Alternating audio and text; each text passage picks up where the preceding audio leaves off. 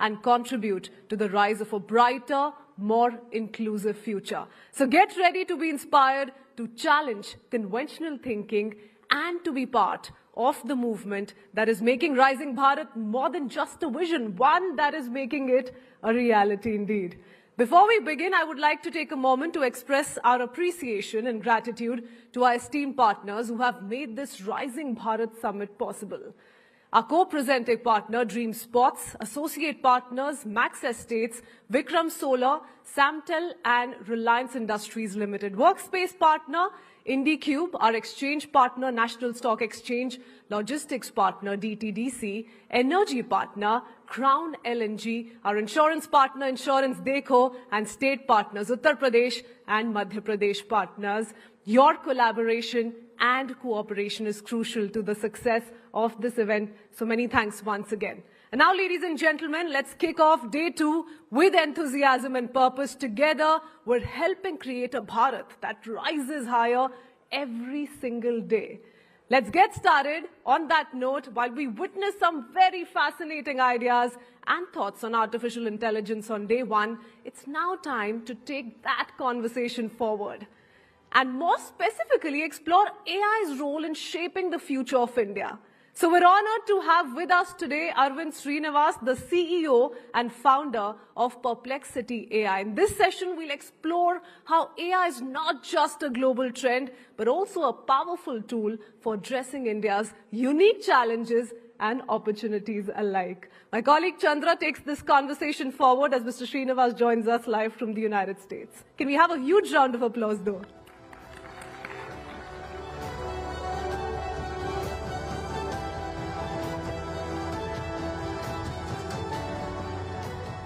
Good morning, everyone. Very, very excited to have one of the hottest AI startups in the world joining us live at the Rising Bharat Summit. Can we bring up Arvind Srinivas, please?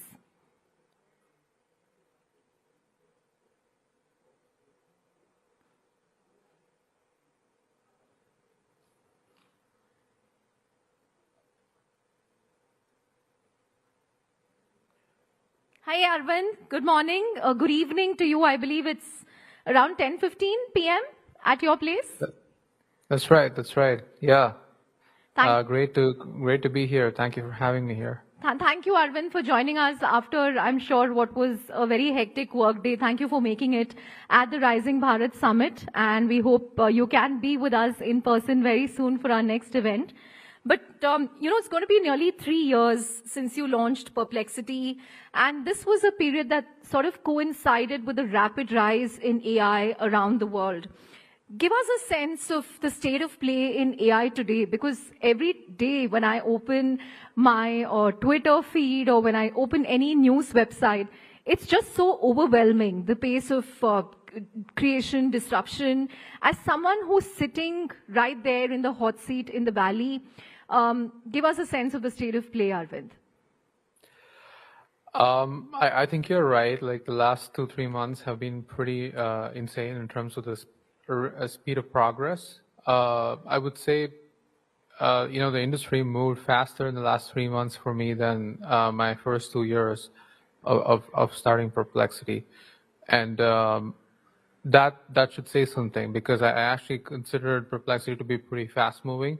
And I don't think we've moved ever faster than ever before in the last 3 months. So I think that is being like accelerated partially by the entry of China and DeepSeek and many other models from China, like Alibaba's QN models and so on. So that definitely like put open source ahead of the closed models for the first time. And so that caused all the foundation model labs in the United States, which do not open source these models, but they still want to compete for being the best model in the market, to start releasing their stuff even faster and make the API pricing even cheaper and do a lot more things in a speed that was never seen before. So because of this, all these new capabilities are possible now, especially on reasoning, where the models can think and answer for harder questions. And also the models can go through a long chain of thought process before executing a very complicated workflow. like doing the work of an analyst, doing the work of a research analyst or like a professional researcher, doing background research or diligence research or anything. All these things earlier would require very sophisticated workflows, but now essentially get compressed to a very long-running chain of thought process with good orchestration of the LLMs and a bunch of tools and data providers and APIs and things like that. So that's creating all these new kind of products like deep research that was never possible before. And it's also going to lead to creation of things like agents, right? It's the workflows that actually execute tasks for us. And so that's going to change our impression of AIs from just chatbots and answer engines and research agents to like assistants and potentially vertical and horizontal. So that's why like this year is very exciting. Are you having sleepless nights though? Because the pace at which this disruption, it's so intense that it's taking days for a rival to launch a competing product and out-execute an incumbent. So how do you keep up with it? Well, there's no substitute to hard work. So we work pretty hard. That's why I'm like, after your call, I'm still going to go back to work.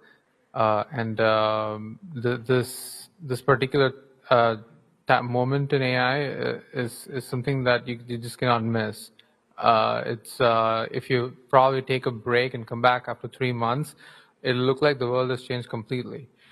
Just to make sense of what I said, like imagine you were, end of December or early January, and if I told you there would be DeepSeek, there would be deep research, there would be O3 Mini, and like all these different models and like agents and like all, image generation, all these things that happen in the first 3 months of the year, you would be like, come on, I know AI is moving fast, but this sounds too much. But that's literally what happened, right? And so if anything, we should expect things to move even faster for the rest of the year.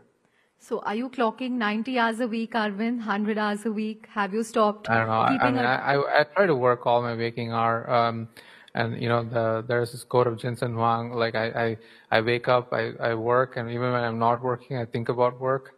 I think that's basically what's happening, what's going on, and I really don't think anyone actually in the arena like actually like doing stuff right now. I don't think they're doing anything different from me. This seems like the bare minimum expectation right now. Right. So Perplexity, which began as this answer engine just under 3 years ago, the answer to Google as we knew it, you've recently crossed $100 million in ARR. Cursor, another AI-enabled coding platform, has also crossed 100 million in ARR in just 21 months. And Midjourney, reached 200 million in ARR with just 11 employees. And Bolt crossed 30 million in ARR with just 20 employees. Arvind, earlier, every funding round for a startup used to coincide with this huge demand for engineers, full stack developers, mean stack developers. Their salaries would boom, at least, till 2-3 years ago, every time there was a funding round for a startup. But now we are seeing this new trend where you're able to build 10x better AI products with very few engineers, right? What does that mean for the future of engineering jobs, especially in a country like India, which produces millions of engineers every year? All of you are able to achieve so much without throwing, people at problems. Yeah, I think it's a very important question. I would just say at this point, like, if you're not using AIs when you're writing code, you're essentially stagnating yourself by sticking with the old workflow and old tooling. And people who do use AIs to write code are getting work done way faster. We see that internally, even at Perplexity. There are some engineers who are like very good at using these AIs for writing code, no matter whether it's in their editor, like in the form of GitHub Copilot or Cursor, or if it's like an end-to-end deployment app like Replit or Bolt, or if it's something that's just a separate standalone app like Perplexity or ChatGPT. Whoever is using AIs, they're getting work that's meant to be done in weeks and days. And they're able to fix bugs way faster. When somebody points out a feedback like, oh, can we move this button here? Can we change the UI to do something like this.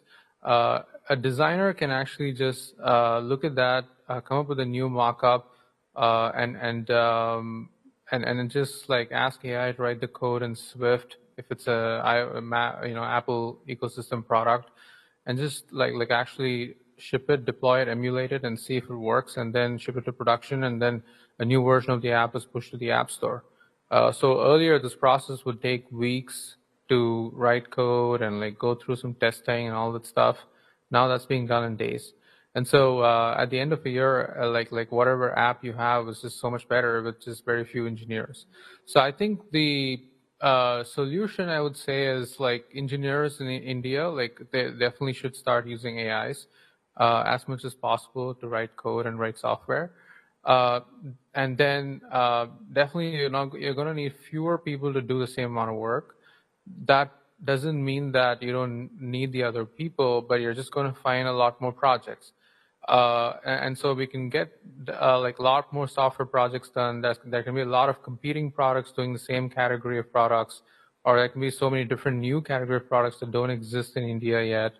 And then it could also mean that like, people with a lot of creative taste no longer need to feel like code monkeys if they want to like just get paid for something, right? They have an AI to do all that for them now, so they can truly be liberated, have all the freedom to go push new ideas into production themselves, own the users, build businesses on their own, potentially get to like $1 million in revenue annual recurring on with just like a 1-person company or 2-person company.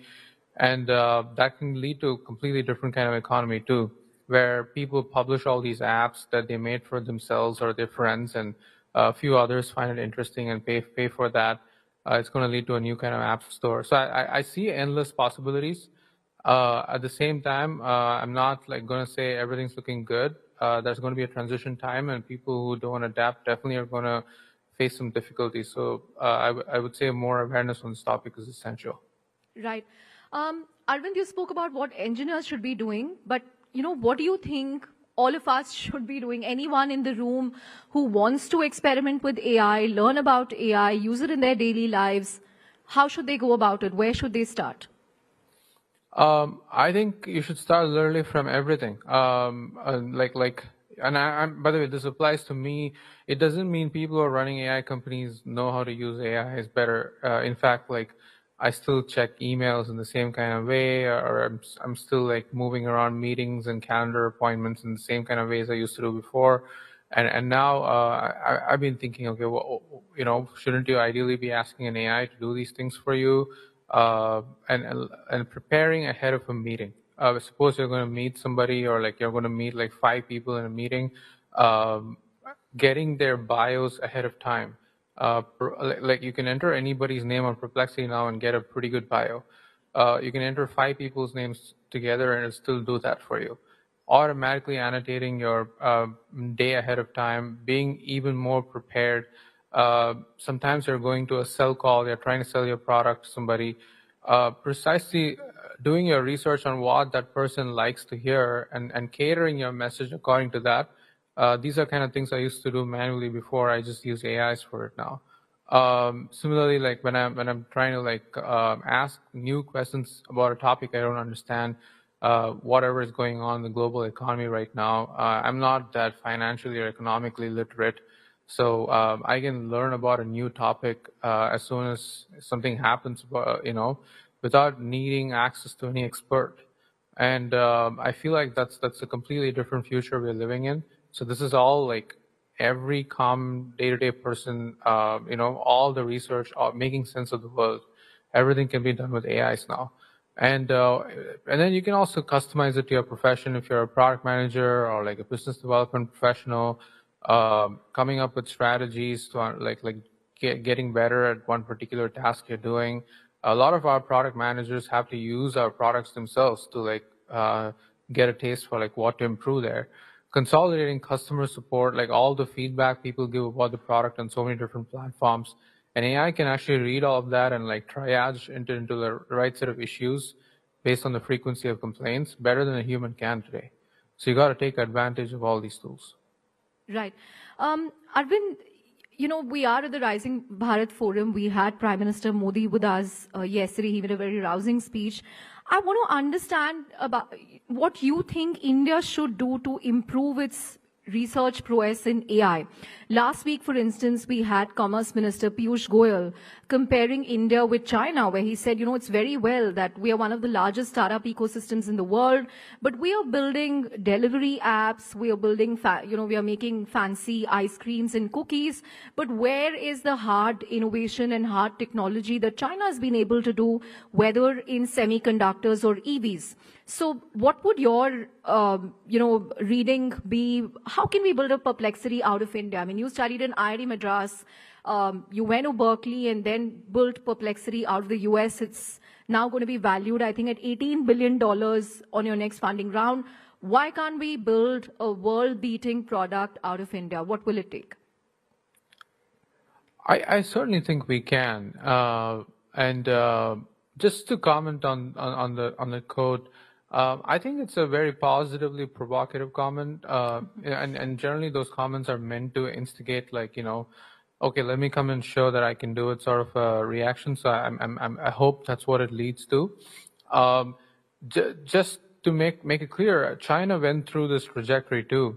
Whatever India is doing right now, of like trying to build clones of apps that already exist, but for the Indian market, China did that for a long time. In fact, there's a whole joke in the TV show Silicon Valley about it, of how every single startup, you just prefix a new to it and then you do it in China.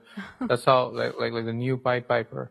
I think that's essentially what happened for a while there, and they built all that muscle to ship products pretty quickly and iterate and and only then they started building new products that did not exist and captured a global audience beyond the Chinese market, like TikTok, for example, right? And so India can certainly produce its own TikTok, which again is not deep tech, but it's still one product that would get the global audience rather than just the Indian audience. It's certainly possible, and I was in a podcast with Nikhil Kamath. I think he was discussing the same question with me of what would it take for India to build an Instagram rival. And I think all these questions should be explored, that more people should be encouraged to try these ideas. And venture capital scene is very essential. I think VCs in India are still very risk averse, and they like to invest in things that they wouldn't lose money on, rather than investing in things they would potentially make a lot of money on, but are okay losing some money in some incorrect bets. So the mindset should be okay, 95% of my investments would fail, but 5% of my investments would return me 100 or 1000x, that the 95% that failed doesn't matter. I think that mindset doesn't quite exist in Indian venture capital right now. So if that changes and more people from IITs are convinced to raise venture capital money and found companies there and try to take on the big tech, start with the Indian market and then expand to the rest of the world, there are some unique things that come out of it. So you take study products like YouTube or WhatsApp or Chrome. All these are products that grew a lot in India in the beginning, like YouTube offline downloads, for example, WhatsApp particularly. Chrome, the browser, couldn't really beat Internet Explorer or Safari in the United States for a long time, but they captured the mind share and market share in India. So certainly, that sort of trajectory is possible for new products too. Right. Final couple of questions before I let you go, Arvind. You had announced hiring plans to expand your operations in India a few months ago. How is that progressing? Any numbers that you can share on, your adoption in the India market? Because OpenAI recently said that this is the fastest growing market for ChatGPT. So if you can give us a sense of how India is shaping up for you. You're also focusing a lot on cricket content of late. So has that helped you? So India is in the top 10 countries for us right now, probably even close to the top 5 in terms of revenue already. I'm not even talking about usage, just even revenue, which has really pleasantly surprised me because our product is priced pretty expensively right now for the Indian market. Right? Sorry? It's still $20, right? So yeah, that's right. Yes, $20 is pretty expensive. But I've pleasantly been surprised of the willingness to pay for the product. A lot of people are using the deep research agent that we have. Our Pro Search is being used by a lot of people too. And it's definitely, in terms of daily query traffic too, it's in the top five or top four for us. So it's a pretty important market. And and I think like we've also been very pleasantly surprised by how fast it's growing. I'm sure that OpenAI is sharing similar statistics. I did my research on this in terms of enterprise, like knowledge worker adoption. India is quite far ahead of like even countries like the United Kingdom, according to some research that's been done. And so a lot of people who are like digital knowledge workers, professionals, they're heavy adopters of generative AI, and they're big users of Perplexity and other products in this market. As for our hiring, I think it's honestly gone slower than I would have liked. We haven't actually hired that one person to really grow our business in India yet. We've got tons of applications. I definitely went through some of them, but to be fair, like we couldn't like go through the entire list. It was pretty complicated, and I would have to spend a little more time on this because the expectation was only people with like some amount of experience with like general manager or like business development would apply. But basically, the interest was so big that wide array of people with different set of skills applied, and so many referrals from people I know as well. So it got overwhelming to a point where I decided I would wait for a while and make sense of like what we really need there before expanding. And yes, like focusing on cricket is very important. There are lots of searches on cricket that are already happening on Perplexity, and we want to keep growing that. And we plan to also incorporate other content that's interesting to Indian audience, like entertainment, TV shows, movies, all local results, better support for languages. All these things need to be there for a product to be widely useful to the Indian audience. Right. India-specific pricing coming, Arvind? Yeah. Okay. I don't know the number yet, but we're definitely thinking about it. Yeah.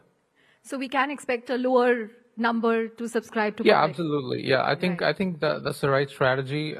Many other consumer subscription apps have done this, like Netflix, Amazon. So definitely that's the way to go. Obviously, our inference is expensive. We don't want to like put a lower tier quality product just for like saving costs there. So we're trying to figure out a way to distill some of the open source models, make it more efficient, and what should be in the lower tier plan and what should be in the higher tier plan. Like we're trying to think about it. Right. Last question before I let you go. What's the one piece of advice in the AI industry that you deliberately ignore?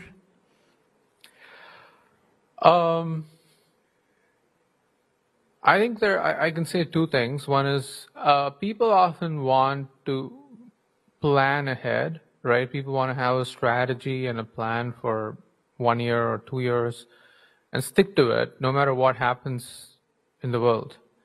I think that used to be a fine strategy when the world was moving a lot slower. It doesn't hold true anymore. Like everything changes pretty fast. Whatever you think doesn't work well, and so you kind of build around that. You're just like flummoxed when something happens in like reasoning, for example. So if you assume agents don't work and then agents start working, like what do you do? And similarly, if you assume something's really going to work and speed of progress is like slow there, what do you do? So you have to be pretty flexible and fast moving. And so I don't actually plan the company for more than 3 months right now.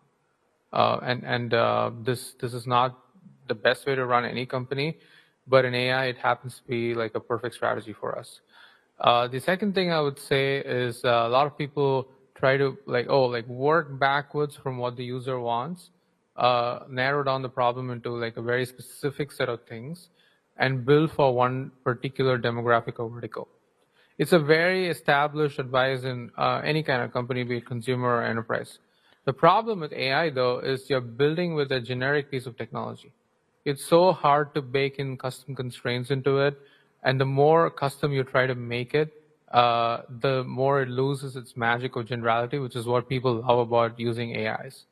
And so without actually having an end user or like an end demographic or vertical in mind, it's so hard to actually build anything as a product builder. But you kind of have to figure out the sweet spot of still being useful for a particular set of users, but making the product as general and horizontal as possible.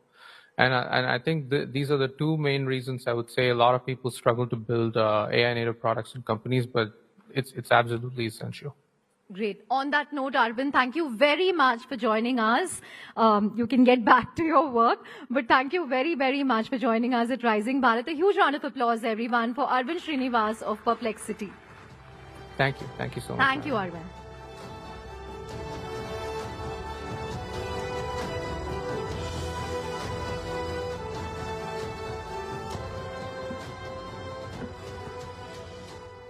Well, what an insightful session, isn't it? A huge thank you once again to Mr. Srinivas for sharing his expertise and vision on how AI is shaping the future of this country. And ladies and gentlemen, up next in the forum, we discuss a topic that has taken the world by storm over the past few weeks. The television series Adolescence, which has undoubtedly sparked a much-needed conversation about the complexities and realities of growing up in the modern world, especially in the digital age. And for those who are not quite familiar with what the series is all about, it portrays the lives of teenagers navigating their social, emotional, and digital landscapes. The show has opened a window into the struggles and pressures that many adolescents and their parents face today. The limited OTT series has created space for an open and honest conversation about what it really means to be a parent in the current digital times, and how together we can equip ourselves with the tools, strategies, and perspectives that are needed to navigate this ever-evolving era for the young, for the current generation. So we welcome our esteemed panelists for this session, Mr. Harpreet Singh Grover, founder, The Curious Parent, along with the Dr. Amit Sen, Director, Senior Child and Adolescent Psychiatrist, Children First, and Sonal Mehrotra joins them and takes this conversation ahead. Can we have a huge round of applause, please?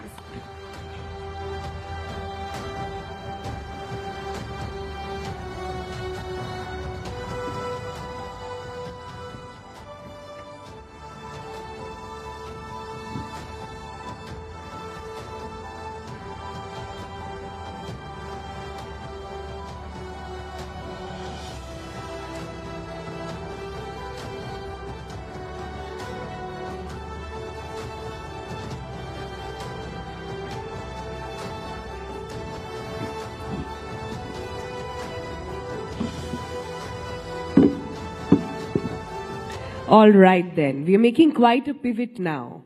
You heard from the people who are making AI and turning it into really complex ideas, providing solution, talking about jobs.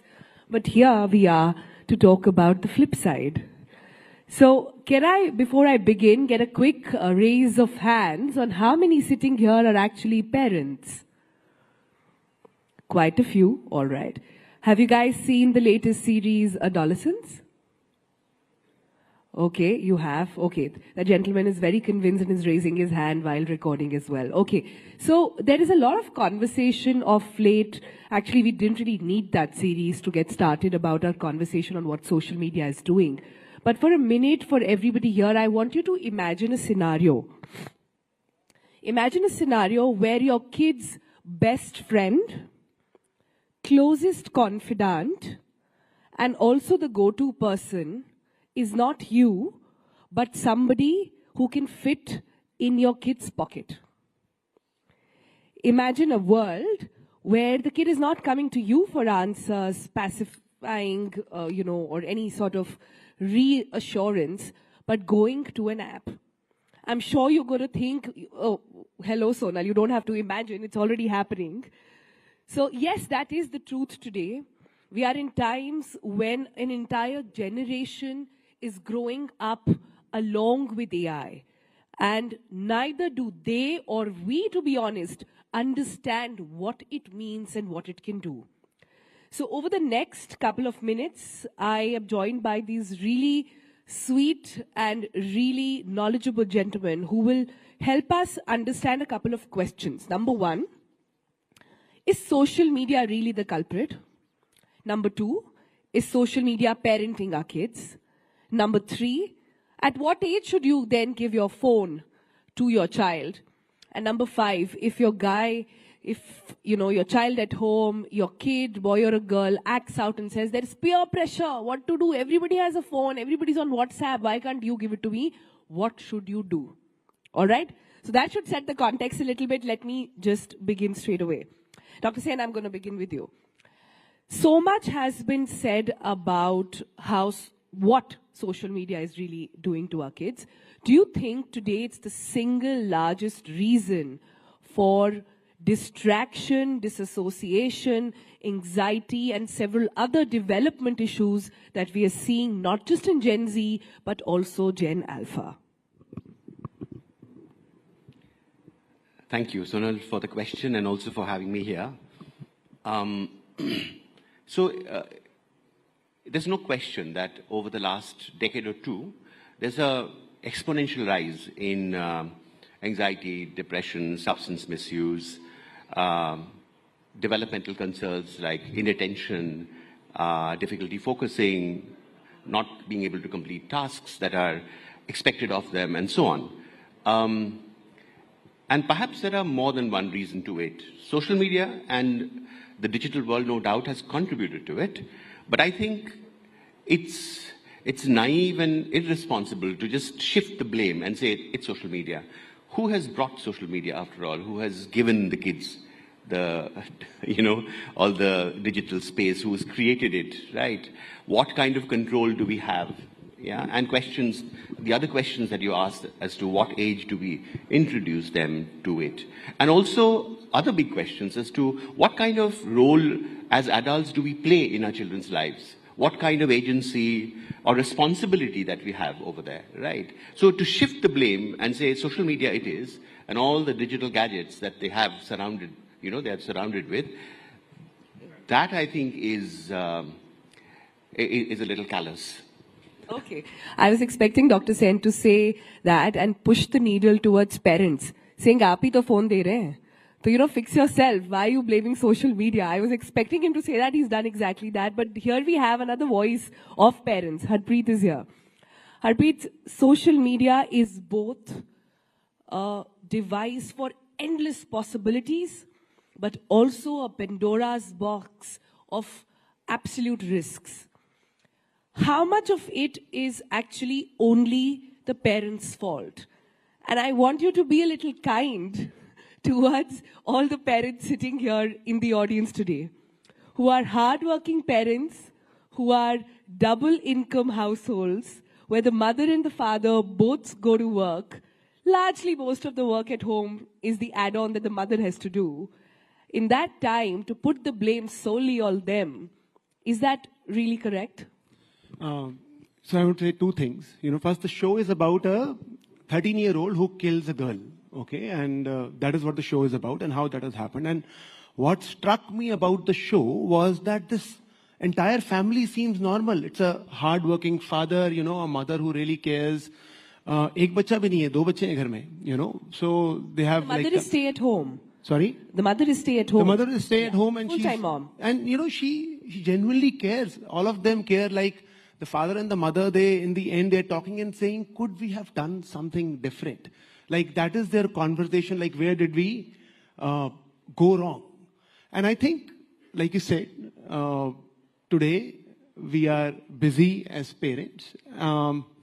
And this is the story of each and every home, right? And I want to take and like all of us are good parents, but sadly, being good parents, having good intentions about our child is not good enough now. And I want to take a step back to history on why this has happened. If we go about, so human beings are 2 million years old, industrial level, and always babies have grown alongside parents. Look, for these 2 million years old. About 300 years ago, when the industrial revolution happened, the first time parents were separated physically from a child's life. So they had to now go to factories and the child had to be sent somewhere. Okay, so the child could no longer be the parent. That is the first thing that happened. Wo bhi theek hai, that was also okay. The second thing that happened was when technology came, parents start to use it. Then we have some time with the child, but we are mentally absent. Yeah, so that was the second blow. And the third blow that happens is when the child also uses the same technology. Now, all of this happens with a tired parent who's going to work to earn enough for the house, for the home, a mother who's also tired. Everything happening with good intentions. So let me go back. This is the first time in history that this is happening. Being a good parent is no longer good enough. One needs to understand a little bit about what constant screen can done to a child. For example, a 2-year-old, when they see screen for too long, they will not learn to speak. They will actually not learn to speak. And a child at the age of, like what happens in the series, can kill somebody just because they are not emotionally regulated and they are not connected to their parents. So, guys, did you notice what happened here? My first question was on, can you blame social media? The answer was no. My second question was, can you blame parents? The answer was again no. What are you guys saying? No, who is to be fixed here? Dr. Sen first, yeah. Can I respond to that? Yeah, so there's social media, there are parents, there's school and education system. There are other things that are happening out in the world which affect children, in the playground, amongst the peer group. There is a kind of socio-political climate that cascades into the school atmosphere, into homes. So it's not one thing that you can blame. I think the stakeholders are many, and that's what we need to understand, that parenting or bringing up children is a complex issue today because of all these. It's a village. So, for instance, it's a village, yeah. And for instance, even in the TV show, if you look at the atmosphere in school, there's palpable aggression and violence that is happening. Verbal, physical, the kind of language that is used, the othering and the bullying that goes on the basis of race, on the basis of language, on the basis of, one, young person with a certain color being called a monkey and getting mimicked right in class. All of that is happening, isn't it? Where is it coming from? It's coming from the society that we've built around our children. And that's why it's getting into school, isn't it? Right? Yeah. And then, of course, there are these other things that we know exists in our world, such as neglect and abuse. It happens rampantly. And in fact, unfortunately, in India, we have one of the highest rates of physical sexual abuse in children. So how do you, draw a line or circumscribe it and say, this is the problem? It is not a linear cause and effect relationship. It's circular, it's dynamic, and all these things contribute to it. And that's what we have to be mindful of. That just being a good parent, as you're saying, is not going to cut it. We have to be mindful of all that is happening in the world around them, to be able to protect them, to be able to have... I disagree, absolutely. I disagree with the way you have framed the question, in the sense of who is to blame here. Like, if somebody was to say you are to blame, I wouldn't like it. If I tell the parent you are to blame, social media is to blame, I don't think it fixes stuff, right? In the series, there is a place where the child is being interrogated by a psychiatrist, psychologist, and at the end, the 13-year-old asks, do you like me? Like at the end of the conversation, there's the fourth visit, the final visit, the child asks, do you like me?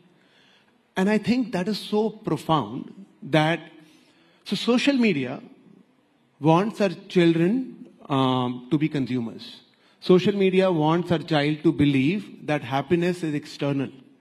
As parents, we want our children to be creators. It is a responsibility for a child to feel that happiness ghar mein hai. It is internal.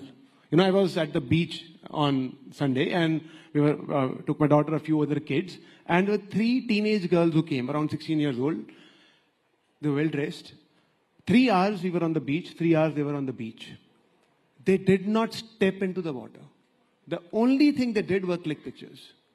All 3 of them. And I'm not saying this from an angle of judgment. I am saying life is an experiencing. But for them, life is in some way in taking a picture, putting it online and saying we had a fun time. They are at the beach. They did not go into the beach, into the water. No water sports, nothing. So hold that thought then. Hold that thought. When you say kids are finding validation, finding quality time on social media, since you didn't like me saying who's to blame, Where is this coming from? Because we all know kids are sponge, they absorb. They do what they see. They never do what you tell them to do, but Indeed. they only do what they see. Absolutely. Yeah. Can I respond to that? please. Yeah. So, yes, indeed. Kids require a lot of attention. They require to be seen, to be validated, to be recognized in the way they are, right? So kids are different, they're wired differently, and they will do or choose to do different things if given an opportunity. If they do not get the validation from the sources that you would naturally expect them to, which could be sometimes parents, it could be from the schooling system, it could be from other social spaces which recognizes these differences in children, what their talents are like. If they do not get it, they have to fulfill it from somewhere.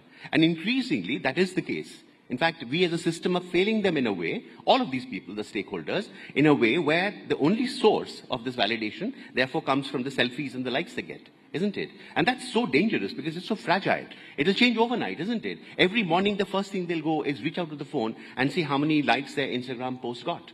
And that is the beginning of the day, isn't it? And the other thing that happens, of course, due to social media and gadgets is that it never leaves you.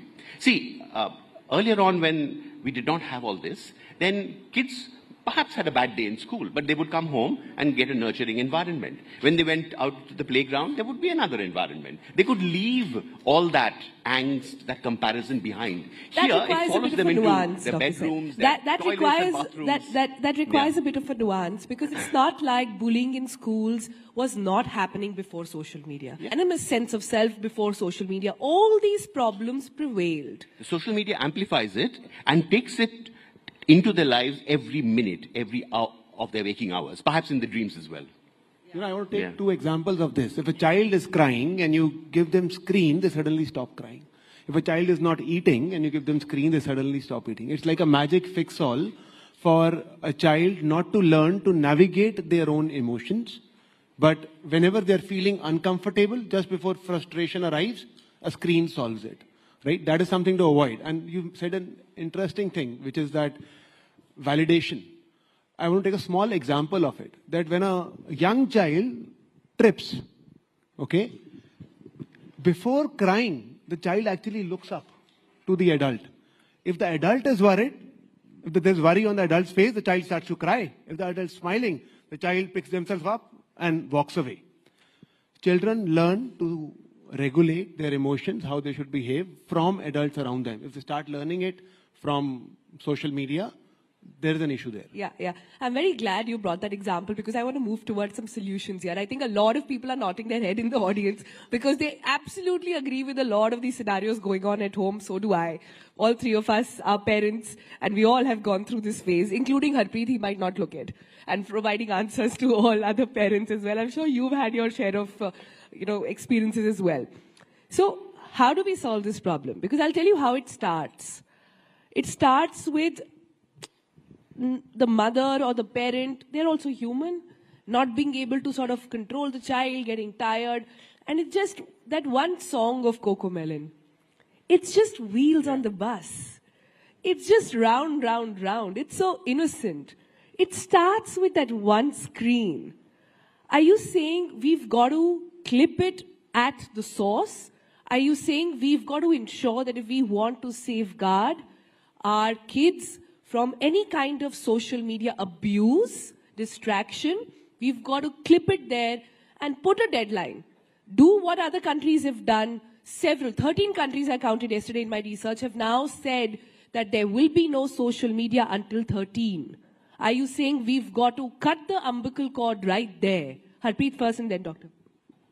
Social media cord, 100%. There is no doubt about that. Till the age of 13, maybe even couple No of... phones. No smartphones Okay, to 13. so I'm saying, I'll tell you. The parent will say, but the school gives homework on phone, right? Or the parent will say, my child goes out. Let me take an example. A 13-year-old actually said, my father does not allow me to go to tuitions alone. वो बोलते हैं किसी को साथ में लेके जाओ. And we have always been so worried about the child's physical security but we have forgotten about this mental security about the child, right? So replace the smartphone with a feature phone. Give the child a smartwatch. I'm saying both of these are enough from a safety perspective. Give the child a laptop. Ensure the child understands that their history and etc., all of that are open to you. There is no question of privacy on internet for a 13-year-old or a 12-year-old. There is no such question. For a child to say, this is mine, you cannot see, that doesn't work because their brain is still not developed. Not in India, but clearly in other places. I'm saying so many of Even us in are... India. So far. You know, and the last thing I want to say is that it is important to remember that when we give our child a smartphone, we not only give our child access to the world, we give the world access to our child. And who will access our child is something that as parents we should know. And having simple rules in the house can just help everything. Like in our case, screen time, our daughter's 9.5, is on weekends, 1 hour each. That's it. That's the screen time. Okay. I'm saying this also because there are movements now going across the globe on smartphone-free childhood. People are signing up, celebrities in Hollywood, etc., are all signing up to say, boss, this can't happen. You've got to ensure and prevent your kids. Since you said in your opening remark that just taking the phone off is not enough, I want to understand then what do we do? We've discussed this in the past when if there is an age for drinking, there is an age for driving, should there now be an age to actually use social media? Oh, absolutely. And is that practical enough? Like, is that even possible in the age of AI? Don't you think the kids will find a solution anyhow? Yes, absolutely. So, and they will. In fact, if you actually be too punitive or harsh about it, if you become a strict parent who's putting their foot down without actually negotiating with kids, especially once they've become 10, 11, 12, then they'll find their way. They'll go to their grandparents, they'll go to their older sibling or a cousin, or borrow it from their friend. So it's very important that we factor that in. So gadgets and the digital world is not all social media. There are many other things that happen on it. And as Harpreet was saying, that we can be mindful of what we give to the child and the discussions that we have. I'm absolutely, I would object to the idea of giving smartphones and tablets to 2, 3-year-olds, which parents often do. But once they come into primary school, perhaps once they're 5 or 6, indeed there is a lot of learning that is happening. You know, and schools are giving homework there. They're giving projects and there are activities, including creative activities that are happening there. So we have to divide the time that kids, use the digital space with. For instance, we can divide it into education. We can divide it into social connections, including friends and family, where you do video calls and chats. Then there is social media. And finally, entertainment. There's entertainment as well, isn't it? Yeah? And you can't get away from that. And there are various gadgets that are fulfilling it. Now, does that regulation really work, Dr. Sen? No, so the thing is, it's important for us to define it and to help and to get into those conversations from a very early age. From the beginning. You said a very beautiful word earlier. You said if you negotiate with your child. Yes. Yes. Can you expand on that? Yes, absolutely. So the negotiation can start. So in the beginning, when children are very little, you can still have a conversation, but you're a custodian and you can put your foot down and say, this is a boundary. Yeah, like you have half an hour of any gadget in the weekdays and maybe 1 hour in the weekends, and that's all you'll get, right? But once they begin to get into tweens, as they call it now, and all their peers are doing it, right, and they're watching it, they'll come and fight with you about it, right? That's when the negotiation starts. That's when asking questions about, so what do you think the screen is doing to you? What do you need it for? What are these different categories that you use the screen for? And that's when you can together collaboratively establish boundaries. As children grow up, when they become 13, 14, they will have their say. And it's important to respect it. So as long as we are able to make these decisions through negotiation and collaborative, then chances are that they will not do it behind your back. And if they have indeed crossed the boundary, they might come and tell you.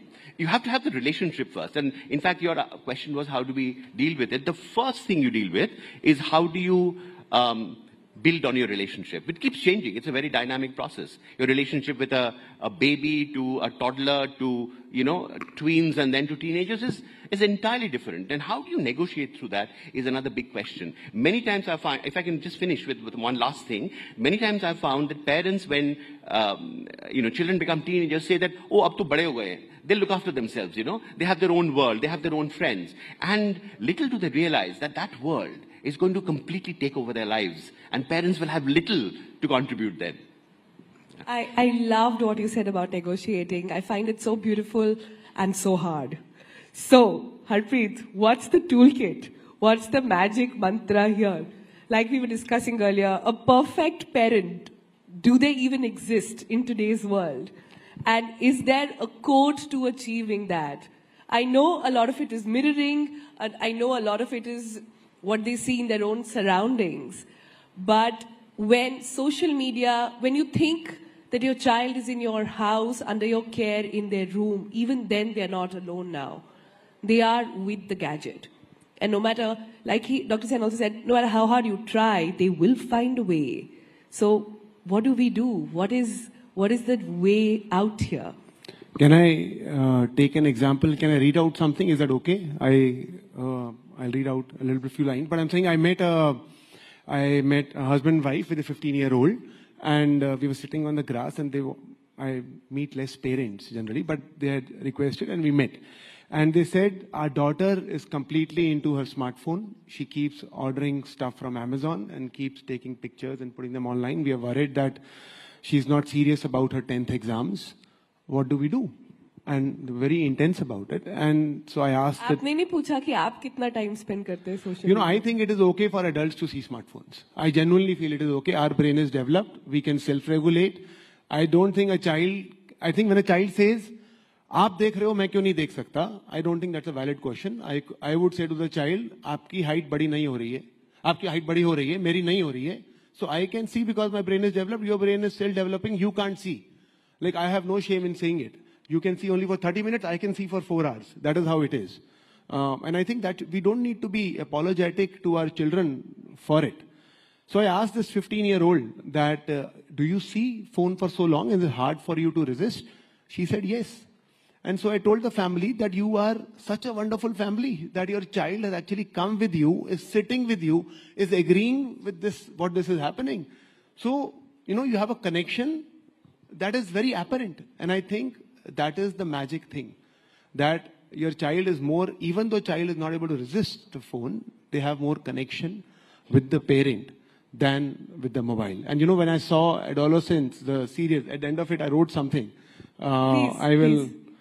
And it was that what I wrote was lessons from adolescence. And I said that I will not let my child below the age of 16 have access to social media.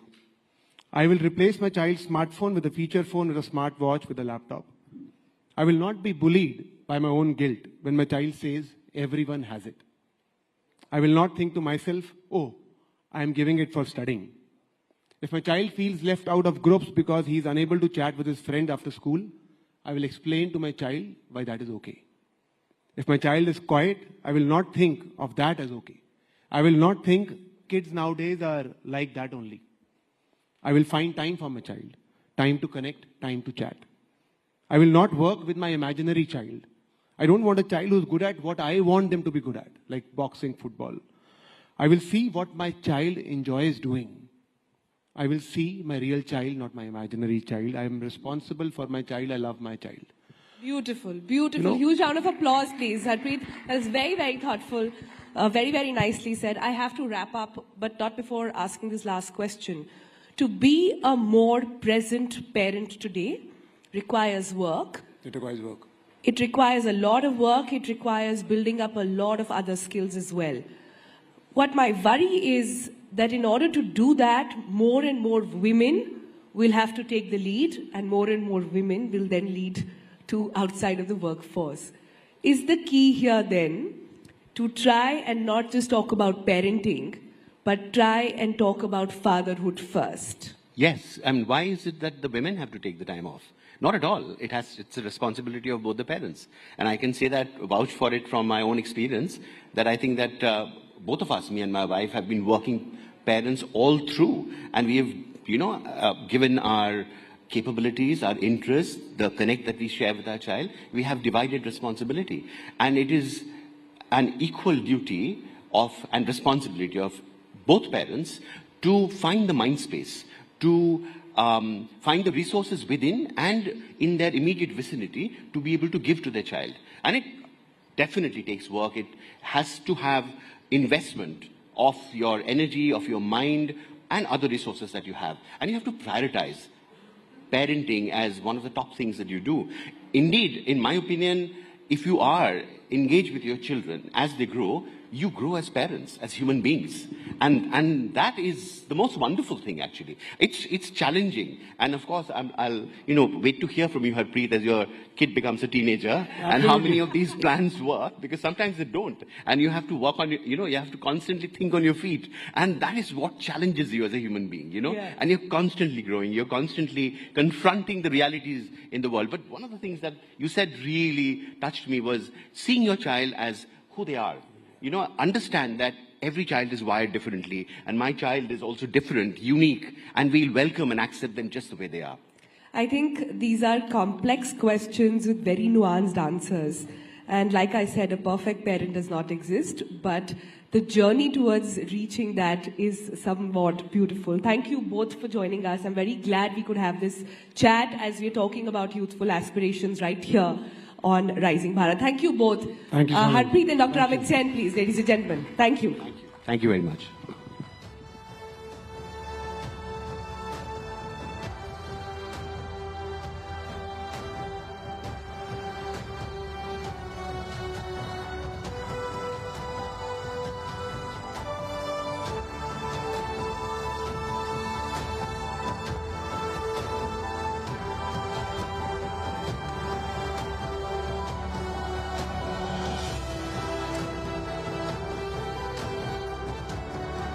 What an engaging and insightful discussion that was. And I think everyone here must make a promise today. Parents, future parents, to take all of these lessons back home and continue to have these open discussions in our homes, communities, and beyond. A special thank you once again to our speakers for sharing their expertise and for bringing with them all those thoughtful insights.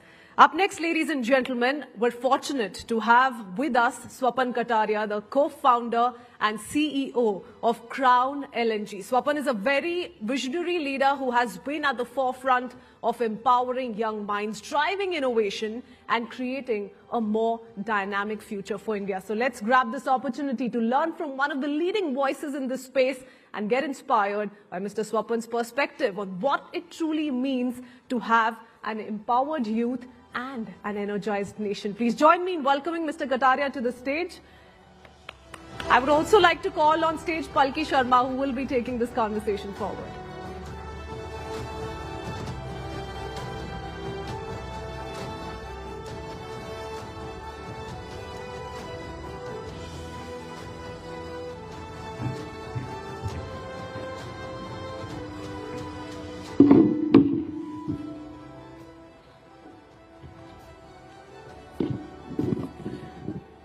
Namaskar, good morning. And welcome to this session. Joining me as introduced is Mr. Swapan Kataria, co-founder and CEO of Crown LNG, and we will talk about energy security, and how it can help empower India's growth. Mr. Kataria, first of all, thank you for being here. And India is the world's most populous country, also among the youngest. So the energy need is only going to grow, and yet energy poverty is very real in our country. How do we bridge this gap between the demographic dividend and this lack of access, equitable access to energy? And how does LNG fit into the picture? Palki, first of all, thanks for having me. And energy is a very complex subject. I don't disagree with you. I think India needs to address it on every front.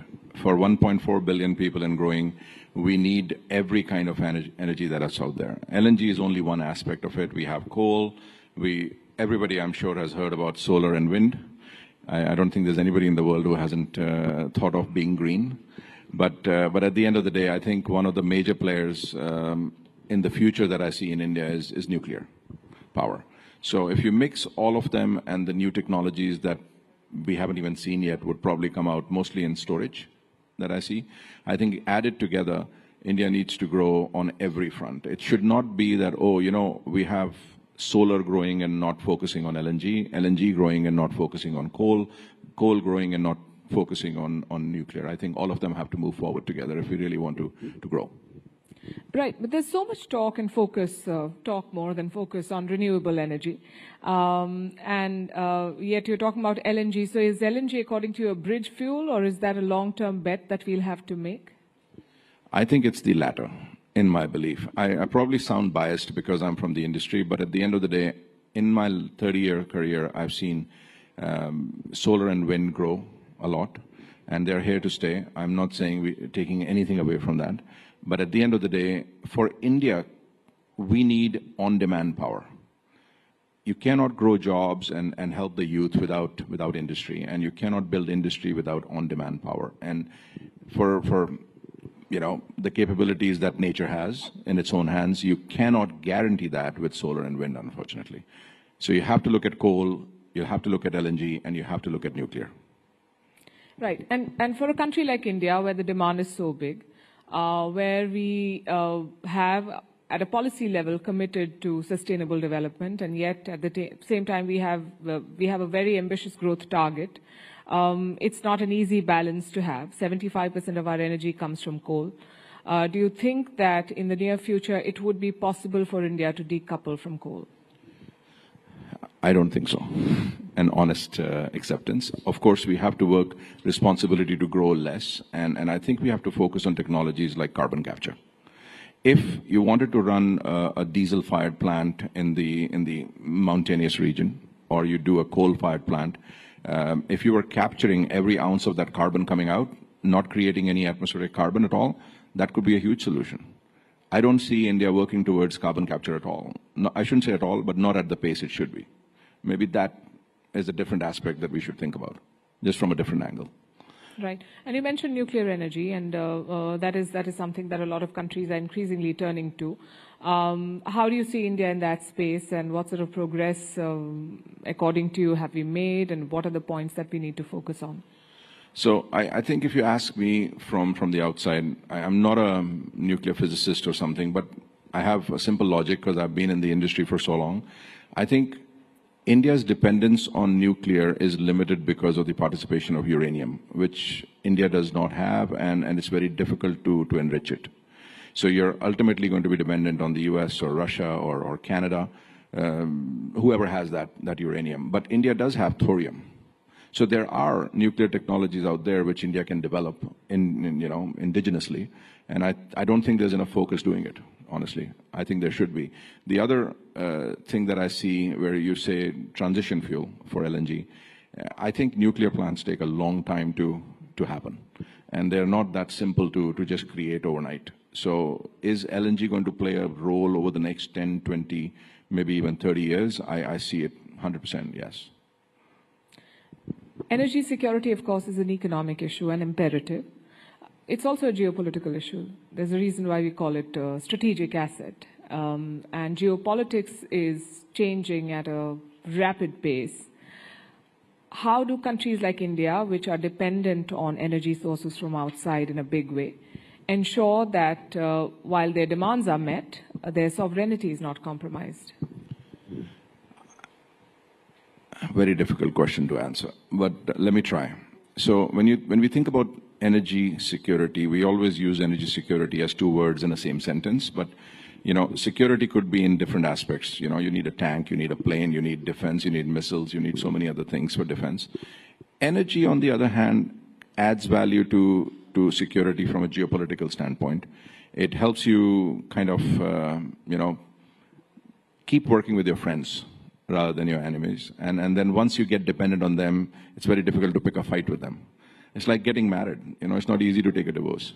And when you do, it always leaves a trauma.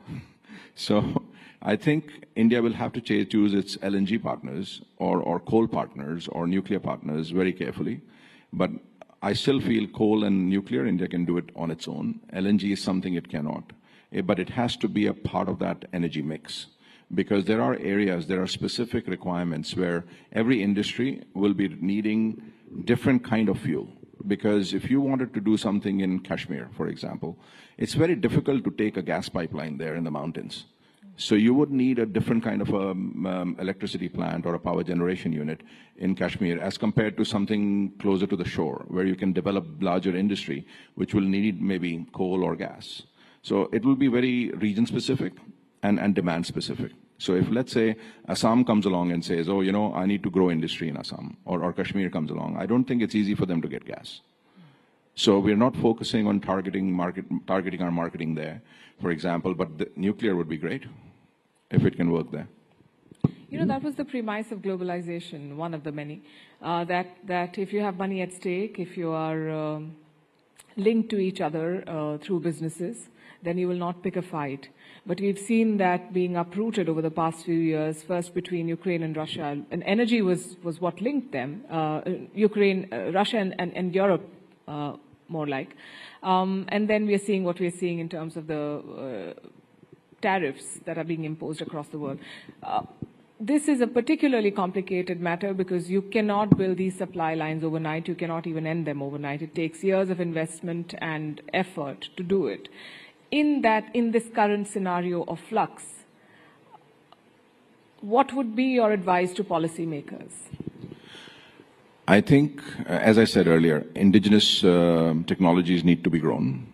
Like even for us, if we're in the LNG business and we operate in various countries in Asia and Africa and South America and Europe, and we see that, India is not doing enough to grow its own technology. So if I had to make a plant, I need a compressor, I need a power plant, I need some special alloys which can take minus 165 degrees of, liquid, which is LNG.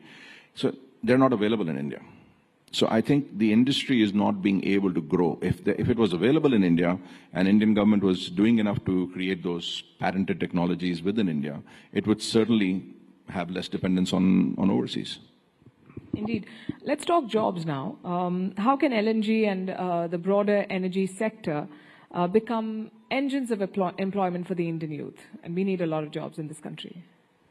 Actually, it just baffles my mind. Most of the kids that I meet, they want to go into IT. They want to move their keyboards. And the real jobs are in the energy sector, in the oil and gas sector. People don't find that working for an oil and gas company maybe is that, glamorous.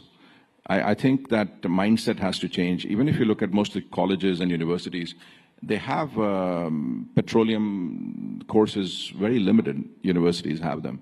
I think that skill set development has to be there because, we are having, power plants which don't have skill set available for people to run it today because there are not that many youngsters going into that field. So I don't think the government can do it alone though.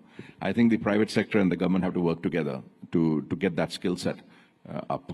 And I think there are tons of jobs. This is one of the biggest booming sectors for jobs, and the young people should be training themselves into nuclear, into gas, into coal, into power sector, into ancillary industries which can operate on these, related to these energy industries. Is that a conversation that you've initiated as a leader in this space? Because from what I understand, the current government has put a lot of focus on skill development. We've had a ministry in place for more than a decade now, and you think that there's a skill gap to engage the Indian youth in the energy sector. Is that a conversation that's even happening?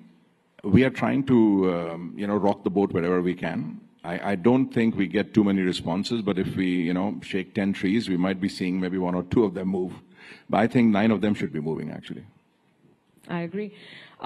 Is there room for the Indian youth to innovate? Because the buzzword is startups now. Everyone's talking about a startup. But this seems like a very capital-intensive, legacy sort of a business or an industry to be in.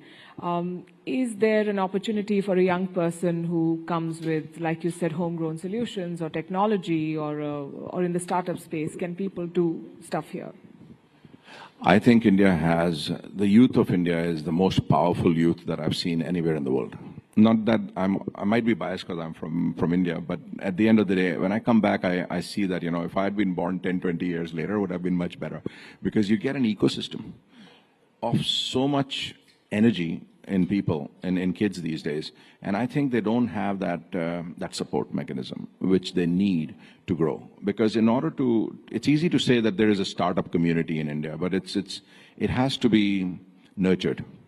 Right? Not just nurtured by helping them get orders, getting them also trade finance, And I think one of the biggest missing pieces that I see between startup and realization into commercial activities is the capital aspect of it. And I don't think there's enough capital being spent. There are few people that I've seen in the private sector doing whatever they can in their own world, but I don't think that's enough. I think there has to be a centered focus on startups from the government, where, let's say, if I were to be an investment office, for example, give me a tax rebate. I'll invest it in there. So I don't know if there's enough being done to nurture those startups. Yes, they're being given a huge promise that, okay, do it, you get a 5-year tax rebate. But I don't think after that there's anybody hand-holding them to make them into an industry. Yeah, so you're saying we need more mentorship, and we need more incentives, of course, but more mentorship. 100%. Right. When we talk about infrastructure or policy making, one of the challenges that we see in countries like India is the urban-rural divide, and that applies to energy as well. Energy access. We are heading into a summer that looks, by all indications, is going to be a punishing summer. How do we bridge this divide in the energy space? I think the only way to bridge it is having better planning. This summer is not happening this year alone, Palki. It's been happening for years. And the bureaucracy is still thinking, oh, we can't move this because that has not happened, and that cannot happen because this guy didn't say anything. We have to give up those excuses and just take a call. And somebody up there has to put its foot down and say, okay, enough is enough. We've looked at this for 10 regular years. The summer's growing. It's getting tougher. We take every kind of energy at whatever cost we get at the end of the day in an emergency. It almost is an emergency situation. But if we planned 10 years ago, we wouldn't be in this situation today. But if we don't do something today, we'll be in this situation tomorrow. And okay, I'll go back a few questions. You were talking about young people entering the space. We have a reasonably young audience as well here. Why don't you share your story with us, and why did you decide to go into the energy business of all things, and what has your journey been like? I think I was actually living in Russia when I entered the energy space back in 1993. And I was in the trading business, and I fell into a trading contract which was related to trading crude oil. And it was very profitable, and I never looked back after that. But that being said, I think if there was one thing that people should think, that energy sector is not just crude. It has such a vast footprint in our daily lives. It's not funny. You have to actually take a moment. A lot of people don't spend the time to look at oil and gas sector because, as I said, they don't consider that glamorous. I don't know. Maybe if I was in the oil sector, would I get a better date? Maybe that would be the way to look at it for the younger person. But I think from a stability and a job perspective, energy projects are very good. They have a long gestation period, and when they operate 20, 30, 40, 50 years. So I don't think there's any other industry which offers a better job security than the oil and gas industry. I think that's a strong pitch. Yeah. I have supported that. I've seen it. For me, it was looking at, okay, how much... It's time to money. Okay, the IT sector looks very fancy because everybody thinks that there's a Silicon Valley out there, but this is day to day. You need this every day. This is not services industry. It is actual products being made which affect and get utilized in our daily lives. And like you said, you've traveled the world. You've worked with different countries, companies, and of course you worked very closely with players and partners in India. How have you seen the landscape change in India over the last decade when it comes to building better supply lines, ensuring more energy security for the people of the country? In simple words, I think there is improvement. But if I expand on it, I don't think there's improvement enough. And I'll give you an example, and I hate doing it because I don't think I ever want to compare ourselves with China. But China had the similar kind of population, and they already knew they're in the same situation. They don't have oil and they don't have gas. At least not enough to cater to their own people. In fact, I think India has more gas than China. But what they did was they went out and started buying gas fields globally. So they started investing into those gas fields so they can control the volatility of price for their consumers in their country. It doesn't matter if you have it, right? So when I was brought up with only, a little bit of thinking from my father. It doesn't matter if you have it today or not. What did you do today to have it tomorrow? So I don't think we're doing enough today to have it tomorrow either. That's my biggest worry from my perspective. Even now? Even now. I think we are trying to do contracts for buying. We are trying to discuss long-term contracts with countries which have it. We are trying to do very good diplomatic relationships with those countries. I don't think we're investing enough. We should not be giving our product requirements into the hands of other people. We should go and buy it ourselves. We should control the value chain. We're not doing enough to control the value chain. We've set ourselves a target to become an energy secure country by 2047 as part of our larger Viksit Bharat dream. Do you think we'll get there? Is that a very tall target to have set? So I think I'll be blunt about that as well. Doing what we are doing now, we won't get there. But given the time frame between now and 2047, we have the ability to do it. But the steps have to be taken now. So you're saying that the gap is at the policy level? That's what I see. Right. I hope the policymakers pay heed to advice from you and others like you. I was reading about what you've said in the past, and I understand that you've been a big champion of artificial intelligence in the energy space. How do the two sort of come together? Actually, they came together because of the demand in electricity, and ultimately the gas fills that electricity requirement. So we started, because we had access to, or we have access. So when you look at India and you want to bring LNG into the country, you have to go through a very rigorous process which has been put together by the Indian government to actually go and enlist and get approved for a license to import product into India. So at the moment, Crown LNG is establishing a project in Kakinada in Andhra Pradesh, which is 7.2 million tons per annum, and which is approximately 10 to 11% of India's total import licenses available today. So when the larger, hyperscalers, they wanted to put these things here, they approached us and said, hey, we need access to on-demand power. We cannot survive on solar and wind, because what if there's no electricity? Then it's not like we cannot operate our data center. So that is how we started our first conversations with them, and we realized that how important on-demand power is. And it's not just about running a data center. Then we started getting into complexities that does your data center have double redundancy, a triple redundancy, or a quadruple redundancy?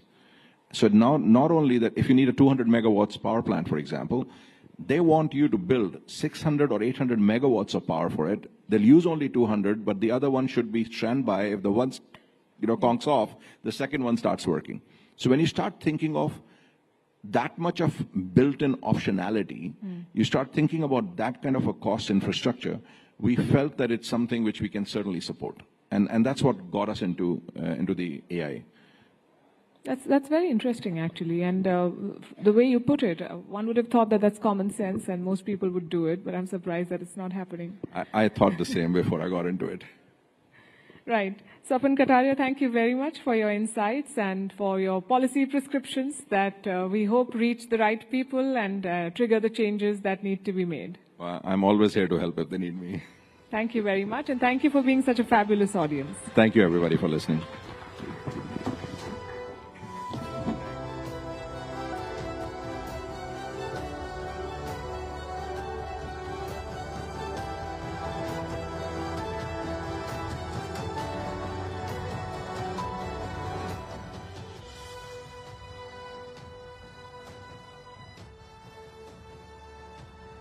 A huge thank you to Mr. Kataria once again for this very incredible session. Thank you, sir. Thank you, Palki. And to all of you for being such an engaged audience as we continue to build an environment where our youth are not only inspired but given the tools and the opportunities to make a lasting impact. And with that, let's transition to something that's turned into a hot topic, not now, since quite some time. In recent years, though, weight loss has become a popular subject that has drawn great interest with the rise of various diet trends, fitness regimens, and of course, weight loss medications. Today, a select panel of experts will help us unravel the complexities of weight loss medications, from understanding how these drugs work to exploring their effectiveness and potential side effects. We will be covering a range of important topics and issues to guide anyone looking to better understand this trending topic of discussion and debate.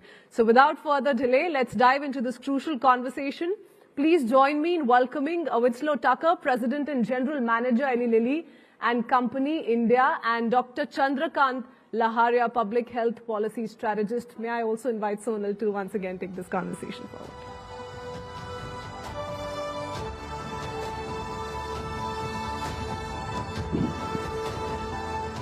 All right, almost good afternoon there, and we are back this time with another fascinating chat.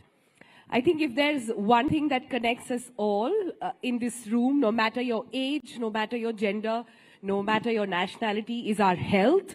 And it is so important to sort of address that at the Rising Bharat Summit here, where we're talking about youthful aspirations.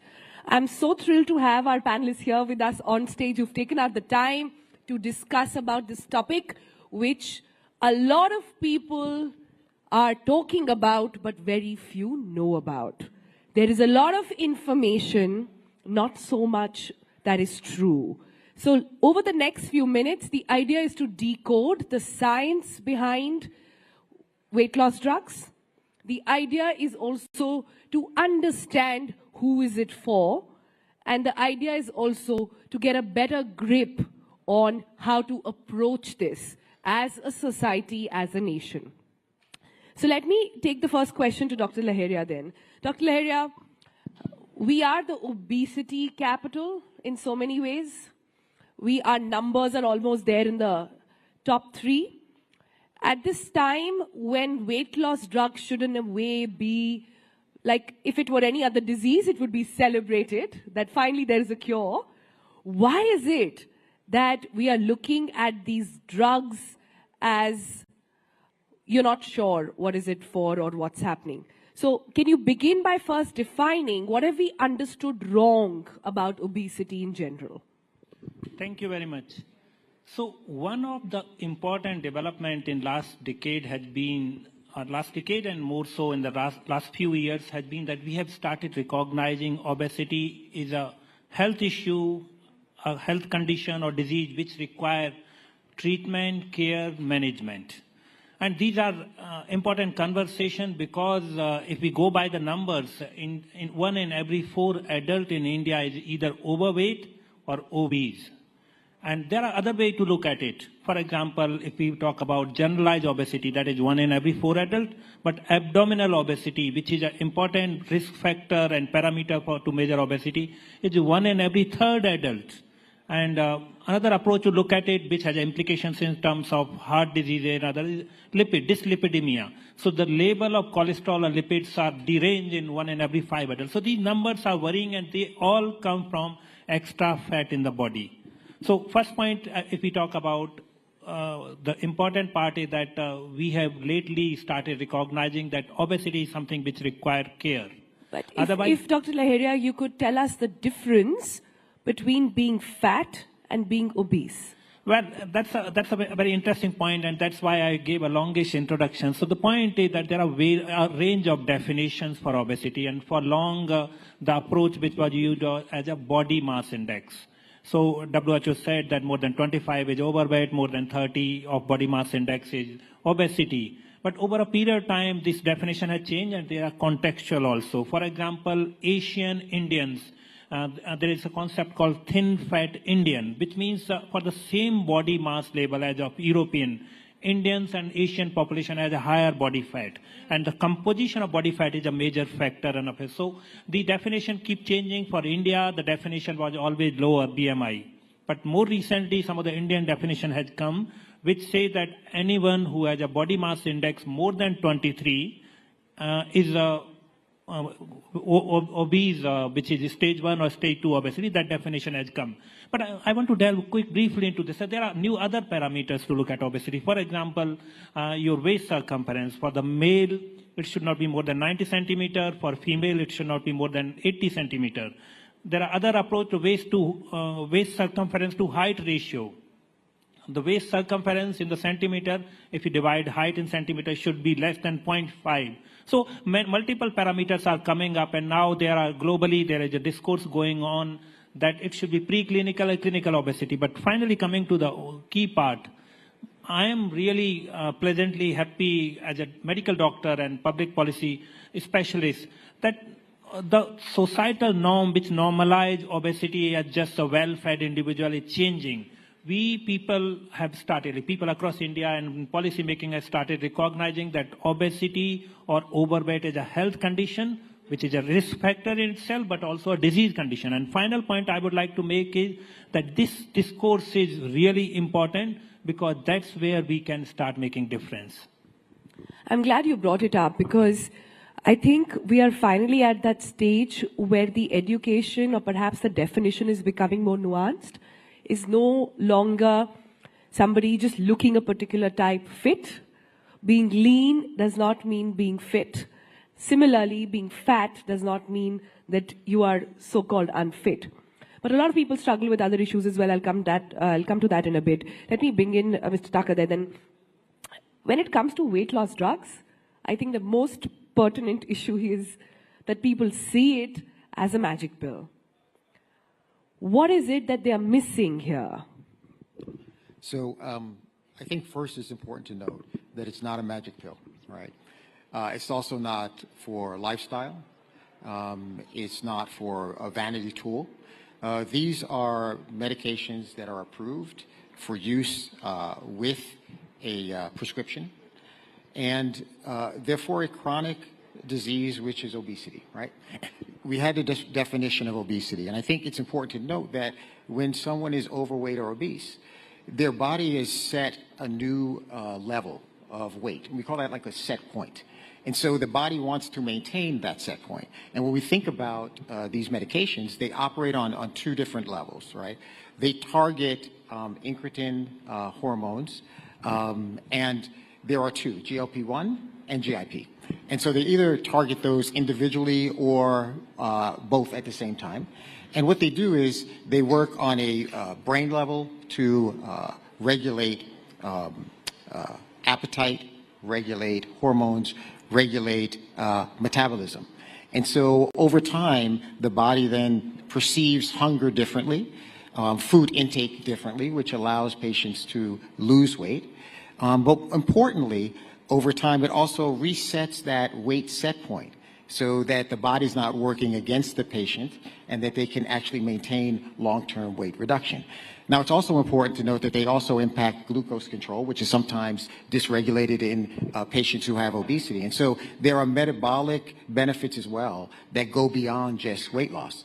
And so, once again, they are prescription products that work best when they are used with lifestyle changes as well as under medical supervision, and they need to be tailored for the individual patient. But once again, not a magic pill, but part of a comprehensive weight management program.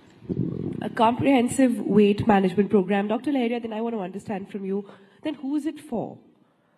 The question I think in the audience is going to be, can everybody take it? Can only diabetics take it? How does it work? Well, I would go overall holistic approach for weight management. And let's understand, let's put some human face to it. That while we keep talking about overweight and obesity in adults, but if we go by the numbers, when it comes to children, India has one of the fastest rising burden of obesity in children, like one of the fastest in the means top 3 countries are the Namibia and Vietnam are other 2, and this has increased rapidly. But let's put a human face to it. I often engage with some of the senior medical doctors as a researcher. And I was hearing one of the senior doctors who said that 3 decades ago when they were trying to conduct a survey in school children. It was very difficult to find overweight and obese children 3 decades ago, and they were wondering whether they would be able to complete the study. And now, in these times, if someone wishes to do study in school children, you find many school children who are unhealthy. I work closely with certain number of schools, and I was talking to some principals, and they said that these days parents send such an unhealthy food or other things in the school tiffin for the kids, which is resulting in this rising obesity. I know that there is one of the discussion panel in this session was about screen time and exposure to social media, and all of this is bringing reduced physical activity in kids. The play time is reduced. So essentially, these narration indicate that if we want to take control of obesity, we need to follow a holistic approach. This requires three-pronged approach minimum. And this is what I tell for all the lifestyle diseases, all the health conditions, not just obesity. Any condition, health condition which is lifestyle originated has 3 treatment or interventions.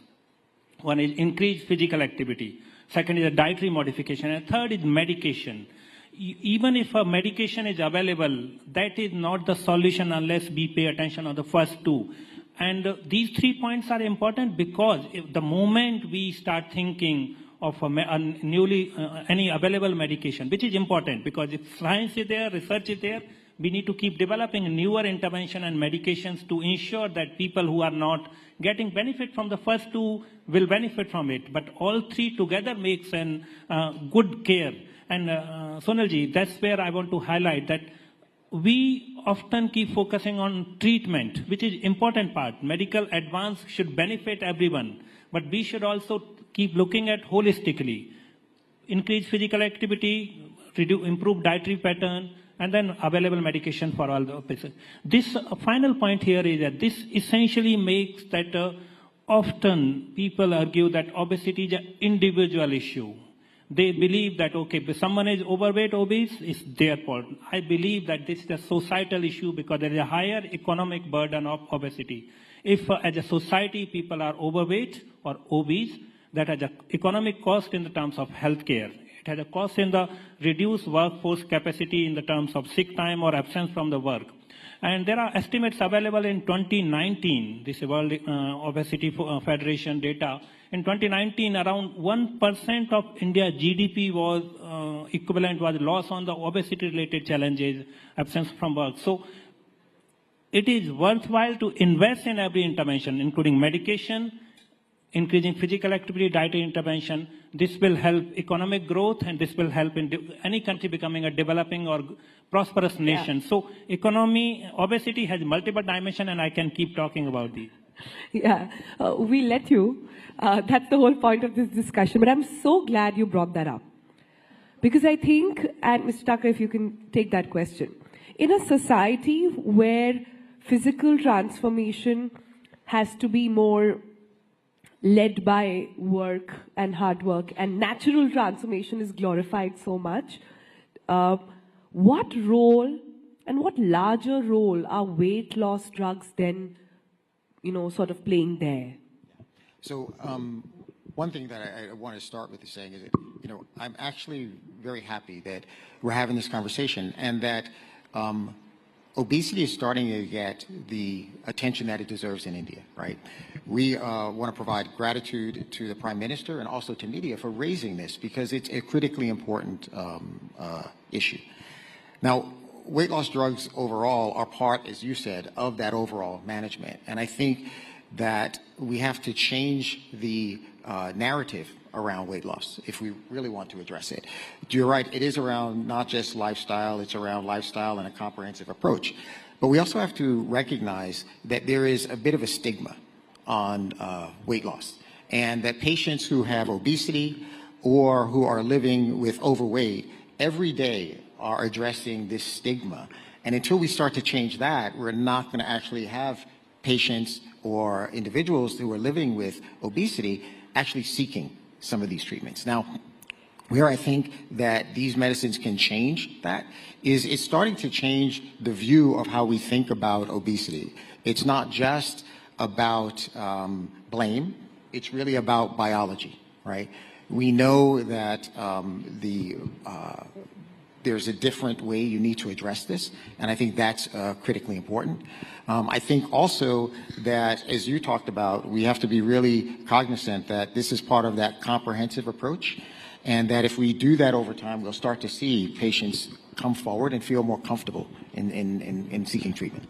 I'm very glad you brought that up, because the follow-up to that, Mr. Tucker, is that what is the biology of obesity? Yeah. I think the needle needs to shift on not just what is weight loss, but first we need to be very clear on what is obesity, yeah, and how do we tackle that. So what is the biology there? So I'm not the medical expert, so I'm not going to talk about the biology specifically. What I can tell you of how these medicines actually impact that biology, okay? So as I started to talk about earlier, we know that a lot of things change when a patient is obese, right? How they perceive their satiety, how they perceive their appetite, their body is working against them, so they continue to increase. What these products do is they act both on the mental side, so they change how you perceive being full, they change how you perceive that your appetite, and so that reduces. It also works on the level of slowing their gastric emptying as well. So what that means is you feel full sooner and for longer, and so therefore your appetite changes as well, right? The last point, which I think is really important, is that it kind of changes that set point. I keep talking about the set point because your body's working against you. After you lose weight, your body wants to gain weight. This helps your body to kind of be at that next level where you can continue over time. And we have to recognize, to your point, that's why it's so important, that it's part of this comprehensive piece, because you have to have lifestyle changes and along with the medicine to have the best outcome. Last thing I will say is this one thing about this, which I think is really important. We talked a lot about obesity, and you were saying, like, how is it different? I think we want to change the conversation from just obesity to better health, right? Because ultimately, these products will help patients to not progress to some of those long-term complications like diabetes, cardiovascular disease, dyslipidemia, that really impact their overall health and cost to the system. And so I think if we start to change that stigma, we can actually have a broader I think that's impact. very important, and I'm glad you brought it up. But just to expand on that, and if Dr. Lahiriya can also come in on this biology of obesity and how it works here, because a lot of people still feel that, oh, just take these injections and that's it. That's all you got to do. I don't need to hit the gym. I don't need to put in that extra hours. It'll control my appetite, and that's that. Can you sort of drop some truth bombs there? See, across the world, and most of the guidelines from Endocrinology Society, other society, categorically say that a first line of management is a dietary modification and lifestyle changes, increased physical activity. And one of the component in that is anti-obesity medication. So these are definitely entire gamut of things, but not the first line. That's part one. Second part is that these are prescription-only medicines which are provided by a medical doctor based upon individual case-to-case discussion with the patient. There are standard laid-down approaches and guidelines that who is the right person for getting these medications. So my suggestion would be, please, anyone thinking of these medications, consult your physician or provider. This is not something, I know it's available for some people without prescription, but this is not what should be done. It should be prescription-only approach that should be followed. Going back to your previous question, and often people complain that, oh, we have tried increasing physical activity or dietary modification, it is not working. Shall we go for it? Possibly yes, but consult a physician. That will be my advice. Part of this, I would like to briefly reflect about biology of it. So as we know that our body has essential roles of hunger and satiety. There are hormones which are released from intestine or your brain when you are hungry, and then once you start eating, there are hormones which are released from intestine which send the message that your satiety status has reached. But what has happened, and some of this is genetic and biological, but what has happened in today's lifestyle, when you eat very fast, so there is not enough time in your intestine and brain to register that message that you have eaten this much. and then you keep eating. So changing in the lifestyle is one of the factors. Of course, there are people, for example, I would say that there are people who have tried all of these things. There are some excess weight, like BMI, certain BMI threshold which is crossed. For them, if a prescriber suggests, and these are the medications which can wonder, and we know that we now have medications which can reduce 15 to 20% of the weight over a period of 3 to 6 months. But I'm again warning that this is something that doctor-based, prescription-based approach which need to be followed. And even if you are being prescribed medications, there is definitely a role of lifestyle modification, physical activity, and other aspects. But let's look at the other side of the spectrum then.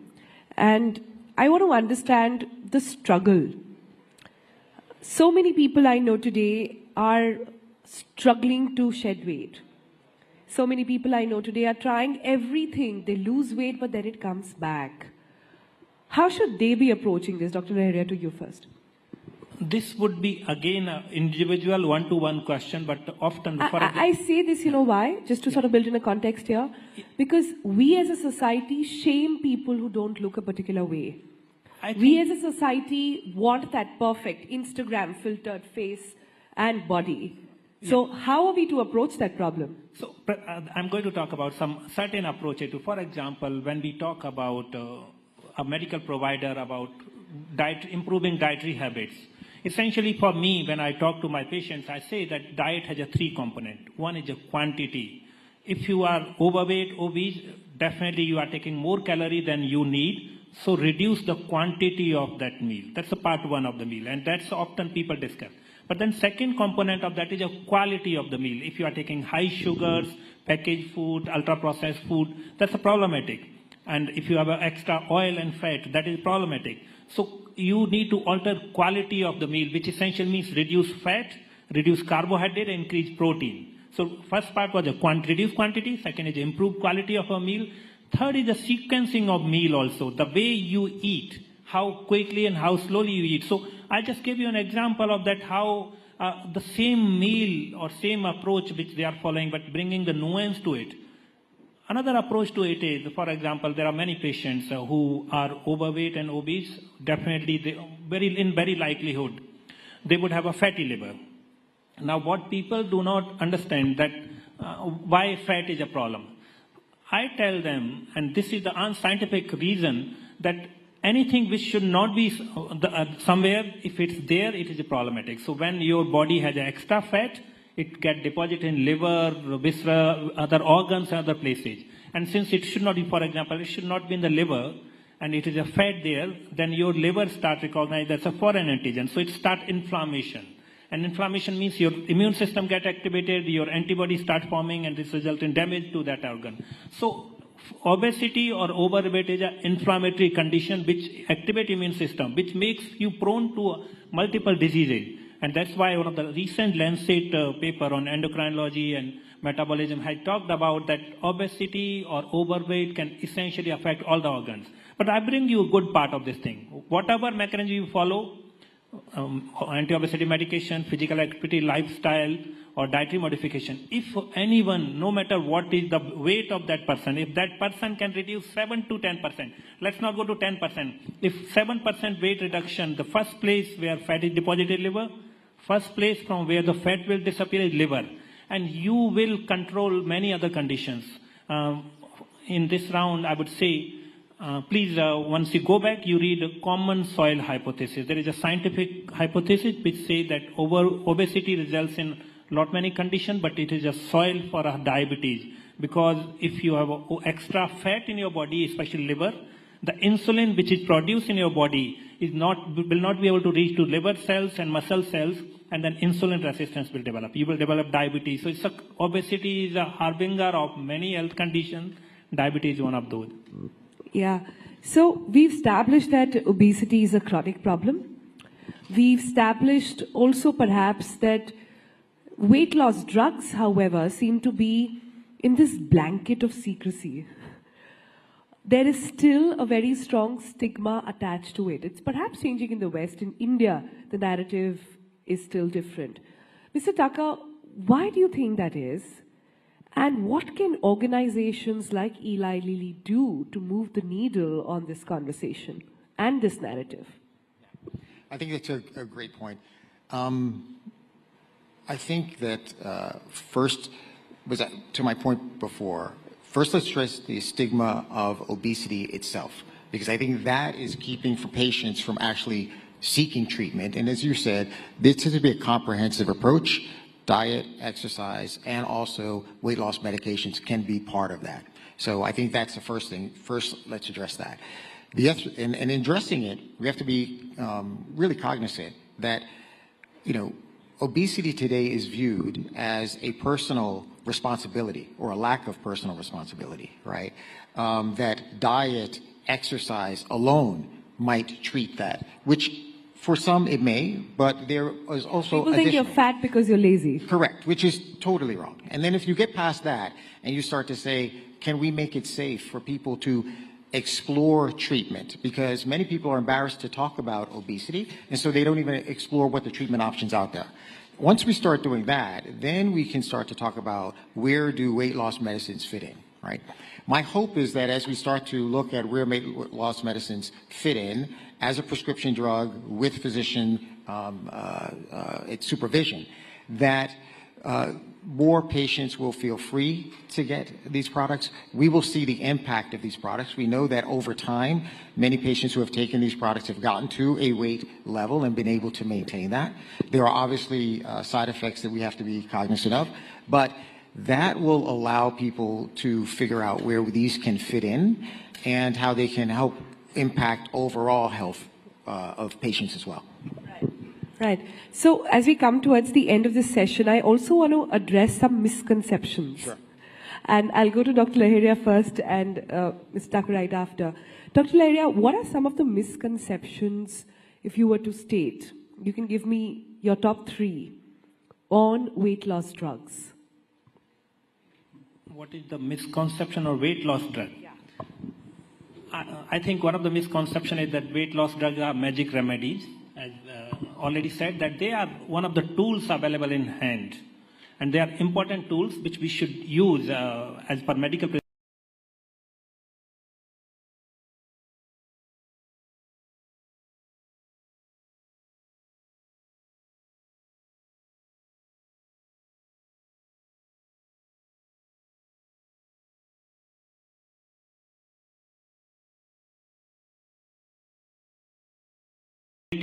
Society and government responsibility. Everyone need to play a role in this approach. For example, if someone advised that you do physical activity, but that requires school should have a playground, that requires city should have a space for bike ride and other things. So it requires intervention on multiple levels. I think I've done 3. Yeah. Your top 3. I think the first one would be that there's a myth that weight loss is due to not would say personal responsibility as much. Yes, personal responsibility, but also it's a choice, right? That you choose to be obese. And I think that's totally incorrect, right? We know that. I think there's another one that everyone loses weight the same way. We know that's not true. It's an individual response, and therefore it has to be tailored to them individually. The last misconception, I think, is a big one, which is that obesity is not a disease. But in reality, we know that globally, it is recognized as a disease that is progressive, relapsing, and needs a comprehensive approach, of which medical treatment can be a significant part. Right. Last comments then, and Mr. Thakur, I'll begin with you. What is your hope then with weight loss drugs in the Indian context on what they can do for the medical fraternity on the whole and this entire, on the medical infrastructure on the whole? I think, as I think about India and this vision of a healthy India, I think that these weight loss drugs hopefully change the conversation around just obesity and weight more to health and how we can improve health so that individuals can achieve their best level of health. And I think that is a comprehensive approach. It is addressing the fundamental cause of obesity, which these drugs go to, the hormonal cause, the metabolic pieces that drive the disease and not just the symptoms. And that we make it safe for people to talk about obesity and seek treatment, particularly with lifestyle changes, medical intervention as well, so that patients can achieve their highest level of health and we can improve society and also reduce health costs. That's quite lovely. Dr. Laheria, then, I was going to ask you the same question, but with a different lens. We are looking at India, which is very aware now. This generation is talking about health more than ever. We also have the government coming out with initiatives which are taking and putting health at the forefront. You've got the Fit India movement. The Prime Minister talked about it in his Mann Ki Baat as well. So we seem to be moving in the right direction, or so it seems, when it comes to this entire conversation on staying fit. But what is the roadblock? What do you see as something holding us back? What I'm essentially asking you is, if the Prime Minister was listening to you right now, what would you tell him to do that can unlock the potential of how much we have developed both in the mindset and medical science on fitness? Let me answer this in two parts. One is what we are talking about, weight loss drugs or anti-obesity medications are essentially anti-diabetes and also have a multi-organ benefits in terms of kidney health, liver health, heart health. So they are really useful medication, and that it boils down to that if you reduce weight, no matter whether by physical activity, dietary modification or anti-obesity medication, it is going to work in multiple ways, keeping you fit. Second part on what are the roadblocks. I would flip the question. I would say there are 7 P's approach which we can do. One is that we need to focus upon preventive aspect of health. Second is we need to bring attention on promotive health. Third is prompt treatment. If you are required treatment, you go for a prompt treatment. Fourth is a policy approach. We need to have that kind of policies which support all these interventions. Fifth is that everything should be done as per the need of people, people centricity in this approach. Sixth is programmatic intervention, which essentially means just do not focus upon one isolated intervention, but make it a holistic programmatic. And seventh is a partnership between public and private sector for a public purpose. So we need, if we do 7 P's, prevent, promote, prompt treatment, policy research, people centricity, programmatic approach and partnership, it will take care of a holistic approach on our different components. Otherwise, simply focusing on medication or increasing physical activity or reducing oil is not going to work. We need to give it a shape of that where all the components are taken care of. I think that's very well said. Thank you both for joining us on this very, very fascinating discussion. I think personally, we are at the cusp of really understanding and unlocking health and wellness in the country. And this is going to be a very, very critical piece of understanding how we approach it. Ladies and gentlemen, I bring to you Mr. Taka and Dr. Laheria. Thank you so much for being here.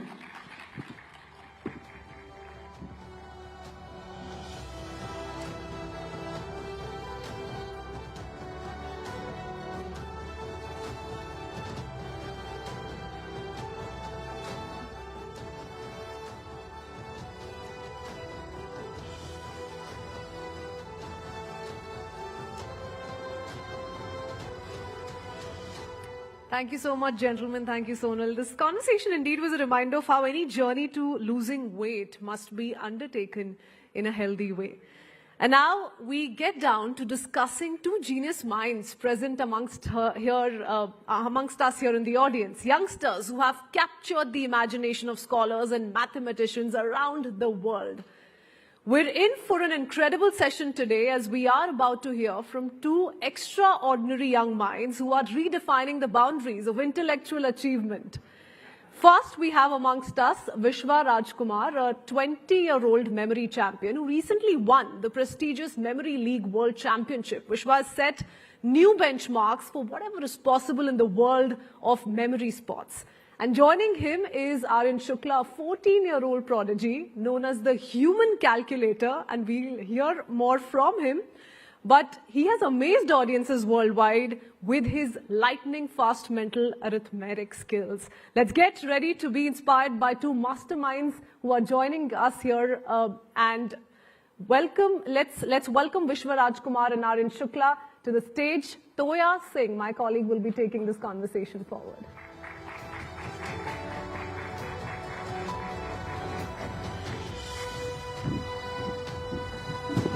All right, ladies and gentlemen, lovely to have you here. We have two young men with us, and the reason we're standing is because we're going to spend the first few minutes actually showing you something. Then we'll do the discussion we're going to do. Let me just tell our audiences, we told everyone about your achievements, but I just want to introduce them once again to our audiences. Right here we have Aryan. Aryan, you're just going to be showing us some mathematics. He's the person who we said was a human calculator. I don't know if you like that description or not, so we'll talk about that in a second.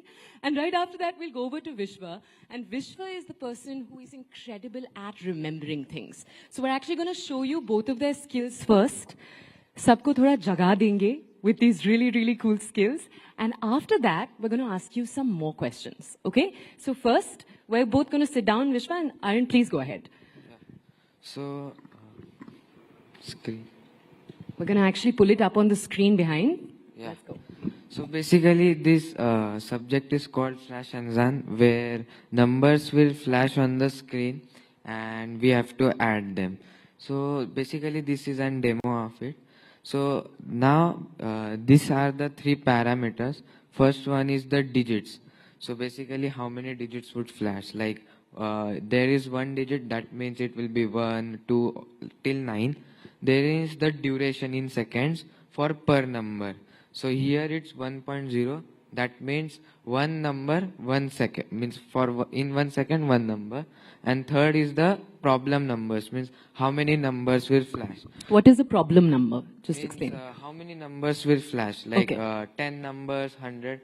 ठीक So now this thing should be tried by everyone in the audience on the stage. So and tell the answers after it. So let's start.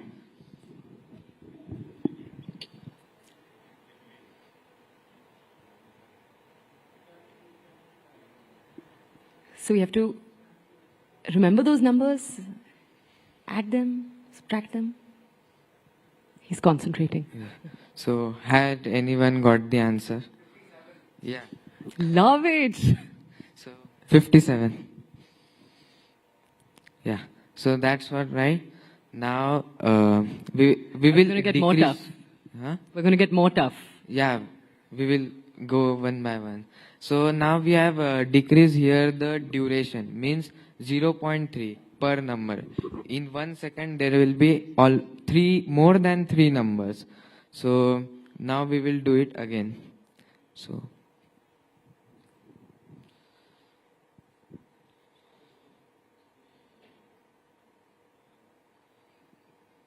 has anyone got? 55. Yeah. So now we will increase the digits. Means now there will be 2 digits like 10, 11 till 99. So let's start.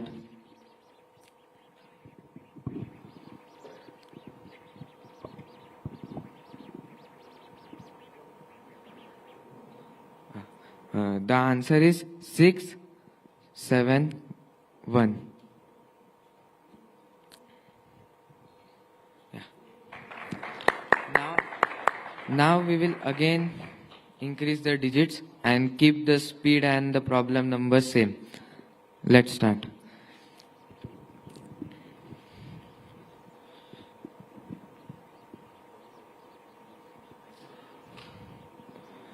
The answer is 4990. Let's compare. Yeah. So now we will show. So now we will again increase the digits, and here we will, instead of doing 10, we will do 100. So let's try.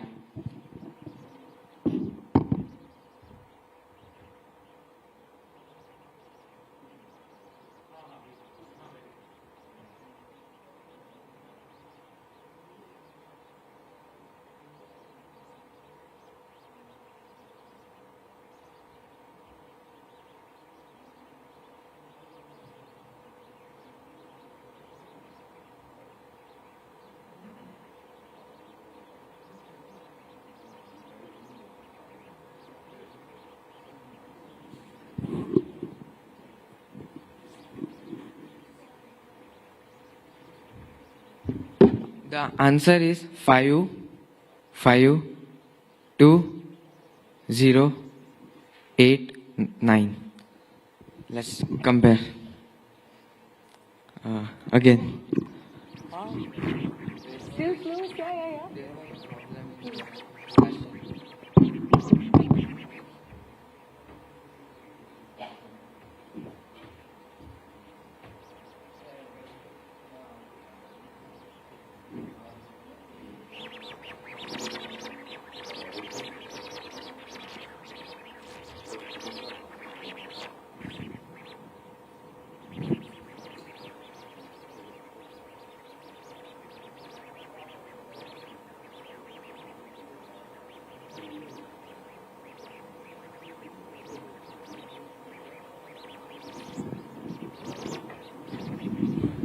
The answer is 5, 6, 0, 1, 5, 8. Wow.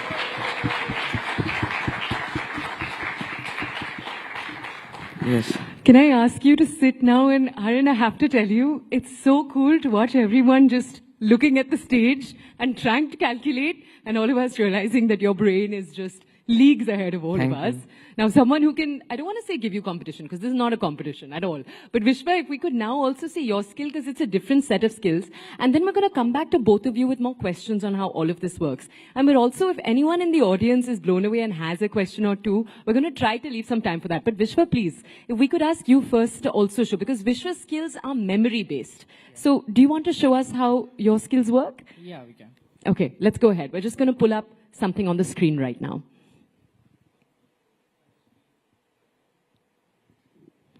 Okay, so on the screen, let me just check if they're ready.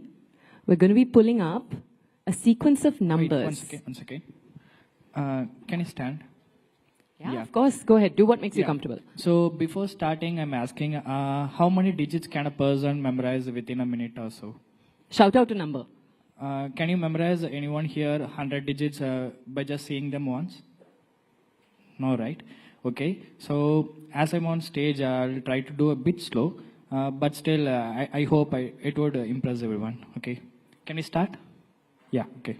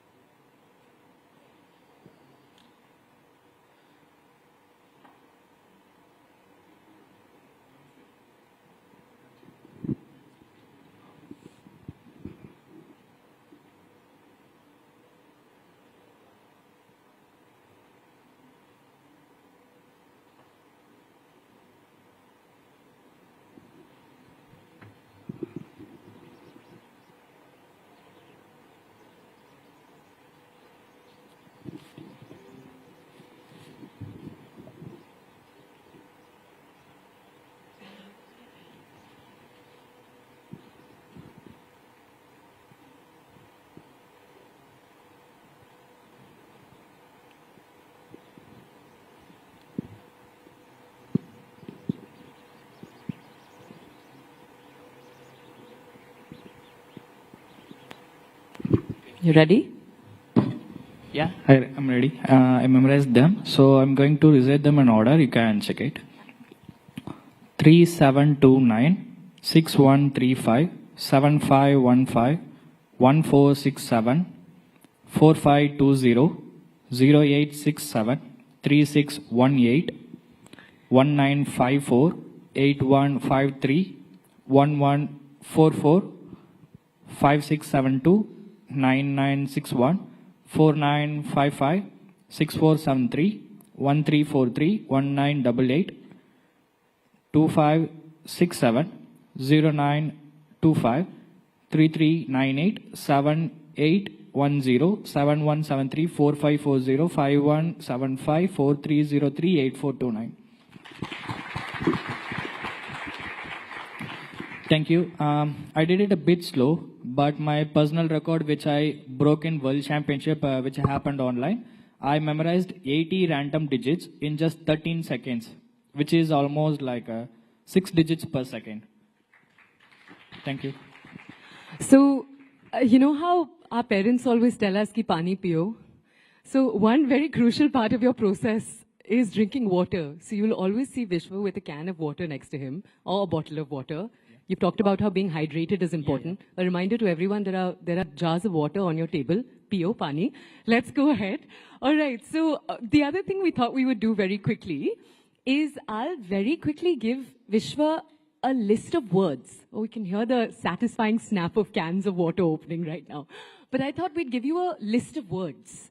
Because what he just did was with numbers, but he can also do this with words. So we're going to give him 20 words. And we're not going to ask him to repeat them to us till this conversation is done. Okay? So we're going to ask him lots of deep questions. And let's see uske baad remember karte ya nahi. You're ready, right? Yeah. Okay. So the list of words, and I am a normal human, so I could not remember them. I hope that's all right.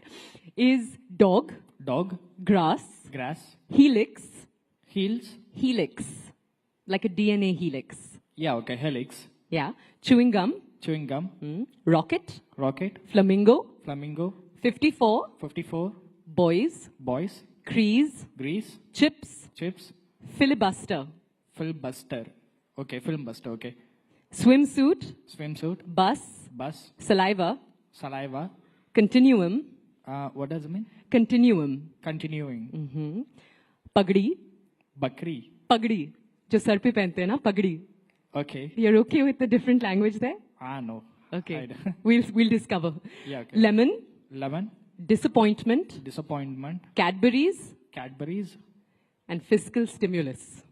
What is the last word? Fiscal stimulus. I don't understand what is it. Should we just go with fiscal? Fiscal. Yeah. Yeah, okay. Yeah? Yeah. Fiscal is, I wanted to mix up the different categories of words. So let's see. ठीक है? अभी नहीं, at the end of this conversation. So we'll come back to him at the end. So let's come to both of you and ask you a little bit more. Now, Arun, if we could come to you first to ask you a little bit about the technique that you use. So you couldn't see this, but he was turned there and he was actually moving his hands. And it looked like you were moving an abacus. Is that, an abacus is that wooden thing with beads on it. Is that what you were doing? Am I making, because I often see people in these championships moving their hands. Is that what's going on? Yes. So basically in Flash and Zan, we generally use abacus techniques. Flash Azan is what it's called. I Yes. just wanted to repeat that. What Yeah. is that? Why is it called that? Flash means numbers flashing, of course. and Anzan means numbers. Huh. So it flash numbers. So it's in different language. In Arabic, Azan means numbers in Arabic. What language? Anzan, Turkish. Okay. So this basically abacus technique is used to solve flash Anzan. Also, there are many techniques from Vedic maths and mathematics which are used to solve other subjects, which we'll be discussing about, like multiplication, square roots, division, calendar, and more. So tell me a little bit more about the Vedic maths. I want to double click on that. In the last few years, so by last few years, I mean a decade and a half, India, you have tuition centers, for example, that will teach Kumon, which is one method. You have Vedic maths that's kind of re-entered into public life. Of all of these techniques, what's your process been to discovering them? So both your parents are here today. Did one of them guide you through that process? How did you decide ye karna hai? Because I just want to tell everyone here, he's 14 years old. So how old were you when you decided this is what I want to do? So from childhood, I love to play with numbers. So when I was of age of 6, I started doing mental calculations, learning mental calculations. So I started to learn these techniques. Means my parents taught me, or we searched about the many sources. Like these methods are easily available on many sources. So I started learning them, and then I learned and get a mastery, means not mastery, but started getting good at it. And then we searched about more competitions and the programs which happen, and then I started to take part in them, participate in that competitions. From 2018, I started doing that. Right, and you've also, so we haven't talked about what you've won, and you've been winning for a few years now. Yes. Let me just come back to you in a second. Vishwa, you have a very different, obviously what you're doing is a different skill, it's memorization. And he does something really cool. If I can give our audiences a breakdown, वैसे तो आपसे आना चाहिए. I'm not giving you a chance to speak. But what he does is he imagines a room, or a house rather, and in different rooms of that house, he stores different words. So मान लो आप याद कर रहे हो, and then it's like you're walking through the house, veranda में कोई चीजें हैं, pathway में कोई चीजें हैं. That's how you remember the words. Is that a correct, like a map that you make in your brain? Yeah, exactly. So I can tell that if you're watching a film, will you ever forget what happened in the film? You won't be forgetting, right? So the same thing if you read, even if you read the same story in a history book, you'll be forgetting that easier. That's because you're visualizing the movie. So that's the reason you're able to remember that. That's because of your imagination. So whatever I memorize, I imagine them, make a story out of it, and then visualize in whatever place I want. I mean, I feel comfortable. Let's say my home. So let's say my home. So you told me 20 words, right? I imagined everything in my home. So that's how I remember. Okay, so here's my question. Our audience today that's sitting, if they asked you, how do we use this technique in our day-to-day? So let me give an example. Say I want to remember someone's birthday. Say their birthday is, I was thinking of Mahatma Gandhi's birthday for some reason automatically, but that's too easy for our audiences. Let's go with the 11th of October. 11th October. 1963. 1963. Walk our audiences through how they can get better at remembering. Okay. So I would say 11 looks like 1, right? So we can imagine 2 pencils. Imagine 2 pencils is kept here. And October is 10th month. So whom do we remember when we hear the number 10? Sachin Tendulkar. Oh, love it. Okay. Sachin is coming and picking up the pencils. 1963. So what do you remember when you hear the number 19? A young person about to become a 20-year-old. Okay. So I'm 21 right now. So I won my world championship when I was 20. So maybe let's consider me. So I was speaking to Sachin. Oh. 63. I'm not getting anything related to 63, but I imagine a cooking set when I hear the number 63. So why a cooking set? I'm not sure, but when I started practicing, I used that. So imagine I was speaking to Sachin about starting a restaurant or something. So 2 pencils, 11 October 1963. But ek cheez batao, when you're turning towards the screen and remembering all those sets of numbers, what you were doing was coming up with different scenes that quickly? Yeah. Okay, that's incredible. I don't know if we feel like we can actually do that in our day-to-day. I hope we're feeling a little empowered because that was tricky to hear. I'll be honest with you. Tell me one thing. Do you ever have areas in your life that are hard to remember? I always find this interesting with geniuses, and I hope it's all right that I'm calling both of you a little bit, you both are young geniuses.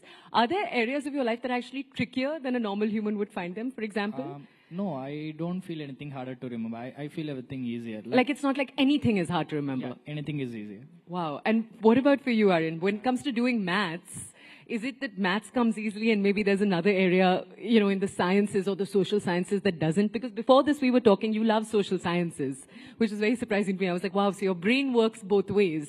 But is there an area where you find difficulty more than maybe your classmates? Yeah, means it happens like whenever, like for months I don't write like language or any language I don't study. So it happens that you cannot write properly and like. So generally it don't happens in school, but in mental maths it happens that in particular subject, once it happens that for 6 months I was not getting right. So in mental maths, you said? Particular subject. So errors happen, but we just it was really cool actually when that wrong number came up there, how much you took it in your stride. You pointed out something's wrong and then you just went on. And that brings us actually very quickly to my semi-last question. I want to ask both of you, because you've both been doing this for years. We haven't talked enough about your story. We're almost done with our time, but I do want to ask, for our audiences, both of these young men in front of us have been working on these skills for years. And Aryan, I just want to ask you first, and Vishwa, I'll come to you after that. Aryan, Tell me a little bit about when it's been harder for you. So walk us through maybe the months when you're doing the sums and the sums, you're not getting them right again and again. Yes.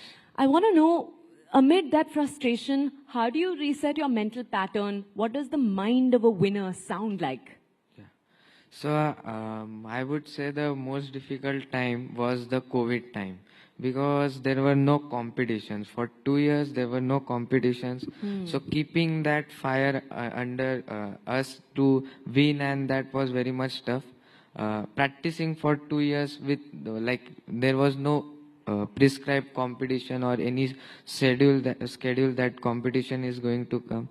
So it was important to not give up. So I would say that was the most tough What time. was your secret to your perseverance in that time? My secret is like not giving up, I would say, and have a passion for what you do.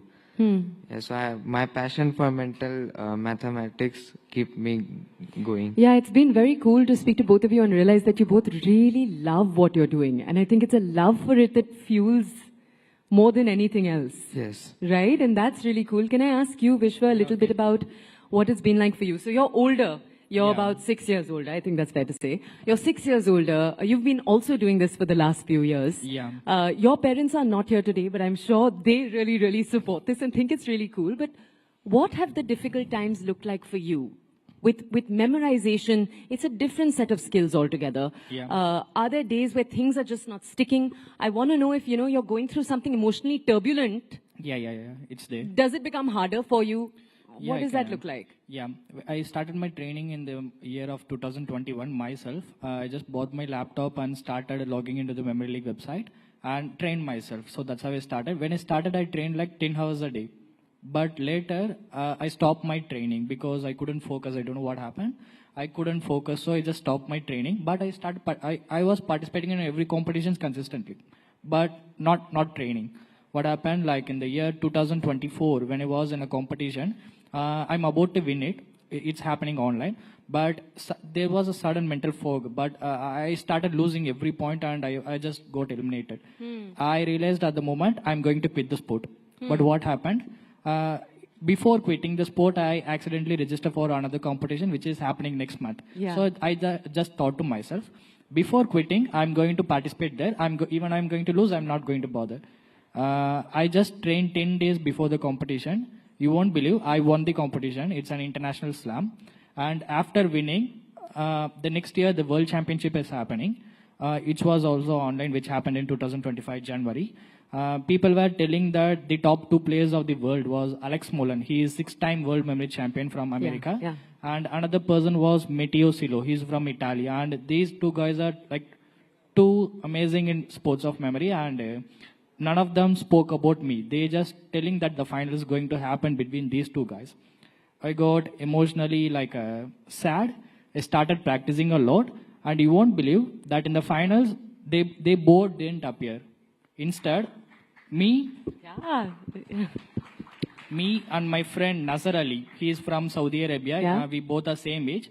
He too got emotionally sad, and we both practiced really hard for 2 months in the month of November and December. And in January, Alex and Matteo just got lost to 2 persons. Was it We you and both- him? Yeah. Lovely, huh? No one thought that this is going to happen, because a lower ranked player from nowhere, we both came to the top, and I won the world championship. He came as a runner-up. This is such a sexy India story. You know what I mean? In the sense that so many times we hear about young people like both of you. I just want to tell our audiences also, you're 20 and he has a New York Times profile about him. So if you search him, you'll get this whole article about your memory techniques, which I just think is so cool. Okay, we're going to have to wrap up, and I want to thank both of you. But before we do, we have a list to ask of him. So we're going to do that. Yeah, okay. I hope you're ready, Vishwa, for your moment of truth. Let's go. Do you want to start from the top and tell us? Dog, grass, helix, chewing gum, rocket, flamingo, 54 boys, grease, chips, flimbuster, swimsuit, bus, saliva, continuing, bugdy, lemon, disappointment, Cadbury's, and fish skull. Yeah, this is the fiscal stimulus. All right. It's been lovely to speak to both of you. And I think I saw a hand up in the audience. You're going to have to be very quick. We just have a minute left. Please go ahead.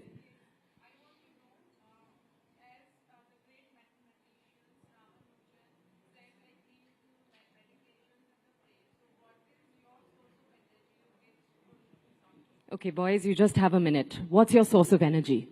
Your source of inspiration? So I practice Sahaja Yoga meditation, which helps me to be calm and be mindful, and it also increases concentration power. As we have seen that in flash and then you need to be very much concentrated, or else the number will be missed. So meditation, you said, Yes. is yours. And what about you? I'm not a focused guy, but what I do, whenever I go to a competition, I watch Virat Kohli's videos, so I get motivated from that. I was a bit aggressive myself. Before every competition, I watch his videos like 2 to 3 hours. I just get that mindset to myself, and I won't be giving up in any competition. So you get in the zone watching Yeah. Kohli. That's incredible to hear. Both of you, thank you so much for joining us today. Thank you. It's so lovely to have your young energy, and just both of you are so confident, and that's what's been so inspiring to watch. Thank you, ladies and gentlemen. Thank you. Thank you.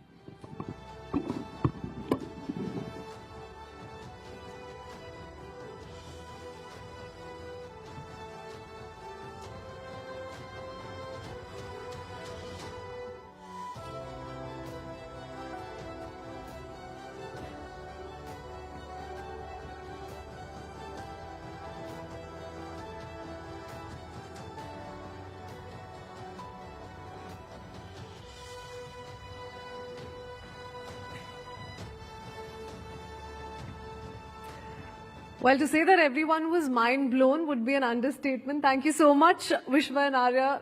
A bright future for you ahead. Ladies and gentlemen, with that, we pause here for a while. I would request all of you all to proceed to Business Hall 4 for lunch, but 30 minutes is all you have. Something. Dr. Jaishankar, thank you very much for joining us at the Rising Bharat Summit. You've come here every time we've had a Rising Bharat Summit, so this is your 3rd edition here. But I want to start off with something significant which some of our audiences may also be interested in knowing. It is the number 2,140. Does that hold any special significance for you? I shall enlighten our audience and maybe even enlighten you. That's the number of days that...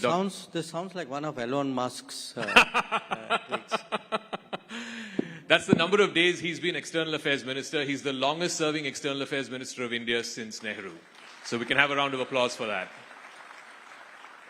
And what a time to be in charge of India's foreign policy. You look back at the last 5 years and 10 months now, it's going to be almost 6 years. What do you think has been Indian foreign policy's singular achievement in these last 6 years? One thing if you were to name, with the mic, sir. I would say, this is Bharat rising. So how do you manage the process of rise under extremely turbulent conditions? Because managing a process of rise is tough enough, but countries normally hope that you get a very conducive environment. We've got as tough an environment as anybody could sort of. No, not hope for. Not hope for. Anybody could actually imagine.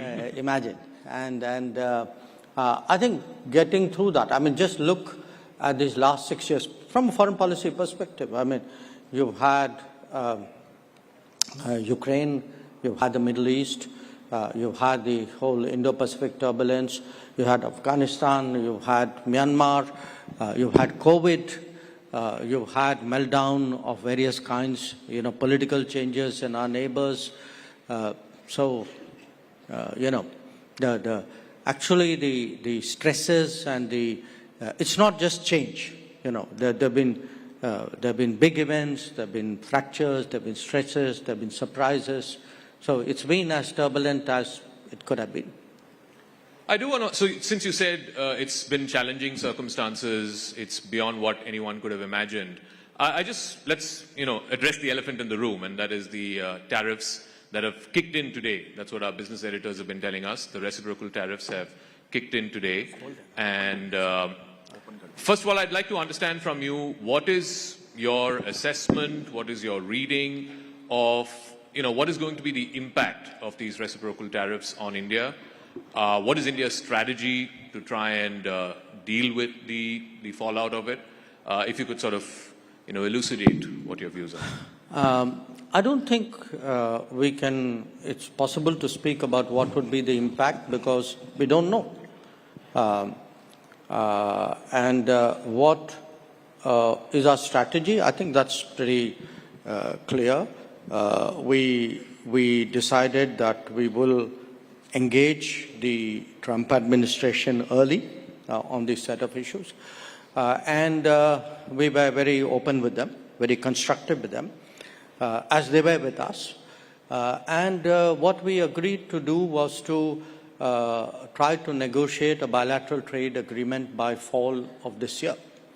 To the best of my knowledge, and I could be corrected here, I think we are the only country after President Trump has assumed presidency the second time, which has actually reached such an understanding in principle.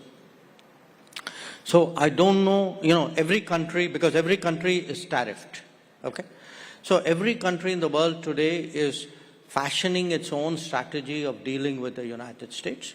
In our case, our strategy has a goal, and the goal is to see whether it's possible to actually deal with this situation by concluding a bilateral trade agreement.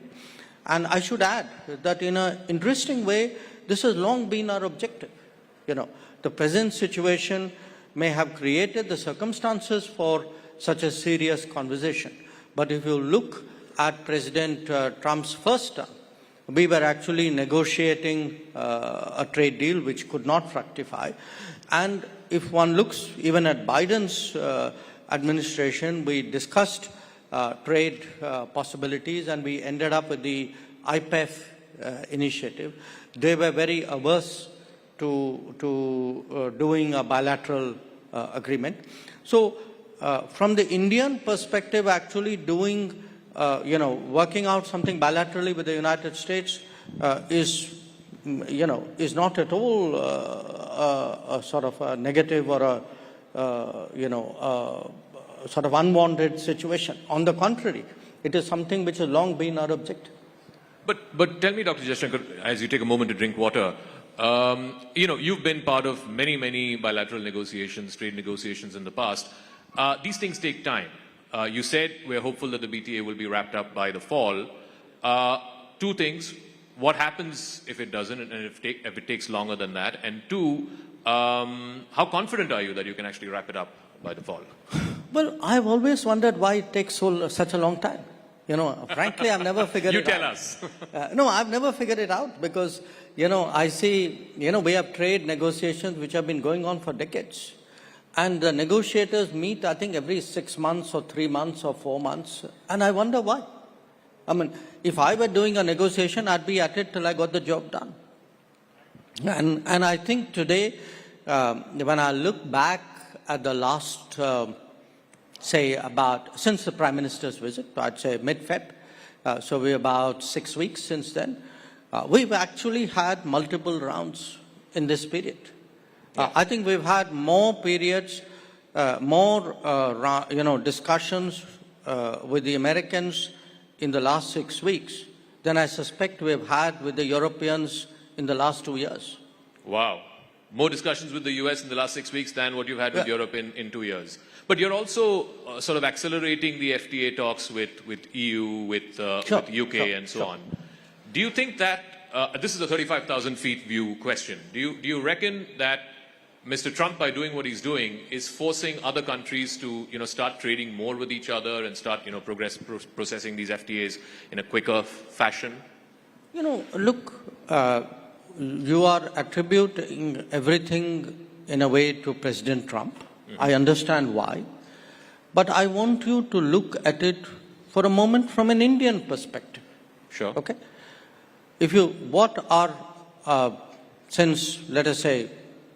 Since the beginning of reform, 1990s, in 30 years, what are your FTA agreements? They're largely to the economies east of India, with the ASEAN, with ASEAN members, with Japan, with Korea, Australia, which is not the same. Now, where are actually your many of these are competitive economies. Yeah. Okay? In fact, with most of these countries, we are running today trade deficits. Now, where is the natural growth potential for our exports? It's to the countries west of us. You know, it's in the Gulf, it's in Europe, it's in the UK, it's in the United States, possibly in Latin America. And actually, those are the agreements which have lagged behind. So it's been our endeavor, I can tell you. I mean, from 2014, for example, we've been pressing the Europeans saying, look, can we re-engage, because we had stopped engaging. Then after Brexit, we responded very quickly to the UK's interest in reaching an agreement. And, you know, we see an opportunity, I mean, in the current situation vis-a-vis the United States. These are, to me, really the priorities which we should be doing. We should be doing it in our own interest, not because some other president of another country says, he's created a situation.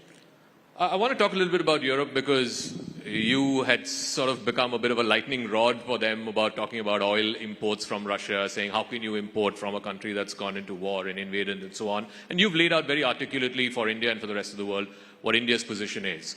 Now the same Europeans are scampering for an FTA with India. You know, do you see a double standard there? Or No. I think you're being unfair to Europe.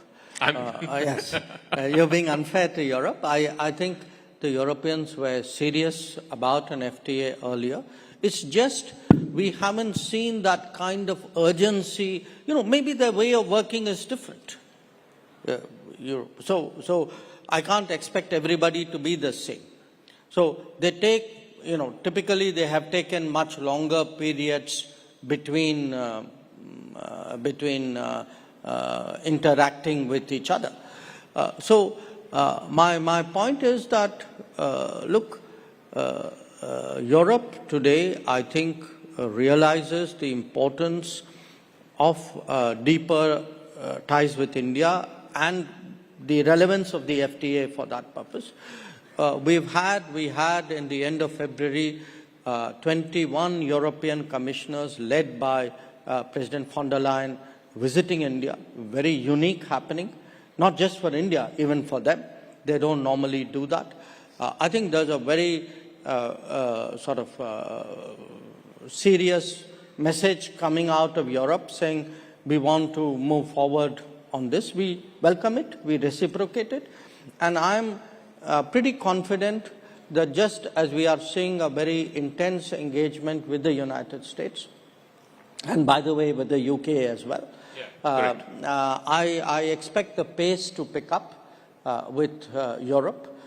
We have an aspirational goal. We'd like to close out the FTA this year, but when we get there, we'll see. I want to talk about the neighborhood. Last time you were here at the summit, the big concern, the big talking point was the relationship with China, and you had said that the relationship is not normal, and we need to deal with the situation at the border for the relationship to become normal. Now there's been a disengagement process. The Prime Minister has met with the Chinese President. You've met with your counterpart, I think, on a couple of occasions since then. How would you describe the state of the relationship with China? How far away from normal is it? Well, it's obviously better than the last time I was here. Sure. I think the disengagement, particularly the Depsang-Demchok, was important. We are now addressing, to some extent, issues on the border because there's been a force build-up over a period of years. But there were many other things which also happened during this period. Some of it was a collateral of the situation. Some of it was actually a carryover from the COVID era. For example, our flights, direct flights, stopped during COVID. They were not resumed. The Kailash Mansarovar Yatra stopped during COVID. It did not again resume. So I think there is work to be done. We are at it. We are, sort of trying to see whether a lot of this post-COVID and parallel to the border tension, the combination of these issues, how much we can progress on this. We are looking at it because at the end of the day, we have always maintained that the situation which we saw between 2020 and 2024 was not in the interest of either country. It was not in the interest of our relationship. And I think there is a recognition of that now. So it's on the road to being normal again? Well, I think we are moving in a positive direction. The problem with your profession is you want instantaneous transformation. The challenge of my profession is it's a very arduous and painstaking one. I'm glad that we are sticking to each other's respective professions. But, because there's so much talk around trade and because President Trump has made that the point of conversation, you referred to, we have trade imbalances with a lot of countries to the east, right? Is this, you reckon, an opportunity, again, academically speaking, an opportunity for India to look at some of those trade relationships and say that, these imbalances cannot sustain, just like America is saying that, an imbalanced trade relationship is not working for them? Well, we've had concerns. We have articulated those concerns. This is not my direct remit, but I have a visibility into it, and we work as a team within the government. I think one of the issues for us, for example, has been the review of the ASEAN-India Trade in Goods Agreement, ITIGA, which we believe has been unnecessarily prolonged. I think it's important for all countries today to realize that the nature of the global discourse on trade is changing. There are new parameters, there are new metrics of judgment. I think countries will do what they need to do to protect their businesses, to protect their labor, to protect their societies. We cannot be an exception to it. So I think we have concerns with many of the countries east of us, countries with whom we have FTA arrangements, and also countries with whom we don't. Prime Minister was recently at the BIMSTEC summit. You were there with him. It's the first time that he met with the new interim leader of Bangladesh, Professor Yunus. There's been a lot of concerns here in India about some of the statements that have been made by the leadership there. Some of the goings-on on the ground, whether it's attacks on minorities, so on and so forth. From within whatever you can divulge in the public domain, what did the Prime Minister tell Professor Yunus, particularly on this comment about India's northeast being landlocked and, Bangladesh being the gateway to the ocean, and also on the attacks on minorities, on both those issues? No, look, I think the main messages from our side, which came out at the meeting, one, that our relationship with Bangladesh, for historical reasons, is a very unique relationship. It's a very fundamentally a people-to-people connect. Much more so, perhaps, than any other relationship than I can think of. And that's something we need to recognize. So, it's not necessarily one of the government of the day. Secondly, we have concerns. We have concerns about the rhetoric which is coming out of people in Bangladesh. We have concerns about radicalizing tendencies we see. We have concerns about the attacks on minorities. And I think we were very, open about sharing those concerns. Again, as a country which, no country wishes Bangladesh well more than us. That's in our, I would say almost in our DNA, if you can say that.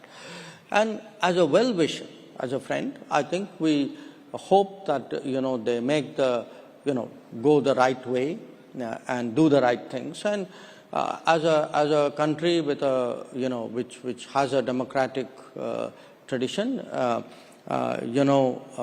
democracies require elections. That's how mandates are given and mandates are renewed. So, we hope that they go down that path. From well-wishers to not-so-well-wishers, I want to talk about Pakistan. Two questions. One, because this news just came this morning, that Tahir Rana, who's the convict in the 26/11 attacks, is likely to be extradited perhaps in the next 24 to 48 hours. So I want your comment on that. And second, this whole thing, Baluchistan seems to be in a bit of a flux, and Pakistan has resorted to its old, copybook that, India is doing this, so on and so forth. So on both those issues, I would like your there's nothing really new that I can say on the Tahir Rana issue. I mean, obviously, we welcome the decision of the American legal process.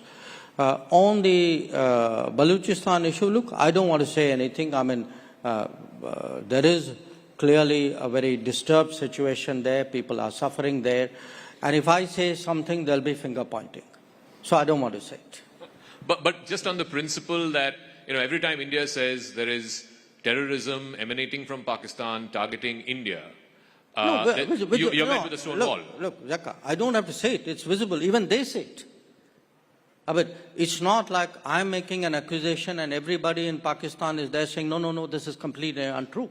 You have people in Pakistan who openly declare that they are doing terrorist activities in India. So this is not an argument. I mean, this is not a hypothesis. This is something they proudly claim. So I think, we've always maintained, not just us, I mean, all sensible people have maintained that if you start a terrorism industry, you will be consumed by it. And that is exactly what we are seeing today in Pakistan. So at a time when, there's an acceleration for regional partnerships and so on, you don't see any future for SAARC, given if Pakistan does not change its tack and does not use or employ terror as an instrument of state policy? Well, let me pose that question to you. I mean, would you be okay if we were nice to each other in the morning and I come and attack your house at night? Certainly not. I mean, would you live with it? Certainly not. Then why would you even ask me that question? No, just in the context of SAARC. Let me also come to last few questions. The relationship with Canada. We've had a pretty, certain issues that plague the relationship in the last couple of years. There's going to be an election there soon in the next few weeks. Are you considering reinstating the Indian High Commissioner in Ottawa? Is there anything moving in that direction post the election? Look, again, I'm very cautious in anything I would say publicly about Canada. They're heading for elections. I don't want a remark become an issue out there in their politics. For us, the direction in which ties have gone is something which, again, we believe has not served the interests of Canada. The kind of latitude that was given to people espousing extremism, secessionism, violence, if you import such people and encourage such people, it's going to have consequences in your own landscape. And, what we were saying, in a way, the cautions we were uttering inside the room, unfortunately, played out outside the room as well. So we would like certainly to see, after all, it's a big country, Commonwealth country with whom we've had, generally good relations. Yes, things, again, for almost exactly the same reasons had happened in the 80s. So to the extent that, we see them recognizing the problem and, not giving that kind of political space to such forces, if we would then naturally take that into account. I mean, I have no gain by having bad relations with Canada. I would like them actually, I would like both sides to mend the relationship. But I would also like people to recognize that there's a real problem out there. And the problem is, the kind of space given to these forces. One final question. We're anticipating President Putin of Russia to visit India at some point this year. In this new emerging global order where, President Trump wants to end the war, he's talking directly to both Russia and Ukraine, how does India figure in this emerging matrix? Because India is one of the few countries, yesterday the Prime Minister was here, India is one of the few countries that can speak to both Russia and Ukraine and has good relations with both. You know, we've had a very, I would say, both a sensible position and a helpful position. Sensible in terms of very early on, we took the view publicly that this conflict cannot be resolved on the battlefield, that it was necessary for a return to dialogue and diplomacy, that it was important for the parties concerned to talk to each other, you know, because that was not happening. And there was actually a view at that time that everybody else will gather together and somehow produce a solution, and the other party, in this case Russia, would be confronted with that as a choice. Now, much of what we held in 2022, 23, 24 has actually come to pass. And you know, there's no vindication in it. I mean, in fact, if anything, there is regret that, you know, so many lives have been lost, so much time has gone, so much damage has been done, not only to the countries, but to the global society and to the international economy. But, okay, now there is a greater understanding that we need, appreciation that we need to actually, they need to engage each other.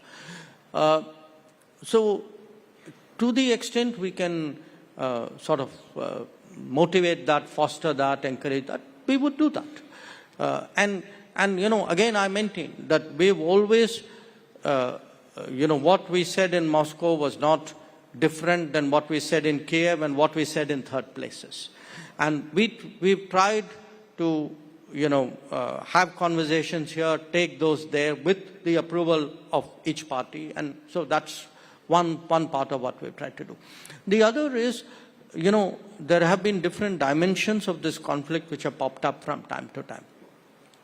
Different countries have weighed in, and I think it's such a really serious issue. It's natural. It's not a single or a small number of countries. We approve of all of that. I think anything which any country can do or any group of countries can do to help, we welcome that. We've tried to do a few things ourselves. We weighed in with other people. You know, it could be some of the nuclear-related issues, or it could be grain corridor, or whatever it is. But we have, the objective is to help. The objective is not to put yourself ahead. I mean, we're not, you know, actively searching for a role. But if, you know, either of the parties or any other country comes and says, look, can you help out on this? We'd be open to doing it. All right, and I'll wrap up. I know you like cricket a lot, so these 2,140 days as the longest-serving foreign minister post-Nehru, you look at it as a test match, as a T20, as a one-dayer, or this is your career with an asterisk, not out. S. Jaishankar batting at 2-1-4-0, not out. No, I think on this one, look, it's been, again, it's been a very interesting heading to 6 years as foreign minister, but I treat it to some degree as a continuum of what I was doing earlier. And in a way, I think the next few years will be extraordinarily challenging. It'll be challenging for the world. It'll be challenging for us as a country, precisely because we have to keep rising through all this clutter, through all these tensions. And to be associated with that process, to be given responsibility of that process, I think is a great honor, it's a great responsibility, and I'm very, very, you know, grateful for it. We have the best batsman batting at not out on that. Thank you very much, ladies and gentlemen. Dr. S. Jaishankar, the External Affairs Minister of India.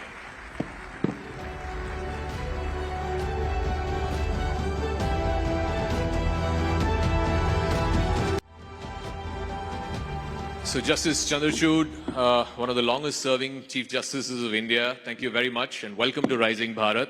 My colleague Ananya is with me and will be asking you a few questions. Let's start with the theme of Rising Bharat this year, which is Youthful Aspirations. There's a crowd of young people here. What would you tell young people who want to get into your profession particularly, at a time when, let's face it, there's a challenge of technology in your profession, there is entry barriers, all kinds of things. People are saying lawyers won't be required anymore.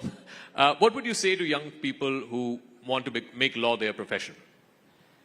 The most important thing about the law is that it signifies a commitment to public service. Because the law is all about societal service. Of course, lawyers do service to themselves as well when they earn fees from their clients, but that's a small part of the story. The essence of law is realizing rights, and in the process of realizing the rights of others, to bring about a wider social transformation. So in that sense, I would encourage young people to join the law.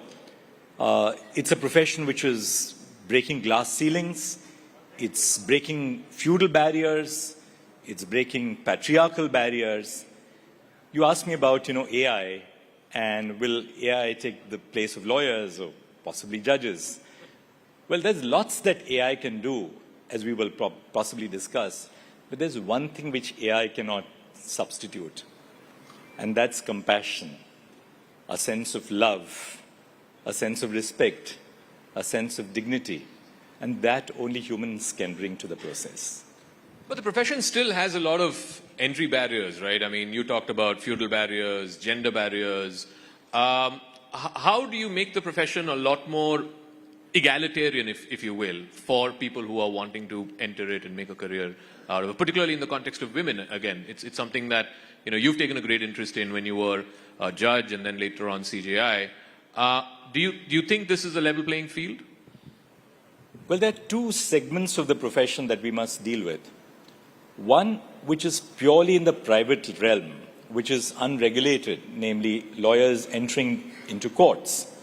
And then you have the more structured part of the legal profession, where young lawyers join the judiciary right at the inception.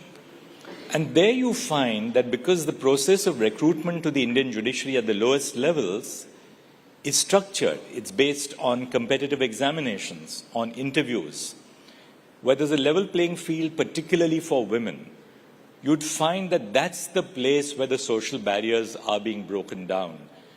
Because a young person across the realm, irrespective of their command over English, because as you know, the local language, the regional language is the language of the courts. These young people are now entering into the legal profession. They're all first-generation judges. So quite contrary to what is portrayed very often in the media, these are people without any background who aspire for nothing but the best. The second thing that is happening is that so many young women are entering into the Indian judiciary at the lowest levels. You asked me about women, and should we deal with that briefly right now itself? I mean, I'll leave it to you, because there's something very important that, we need to focus on about women. The issue about creating a level playing field for women is not just an issue of the legal profession. It's an issue which has a broader social content. Take away spouses, work, and you have a child. There's a parents-teachers meeting in this class. Who goes to those parent-teachers meetings? The mother? If the child falls sick, is down with measles for 2 weeks, who stays home? The mother? Who stays home when the woman is expecting a child and she's in an advanced stage of pregnancy? Obviously, the person who's carrying the child. Now, what happens as a result of these societal inhibitions and barriers? The woman also has a very disproportionate responsibility for looking after the elderly in the family, parents, in-laws, the aged in the family. So if a woman drops out of the workforce at an early stage, it becomes extremely difficult to get back. Now take the case of the Indian judiciary. If a woman has, say, had a break for 3 years or 5 years when the children were young, it becomes extremely difficult then to get back at the same level as a male counterpart would be at. For the reason when we are recruiting judges to the High Court, we look at how many judgments do you have? What's the volume of cases that you have dealt with? A woman who has faced this break in career is basically not able to compete at the same level.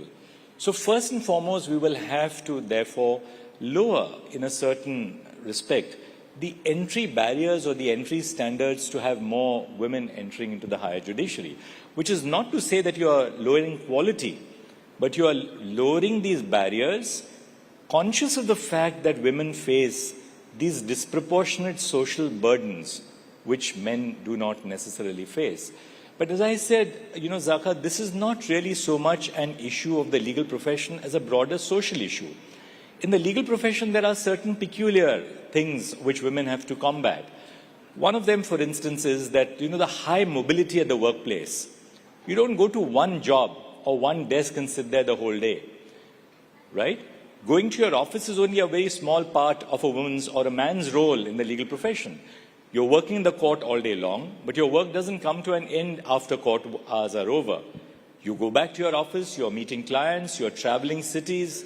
So in a sense, these particular constraints of the legal profession have a disproportionate impact on women in our society. And really speaking, therefore, there has to be a broader societal response to ensure that more and more women enter into the workplace. But as I said, India is changing. I mean, you just look at the audience in a court and you will find an overwhelmingly large number of young women today in our courtrooms, which is just a sign of the changing times. But at the same point, while we have a lot of women entering into this profession, but at the same point of time, they exit too soon as well. So because, we have seen how delicate the washrooms in the trial courts would be, they're into very bad shape, they cannot go. And there are a lot of infrastructural issues also. Do you think that if they are addressed or some other things are adjusted, there could be better workplace management for women, and there might be a chance that more and more women could actually stay in the profession for a longer time itself? Well, of course, I completely agree with you. For instance, in the district judiciary, we have very standard and well-established rules which allow for maternity leave, for leave at different stages of a woman's career. When a child is, say, for instance, appearing for a 10th board examination or a 12th board examination. So where you have structured rules which provide for a level playing field for women, women are able to really respond to the challenges of the profession. The problem arises in the unstructured market-based system, which is the private space in the legal profession, where you have individual lawyers recruiting juniors. There's no overall structure, in the sense that there is no overall regulation on how you will treat women in the workplace, because you don't have one large corporate entity like a big law firm only employing women. So where you find that, the interface of women in the legal profession is with a structural organization like the judiciary or law firms, there you would find that more and more women are extremely, successful. On the other hand, when it comes to solo practitioners, how much will you pay? Will you stop paying a woman because she's on leave for 3 months in your chamber? She's gone on leave for 3 months because a parent is seriously unwell. A woman has gone on leave for 3 months because she has a child coming up to deliver. How do we ensure that, you have a more socially responsible and socially responsive legal profession? And that's therefore something which the law can do only to a certain extent. The law is not an answer to everything. The change has to come through, and it has to take place within society. Chief Justice, there's a lot of talk around judicial reform of late, and I know we don't want to get into the specifics of anything because, some things could be still under investigation, some matters could be sub judice. I just want your 35,000 feet view on judicial reform. Is it a good time to have this debate in this country? You were part of, various judgments which talked about judicial reform. There is a view that, something needs to be done. I want your 35,000 feet view on whether it is an apt time to have that debate in this country about whether some certain things need to be reformed in the higher judiciary. 35,000 feet above sea level, when you have an air pocket, the pilot tells the passengers to fasten their seat belts and navigates that air pocket. Now, there is something to learn from that. And that's something which I have learned over, years of being in the judiciary and before that as a lawyer. which is never take decisions which are reactionary. When you have a problem on hand, deal with that problem on hand. Allow the dust to settle. Have a broad stakeholder consultation, a broad reflection on what needs to be done, and then take decisions which will be in the interests of the institution and the nation. Never take decisions on the spot because you may be reacting to a situation and your decision would be a decision which may not be well thought of. Talking of judicial reform, I think reform has to begin at the very base of the pyramid, namely the district judiciary, because that's where common people come into contact with the judicial system. A young couple which has a matrimonial dispute, where do they go to? They don't go to the High Court or the Supreme Court as a matter of first instance. They go to the family court. Now you see that in the family courts, there's a huge backlog of cases for the reason that we have used the adversarial system for resolving family disputes, which is so completely incorrect. Family disputes have to be resolved by applying non-adversarial systems because you have a child. If the couple has a child, there are issues of child custody, of child welfare. So we have to adopt a more non-adversarial system at the level of the district judiciary. The second important reform which we need to focus on is the huge vacancies in the district judiciary. Recruitment to the Indian district judiciary takes place in the states. It's never at the national level. I am a proponent of at least some national deliberation taking place on should we have an all-India judicial service in India. In other words, we must make some effort to attract the best into the Indian judiciary at the district judiciary level. Apply reservations. Now, the states do have some concerns because we are a federal nation. So will having an all-India judicial service impact on the responsibilities, the authorities, the constitutional role of the states? That has to be obviously thought of, and I don't discount the concerns of the states. But having said that, we can at least have a national level examination and then allow for recruitment by the states on the basis of the merit list in the national examination, applying reservations in relation to each state, whether for the SCs, the STs, or the OBCs, as the case may be. So that reform has to take place at the lowest level. Just one final word on this question, which is that the government, the state, is the largest litigator in Indian courts. The largest volume of litigation into Indian courts comes from the government. Now, I think the government has to rethink its policy on litigation and reduce the amount of litigation which governmental agencies take resort to. If that is done, you will find that more and more efficient means of resolving disputes take place. Unfortunately, we live in a culture of distrust where, the ordinary feeling is of every officer, say at the middle level or a senior level in government, go to court. If the court tells us to do it, well, we are protected because the court decided in a particular way. I think we have to answer that and allow for less and less disputes to go to litigation and allow for less and less disputes to go to trial. I saw, for instance, in the Supreme Court that every case goes to an oral hearing. Even a case where, say, 3 courts are in agreement with each other.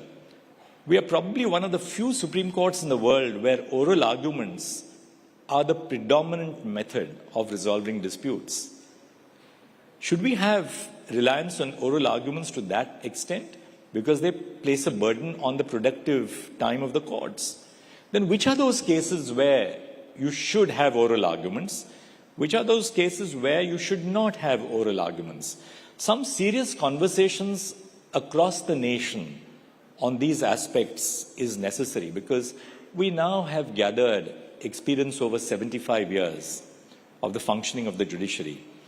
And there has to be a broader national dialogue on these critical issues which face the Indian judiciary to make it a more efficient judiciary, because unless we do so, the judiciary will not really, in that sense, be able to be a critical component in the advancement and the development of the nation. The judiciary is a very key aspect of rule of law. So when you speak, for instance, of getting more business into India, investment into India, what does investment need? What does global investment need or domestic investment need? Global or domestic investment needs a climate where the law is certain, the law is objective, the law is applied in a transparent manner, and disputes can be resolved efficiently. So, reforming the judicial system in that sense is going to be a key element in the overall progress of the nation to being truly a developed nation, both economically and socially. You know, judiciary often walks down the tightrope between activism and restraint. So how do you feel? You've been the Chief Justice, you've been a judge of the Supreme Court for, years long. How do you feel that that delicate balance can actually be maintained, or things do not go either this way or that way? I don't think that the dichotomy or the conflict is between judicial activism and judicial restraint. The choice is between judicial responsibility or judicial abdication. Take a very simple case, like COVID vaccinations. The government initially was not a proponent of the policy that vaccinations should be supplied free of charge to all Indians. Now, the case came up before the Supreme Court of India. We were in a lockdown. We were all doing the case through a video conferencing platform situated within our own homes. And we asked some critical questions to the government. We said, is it not your duty to ensure that public health is prioritized over everything else at this particular point of time?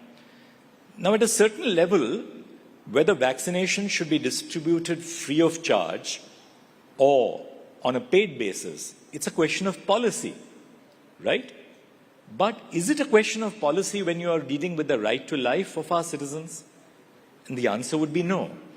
So it ultimately you're looking at the perspective of the problem. And I gave you this particular case because I believe the Supreme Court had a very important role in getting the government to agree to a policy where free vaccinations would be distributed across the nation. And as we know, we were a success story, not just domestically, but across the world where, our vaccinations reached out to different parts of the globe, including nations which are not developed nations or which lacked resources, where we provided vaccinations to them. So courts, coming back to your question, apply standards which are laid down in the law. They apply standards which are laid down by the Constitution. Take a case of the environment and development. To what extent should you protect the environment? To what extent do you allow for development by, say, setting up a greenfield airport or highways in hilly areas, which are necessary for national security? So courts constantly are applying legal standards. And therefore to say that, courts are activist is, I think, not a very correct appreciation of the way work takes place in the courts. The courts have a responsibility under the Constitution. If they were not to fulfill that responsibility, it would amount to abdication. And therefore I said the question is of responsibility versus abdication and not really activism versus restraint. So I just wanted to follow up on that. You say that the choice between activism versus restraint is a false one. It's more responsibility versus abdication. There's also the balance that needs to be found between judicial, the right to fair reputation of a judge versus the right to transparency of the public to know what the judge holds, right? There is now a new move that your successor has made that all judges have to declare their assets. I know it started under you, and at the last time we met, I think you said 30 out of 35 judges have already declared their assets and put it on the website. Now he's made it mandatory for everyone. Do you feel there is a need in this country to restore full faith in the judiciary when it comes to the question of assets, when it comes to this the debate that we're having about judicial reform, etc.? And how do you speak to that need? It's important to understand that right from, I believe, 2009, there was a resolution of the full court of the Supreme Court that all judges must declare their assets. Now, as you know, all of us as citizens have to declare our assets for the purposes of income tax. And all judges are like individual citizens, income tax pays. So when you file your returns, you necessarily have to disclose your assets, which are dealt with, in certain cases audited. Now, the resolution which was passed by the Supreme Court of India was that declaration of assets by all judges, including the Chief Justice of India, is mandatory. Whether they should be put on the website should be left to each individual judge. Because there is more to be said on both sides of the picture. Should you have judges' assets declared on a website so that just anybody can scrutinize what kind of assets which you have? Or should this be subject to some level of responsible institutional mechanisms? What is the purpose of declaring your assets? To identify whether a judge has recorded a sudden spurt in the assets during the course of the judicial career. Now, does putting that on the website necessarily pursue the aim of transparency? Or does it only give an opportunity to social media to pick up a judge and target a judge, not knowing where those assets came from? You have judges, for instance, let me share with you. You have judges who have come to the Supreme Court from the district judiciary who have been salaried employees from the first day of their joining the judiciary. On the other hand, you have lawyers who have been extremely successful, lawyers who have been recruited directly from the Supreme Court, bar, to become judges of the Supreme Court. Their asset base would be very different. Then you have people like me, who were lawyers for a while. I practiced for 20 years and then became a judge of the High Court in 2000. So there is a broad diversity within the Indian judiciary itself, in the higher judiciary. So far as the district judiciary is concerned, again, there are very stringent rules which apply across the states, which requires for a disclosure of assets. So yes, I completely understand and I support the decision which has been taken. I support the decision which was taken by my predecessors a decade ago on the declaration of assets. To what extent should you have transparency? That's a very important question, and that's a more vexed question. We shouldn't, in the name of transparency, be doing something which will prevent genuinely competent people from entering into the institution of the judiciary. And that's the one danger which we have to balance out. You know, while we speak of institutional transparency, we are in a stage of live streaming where we have regional judgments now coming in. What more steps do you feel that, can come in as far as institutional transparency, either at the Supreme Court or the district judiciary is concerned, so that everybody can actually access the law, everybody can know how court proceedings go on? Because already we have steps. You had initiated, live streaming. You had a robust system of live streaming, simplified judgment, regional. What more can be put in as far as, increasing this institutional transparency is concerned? Let us begin with legislation, the process of forming laws. Now, a very welcome step which was taken by Parliament and therefore by the government while it moved the Finance Bill of 2025 was to simplify the Income Tax Act. And just to give the viewers some figures, there were 47 chapters in the Income Tax Act which have been brought down to 23. There were 819 sections which have been brought down to 536. There were 5.12 lakh words in the Income Tax Act which have been brought down to 2.60 lakh words. There were 1,200 provisos, the provisos in legislation, provided that, and provided further that. So these 1,200 provisos have been removed. There were 900 explanations which have been removed. So the first step, I think, and I'm not being critical, it's just a process of evolution. It's important that we simplify laws. Say a law meant for maintenance of senior citizens. The senior citizen must be able to understand the law. A law meant to protect women against domestic violence. That law must be understood by those women who are going to seek access to justice. The law is not meant for judges and lawyers alone, right? It's meant for citizens. One problem which you perceive in the law, and I'm sure so many of the audience would also agree with me, is that there is a disconnect between the spoken version of our regional languages and the official version of our regional languages. For instance, my mother tongue is Marathi, but I'm very fluent in Hindi, and I know several other Indian languages. Now, spoken Marathi at home or spoken Hindi is very different from official Marathi or official Hindi. Now, how does a citizen understand official Marathi or official Hindi, or that, for that matter, official Tamil or Malayalam or Telugu or Bangla or Gujarati or Punjabi?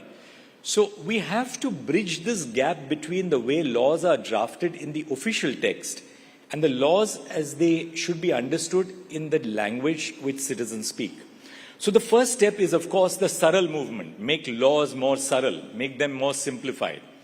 The second, insofar as what the judiciary should do. Now, I must share with you one of our initiatives when I was Chief Justice of India.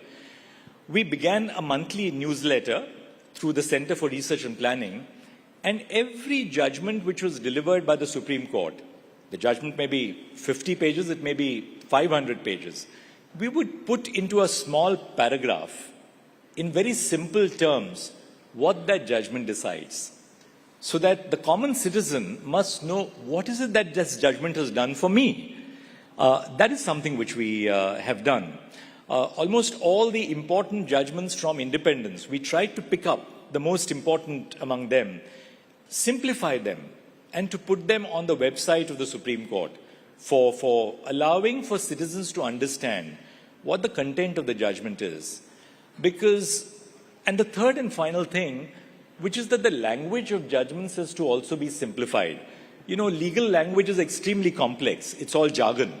There's so much of Latin, audi alterum partem, or, nemo judex in sua causa. Good heavens. Citizens are not concerned with, Latin of some bygone age. Or you have words like thereunder and whereunder and heretofore and hereinafter. Stop using these kind of words.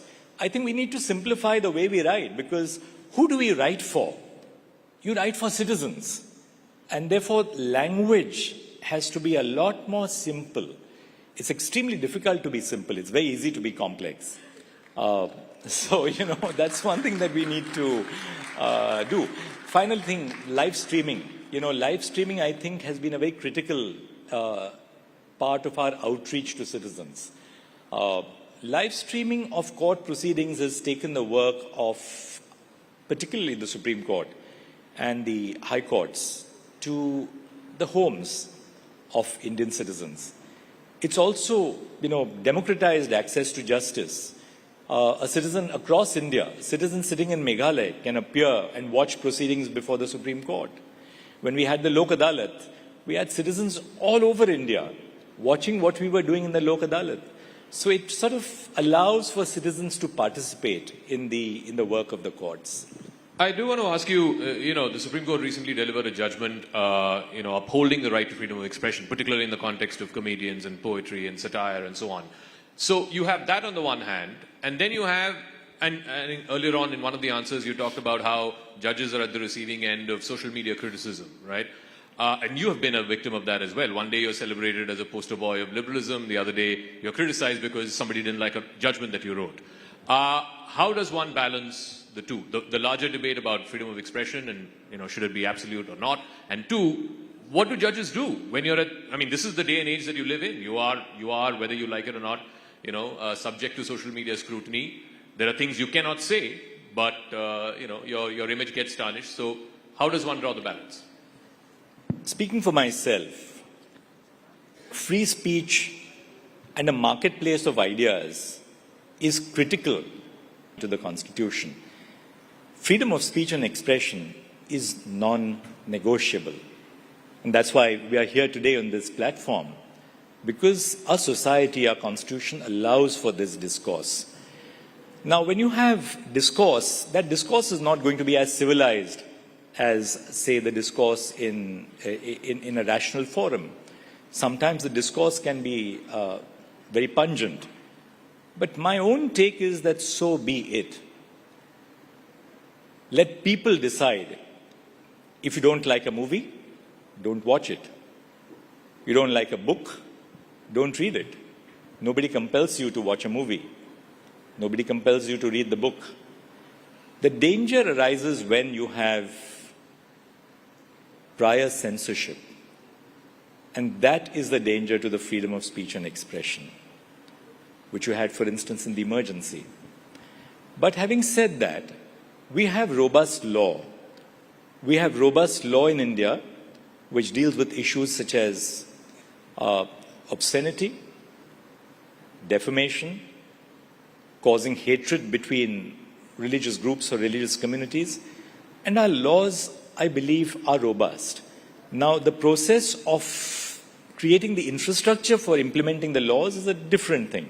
And that needs to be strengthened to make these laws more effective. You have cases of excess. Some of them we have been seeing in the recent past. But then how do you deal with, say, someone who abuses the right to free speech? I think that is more vexed. And my take is that allow the existing law to deal with these cases if there's a breach of law. Let's not get unduly sensitive about someone who says something which is perhaps not appropriate. And speaking for judges, what should they do for all the criticism which they have to encounter? Should I tell you my genuine answer? Yes, please. The answer is perhaps a little, it's symbolic. Judges just need to use the gym more often and to have a better workout. Why? You must have robust shoulders. Ladies and gentlemen, former Chief Justice of India, D.Y. Chandrachud. Thank you very much, sir, for joining us on Rising Bharat. Thank you.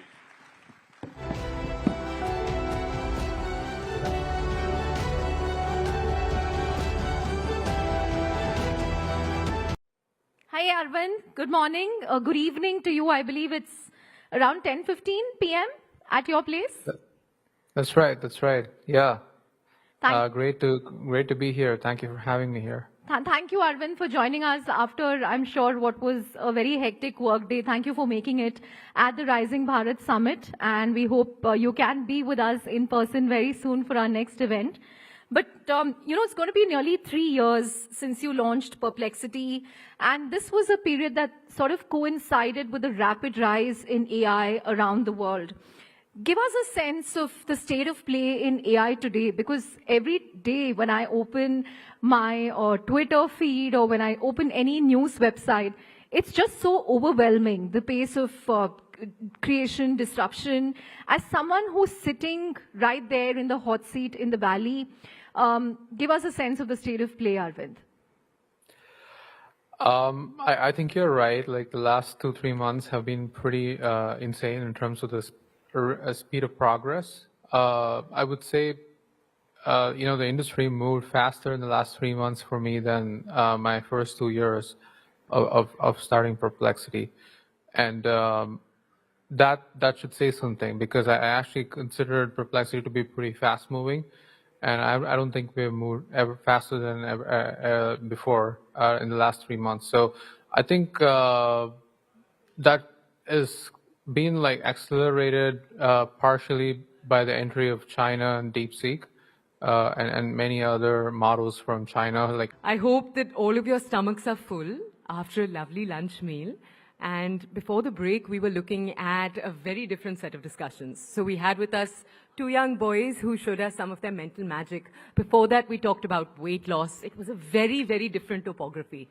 Now we're going to be shifting the focus and the pace slightly in the next few hours.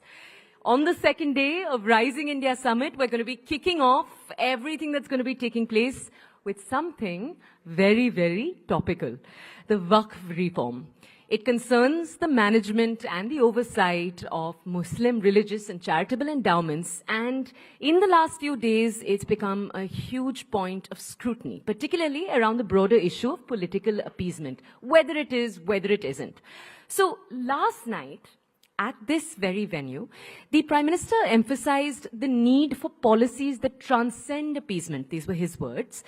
He said we need to all work together towards the betterment of all communities, while also ensuring transparency and accountability in the management of Waqf properties.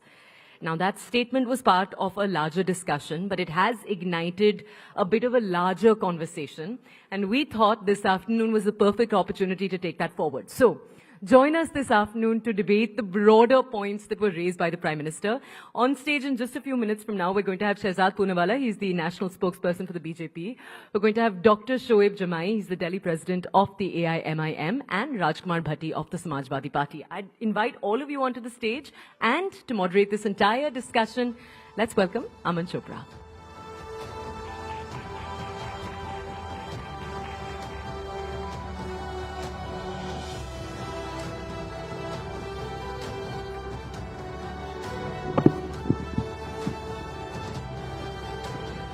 तो देखिए, कल प्रधानमंत्री नरेंद्र मोदी ने वक्फ पर चर्चा करते हुए एक बात कही। प्रधानमंत्री ने कहा कि जब भारत आजाद हुआ तो भारत के साथ, भारत से पहले, भारत के बाद कई देश आजाद हुए, लेकिन भारत को आजादी बंटवारे के साथ मिली। ये प्रधानमंत्री के शब्द थे कल। उन्होंने इसके पीछे वजह बताई कि तुष्टीकरण का बीज आजादी के वक्त ही बो दिया गया था। लेकिन जो सबसे महत्वपूर्ण बात शहजाद उन्होंने कही, वो ये कही कि आम मुसलमान अलग देश के पक्ष में नहीं था। आम मुसलमान अलग देश के पक्ष में नहीं था। कुछ कट्टरपंथी सोच वाले लोग थे जो देश के सीने पर बंटवारे की लकीर खींचना चाहते थे। कांग्रेस ने उस कट्टरपंथी सोच को खाद पानी देने का काम किया। वही तुष्टीकरण की नीति को प्रधानमंत्री ने जोड़ा वक्फ से, और फिर उन्होंने जो कहा वो सबसे महत्वपूर्ण कि उस तुष्टीकरण की बात कर लीजिए या आज वक्फ की बात कर लीजिए, दोनों में फायदा उस वक्त एक पार्टी को सत्ता मिली, और आज कुछ मौलानाओं को या कुछ अतिवादी नेताओं को संपत्ति, दौलत, शोहरत मिली, लेकिन आम मुसलमान को न तब कुछ मिला था न आज कुछ मिला। शहजाद पूनावाला, एक बार जोरदार तालियों से प्लीज स्वागत कीजिए। भारतीय जनता पार्टी के राष्ट्रीय प्रवक्ता राजकुमार भाटी समाजवादी पार्टी से, और ऑल इंडिया एमआईएम के दिल्ली अध्यक्ष हैं, आप दिल्ली का ओवैसी भी कह सकते हैं इनको शोएब जमई हमारे साथ है। पहले शहजाद भाई, मैं आपसे शुरू कर रहा हूं, क्योंकि मैं तो आज भी देख रहा हूं, आज भी ममता बनर्जी ने बोल दिया हम नहीं मानेंगे।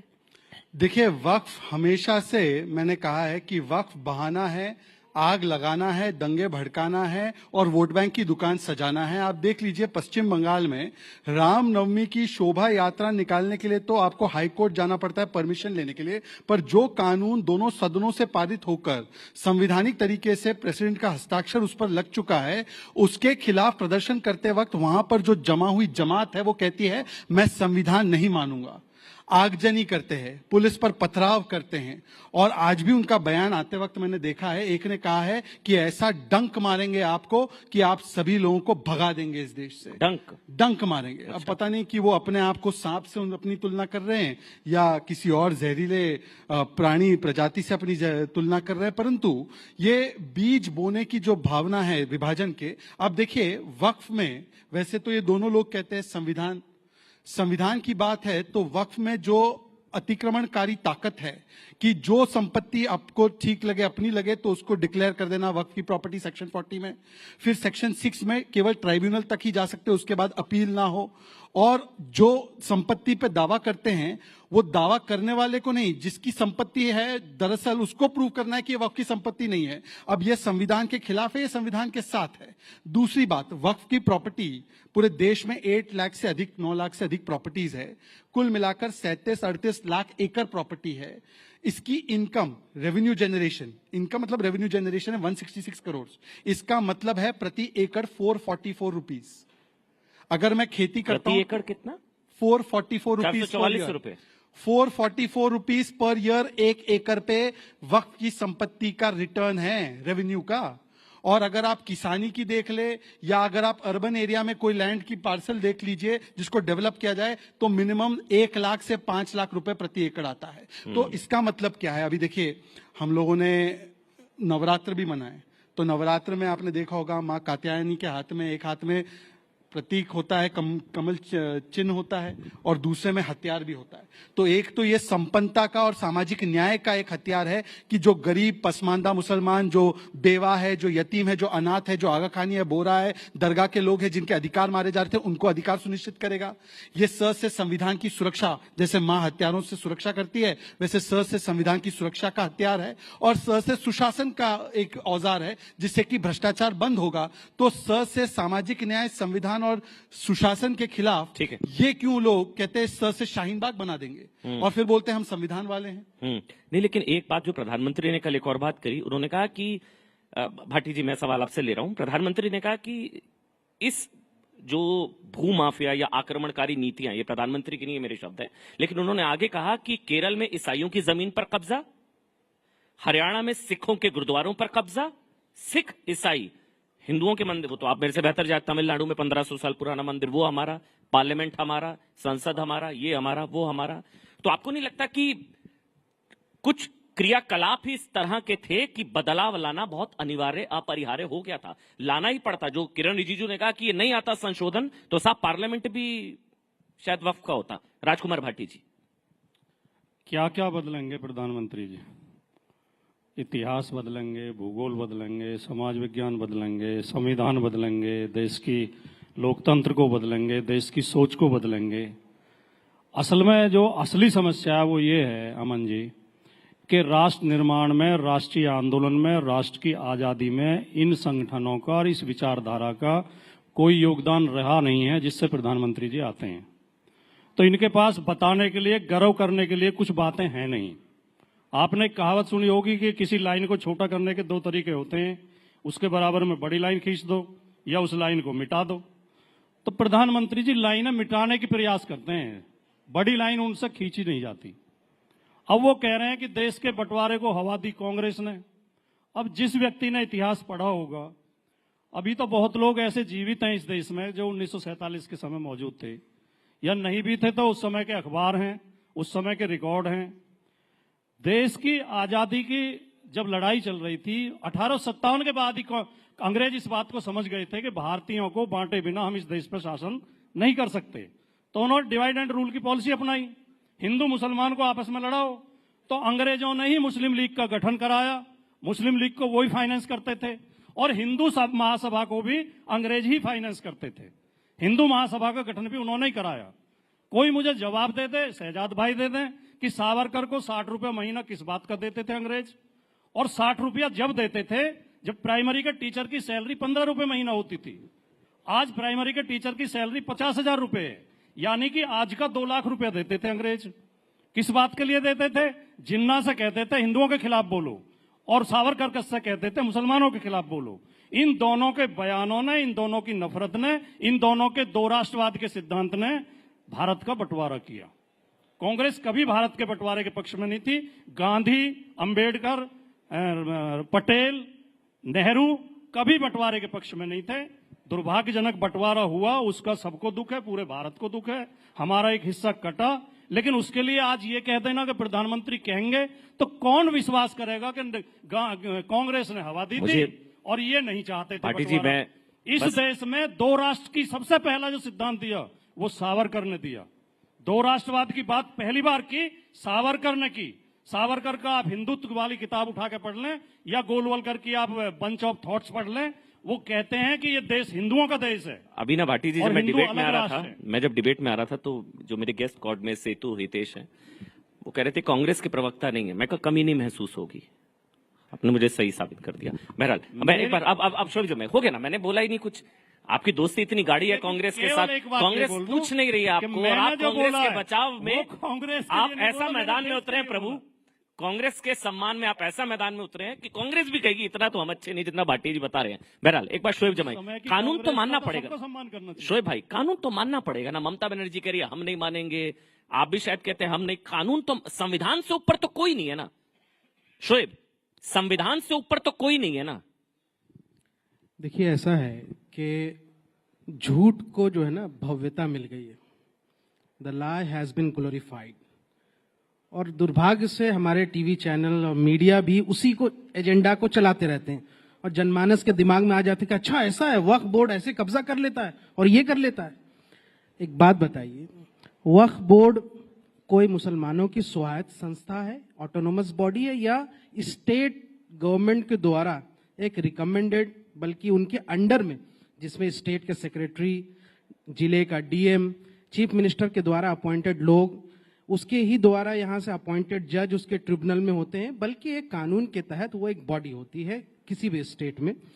और किसी भी जमीन पर जो रजिस्ट्रेशन एज अ वक्फ होता है या कोई वक्फ करता है, वो बिना सर्वे के नहीं होता। सर्वेयर भी गवर्नमेंट का, स्टेट गवर्नमेंट, अगर बीजेपी की सरकार है या कांग्रेस की भी सरकार है, सर्वेयर उसको सर्वे करके रिपोर्ट देता है, डीएम उसको सही पाता है, तो ही वो वक्फ में रजिस्टर हो। अब इतने तमाम प्रोसेस से कोई चीज गुजर के आती है तो आप कहेंगे कि अरे मुसलमान तो वक्फ बोर्ड के नाम पे कब्जा कर रहा है। अरे तो कब्जा कर रहा, अगर किसी गांव में, तमिलनाडु के किसी गांव में किसी ने गलत क्लेम कर दिया, किसी सर्वेयर ने गलत रिपोर्ट दी या किसी डीएम ने उसको अप्रूव कर दिया, इसमें मुस्लिम समाज का क्या दोष? नंबर 1, ये झूठ फैलाया। अब दूसरा कि वक्फ बोर्ड के पास जो है ना तीसरी सबसे ज्यादा जमीन है। पहली होगी रेलवे और ठीक है, नहीं, रेलवे और रक्षा तो देश की है ना, ये निजी है, इसलिए पहली है दुनिया में सबसे अमीर। जी, अभी एक डेटा, एक आंकड़ा उठा के देखिए, जो हिंदू इंडोनमेंट बोर्ड है, हर देश में, हर समाज के पास, हर धर्म का एक एक बोर्ड है। जैसे हिंदुओं में हिंदू इंडोनमेंट बोर्ड है, गुरुद्वारा प्रबंधक कमेटी है, क्रिश्चियन की एक अपनी इंडोनमेंट बोर्ड है, उसी तरीके से देवी स्थानम बोर्ड है, हिंदू इंडोनमेंट बोर्ड है। उसमें सिर्फ 4 राज्य, तमिलनाडु, उड़ीसा और आंध्र प्रदेश और तेलंगाना, इन 4 राज्यों के आंकड़े उठा के देखेंगे तो लगभग 12 लाख एकड़ जमीनें जो है वो सिर्फ ये 4 राज्यों में है। फिर आप क्यों झूठ बोलते हैं कि इतनी जमीनें हैं इनकी? अगर जमीनें हैं भी तो जिन्होंने वक्फुल औलाद किया या जो कुछ भी जिन्होंने डोनेट किया, उन्होंने अपनी प्रॉपर्टी की है। भाई मेरी प्रॉपर्टी है, मैं किसी को डोनेट करना चाहता हूँ, वक्फ करना चाहता हूँ, it should be go under a process. ये अच्छी चीज है, ये अच्छी चीज है। अब सुनिए, एक मिनट आप कंप्लीट करिएगा, ये अच्छी चीज है। यानी कि 9.4 लाख एकड़ जमीन डोनेटेड है, इसमें वक्फ बाय यूजर भी है। नहीं, मैंने पूछा हाँ या ना। 9.4 लाख एकड़ जमीन डोनेटेड है, सिर्फ डोनेटेड है, ये सिर्फ डोनेटेड है। तो आप तो कहते हैं मुसलमान इतना पिछड़ा हुआ है, इतनी जमीन, ही तो बात है ना। गरीब मुसलमान, पिछड़ा मुसलमान, जमीन 10 लाख एकड़। इस बात को मोदी राज में अच्छी तरक्की हुई है। नहीं, मैं इस बात को लेकर कभी नहीं कहता कि वक्फ बोर्ड के अंदर करप्शन नहीं था। स्टेट गवर्नमेंट की निगरानी में, चाहे बीजेपी की सरकार हो या कांग्रेस की हो या किसी अन्य पार्टी, हर राज्य सरकार के अंदर जो भी वक्फ बोर्ड रहा है उसके अंदर करप्शन हुए हैं, उसमें सबने फायदा उठाया, सभी पार्टियों ने, ये मैं नहीं। लेकिन सुधार के नाम पर आप और उसको बिगाड़ रहे हैं। क्या कि देखिए, इनका कानून इन्होंने बनाया कि भाई आप अगर वक्फ करना चाहते हैं तो you should be practising Muslim for the at least 5 years। Practising Muslim का क्या क्राइटेरिया होगा? दाढ़ी टोपी होगी तब। उसके घर में नमाज पढ़ते हैं नहीं पढ़ते आप कैसे देखेंगे? लेकिन प्रैक्टिसिंग मुस्लिम होना जरूरी है वक्फ करने के लिए। लेकिन आप वक्फ बोर्ड में, सेंट्रल काउंसिल में 2 नॉन मुस्लिम अनिवार्य हो सकते। कोई हिंदू वक्फ नहीं कर सकता, लेकिन बोर्ड मेंबर में होंगे और स्टेट में होंगे। ये गजब का कानून। अच्छा, इसी बात को 1955 में और 1995 में जो संशोधन हुए थे उसमें ये था कि वक्फ बोर्ड में सिर्फ मुस्लिम ही वक्फ कर सकते। लेकिन 2013 में एक संशोधन आया था जिसके बाद ये तय हुआ था कि नॉन मुस्लिम भी वक्फ कर सकते, डोनेट कर सकते। और उसको कौन समर्थन किया था? लाल कृष्ण आडवाणी जी, सुषमा स्वराज जी। बीजेपी ने ओवरवेलमिंग ये से जो है सपोर्ट किया था। आज इनको लगता है कि शहजाद पूनावाला आप उनसे बड़े नेता हैं, मोदी जी, योगी जी, क्या आडवाणी जी से और सुषमा स्वराज जी से बड़े नेता हैं? अरे तय कीजिए ना भाई, झूठ कर रहे हैं। तो मैं ये कह रहा हूँ कि लाई हैज बीन ग्लोरिफाइड। झूठ ये जो जनमानस के दिमाग में लाया गया। शोएब कॉन्क्लेव है, एक एक करके बोलेंगे। आपने अपनी बात रखी, ये दो आप अपनी बात, मामला नहीं है। बिल्कुल, मतलब हिंदुओं से जमीन लेने में दिक्कत नहीं है, लेकिन हिंदुओं को बोर्ड में शामिल लेने से प्रॉब्लम है। बस हो गया। अब शहजाद बोलेंगे, एक एक करके प्लीज। शहजाद, वक्फ के अतिक्रमण को हटाने के लिए एक एक करके बोलेंगे वक्फ के अतिक्रमण को हटाने के लिए तो कानून है। डिबेट में अतिक्रमण कोई कर ले तो बेचारा पसमानदा कहाँ चला जाए। तो मुझे लगता है इसके लिए भी डिबेट अतिक्रमण कानून भी लाना पड़ेगा। अब सुनिए, एक एक करके मैं जवाब देना चाहता हूँ। दोनों विद्वान प्रवक्ता हैं। राजकुमार भाटी जी ने पहले शुरुआत कर ली कि सावरकर जी ने 2 नेशन थ्योरी की कल्पना की थी। भाटी जी वैसे इतिहास का बहुत ज्ञान रखते हैं, पर सबसे पहले ये बात सर सैयद अहमद खान ने कही थी।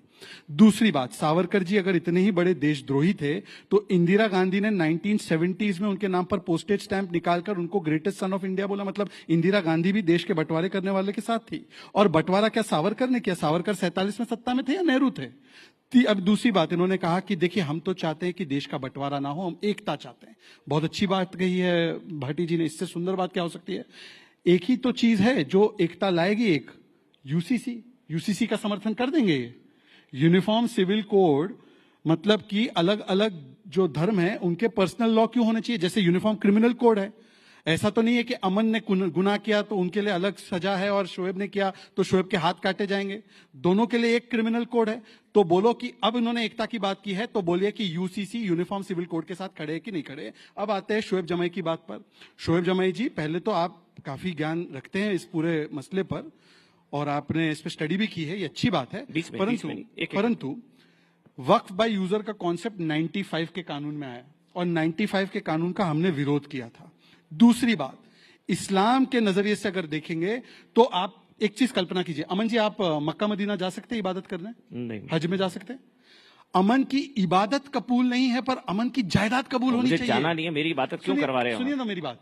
अमन की इबादत नहीं लेनी है पर अमन की जायदाद लेनी है। अमन की सर मैंने आपके बीच में नहीं प्लीज। अमन की दुआ कबूल नहीं है परंतु अमन का दान कबूल करना है। ये तो इस्लामिक दृष्टि से हम इस्लाम का सम्मान कर रहे हैं ये कहकर कि केवल और केवल मुस्लिम और प्रैक्टिसिंग मुस्लिम जो है वो दान दे सकता है। ये तो इस्लाम का सम्मान है। आप लोग इस्लाम के खिलाफ जाकर काम कर रहे थे। और दूसरी बात, इन्होंने कहा 5 साल के मुस्लिम होने की जरूरत है। यह प्रावधान कोई मोदी जी अमित शाह जी सोचकर नहीं आए।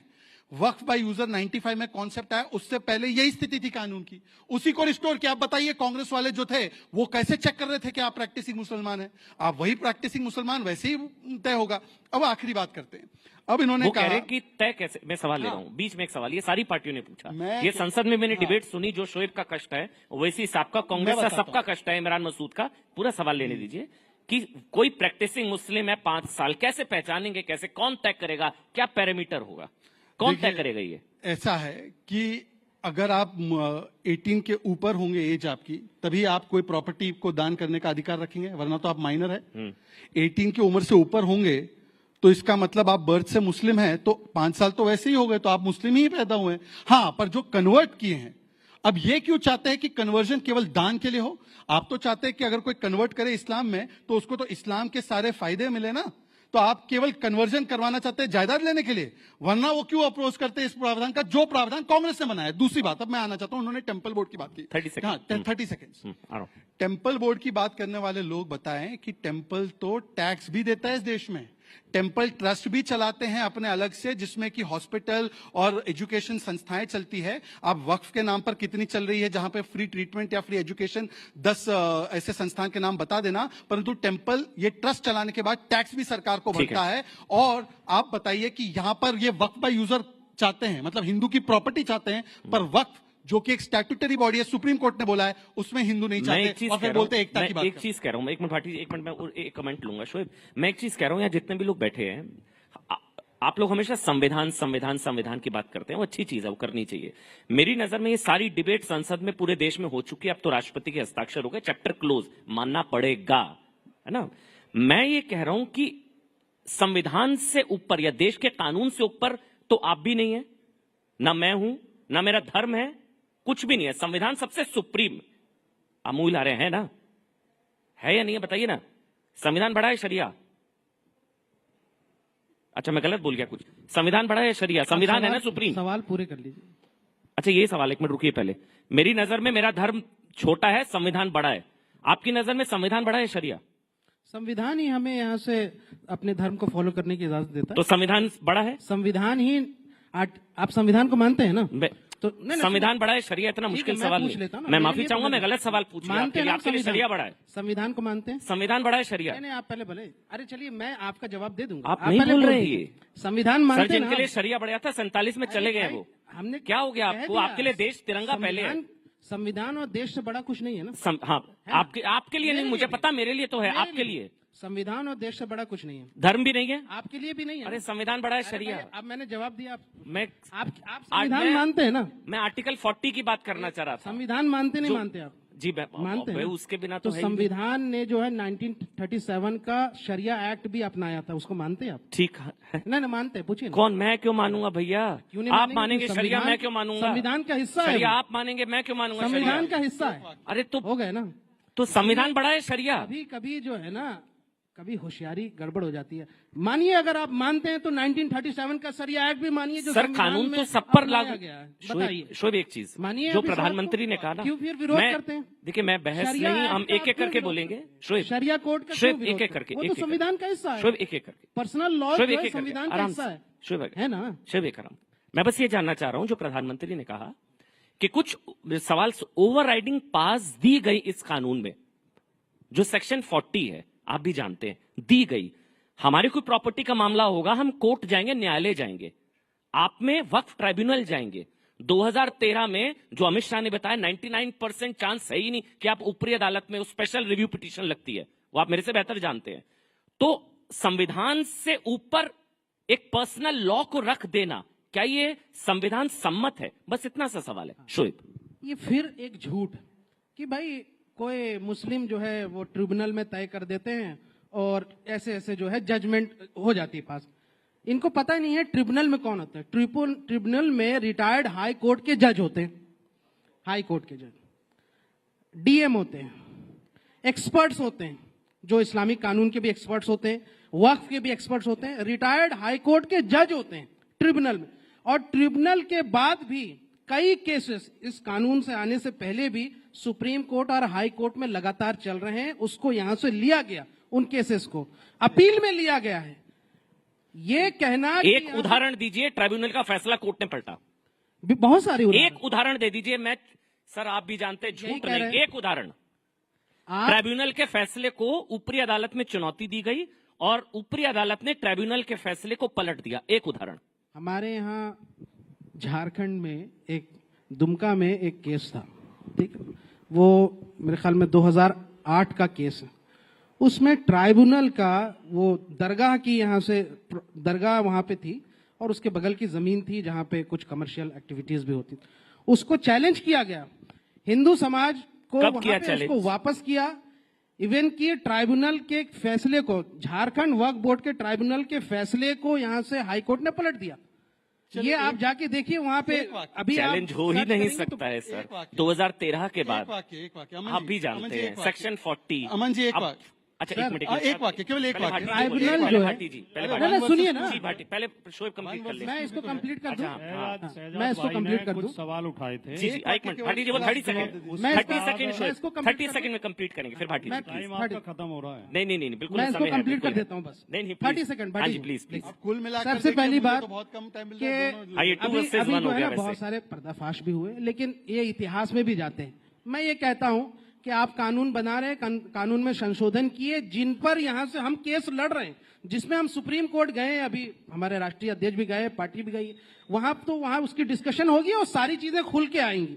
लेकिन जो इतिहास की बात इन्होंने की, मैं चूंकि वाइंड अप कर रहा हूं, इन्होंने इतिहास की बात की कि भाई इतिहास बदलना है, और इतिहास वही बदलने की कोशिश करते हैं जिनका अतीत या इतिहास गौरवशाली ना रहा हो। हमारा इतिहास, हमारे आबा अजदाद का इतिहास गौरवशाली रहा है, चाहे 1857 की क्रांति हो या भारत की स्वतंत्रता आंदोलन में हमारे आबा अजदाद की कुर्बानियां हो। जो लोग के इतिहास गौरवशाली है, शोएब जमई को इतिहास बदलने या पलटने या उसको एनसीईआरटी किताबों से हटाने की जरूरत नहीं है। जिन विचारधारा का इतिहास गौरवशाली नहीं है, वही इतिहास को बदलने की बात करते हैं। मैं इसलिए बोलना चाह रहा था कि रजाकारों का इतिहास ना बता दे। हाँ भाटी जी आप बोलिए। तो वक्फ बिल को लेकर और एक यूसीसी को लेकर दो बातें कही थी, उस पर मैं थोड़ा सा स्पष्टीकरण देना चाह रहा था। वक्फ बिल पे तो जिस दिन से ये विषय शुरू हुआ है, जिस दिन से बहस चल रही है, मेरे दिल और दिमाग में बड़ा भयंकर विरोधाभास चल रहा है जी। युद्ध चल रहा है अंदर अंदर। मेरा दिल तो कहता है कि मैं मोदी जी की बात मान लूं, बीजेपी के मित्रों की बात मान लूं कि ये मुसलमानों के भले के लिए लेके आ रहे हैं कानून। मुसलमानों से इन्हें बहुत प्रेम है, ये गरीब मुसलमानों की मदद करना चाहते हैं, गरीब महिलाओं की, बेवाओं की मदद करना चाहते हैं, ये वक्फ की आय बढ़ाना चाहते हैं, ये वक्फ को बहुत ऊंचाई तक ले जाना चाहते हैं। दिल मेरा ही कहता है कि मैं मान लूं, लेकिन दिमाग काम शुरू कर देता है। दिमाग कहता है ये तो वही लोग हैं जो कहते हैं सारे आतंकवादी मुसलमान होते हैं, ये तो कहते हैं या तो जय श्री राम बोलो नहीं पाकिस्तान चले जाओ, ये तो कहते हैं कि होली तो यहीं मनेगी, घर से मत निकलना अगर तुम रंग से डर लगता है तो। इनके तो सारे जुलूस मस्जिद के सामने जाकर रुकते हैं, वहीं पर जाकर फिर भद्दे भद्दे नारे लगाते हैं। इनका तो सर्वोच्च नेता चुनाव में जाके कहता है अगर हम चुनाव हार गए तो ये आएंगे तुम्हारी भैंस छीन लेंगे, मंगलसूत्र छीन लेंगे, 4 कमरे का मकान है तो 2 ले जाएंगे। तो फिर दिमाग कहता है कि यार इनकी नीयत पर विश्वास तो नहीं किया जा सकता। ठीक है, अगर मुसलमानों के लिए इनके मन में दया और रहम होती तो ये कुछ और करते। ये वक्फ बोर्ड का कानून केवल वक्फ की जमीन कब्जाने के लिए लाया गया है। जिस तरह अयोध्या में सेना की जमीन इन्होंने अपने पूंजीपति मित्रों को दे दी है, ये वक्फ की जमीनें भी दे देंगे, ये इनकी नीयत है। ठीक, दूसरा इन्होंने यूसीसी का जिक्र किया। 30 सेकंड में अमन जी ये तो बहुत ज्यादा बोलिए। मैं तो इनके आधे समय भी नहीं बोला सर। 2 वर्सेस 1 है ना, 2 वर्सेस 1 है, वो अकेले पड़ गए प्लीज। हाँ, यूसीसी का जहां तक सवाल है, देखिए पूरी दुनिया जानती है कि भारत एक विभिन्नताओं वाला देश है। यहाँ कोस कोस पे पानी बदला, 4 कोस पे पानी। यहाँ ऐसे लोग भी हैं जिनके 2 सगे भाइयों के बच्चों की आपस में शादी हो जाती है, एक भाई की बेटी एक भाई का बेटा। यहाँ ऐसे लोग भी रहते हैं, ऐसे समाज भी हैं जो अपने मामा के बेटी से शादी करते हैं। और यहाँ ऐसा समाज भी है जिसमें मैं भी आता हूं, मैं भी जिस समाज से आता हूं, मामा की बेटी से शादी करना या चाचा की बेटी से शादी करना पाप माना जाता है, अपराध माना जाता है। तो ये देश विभिन्नताओं का देश है। हमारे परिवारों में एक सगा भाई सनातनी होता है जो मूर्ति पूजा करता है, शिव जी की मूर्ति पर दूध चढ़ाता है। ठीक है, दूसरा भाई आर्य समाजी हो जाता है। लेकिन भाटी जी मेरा नहीं, आप अन्याय कर रहे हैं मेरे से। मैं 2 ही वाक्य बोल रहा हूँ, बस खत्म कर प्लीज, क्योंकि कोई बात वो मूर्ति पूजा को पाप मानता है, मूर्ति में लात मारता है। कैसे यूसीसी लाओगे? उन दोनों भाइयों में से कौन से की बात मानोगे? कोई बुत परस्ती करता है, कोई बुत सिकन है। भाटी जी लेकिन एक चीज को समझिए ना, धर्म आधारित कानून तो नहीं होगा ना। कानून अब भी एक है, धर्म आधारित अगर कानून तो आप मारपीट करोगे तो वही धारा आप पे लागू होगी, वही मुझ पे लागू होगी, वही मुसलमान पे, वही जाटों पे, वही ब्राह्मण पे। तो कहाँ कानून अलग है? मुस्लिम पर्सनल लॉ बोर्ड क्या है? अमन जी जवाब देने का मुस्लिम पर्सनल लॉ बोर्ड क्या है? अपने धर्म का पालन करने की आजादी हमारा संविधान देता है। अपनी धार्मिक संपत्ति तो पॉलीगैमी क्या है? प्रबंधन करने की अब ठीक है, आजादी हमारा संविधान देता है, उसे छीनने का प्रयास मत करिए। अब ऐसा है, सुनिए, अब देखिए मैंने दोनों वक्ताओं को बहुत धैर्य से सुना और बीच में कोई नहीं बोलेगा। अभी इन्होंने क्या बोला कि यूसीसी आ जाएगा, एक बुत परस्ती करता है, एक जो है मूर्ति को नहीं मानता है। क्या पूजा पद्धति तय होती है यूसीसी से? अगर ऐसा है तो यूसीसी लाने वाले तो नेहरू जी और आंबेडकर जी थे संविधान में। यूसीसी को पहली बार इंप्लीमेंट किया गोवा में तो कांग्रेस की सरकार थी, सुप्रीम कोर्ट ने वकालत की। यूसीसी का पूजा पद्धति से कोई लेना देना नहीं। आपको अपनी बहन से शादी करनी है, कीजिए, पर हाँ अगर आपकी बहन 15 साल से कम उम्र की होगी और आप 60 साल के होंगे तो अगर हिंदू को सजा होगी तो दूसरे वर्ग को भी होगी सजा। जानबूझ का प्रयोग कर रहे हैं, गाली गलौज बीजेपी के लोगों के बीच में नहीं बोला। शादी नहीं करता हूँ, अपनी जुबान को लगाम दीजिए आराम से। अच्छा, ये जानबूझ के इस तरह की बदतमीजी कर रहे हैं। अपनी बहन से शादी आप लोग करते हैं, मैं नहीं करता। नहीं, आपके लिए नहीं बोला, मैंने आपके लिए बोला नहीं। आपके लिए नहीं, ये शब्द का क्या मतलब? मैंने जनरली बोला आपको अपनी बहन से शादी करनी है, जानबूझ के किसी को भी भाटी जी इनके पास मसाला होता नहीं। अच्छा ठीक है, इनके पास तर्क होता नहीं, इनके पास ज्ञान होता नहीं, तो बदतमीजी पे उतारा। चलिए ठीक है, हो गया भाटी जी। और फिर ये बेइज्जत नहीं, आप बोल दीजिए, आपने उनके लिए नहीं कहा, नहीं कहा उनके लिए, हो गया। भाटी जी उन्होंने आपके लिए नहीं कहा। बड़ी महफिलों में बेइज्जत करके निकाले गए हैं। अरे बस ऐसे भाटी जी प्लीज, इन्हें तो आदत पड़ी हुई है। राजकुमार भाटी, उन्होंने आपकी फैमिली के लिए नहीं कहा। वो क्या आपने कहा है? शहजाद बोल दीजिए, आपने कहा है? आपने नहीं कहा। मैं कहा होता तो तालियां क्यों बजती? नहीं, और वो मुझे मैंने कहा कि खामखा का ड्रामा मैं बोल रहा हूँ, मैंने कहा आपको मेरे पे है, मैं बोल रहा हूँ मैं नहीं करूंगा, बस बात खत्म। ये जो चैनल आजकल चला रहे हैं कि बीजेपी उन्होंने आपकी फैमिली के लिए नहीं बोला है। उन्होंने बोला कोई भी अगर करना चाहता है परिवार में। एक दिल्ली की मुख्यमंत्री हमारे राष्ट्रीय अध्यक्ष के लिए एक चैनल पर बैठ के गाली दे रही है, एंकर ने नहीं टोका। ऐसे एंकरों को भी बेनकाब करना पड़ेगा। ये एंकरिंग नहीं है, ये गुलामगिरी है, ये नौकरी है किसी पार्टी। शहजाद ठीक है, माफी मांगी आप इसके लिए? नहीं बोला। क्या आपने अब शब्द बोले? के लिए नहीं बोला। नहीं बोल दीजिए, एक मिनट बोल रहे हैं। इन्होंने कहा कि आप अपनी बहन से शादी कर सकते हैं।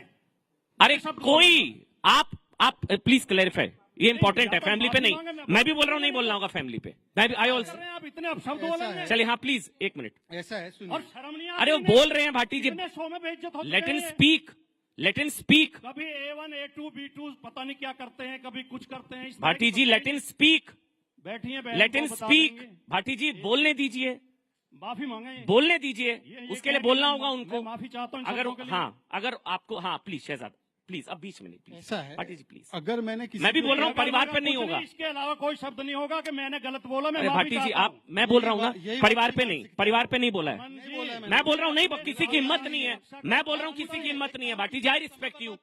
पूछ लीजिए क्या मैंने इनके परिवार पे बोला है। आप एक बार बोल दीजिए, देख लीजिए, यहाँ पे देख लीजिए, यहाँ पे देख लीजिए। मतलब कि डिबेट को डिरेल करना है। इन्हें सब जानते हैं हम। ठीक है, ये जो क्लोजिंग कमेंट। अच्छा क्लोजिंग कमेंट है प्लीज, हो गया भाटी जी। सारे आरएसएस मुख्यालय, भाटी जी आरएसएस मुख्यालय से बताइए, ये इनको बोल दे आरएसएस के, ये ठीक है। 3-4 आदमी ने फल लहराया, ये बताइए, केवल 3-4 आदमी ने फल लहराया है। ये 3-4 आदमी आरएसएस मुख्यालय से। चलिए हो गया भाटी जी। आरएसएस मुख्यालय से सब लोग बताइए। कह रहा हूँ नहीं कह रहा। आरएसएस मुख्यालय से आप लोग आरएसएस से मुख्यालय से आए हैं क्या? अरे ये फंड वाले आरएसएस के मुख्यालय। अरे बस भाटी जी, भाटी जी से पूछ लो, बुला के आ जाओ। इनका पर्चे पूछ। राजकुमार भाटी, वहां से बैठ कर। राजकुमार भाटी प्लीज। आप अपना नाम अच्छा बताइए। Please please please please please please please please please please. आपने नहीं अच्छा सुना, मुझे वाइंड अप इन्होंने वाइंड कहा up wind up wind up आपने वाइंड नहीं अप सुना। Wind up wind up please इन्होंने प्लीज। कहा था अपनी बहन से शादी करिए। बस नहीं, चलिए आपने वाइंड अप नहीं सुना, वाइंड अप आपके कान में रुई वाइंड अप थी। Wind up wind up. आपके कान में रुई थे क्या? हो गया भाटी जी। नहीं सुना क्या आपने? चलिए हो गया भाटी जी प्लीज प्लीज। यार बदतमीजी के लिए बुलाए जाते हैं। गाली सुनने के मैंने लिए बुलाए बोला ना जाते हैं। उनको। चलिए बस कंक्लूडिंग कमेंट है। शहजाद प्लीज चलिए आप प्लीज। शहजाद खत्म कर रहे हैं हम अब आप ही बोलेंगे। नहीं, या तो माफी मांगे वरना मैं बोलने मुझे नहीं वाइंड अप दूंगा। करना पड़ेगा, ऐसे नहीं होता। आपने बहुत अपमानजनक भाटी जी शब्द ऐसे कहे हैं। गुंडागर्दी नहीं। आपने मुझसे कहा कि आप अपनी बहन से शादी करिए, इसके लिए आपको माफी मांगनी पड़ेगी। नहीं मांगोगे तो मैं बोलने नहीं दूंगा, इस शो में तो बोलने नहीं दूंगा। करना करिए। गुंडागर्दी किसकी आदत है, किसकी फितरत है, समझ में इन्होंने ये वाक्य बोला था या नहीं बोला था? नहीं बोला। आपने क्या बोला था एक बार क्लैरिफाई कर दीजिए। ठीक, आप बोल रहे आप अपनी आप बहन ऐसे से पास चाहे मत तो शादी आइए। कर सकते हैं, चलिए ये इन्होंने बोला आप था। चलिए मुझे वाइंड अप करना होगा। ठीक है कोई दिक्कत नहीं है। शुक्रिया आप सबका। शुक्रिया आप सोहेल सुनिए भाई उसे आपका, repeat करके। भाटी जी आपका बहुत बहुत शुक्रिया। हाँ प्लीज आप बोल लीजिए। 1 मिनट भाटी जी, 1 मिनट बैठ जाइए। देखिए, इस ऐसा कंप्लीट है- 1 मिनट प्लीज 1 मिनट। ये नहीं चलेगा। चलिए ठीक है ओके, माफी चाहता हूँ। ठीक है तो लेकर शुक्रिया जाओ। शुक्रिया आप बोलने में सबका। जा ही नहीं शुक्रिया। रहा। शुक्रिया मैं धन्यवाद। शहजाद पूना वाला, आप मेरी इतनी बेइज्जती करोगे? चलिए धन्यवाद मैं शुक्रिया यार एक स्वाभिमानी आदमी शुक्रिया हूं, मैं अपनी इज्जत की शुक्रिया रक्षा करना जानता हूँ। Thank you.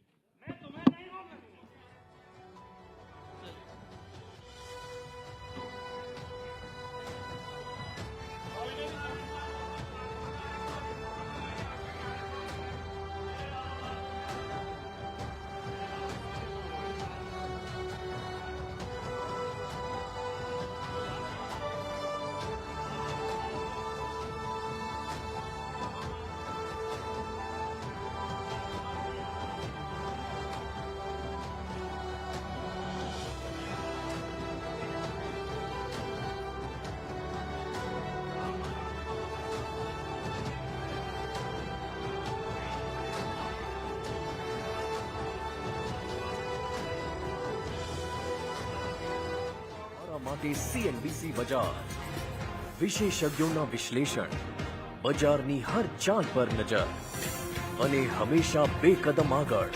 અમે છીએ CNBC બજાર, બિઝનેસની માતૃભાષા.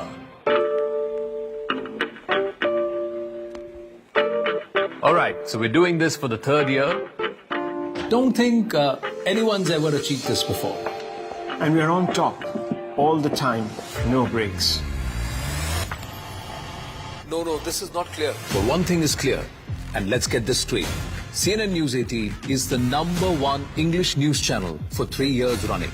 Because in a world that is experiencing groundbreaking shifts, we keep our eye on the ball and the whole world, pursuing the facts, making sense of them, and cutting through the confusion to offer clarity. because when we chase the news, we are authentic, credible, objective. CNN News18, the undisputed leader of English news for 3 whole years and counting.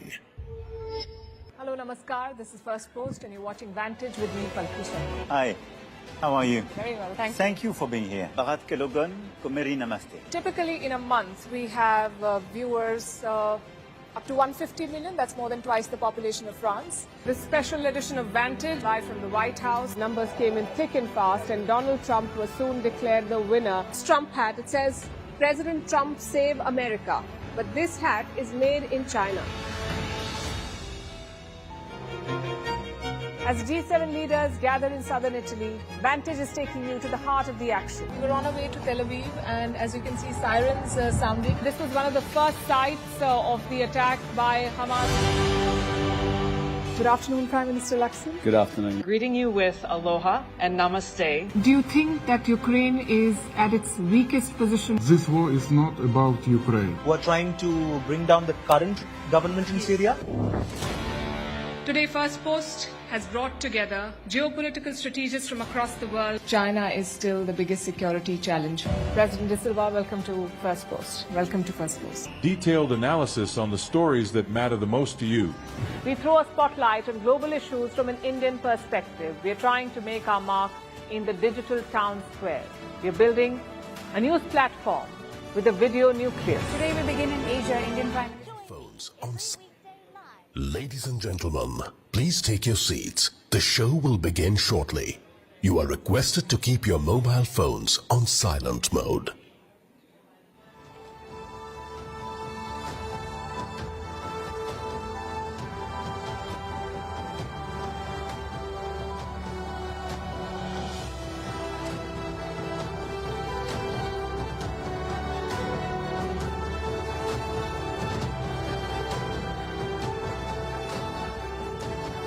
Okay. Ladies and gentlemen, I know it's a lot to ask of you after the last few minutes, but I'm going to ask you to sit down quietly for a little while. There's a lot to discuss, I know. All right. We'll just give everyone a few minutes. Right from the back where people have stood up. Sit down, sit down. We'll just wait for all the chairs to be filled. Okay, you're going to have to bear with me as we wait for some little bit of running. Okay. So we've decided to switch tracks. The temperature was so high after that that we're going to take a little while before we get into political discussions once again. So, shifting focus, we're going to move to a topic everyone thinks about all the time, which is money. We're going to return to politics after that. So don't worry, we're not going too far.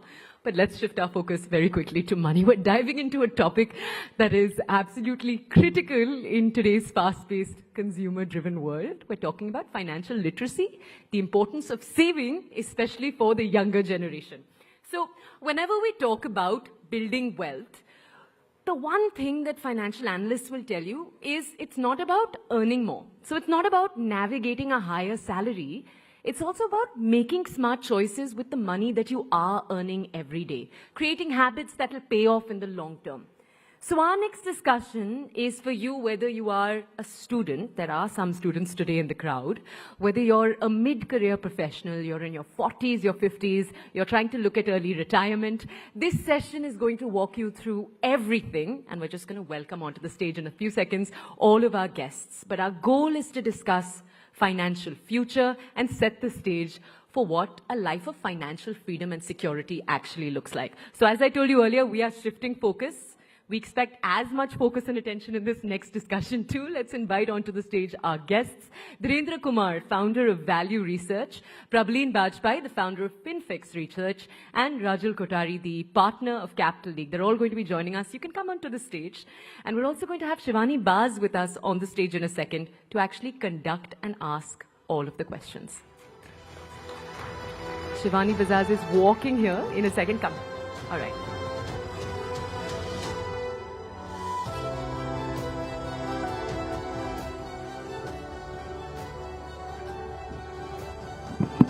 Thank you so much, Toya, for that. And thank you so much to the panelists, and thank you to the audience as well. I know it has been a heated discussion before this. We'll try to calm everybody down and welcome to Rising Bharat Summit and this particular important conversation that we are going to have. And as Toya mentioned, that, there has been a rising concern about the fall and the dip in the savings in this nation, especially from the young people. But, there is a dichotomy of sorts, Dhirendra, that we are seeing that a lot of interest among young people who want to invest more, get into stock markets more, want instant gratification, want instant results, returns. And, the most important question and the most asked question that I personally have whenever I speak to young people, people who are 19 years old, 22 years old, is that, which fund gives the maximum returns? Is there a fund which gives 50% returns? Dhirendra, and I know that on value research, there are questions like that every day. So, is savings mindset more important? Let me just, begin by asking you that question. As a country, are we looking at a time where that is going to be very important, because we are seeing that young people now in India are not investing and saving that much? Yes, your investing journey doesn't start till you save. So you can't borrow money and save. You will get bankrupt without having the money. But more importantly, there is a significant change in something that has happened, which was not available when I was growing up. My parents, or most parents in my surrounding, in the vicinity, they had a fairly regular, predictable income for life, which is unlikely. Ever since I started, I was very unsure that, I might be growing, I might be declining, I might be, languishing, but I don't think I got into a career which was a job for a life or any such thing. Then the instant gratification bit. In my times, the waiting time for getting a scooter was 8 years for my father. And for me in Delhi, when I set up value research, the waiting time for getting a telephone connection was 9 years from MTNL. If you actually refer to all this, and today if you wish something, you get it. So, this is instant gratification is the new default. Then people are, these are very significant societal changes which we have seen in the last 20, 30 years, which is, lifestyle inflation is considered normal. If you are growing in life, then you are spending your way to demonstrate growth. Otherwise, you are not good enough. You are not prospering. You are not doing. So, that is one. That is another. Third is that,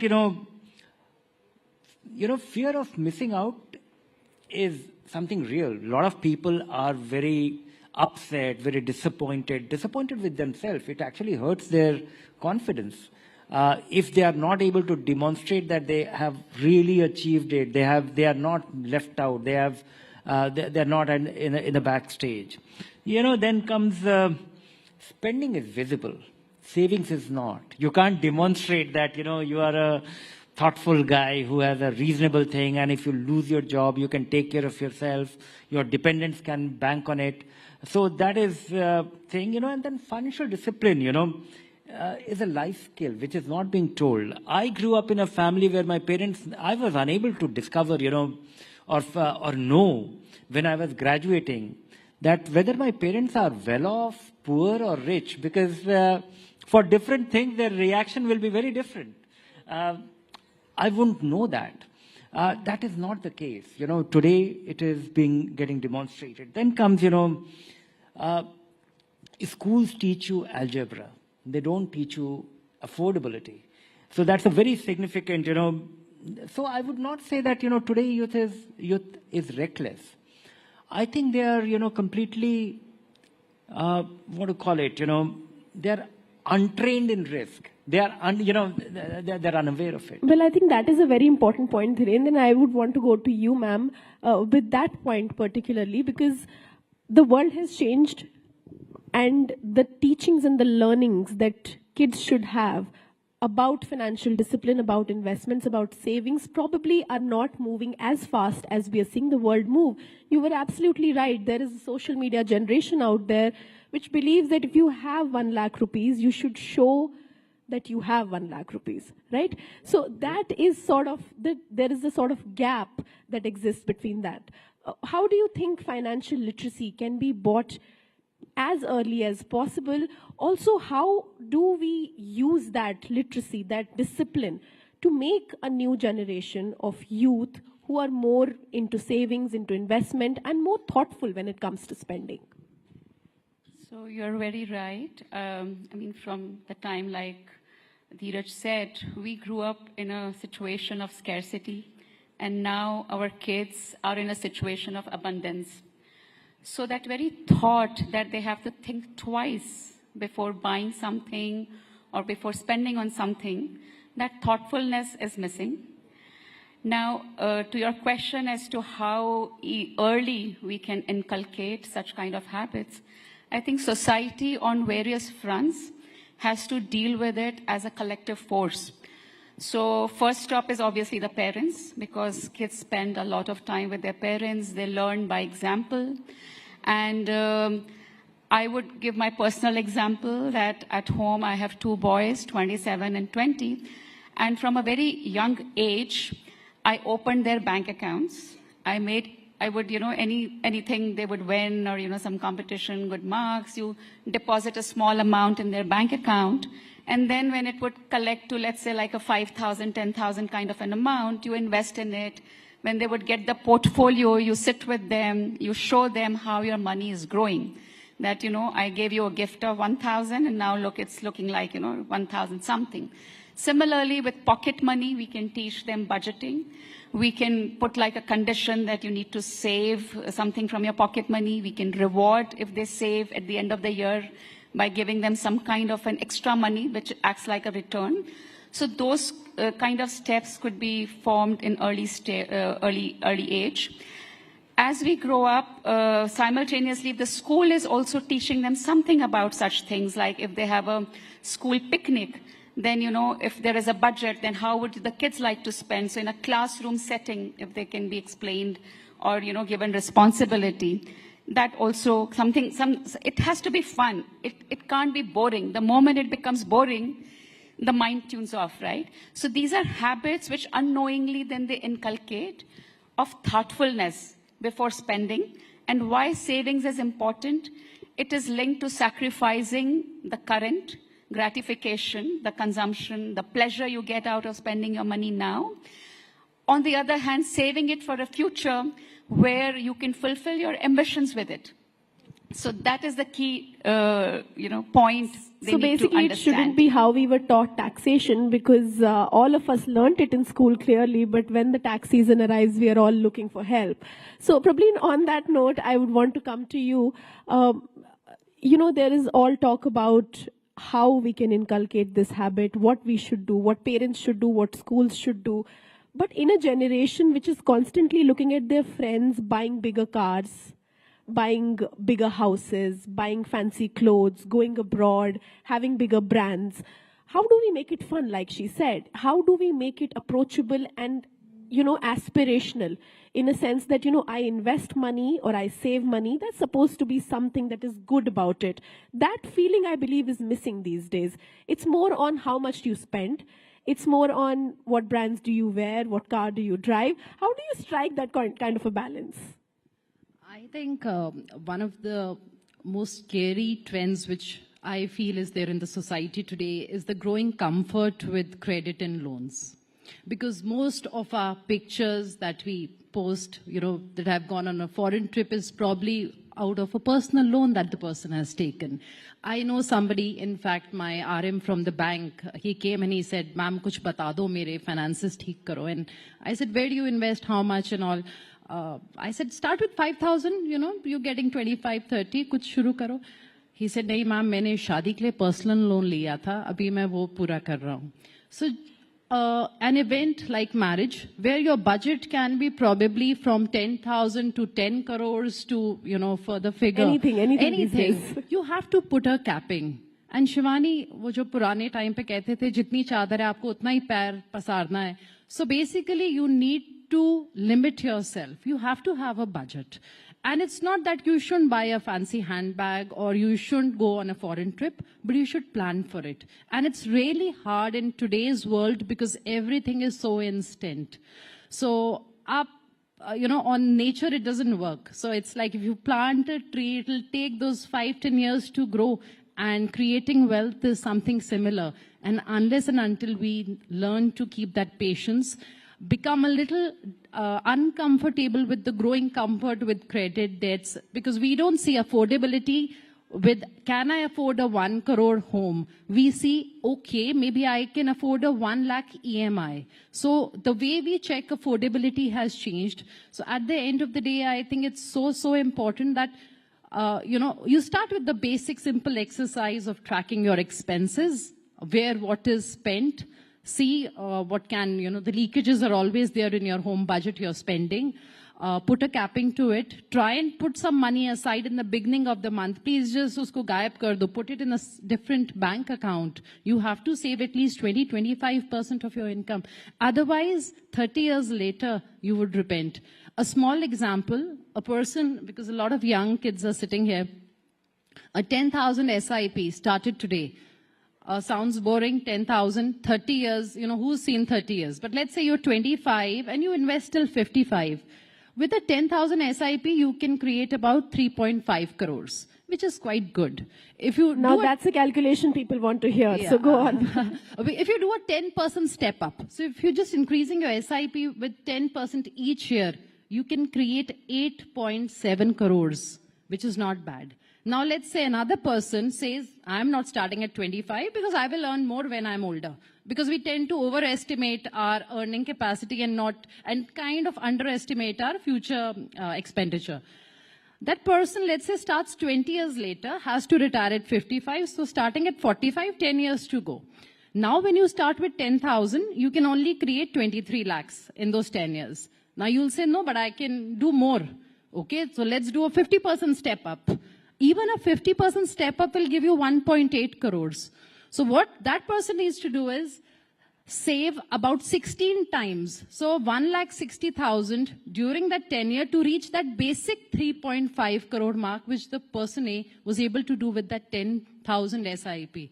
But that patience has to be there, Shivani, and it cannot be, it's not something that you can borrow. You need to practice it. It's like meditation. So you have to invest, practice, and I think then only it can happen. Otherwise, we won't have a very healthy financial well-being kind of the youth of today, they won't have that kind of a wellness tomorrow. Absolutely. Two things that the youth of today wants and needs: meditation and investing patiently. So you touched upon both of them.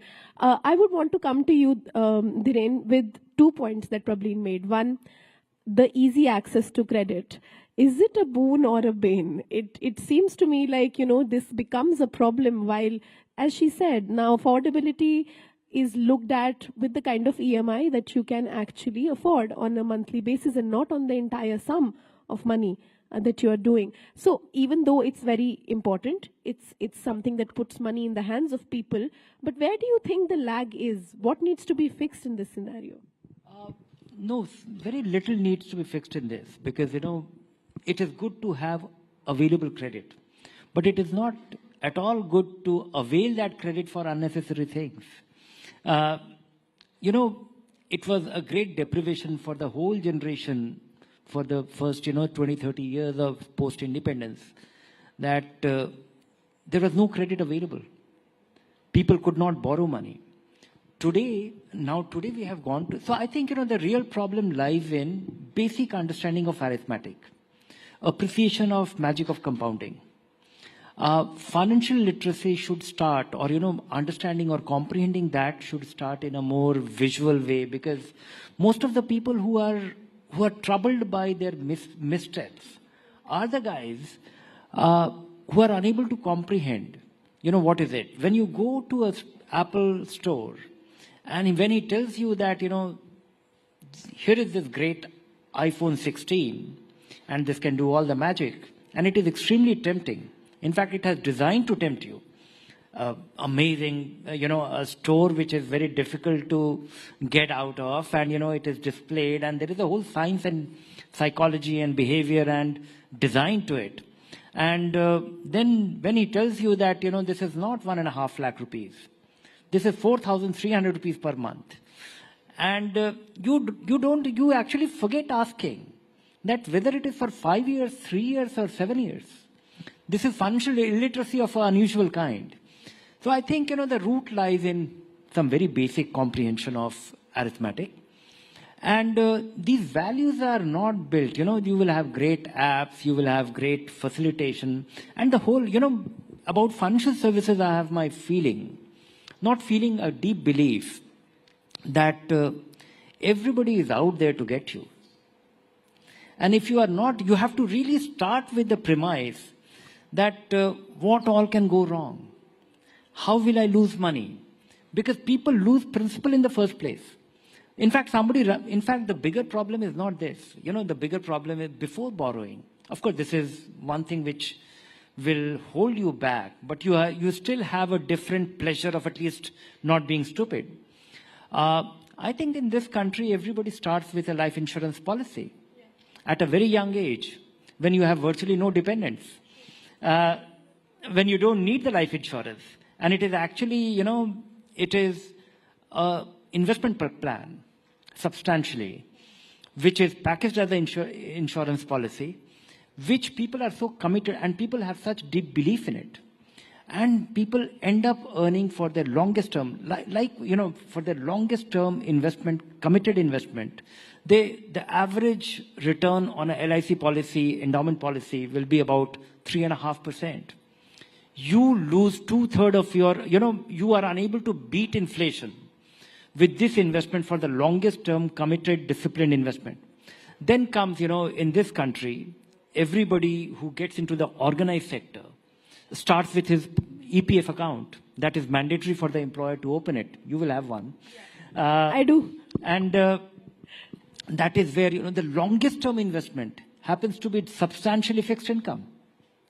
And which means that whatever you are left with, most people are unable to get, they don't have any, beyond this mandatory savings. A good part of the population is unable to save in the initial 5-10 years. That is the design of the finance. That is the design of the career. That in our early phases of our career, while you are setting up home, you are getting married, you are having children, you are trying to put together the down payment for the house, what are you left with? And the only thing which is going is not actually able to demonstrate to you that, magic happens with your investment, because it's not getting. So the longest term investment that we make is into fixed income. Then we end up with, some opportunistic investment in equity, and that is why we end up being a speculator with our equity investments. And that is why you get this question that, how to make quick money with this which fund. In fact, the which fund is a gentleman. The real commandos are actually, getting into F&O, and, F&O. 92% of the population is actually losing money in a guaranteed way. So there seems to be then a lack of understanding of the financial world as a whole. As you said, you have to get into this space thinking everybody is out there to get you. And then even if you lose any sort of opportunity to make money, at least you're like, I was not a fool. This could have been worse. So I made a smart decision. I'll come back to you, Rajul, with this, that, this financial discipline is a secondary thing. First, there should be an awareness. One thing that I've personally realized and understood with my friends and family whenever I've told them to go to a financial advisor is the first step whenever they come to me. As you said, whoever meets says where to invest, what to do, how to get 50%. Is the very fact that we don't have that kind of money that we go to a financial advisor. What is that about? How do we fix this mindset that I'll have to have at least 1 lakh rupees in my account to go to an advisor to start my investments? How do we deal with that situation? How do you deal with that situation? So actually, that is a very reasonable question given India's population and the number of financial advisors out there. Obviously, it is not possible to provide customized solutions for each one of them, and nobody today has that time also, these individuals who would like to invest. There comes in the role of these fintech platforms where they have been investing, but these have no guardrails in place. You can open an account on any fintech, and link it to your bank account and just start investing. There is no framework, there is no structure that unless you do your risk profile, unless you figure out what is my time horizon, what are my goals, for which purpose I'm investing, you can straight away choose a stock, an IPO, a mutual fund, and with very little, thinking, thoughtfulness, again, I would say, it is done in a very, very ad hoc manner. So for these fintechs, I don't want to blame them. It is a game changer, actually, because they can reach millions of people in one go with a very, very standard solution, which will actually work for a lot of people. If you just say that, my time horizon is 5 years, 10 years, I want to save for my child's education, they can create a plan for you. But most people do not avail of it. And there is nothing which debars them from not investing in a stock without going through this process. So basically, just to interrupt you in between, these fintechs, the fintech revolution that we are seeing is not actually that great without the financial awareness that we must have, That is true, is what yeah. you're saying. Please continue, ma'am. So yes, so first comes awareness, thoughtfulness, and the same platforms can be, leveraged to create that awareness. At the same time, I think it is the responsibility of institutions like banks, AMCs. Today, what are the youngsters most influenced by?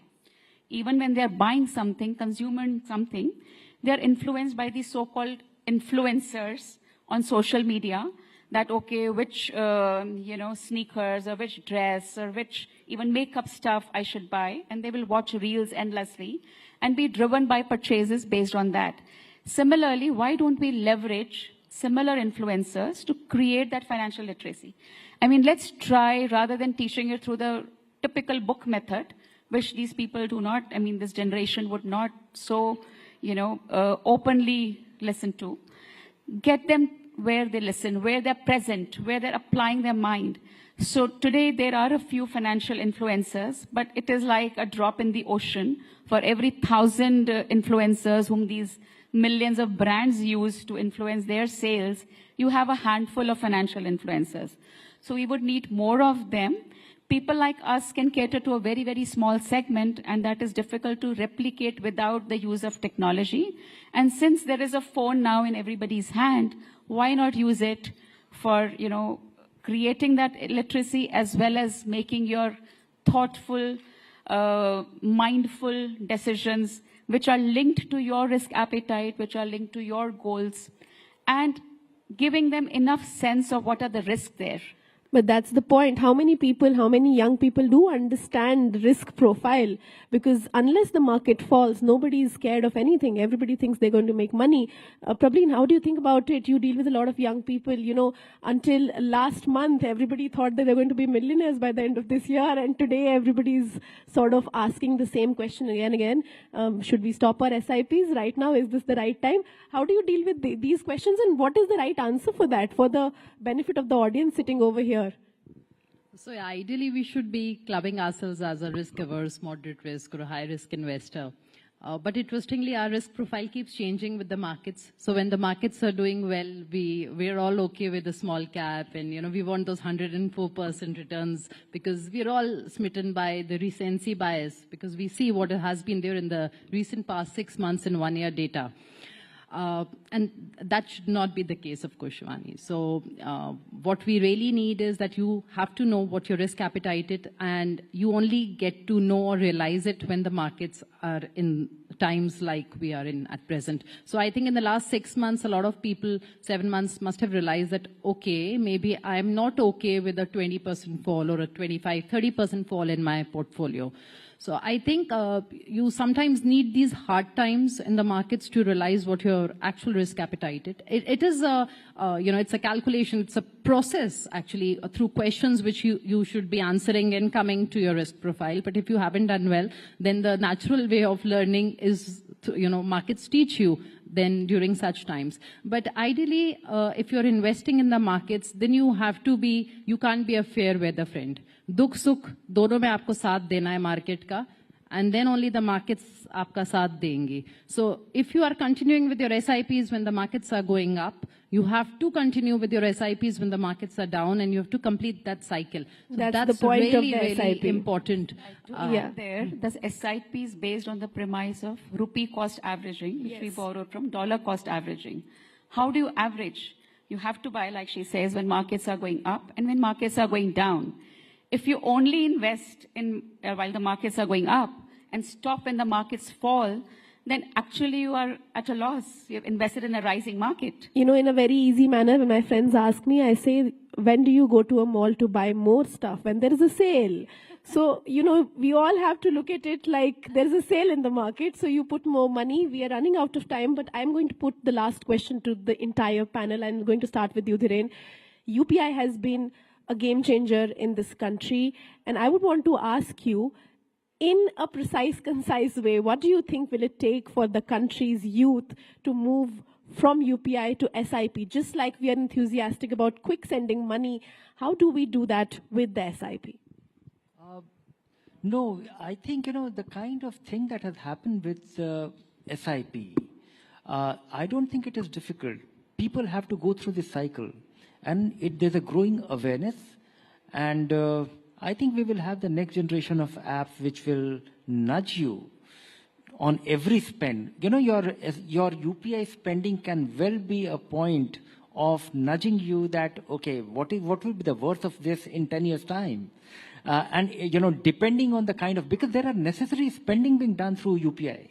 And then there are not so important, and if there is an app which is enabling that, which is telling you that, okay, you are having this pizza, but do you know this will be worth your dental treatment when you turn 60, then I think you'll get little, you know, it could be a natural, technology is not a solution.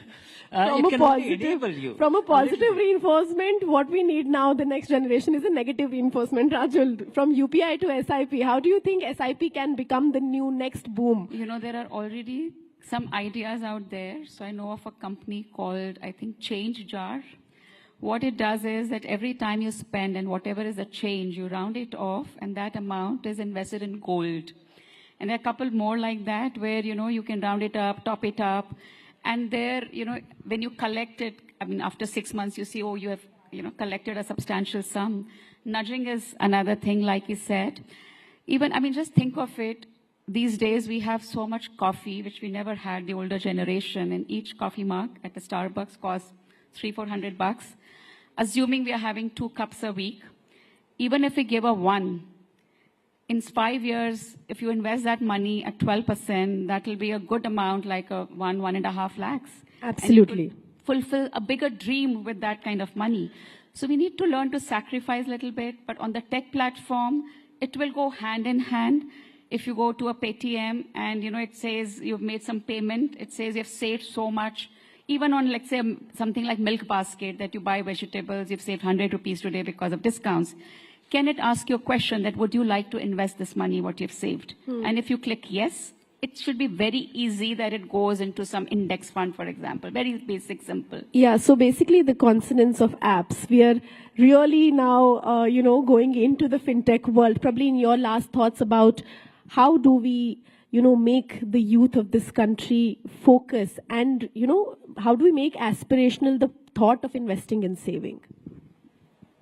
At the end of the day, you know, we can use all the help apps, financial literacy, knowledge, but it has to come from within, Shivani. There has to be the realization you have to sacrifice. It's not going to be easy. So even if I decide that, you know, we decide that I need to lose 1 kg or 2 kgs, you know, we all struggle with weight issues. There is a sacrifice which goes into it. You have to diet or you need to exercise. So wealth creation or any sort of future financial saving cannot be done without sacrificing something today. So there has to be some sacrifice, and then only it can happen. But as, you know, because we're talking about SIP, I think the youth of today, the example of Chinese bamboo, you sow it for 2, 3, 4 years also, there is no crop on the surface.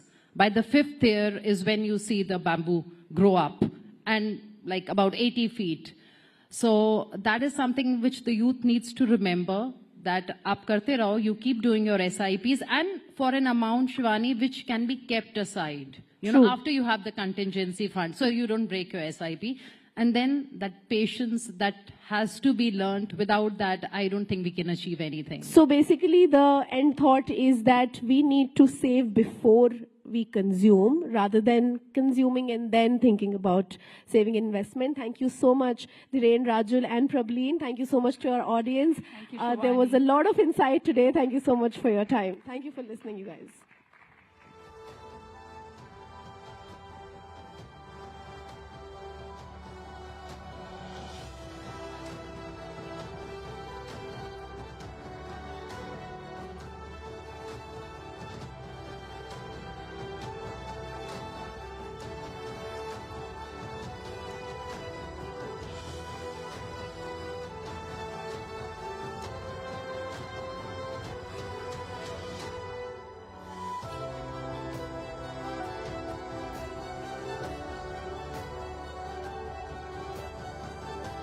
Okay, all right. Let's move on now from that conversation about finances.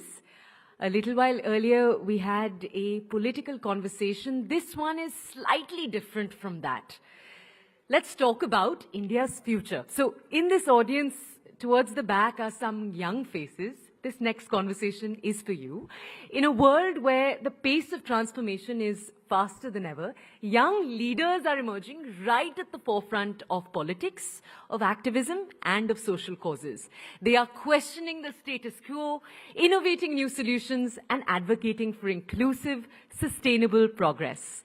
In just a few minutes from now, we're going to have a panel on the stage. And these are dynamic young leaders who are going to share their challenges and their visions for India's future. So let's dive into this very exciting conversation. Let's gain a deeper understanding of how young leaders are influencing the world today and paving the way for a better tomorrow.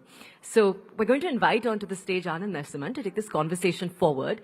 And joining him on that panel, let me just introduce you to all of our speakers. We have Ghanshyam Tiwari. He's the national spokesperson for the Samajwadi Party. Priyanka Kakkar, she's the national spokesperson for the Aam Aadmi Party. Varun Kumar, he's joining us from the Telugu Desam Party. And Siddharth Yadav, he's the national spokesperson for the BJP. A lot of Bonhomie love back there. Anand, do come onto the stage to carry this conversation forward.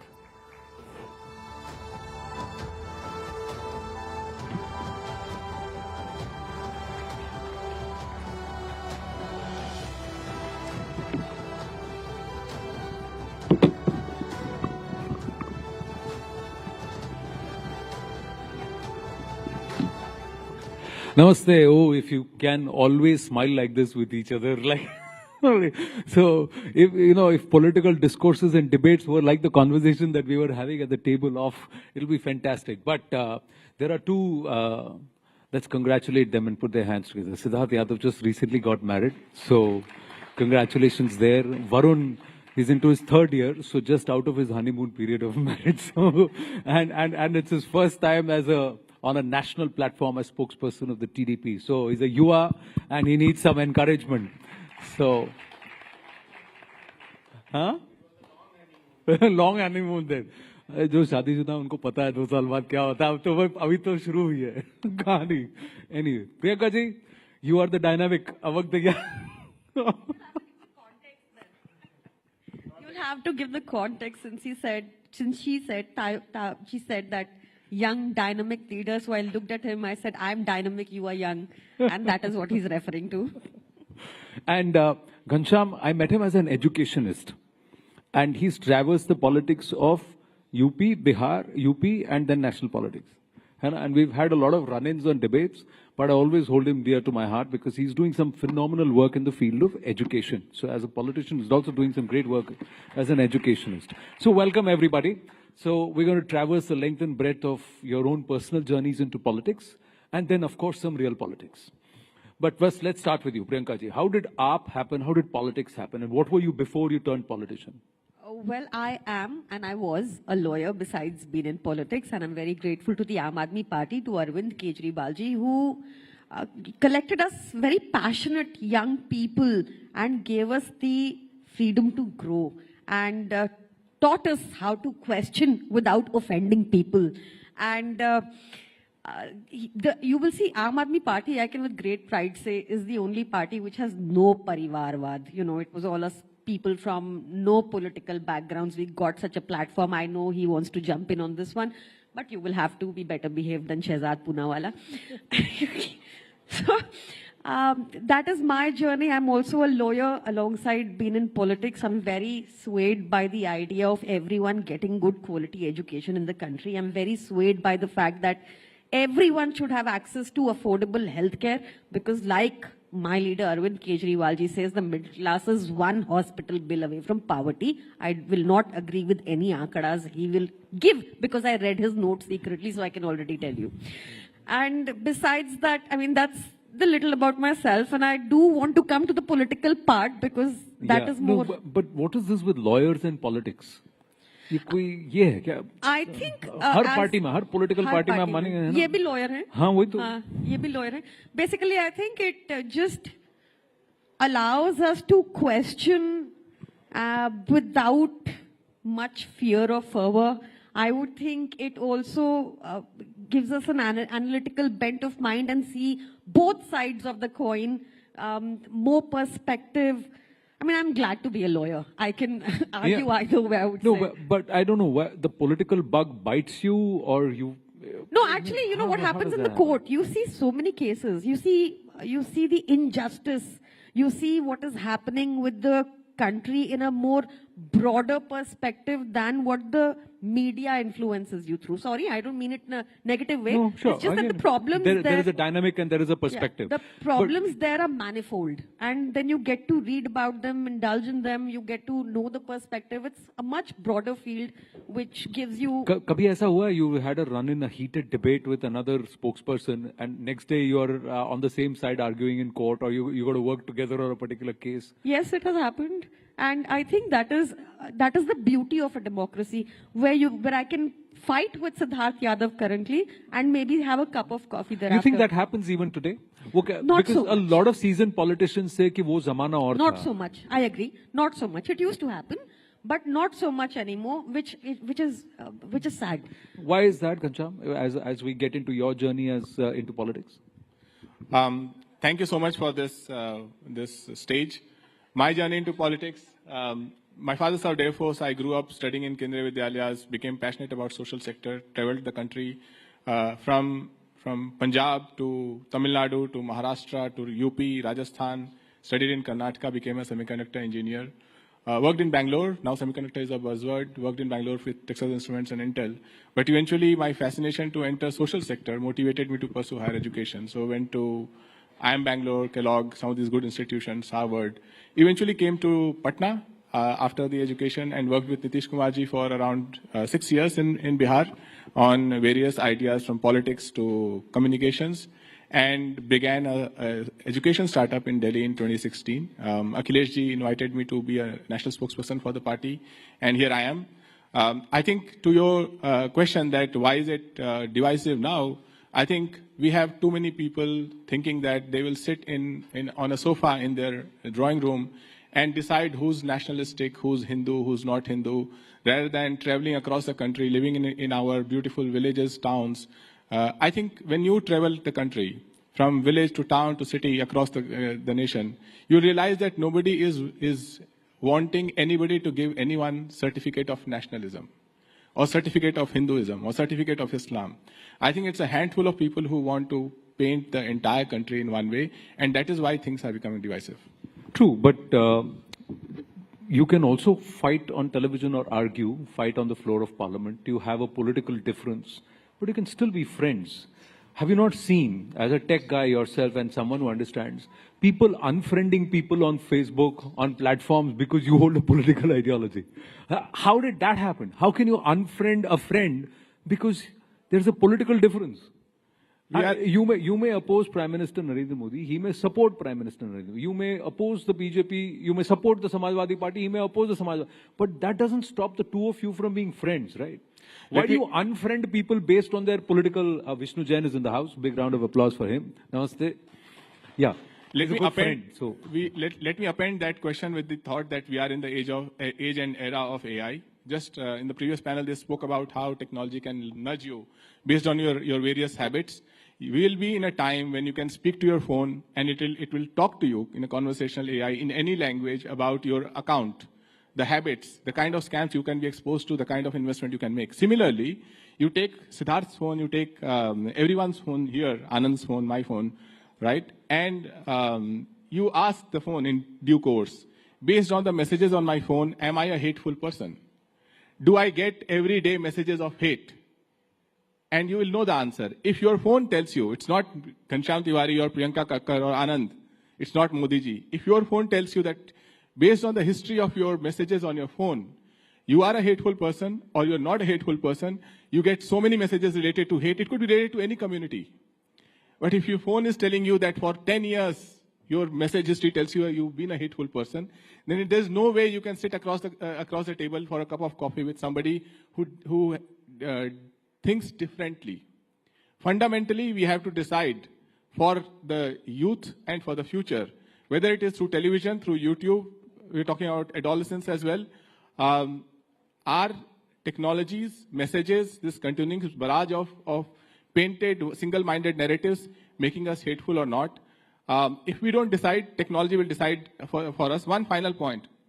When you get a call, those of you who have Truecaller on your phone, if the number says it's a spam, you'll probably not pick up. So before you knew that person, technology has already marked that person as spam. In due course, the same technology, if somebody is speaking, Siddharth is speaking, I am speaking, and a bottom ticker, which is AI generated, says that this person is hateful, you may not listen to him.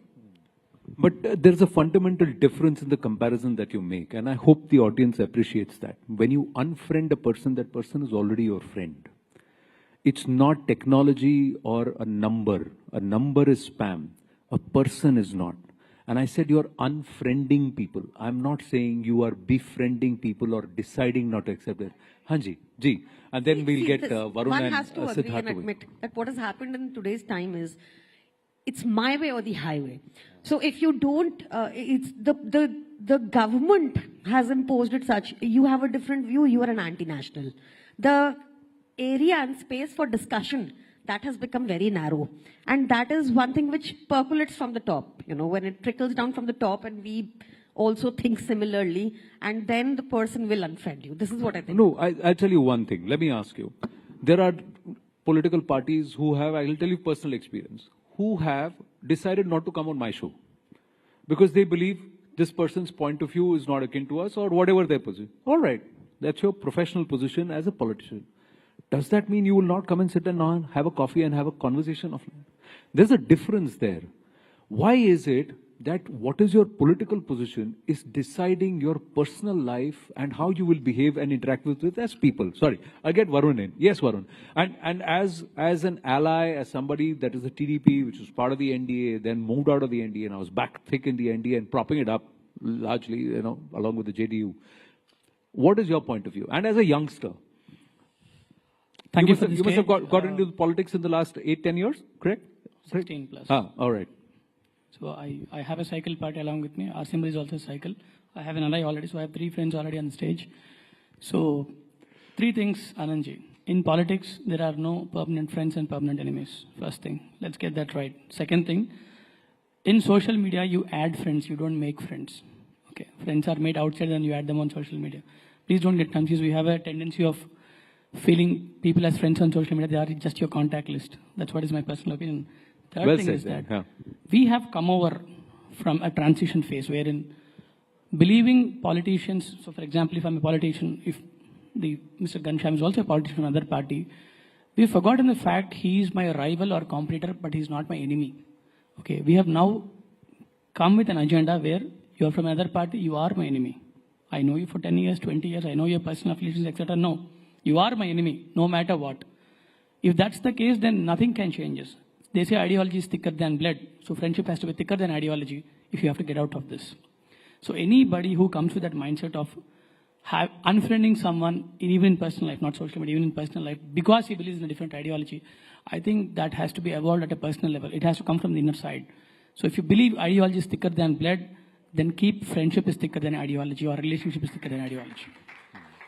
Very well said there. In fact, someone told me those who are unfriending you because you hold a particular view, then perhaps were never your friends because they never understood all of you. Now, that's one perspective. The other perspective is, listen, if I disagree with this person, I don't want this person in my life. So that's another point of view. We all have to individually decide where we are. Siddharth Yadav, where are you? And how about this foray into politics? Are अच्छे खासे lawyer थे, you're doing very well, बढ़िया practice, why get into politics? Thank you, Anand, for having me on your show. About my journey, I think I come from a defense background. I have most people in my family, I think more than 30, who are either serving or have served in the armed forces. I lost my father in the Kargil war, and I think I was very young then. I was just 4 years old. And I think that was when I first thought that there is some service that I need to do. I need to choose the way, I need to choose the platform. But there is something that I have to do for this country. I wanted to join the services, but as one would understand, the family who goes through this is never keen for another person joining the forces again, and I had to just fill my NDA form and not go for the examination. But, having said that, I joined the Delhi University. I got into the SRCC college. I then went on to do law. I became a student activist. I worked as a student activist with Akhil Bharatiya Vidyarthi Parishad for 10 years. Working in the ABVP, I served on various positions. The zeal was continuous. We have to do something for the country wherever we are. And then, I'm very grateful that the largest party, as we say, the Bharatiya Janata Party and the one in government, gave a chance to such a young person to represent the thoughts of the party on national television. And being the youngest on the panel as well, I think, all contributions and all attribution of that has to be given to the party. But when it comes down to the question that you are asking, I think that's more important than my story today. Because the time that we are in, it's a different time. And I'll explain you why, what is my understanding, why we think that there is so much animosity, or, why friends are unfriending friends, and why all of this is happening. I feel personally that we are in an uncomfortable political space today. That uncomfortable political space is because the comfort in this country of a political space was when one party ruled the country for 50 years. Now system is challenged. New people came in. The entire atmosphere is changed. When one party was ruling this country for 55 years, things were very different. Probably we were always in the opposition. We knew how to be in the opposition. Probably we only knew how to be in the opposition. We had never even dreamt of, how do we do if we get into power. But in the past 10, 11 years, when the people of this country gave a solid mandate, a government after government, a clean majority, choosing one leader, backing one leader, transformations happening, a lot of systems are challenged. When that happens, and when we stand at that juncture, it is difficult to accept, and I'm not, blaming anybody or any political party that they cannot accept the defeat or they cannot accept the change. But it is difficult to accept that this can also happen. Now in India, we are in power from past 11 years, and we accept that we are not going to be in power probably for the next 100 years, next 50, 55 years. But the reality is that governments can come and governments can go. The reality is that the people are backing ideologies. If a Congress will go, no unstable governments will come.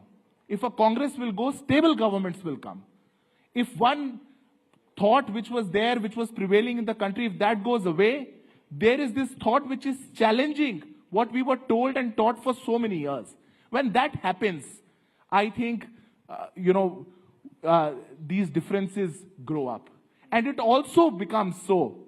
And I'm going to make a political point now, which probably will have to be answered, because I think this session should not be like the last one, and also not should be like the previous one. But I'm going to make a political point. When a prime minister in this country is elected by the people, an official campaign by the party which ruled this country for 55, 60 years is that Chaukidar chor hai. Ye Prime Minister chor hai. If I have to speak for Priyanka ji, in 2015, his party leader made a tweet कि PM Modi is a coward and a psychopath. If we say such things, if top leaders say such things, अब मैं और प्रियंका जी उसके बाद बैठ करके coffee भी पिएंगे अगर, और मैं इनको बोलूंगा कि आपके लीडर ने गलत बात बोली, she is bound to defend what. No, I tell you. I think if we, I'll just conclude in 10 seconds. Yeah, I think if we go beyond that, and we as young politicians, I think, because all of us are young, if we start to draw that line and say कि नहीं चलो ये चीज मेरी party ने गलत करी या आपकी पार्टी की ठीक थी, I think कि वो unfriending वाला काम कम हो जाएगा और we can have more coffees. I'll say just one quick thing. I think when the language of the Prime Minister and the culture that Prime Minister communicates will be visible in the language of anchors, will be visible in language of spokespersons, will be visible in the language of members of parliament in the debates. And because our debates in parliament are visible to everybody, you can see the language of debates. It was not long ago that a Delhi MP abused openly in the parliament and not one BJP MP stood up against it. In fact, senior leaders were laughing and cheering him. So I think as far as language of the Prime Minister is concerned and things that has been said up to the Prime Minister, whether it is Chandrababu Naidu ji, he has said, I think this is the new normal that has been set up. But we are here to discuss what is a newer normal that is possible for the youth. My worry is that when the top leadership demonstrates poor language, we're talking about protests from Samajwadi Party on the language of Delhi Chief Minister, then the language of society goes for a toss. And when there's a barrage of hateful messages that are sent to mobile phones of the largest party in the country, then there's a problem. I'm going to make one final point, which is not political. So, Ghanshyam, one final point. Okay. I think today in our country, some things which have become very important have stopped being political. For example, you look at the newspaper, you will read 3 lakh Indian students. I studied abroad. 3 lakh Indian students are at the risk of losing their OPT. Has anyone in the government, raise your hand if you have heard anyone, Mr. Jaishankar or anybody else, speak up for them? These are people, we just spoke about wealth, young and wealthy. These are people who took loans like me, went abroad with a promise of a certain kind of future for them, and then their family holds them as social trophies. Why should the government not talk about it? Why should the government not talk about tariff? These are things that matter to the future of our country. Suddenly, we are in a phase where this is not political, but Aurangzeb is political. Something that happened 500 years ago is political, but what is happening 5 minutes ago is not political. Right. No, Can I respond to that? No. I tell you what. We can always have this political bashing, and one can bash the other at all points in time, and it's very convenient to do. The point is that the conversation around Aurangzeb came from somebody from the Samajwadi Party. The utterances of Prime Minister Narendra Modi can be criticized, but the utterances of leaders of the Samajwadi Party or other people across this one are not very to be colored in glory. The point I'm trying to make is not the political scoring point. Now, the point I'm trying to make is, you may disagree with the Prime Minister, but all political parties need fresh infusion into their political parties. So if there is a whole vision of 1 lakh fresh faces into politics, non-dynastic people into politics. Now, the PM did not say they're going to join the BJP, right? The PM said, we need at least 1 lakh people over the next 20 years joining politics, so that there is fresh infusion of political thought. Now, whether they join AAP, they join any Samajwadi Party, TDP, any of the political party, Congress or BJP, any political party, you need fresh infusion. My question to you is, that fresh infusion of politics from a Yuva today has to happen on a binary thought process or on a carefully thought out ideological thought process, which says, I will stand steadfast on a point, I will tell someone else that what you're saying is wrong, your utterances are wrong, but I'm not going to make it personal with them. Is it not that politics that we would like to see?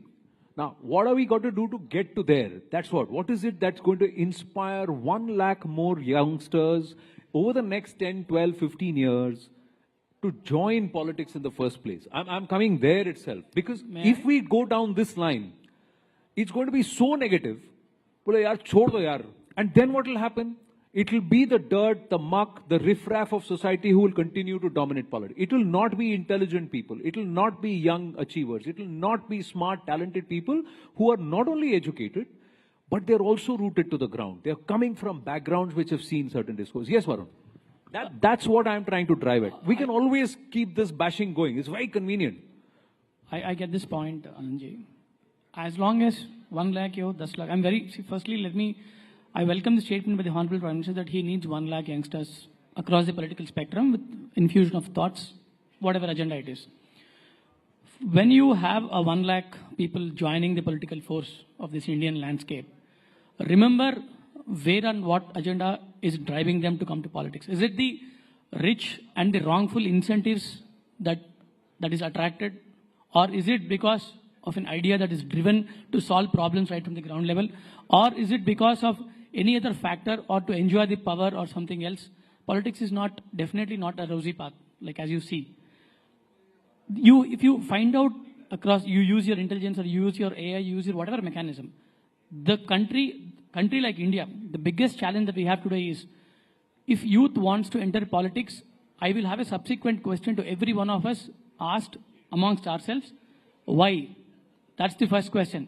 All of us are asking, youth have to come to politics, but why? Why? I will have only 2 instances in this country when youth were driven into politics. One is because of the demographic dividend. So we are about 27 to 28% youth now, probably at the range of youth when we call it as youth.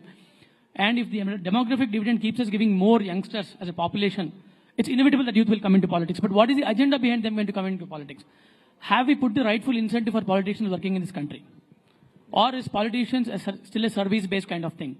So let's differentiate what is the root cause of their brains storming up to becoming politicians.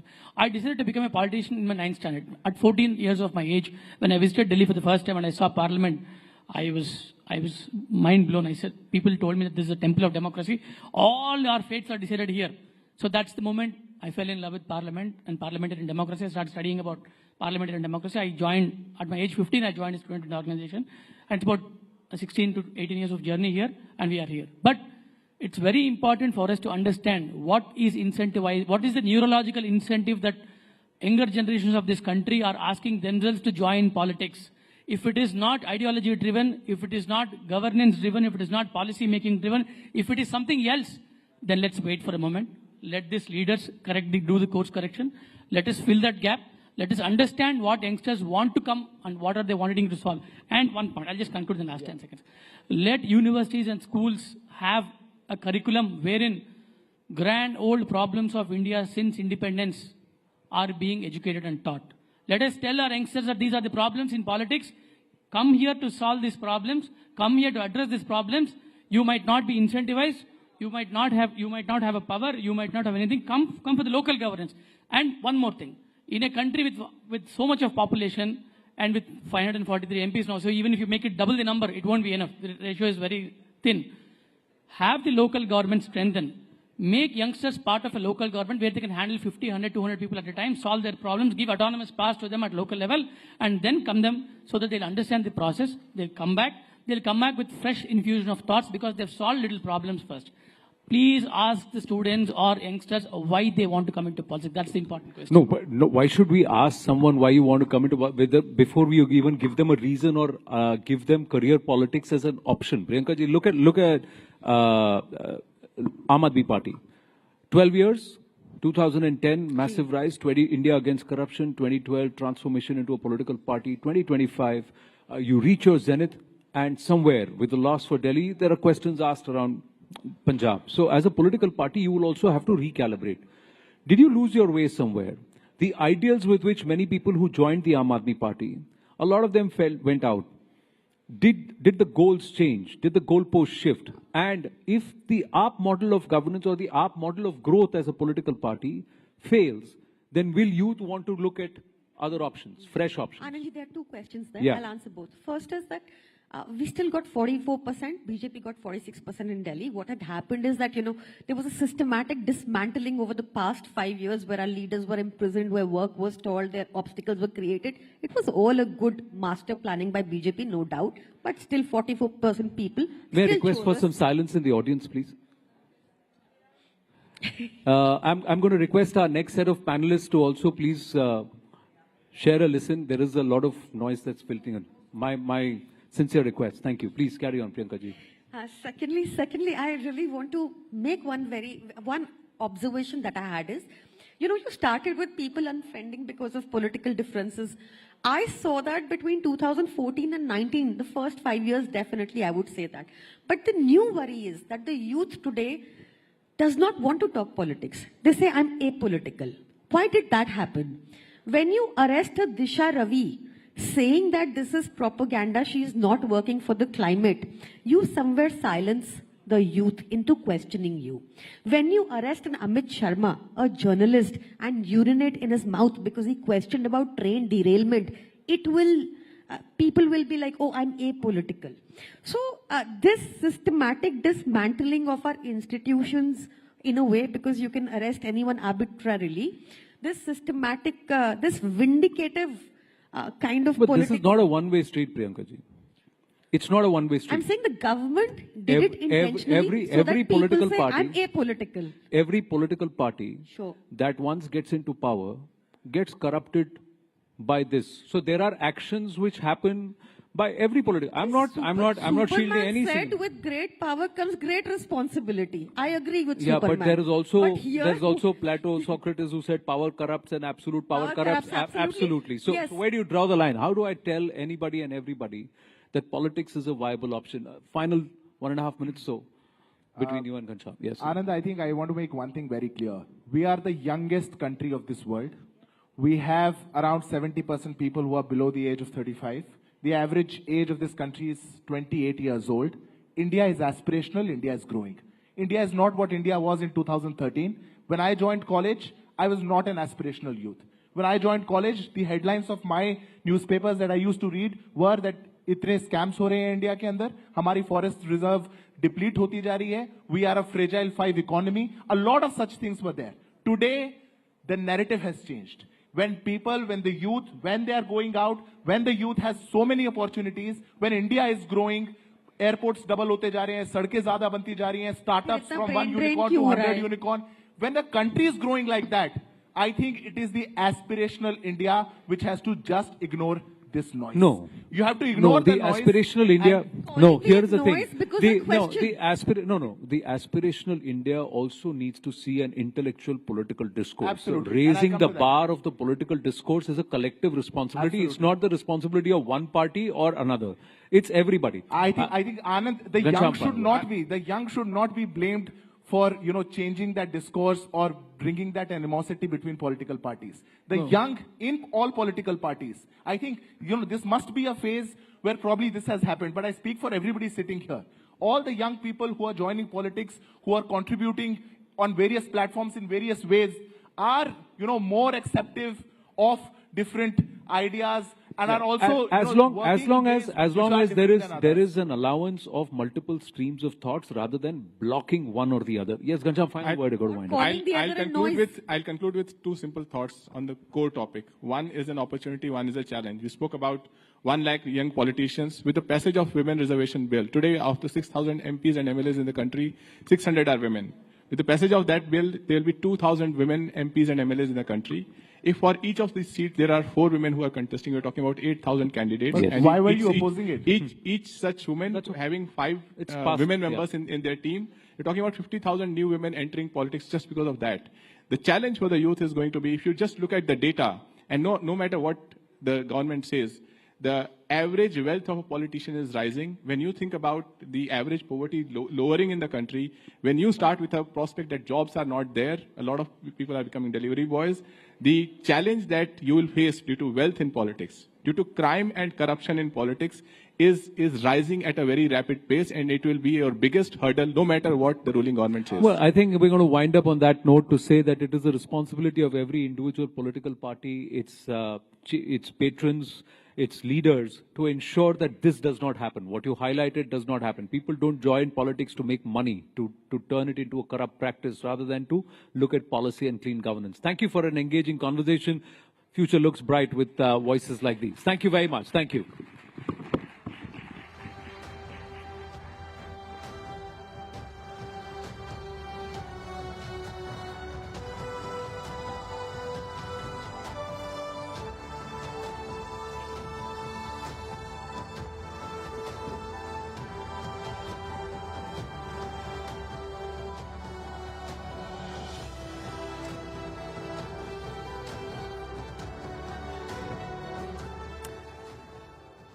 तो विकसित भारत का आधार युवा शक्ति, और इस मंच पर उन्हीं युवा आवाजों को आपने सुना है जो भारत की नींव रखते हैं और भारत के बेहतर भविष्य के लिए बात करते हैं.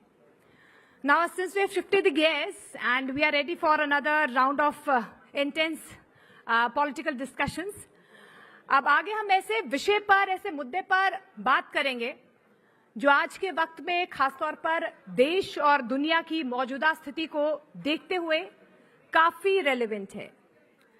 इतिहास गवाह रहा है कि राजनीति और धर्म का रिश्ता हमेशा से ही जुड़ा रहा है, एक बॉन्ड रहा है. कभी धर्म ने कानूनों का आकार दिया, कभी पॉलिटिकल मिशन में धार्मिक भावनाओं का इस्तेमाल किया गया, और कई बार राजनीतिक नेतृत्व ने धार्मिक संस्थाओं पर गहरा प्रभाव भी डाला है. तो हमारा जो अगला सेशन होने जा रहा है, इसमें हम चर्चा करेंगे कि कैसे ये आपसी जुड़ाव नीतियों से लेकर सामाजिक व्यवहार तक हर लेवल को अफेक्ट करता है. रिलीजन और स्टेट के बीच जो ये खींचतान है, जो रिश्ता है, जो बॉन्ड है, वो किस तरह से निजी आजादी और आस्था के बीच संतुलन को चैलेंज देती है. क्या राजनीतिक ताकत का इस्तेमाल धर्म को कंट्रोल करने या प्रभावित करने के लिए किया जा सकता है, या इसके उलट धर्म के नाम पर राजनीति को दिशा दी जा सकती है. तो let's dive into this conversation. इस गहरे विषय पर हम बातचीत करते हैं, समझने की कोशिश करते हैं कि आज के दौर में पॉलिटिक्स और रिलीजन के बीच ये रिश्ता क्या कहलाता है. मैं अपने कलीग अमीश देवगन को इनवाइट करना चाहूंगी, वो मंच पर आए, सेशन को वो मॉडरेट करेंगे. लेकिन उससे पहले हमारे जो खास मेहमान हमारे साथ जुड़ने जा रहे हैं, एक बार जोरदार तालियों से स्वागत कीजिए. मैं तारुफ करवा देती हूँ सुधांशु त्रिवेदी जी, राज्यसभा सांसद और भारतीय जनता पार्टी के राष्ट्रीय प्रवक्ता हमारे साथ जुड़ रहे हैं. प्रियंका चतुर्वेदी हैं, शिवसेना यूबीटी की तरफ से राज्यसभा सांसद हैं, वो हमारे साथ जुड़ रही हैं. इमरान मसूद हैं हमारे साथ, कांग्रेस एमपी हमारे साथ जुड़ रहे हैं. एक बार जोरदार तालियों से हमारे पैनल का स्वागत कीजिए. जी जी, welcome sir. Thank you Amish. Priyanka in centre. Yes yes yes. तो हाउसफुल है. मेरा आप सबसे निवेदन है, हमारे कैमरास बहुत अच्छे हैं, उनसे भी रिकॉर्ड करिए, और प्लीज टेक योर सीट्स. जहां जिसको बैठने की जगह मिल रही है वो बैठ जाए, नहीं तो पीछे खड़े हो जाएं कैमरा से. और ये जो सेशन है इसका इंतजार है पूरे देश को, क्योंकि इस सेशन में देश की राजनीति पर बात होगी. तो जोरदार तालियों से अभिनंदन करिए हमारे 3 मेंबर ऑफ पार्लियामेंट का. सुधांशु त्रिवेदी राज्यसभा सांसद है भारतीय जनता पार्टी के और प्रवक्ता भी हैं, उनका अभिनंदन है. प्रियंका चतुर्वेदी शिवसेना उबाटा की नेता हैं और राज्यसभा सांसद हैं, उनका भी अभिनंदन है. इमरान मसूद कांग्रेस पार्टी के लोकप्रिय नेता हैं और मेंबर ऑफ पार्लियामेंट हैं, उनका भी अभिनंदन है. तो जोरदार तालियों के साथ अभिनंदन करिए. इस देश में बहुत से मुद्दे हैं जिस पर चर्चा होनी जरूरी है, और इसीलिए हमने इस सेशन का नाम रखा है सियासत जो है वो बहुत गर्म है, क्योंकि उसमें धर्म संकट भी है, टैरिफ वाला धर्म संकट भी है, वक्फ वाला धर्म संकट भी है, और भारतीय जनता पार्टी सब कुछ बुलडोज करना चाहती है, उसका धर्म संकट भी है. तो शुरुआत प्रियंका जी से करते हैं. और प्रियंका चतुर्वेदी, सवाल आपसे है कि देश में सब कुछ ठीक ठाक है या ठीक ठाक दिखाने का प्रयास हो रहा है? आप मुझे बताइए अमीश जी, आपको सब ठीक ठाक लग रहा है? कि अभी 2 रुपए एक्साइज ड्यूटी बढ़ाई है पेट्रोल और डीजल के प्राइसेस में, जबकि पूरी दुनिया भर में पेट्रोल के दाम गिर रहे हैं, ऑयल प्राइसेस नीचे आ रहे हैं. क्या आपको ये ठीक लग रहा है कि एलपीजी गैस सिलेंडर 50 रुपए से बढ़ा दिया गया रातों रात, उस समय पर जब जनता को राहत की सांस मिलनी चाहिए थी? क्या आपको ये नहीं लगता है कि हमारे पार्लियामेंट में देश के प्रधानमंत्री, क्योंकि अगर सिंगापुर के प्रधानमंत्री को आप देखेंगे, देश विदेशों के प्रधानमंत्री को आप देखेंगे, वो जनता के बीच जाकर बता रहे हैं कि टैरिफ जो यूएस टैरिफ इम्पोज हुआ है वो किस तरीके से हमारे ट्रेड पे प्रभाव डाल सकता है. जनता को कॉन्फिडेंस में लिए हैं? नहीं लिए हैं. क्या हमारे जो कॉमर्स मिनिस्टर हैं उन्होंने एक भी बार पार्लियामेंट में टैरिफ्स के बारे में बात की है और क्या इम्पैक्ट पड़ेगा? बल्कि कॉमर्स मिनिस्टर को स्टार्टअप इंडस्ट्री को एनकरेज करने की बजाय महाकुंभ में जाकर कहते हैं क्या जिंदगी भर दुकानदार बने रहोगे, चाइना को देखिए.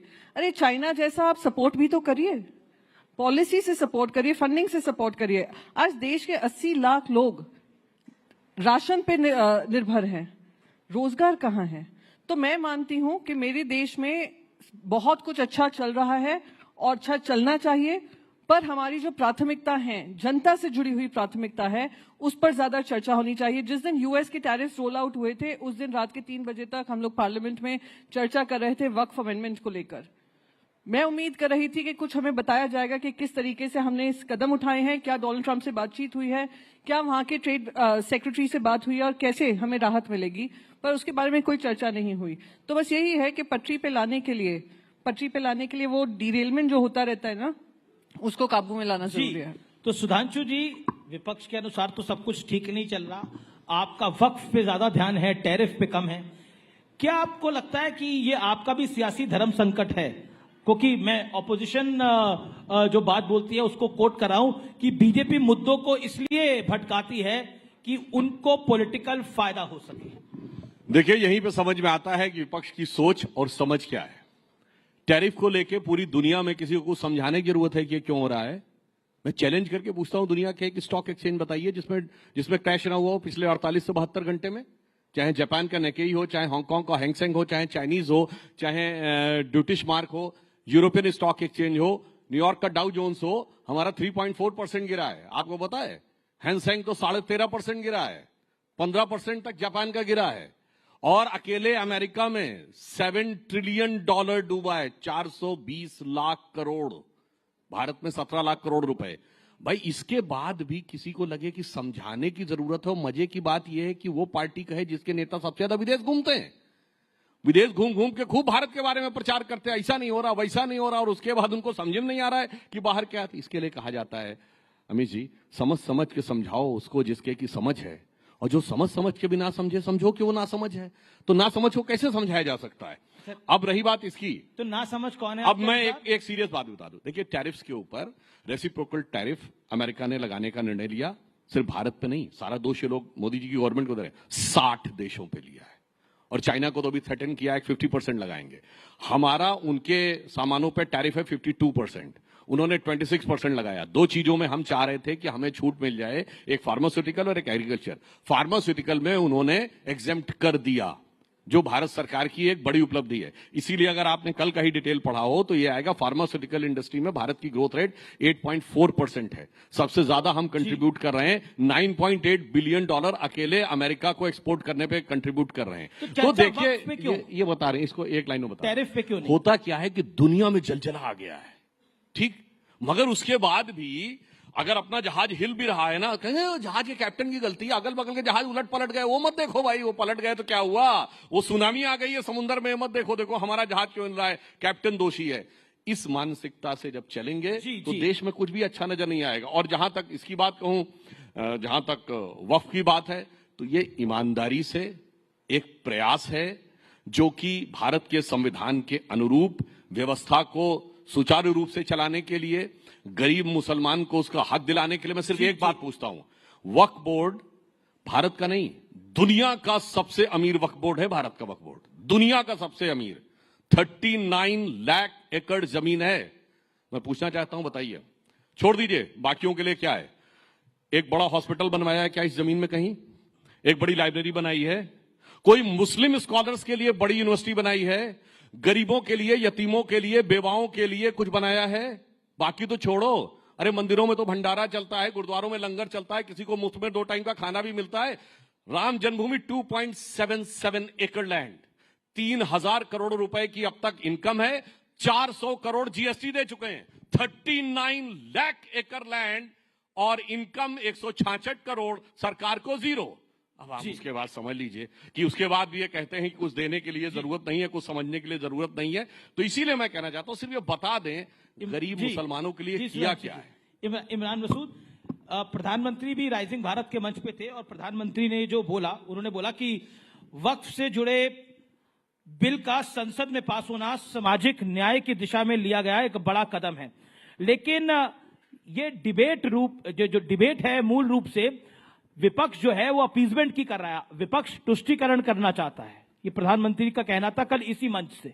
देखिए, अभी आपने 2-3 मुद्दों पर बात की, मैं केवल क्योंकि बहुत ज्यादा उस पर नहीं जाना चाहता, इतना जरूर कहूंगा कि राहुल जी ने जब उत्पादन आधारित अर्थव्यवस्था की बात की थी तो उस उत्पादन आधारित अर्थव्यवस्था की बात इसलिए राहुल गांधी कर रहे थे कि जो अमेरिका का टैरिफ बढ़ाने की टैरिफ वाला हो रहा है और उससे हम परेशान हो रहे हैं, उससे हमें परेशान होने की जरूरत नहीं। भारत अपने आप में इतना बड़ा देश है कि हमें दूसरे के ऊपर निर्भरता कम से कम होनी चाहिए जी। और मुझे नहीं पता ये जो टैक्स आपने बताया कि मेडिकल की जो दवाइयों के ऊपर कुछ छूट मिलने का था, मैं चूंकि मैंने जानकारी बढ़ा नहीं, मुझे कहीं दिखाई नहीं दिया, हो सकता है आप सच हो, लेकिन आपको तो बोलने में महारत है, इसलिए मैं 100% कुछ नहीं कह सकता कि वो उसमें क्या है क्या नहीं। कोई भी चेक कर सकता है जाके, नेट पे जाके। नहीं, वो 5 जून तक है, फिर उसके बाद भी लागू किया जाएगा, सो डोंट भ्रमित मत करिए। एक्सेप्ट कर लिया कि अभी है तो 5 जून के, देखिए 5 जून में कौन सा वक्त है? दूसरी चीज जब आपने वक्त की बात, मैंने प्राइम मिनिस्टर को कोट किया जी, वक्त की बात की, और प्रधानमंत्री ने जब ये एक बार जब आए उन्होंने कहा कि मैं देश के अंदर मुसलमान के एक हाथ में कुरान और एक हाथ में कंप्यूटर देखना चाहता हूं। गरीब मुसलमानों को हक मिल रहा है। मैं बोल रहा हूं ना जी जी। जब उन्होंने ये बात बोली थी तब ये बहुत अच्छा लगा था कि प्रधानमंत्री जी ने ये बात बोली है, लेकिन करना उसके बिल्कुल उलट है। मदरसे में कुरान पढ़ते हैं तो मदरसों पर ताला लगा देंगे। मदरसों का रजिस्ट्रेशन 2016 से रोका हुआ है कि मदरसों का रजिस्ट्रेशन नहीं होगा। और बच्चों की जो स्कॉलरशिप थी, जहां से कंप्यूटर पर बच्चे पढ़ सकते थे, आप सारी स्कॉलरशिप रोक देंगे। अलीगढ़ मुस्लिम यूनिवर्सिटी, जो यूनिवर्सिटी सेंट्रल यूनिवर्सिटी है, उसके लगातार फंड के अंदर कटौती करते चले जाएंगे और 2 सेंटर उसके बंद होने के कगार पर आ जाएंगे। और उसके बाद फिर ये आप उम्मीद करेंगे कि आप मुसलमान की शिक्षा की बात करेंगे। आपने वक्फ बोर्ड के लिए कहा, सबसे पहली बात, मैं चूंकि जेपीसी का मेंबर था, मेरे पास सूचना आई थी जेपीसी में कि हमारे पास 9 लाख एकड़ लैंड है, 9,44,000 एकड़ लैंड है, लेकिन वो 9,44,000 एकड़ लैंड पिछले 8 महीने के अंदर 39,000 एकड़ कैसे हो गई, ये समझ से बाहर है। और ये कौन सा आंकड़ा आया है, ये भी समझ से बाहर है, क्योंकि आप क्या बोल रहे हो आपको यही नहीं पता है। आपकी सरकार ने 2021 में सुप्रीम कोर्ट में एफिडेविट देकर कहा कि हमने 100% प्रॉपर्टीज का डिजिटलाइजेशन करा लिया है, लेकिन जब आप जेपीसी के अंदर आते हैं तो कहते हैं नहीं कराया है। आप सुप्रीम कोर्ट में बोल कर आए हो, और सुप्रीम कोर्ट में आपने कहा है, हमारे किरण रिजिजू साहब पार्लियामेंट में स्टेटमेंट देते हैं कि 4,99,000 से लगभग दुगनी प्रॉपर्टी हो गई। अरे भाई, दुगनी प्रॉपर्टी कैसे हो गई? किसी ने वक्फ तो किया नहीं, किसी ने वक्फ नहीं किया इतना। हिंदुस्तान के अंदर जो वक्फ है, 90% वक्फ प्रॉपर्टीज 1906 से पहली है। 1906 डेट किस लिए कोट कर रहा हूं कि 1906 के बाद ये तो देश की संसद भी किसी ने वक्फ की बोल दी।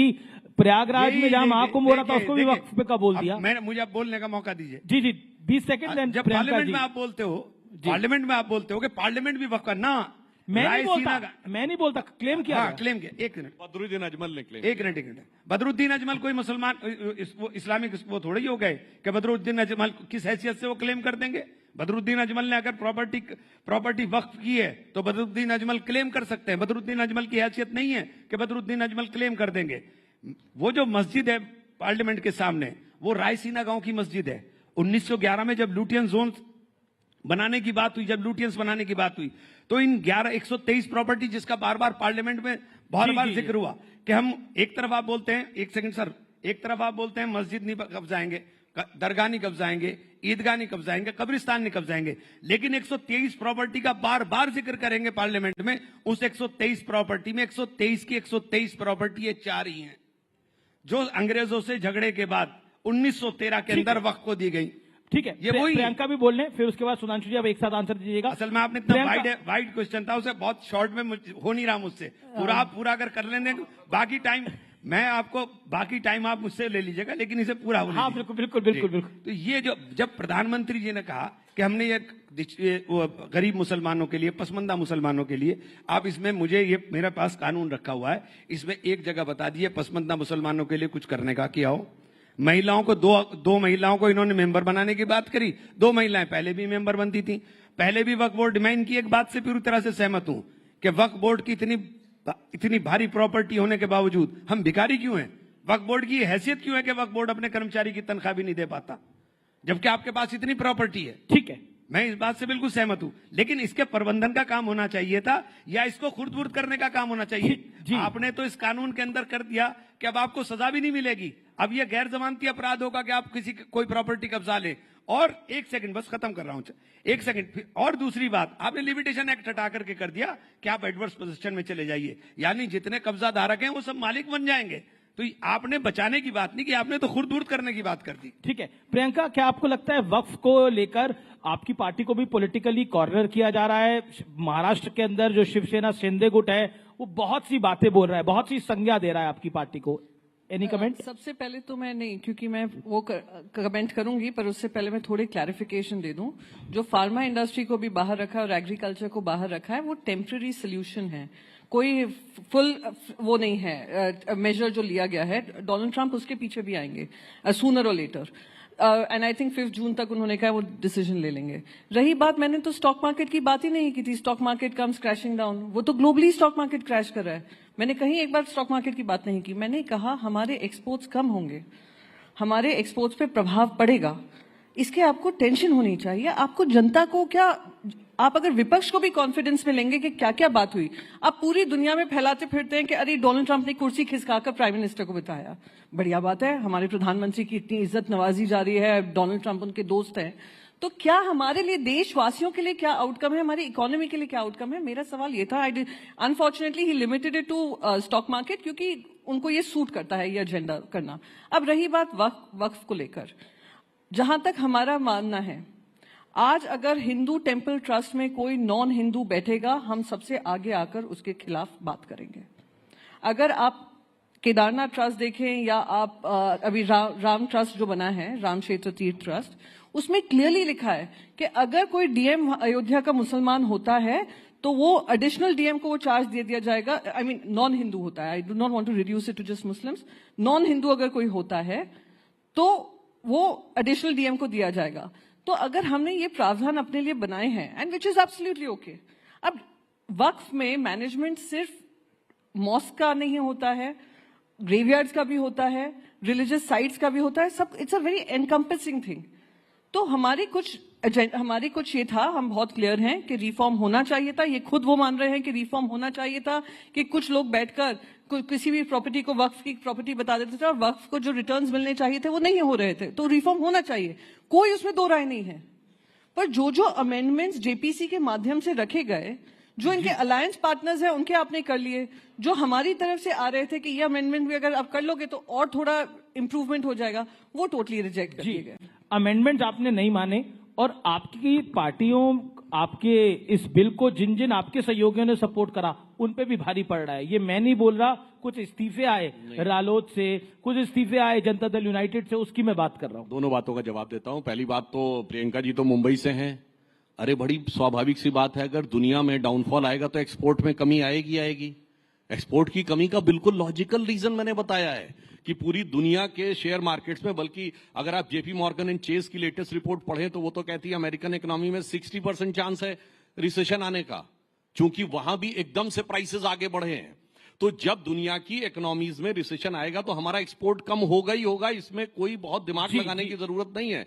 इसलिए मुझे लगता है कि जो लोग समझदार हैं, पढ़े लिखे हैं, वो राहुल गांधी के प्रभाव से बचने का प्रयास करें जो इस तरह की चीजों में आते हैं। राहुल गांधी के आप खूब पीछे पड़े रहते हैं। दूसरी मैं बताना इस बार 99 ले आए हैं। देखिए वक्त पे एक टेक्निकल बात बता, मैंने बोला इस बार राहुल गांधी के पीछे पड़े रहते हैं, इस बार 99 ले आए हैं वो। अरे राहुल गांधी जी तो किसी से पीछे, अपनी पार्टी के नेताओं के पीछे पड़े। गुजरात में कहते हैं आधे हमारे हैं आधे बीजेपी के, हमारी पार्टी के अंदर क्या क्या बताया जाए, छोड़िए वो बात को। मैं ये कहना चाह रहा हूं, देखिए वक्त में बहुत क्लियर है, मंदिरों की, मस्जिदों की कमेटी, दरगाहों की कमेटी, कब्रिस्तान की कमेटी, उस पर कोई प्रभाव नहीं पड़ने वाला है। वक्फ का उससे कोई मतलब नहीं है। केवल जो लैंड का मामला है वो मैनेजमेंट का विषय है, उसका धर्म से कोई मतलब नहीं। इमरान मसूद कुछ काउंटर पॉइंट नहीं, अभी सुन ले पूरी बात। 1964 Allahabad high court judgement, clear cut पढ़ लीजिएगा। 1976 Bashir Ahmed versus state of West Bengal, जिसमें उन्होंने क्लियर कट कहा है कि ये कोई कॉन्स्टिट्यूशन में आर्टिकल 26 का मतलब इसमें नहीं है। अब सुनिए 1993 केरला हाई कोर्ट का जजमेंट, जिसमें कहा मुतव्वली इज नॉट इक्विवेलेंट टू महंत, ये इलाहाबाद हाई कोर्ट के जजमेंट में 64 में कहा गया है। तो बहुत साफ बात है, इट्स लाइक कि जैसे माइनॉरिटी इंस्टीट्यूशन है मदरसे, अब आप कहेंगे माइनॉरिटी कमीशन का चेयरमैन हमारी उसका होना चाहिए। भाई this is like a minority commission, तो माइनॉरिटी कमीशन का चेयरमैन नहीं होगा, हमेशा मुसलमान नहीं हो सकता। तो इनकी वो एक सिख भी हो सकता है, ये उस मानसिकता से हैं कि माइनॉरिटी कमीशन का चेयरमैन हमेशा मुस्लिम होता था, इसलिए इन लोगों को ऐसा लगता है। और एक बात मैं कह दूं, फिर हमारे राष्ट्रीय अध्यक्ष नड्डा जी ने फ्लोर ऑफ द हाउस पे बोला था, जिस ढंग के प्रोविजंस यहां हैं दुनिया में किसी मुस्लिम कंट्री में वक्त में नहीं है, ना सऊदी अरब में, जो इस्लाम की जन्मस्थली है, ना इंडोनेशिया में जो सबसे बड़ा मुस्लिम कंट्री है, ना टर्की में जो खिलाफत की सीट रही है, और ना आईएसआईएस वाले इलाके वाले इसमें सीरिया और इराक में, इसलिए, और ना पाकिस्तान और बांग्लादेश में। इसीलिए मैंने बोला था, कहावत होती हिंदी में, नया मुल्ला प्याज ज्यादा खाता है, यहाँ गैर मुल्ला प्याज ज्यादा खाता है, और इतना प्याज खाता है कि आंखों से आंसू निकलने लगते हैं। भाई साहब ऐसा है कि कौन गैर मुल्ला, कौन हिंदू, कौन मुसलमान, उसका सर्टिफिकेट भारतीय जनता पार्टी नहीं देगी। भारतीय जनता पार्टी हिंदू की ठेकेदार नहीं है, नहीं थी, ना ही रहेगी। आप नहीं बताएंगे कौन सी हिंदू पार्टी है, कौन सी हिंदू पार्टी नहीं है। किसने आपको ये ठेकेदारी दी है? कोई ठेका चला रहे हैं आप? मैं एक सेकंड, मुझे कंप्लीट कर लेने दीजिए। एक बोध गया एक्ट है 1949 का, उसमें 1950 में संविधान आया। बुद्धिस्ट वहां पे प्रोटेस्ट कर रहे हैं बोध गया को लेकर कि वो उसमें नॉन बुद्धिस्ट ज्यादा हैं, बुद्धिस्ट कम है। टेंपल किसका है? बुद्धिस्ट का है। वो इनसे मांग कर रहे हैं उसको भी बदलाव करिए, नहीं उसको बदलाव नहीं होगा। अभी हाल ही में आरएसएस की मैगजीन है ऑर्गेनाइजर, उसमें आर्टिकल स्ट्रेट, चलिए वक्फ की लैंड ज्यादा है या चर्चेस के पास, क्रिश्चियंस के पास लैंड ज्यादा है। यानी आपकी आंख सिर्फ लैंड में लगी है, और ये लैंड किसको जा रही है हम सब जानते हैं। पोर्ट किसको गया? अडानी को। एयरपोर्ट किसको गया? अडानी को। लैंड किसको गया? अडानी को। अभी ये जो क्रिश्चियन लैंड होगी, अभी उस पर भी विवाद शुरू होगा। फिर आएंगे आप लोग माइनॉरिटी के हकदार बनकर के हम ही रिफॉर्म्स लाएंगे।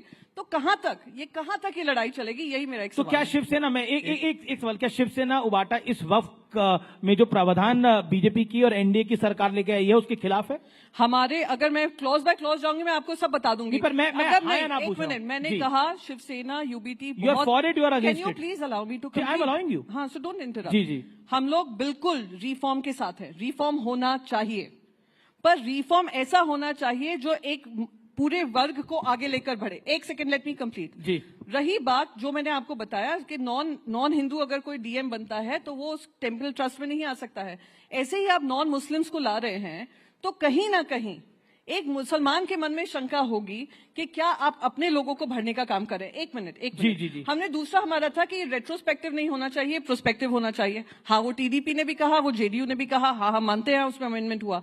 ये भी अमेंडमेंट हमने कहा कि जो वक्फ लैंड होगी बाय राइटिंग होगी, ओरली कोई वक्फ लैंड डोनेट नहीं कर सकता है, वो भी उसमें लागू किया गया। तो हाँ, बहुत सारी चीजें हैं। अगर उन्होंने हमारी ये बात भी सुन ली होती तो मैं मानती हूँ कि हाँ, ये वक्फ रिफॉर्म शायद कांग्रेस पार्टी ने भी। आप उनकी बात नहीं सुन रहे हैं, इसलिए नहीं हो रहा। मैं आपको बता रहा हूँ। देखिए, बात ये है 30 सेकंड में, केवल मुस्लिम समाज का मामला होता तो कोई बात नहीं थी। आप कह रहे हैं क्यों चर्च में मुनम्मम में क्रिश्चियंस की लैंड को क्लेम किया है कि नहीं? यमुनानगर के गुरुद्वारे को क्लेम किया है कि नहीं? तमिलनाडु के तिरुचेंदुरी मंदिर को क्लेम किया है कि नहीं? तो फिर आप ये कहिए हम सिर्फ मुस्लिम लैंड को क्लेम करेंगे। क्लेम तो हम सबको करेंगे। और वैसे मुझे एक चीज जो मैंने पार्लियामेंट में बोला था फिर बोल दूं, अभी प्रियंका जी बोली, इनके तो नेता 2015 में बोल चुके हैं कि मुसलमानों की नागरिकता भी ले लेनी चाहिए। यस, 2015 सामना में संजय राउत जी का स्टेटमेंट है। और सुनिए, और दूसरी तरफ संजय राउत को कोट कर रहे हैं, गठबंधन में वो शामिल हैं, वो मुस्लिम लीग, जिसने 28 अगस्त 1947 को कॉन्स्टिट्यूएंट असेंबली में सेपरेट इलेक्टेड मांगे। कोई जाके कॉन्स्टिट्यूएंट असेंबली की डिबेट में पेज नंबर 270 में पढ़ ले। इसलिए मैं कहना चाहता हूँ, पूरी बात कर, एक लाइन बस सुनिए सर। पुराना एक गीत था ना, वक्त ने किया क्या हंसी सितम, तुम रहे न तुम, हम रहे न हम। तो मैं कहना चाहता हूं, वक्फ ने किया क्या हंसी सितम, मुस्लिम लीग और शिवसेना मिलके हो गए हम। ओके, जवाब इमरान मसूद की बारी है अभी। देखिए, अभी सुधांशु भाई ने बात कही और बहुत सारे मुल्कों के उन्होंने उदाहरण दिए। बस यही आप अपनी बात के अंदर अपना आप ही अपनी मेरी बात कह गए। वक्फ कोई संस्था नहीं है कि सिर्फ संस्था की बात है। वक्फ मुसलमान का एक फरीजा है जो हर मुसलमान के ऊपर लागू होता है। और जितने मुस्लिम ममालिक आपने गिनवाए, उन तमाम मुस्लिम ममालिक के अंदर इस्लामिक लॉज हैं और उसके अंदर वो वक्फ के हिसाब से चलने का काम करते हैं। और वक्फ हमारा धार्मिक कृत्य है। बस इतनी बात समझाने की तो बात है जो बात प्रियंका जी ने कही कि आप तमाम जगहों पर काशी विश्वनाथ के अंदर, मैंने एक बहुत छोटा सा बुनियादी सवाल पूछ लिया था अपने एक साथी से, जवाब नहीं दे पाए थे और दे भी नहीं पाएंगे। अगर आप मुझसे कुछ हिंदू रिचुअल्स के बारे में पूछेंगे, सनातन रिचुअल्स के बारे में, मैं सुपरफिशियली आपको सब बता सकता हूं। लेकिन अगर ज्यादा गहराई में जाकर के आप मुझसे बात करेंगे तो मैं शायद नहीं बता पाऊंगा, क्योंकि मैं जानता नहीं।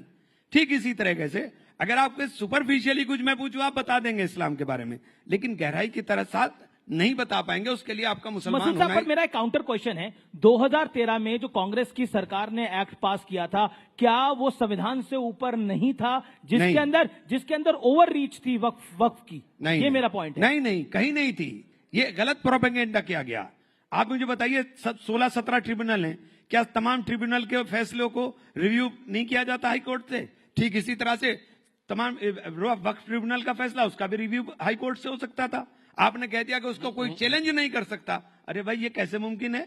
ये कैसे मुमकिन है? आपने कहा कि वक्फ कहीं भी प्रॉपर्टी डिक्लेयर कर सकता है। अरे वक्फ अगर इतना बड़ा पावरफुल था तो हम तो रोज पार्लियामेंट में जरा सा वक्त मिलता है, किसी कोने में जाके नमाज पढ़ लेते हैं, तो पार्लियामेंट भी वक्फ हो जाती। क्या नहीं हो सकता? जब तक वक्फ की प्रॉपर्टी जो वक्फ करने वाला है, जो वाकिफ है, जब तक वो उसका 100% ओनर ना हो, उस पर किसी तरह का कोई विवाद ना हो, तब तक वो वक्फ नहीं किए जा सकती। आप तीनों पार्लियामेंटियंस हैं, मैं आप तीनों के भाषणों में से कुछ कोट करूंगा और मैं मैं एक चीज कहना चाहूंगा। क्यों कहा? मैं शुरुआत कर लेता हूं। मैं सुधांशु त्रिवेदी आपके पास आऊंगा। इमरान मसूद, आपसे शुरुआत कर लेता हूं। इमरान मसूद, आपने बोला कि इस देश में मुसलमानों का गला घोटा जा रहा है, ये आपका बयान था। गलत क्या? नहीं, आपने बयान दिया कि इस देश में मुसलमानों को 2वे दर्जे का सिटीजन बनाया जा रहा है और गला घोटा जा रहा है, क्यों कहा? मुसलमानों के साथ हो क्या रहा है कि मुसलमान, अब वही बोल रहा हूं ना जी, मुसलमानों के साथ हो क्या रहा है कि मुसलमान घर में रहे तो दंगाई घुस करके निकाले बाहर, और बाहर निकले तो पुलिस छाती पर गोली मारे। क्या हुआ संभल में? पहले सर्वे के लिए गए, कुछ नहीं हुआ, फिर 250-300 का टोला गया, मस्जिद में जाकर के नारेबाजी हुई, लोग आए, हंगामा हुआ, और उसके बाद 5 लोगों के गोली लगी और सीधे छाती पर गोली लगी, और जिनके गोली लगी उन्हीं के लोग जेल चले गए। अच्छा, वो संभल वाली मस्जिद एएसआई के संरक्षण में थी और एएसआई वहीं नहीं जा सकती थी? आप मुझे एक बात बताइए, एएसआई का अजीब कानून है। एएसआई का जन्म हुआ 1871 में जी, और उसका प्रबंधन शुरू हुआ 1904 में, और एएसआई प्रोटेक्टिव मूवमेंट जितने भी हैं उन सब की मालिक एएसआई हो गई। सुधांशु त्रिवेदी, उन सब की मालिक एएसआई हो गई। मस्जिद, एक सेकंड, मस्जिद बनाई मेरे पूर्वजों ने नमाज के लिए। अब एएसआई तय करेगी कि हम नमाज पढ़ें कि ना पढ़ें? एएसआई तय करेगी कि हम कहीं वजू खाना वजू करें कि ना करें? मैं एक लास्ट के अंदर दूसरा सवाल भी लूंगा, लेकिन अभी हमारे पास काफी समय है। मैं सुधांशु त्रिवेदी, आपने सदन में एक बात बोली जिसपे दिग्विजय सिंह को ऑब्जेक्शन हुआ, देश के गृह मंत्री खड़े हुए। आपने बोला कि इस देश के मुसलमान को कभी इशरत जहां से जोड़ा गया तो कभी किसी और के साथ जोड़ा गया। क्या आपको लगता है कि आप भी, मैं मतलब आपसे मेरा तारुफ भारतीय जनता पार्टी से, मुसलमानों को एक जिसे कहते हैं मार्जिनलाइज करना चाहते हैं? यह आरोप है, मार्जिनलाइज करना चाहते हैं। आपने मेरा पूरा जवाब नहीं होने दिया लेकिन साहब। जी, आप कंप्लीट कर लीजिए। आपको पूरा कर लीजिए। आपने गला घोटने 2 ही सवाल किए थे ना? जी, गला घोटा जा रहा है, ये सवाल नहीं, आपने बोला था उसी को। गला घोटा जा रहा है, तो ये आपको बता दिया। मुसलमान को शिक्षा से वंचित किया जा रहा है।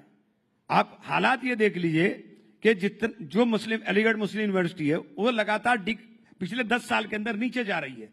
उसके फंड्स आपने रोक दिए, उसके 2 सेंटर बंद होने के कगार पर आ गए। अच्छा खासा रिसर्च इंस्टीट्यूट था, सेंट्रल यूनिवर्सिटी, उसको क्यों तबाह करना चाह रहे हैं? यही प्रश्न है मेरा। उसको क्यों तबाह करना चाह रहे हैं? ये तो पहले भी बोल चुके थे। निवेदन है, अब मैं जवाब देना चाहता हूं। देखिए, इन्होंने कहा कि भाई इस्लाम के पवित्र कर्तव्य में एक वक्फ है। भाई मेरी समझ तो इतनी है, इस्लाम में 5 ही पवित्र कर्तव्य हैं, रोजा, कलमा, नमाज, हज और जकात। इसमें वक्फ कहां है भाई? और मैं ये भी बताना चाहता हूं, इसी बात में 1894 में प्रिवी काउंसिल का जजमेंट आया था, जिसमें सर सैयद अहमद ने कोट किया था कि वक्फ मूल इस्लामी परंपरा का हिस्सा नहीं है, ये शरिया का हिस्सा है। उसके लिए मुजार शब्द का प्रयोग किया। इसलिए वक्फ अल औलाद, आपको बड़ी मजेदार बात पता है, वक्फ अल औलाद यह है कि मैंने जमीन तो वक्फ कर दी मगर रहेंगे मेरे ही परिवार के लोग। मतलब मैंने अपना पैसा तो मंदिर को दान कर दिया मगर रहेगा वो मेरा। ऐसा आपने विचित्र उदाहरण नहीं सुना होगा, इसलिए वो क्वैश किया गया। मगर कांग्रेस ने 1906 में कलकत्ता अधिवेशन में प्रस्ताव पारित किया कि नहीं वो कुछ गलत हो गया है, दोबारा किया जाए। अब मैं एक सेंटेंस कोट करता हूं, चूंकि वक्फ एक मुस्लिम प्रॉपर्टी से रिलेटेड मैटर है तो इसका गवर्नमेंट या पब्लिक पॉलिसी से कोई मतलब नहीं होना चाहिए। यही तो आज बोल रहे हैं। ये इंपीरियल लेजिस्लेटिव काउंसिल में अप्रैल 1913 में मोहम्मद अली जिन्ना का स्टेटमेंट है, जो कांग्रेस के सपोर्ट से इन्होंने अंग्रेजों के जमाने में कराया। 1913 से 2013 तक इनकी किस वाकफियत ही नहीं बदली। और मैं पूछना चाहता हूं, इमरान मसूद साहब तो यूपी के रहने वाले हैं, यूपी कह रहे पढ़ाई लिखाई में पीछे रह गए। पता है आपको, सैयद मुसलमानों की रेट ऑफ लिटरेसी 1931 में 24% थी, जब यूपी की 8% थी। और जातिगत सर्वे था तो यूपी में जो सबसे पढ़ी लिखी ब्राह्मण कम्युनिटी मानी जाती थी हिंदुओं में, वो 15%, क्षत्रियों में 13%, सैयद मुसलमान 24%, ब्यूरोक्रेसी में 20%। कहां चले गए मेरे भाई? आज बाकी माइनॉरिटीज को आप देखिए, सबसे पढ़ी लिखी आज कम्युनिटी कौन है हाईएस्ट एजुकेशन में? पारसी 0.001% की माइनॉरिटी। सबसे प्रॉस्परस जो सबसे ज्यादा कंट्रीब्यूट करती है इनकम टैक्स में, जैन 1% की माइनॉरिटी। सबसे एंटरप्रेन्योर कम्युनिटी कौन है? सिख 1.8% की माइनॉरिटी। उसके बाद आप देखिए क्रिश्चियंस में एजुकेशन का स्तर कितना है, यहूदी छोटी सी माइनॉरिटी कितना है। और ये जबकि मैं आपसे कहूं आजादी के समय इनमें से किसी एक की भी रियासत नहीं थी, एक दो सिख रियासतें छोड़ दें, जबकि इनकी तो लाइन लगा के रियासतें थी। पटौदी के नवाब, भोपाल के नवाब, रामपुर के नवाब, लखनऊ के नवाब, जूनागढ़ के नवाब, हैदराबाद के निजाम। और आज कहते हैं साहब हम तो मजलूम हो गए। क्यों? जो हुक्मराने वक्त थे वो आज मजलूम हो गए, क्योंकि सेक्युलरिज्म के जाल में ऐसे फंसे और उल जलूल हो गए। और सुनिए ये उल जलूल मामला क्या है। 2013 में आई सच्चर कमेटी की रिपोर्ट जो कहती मुसलमानों के हालात इतने खराब हैं कि साहब ये तो शेड्यूल कास्ट से बदतर है। और आपको पता है 1913 से 2013 तक 17 लाख एकड़ जमीन आई थी वक्फ में, और 2013 से 2023 में 21 लाख ऐड हो गई। मतलब गजब का आपका लॉजिक है। एक तरफ कह रहे हैं शेड्यूल कास्ट से बुरी स्थिति है और दूसरी तरफ ऐड होते जा रहे हैं। और सर आंकड़ा तो ऑन उस पे बोला। सर आप तो सदन में है, आपको विशेषाधिकार हनन ले आना चाहिए मंत्री के खिलाफ अगर आपको आपत्ति है तो लाइए साहब। सुधांशु जी, हाउस पे दिया गया मेरे सवाल का जवाब नहीं दिया आपने। जो था मैं उस पर आता हूँ, लेकिन प्रियंका पहले बोले। एक लाइन बोल दूं इस पर। प्रियंका जी, देखिए मुसलमानों के बारे में समस्या क्या है कि आज के जमाने में लोगों को मुस्लिमों की जो लियाकत थी उसके बारे में भी नहीं पता है। एक दौर था जब मुसलमान दुनिया में सबसे पढ़ी लिखी कम्युनिटी होती थी। बैतुल हिकमत का नाम आपने बगदाद का सोचा होगा, that was a centre of knowledge. आपको पता है कि शुश्रुत संहिता का सबसे पहले अनुवाद अल शुश्रुत ने कराया था अरबिक में। आपको पता है कि ये मैंने जो पार्लियामेंट में ही बोला था कि जो पहले हिंदी न्यूमेरल्स वहां पे गए, जिसलिए अरबी में इनको हिंदसा कहते हैं, उससे सबसे पहले अल जब्र ने ट्रांसलेट किया, उससे अलजेब्रा बना।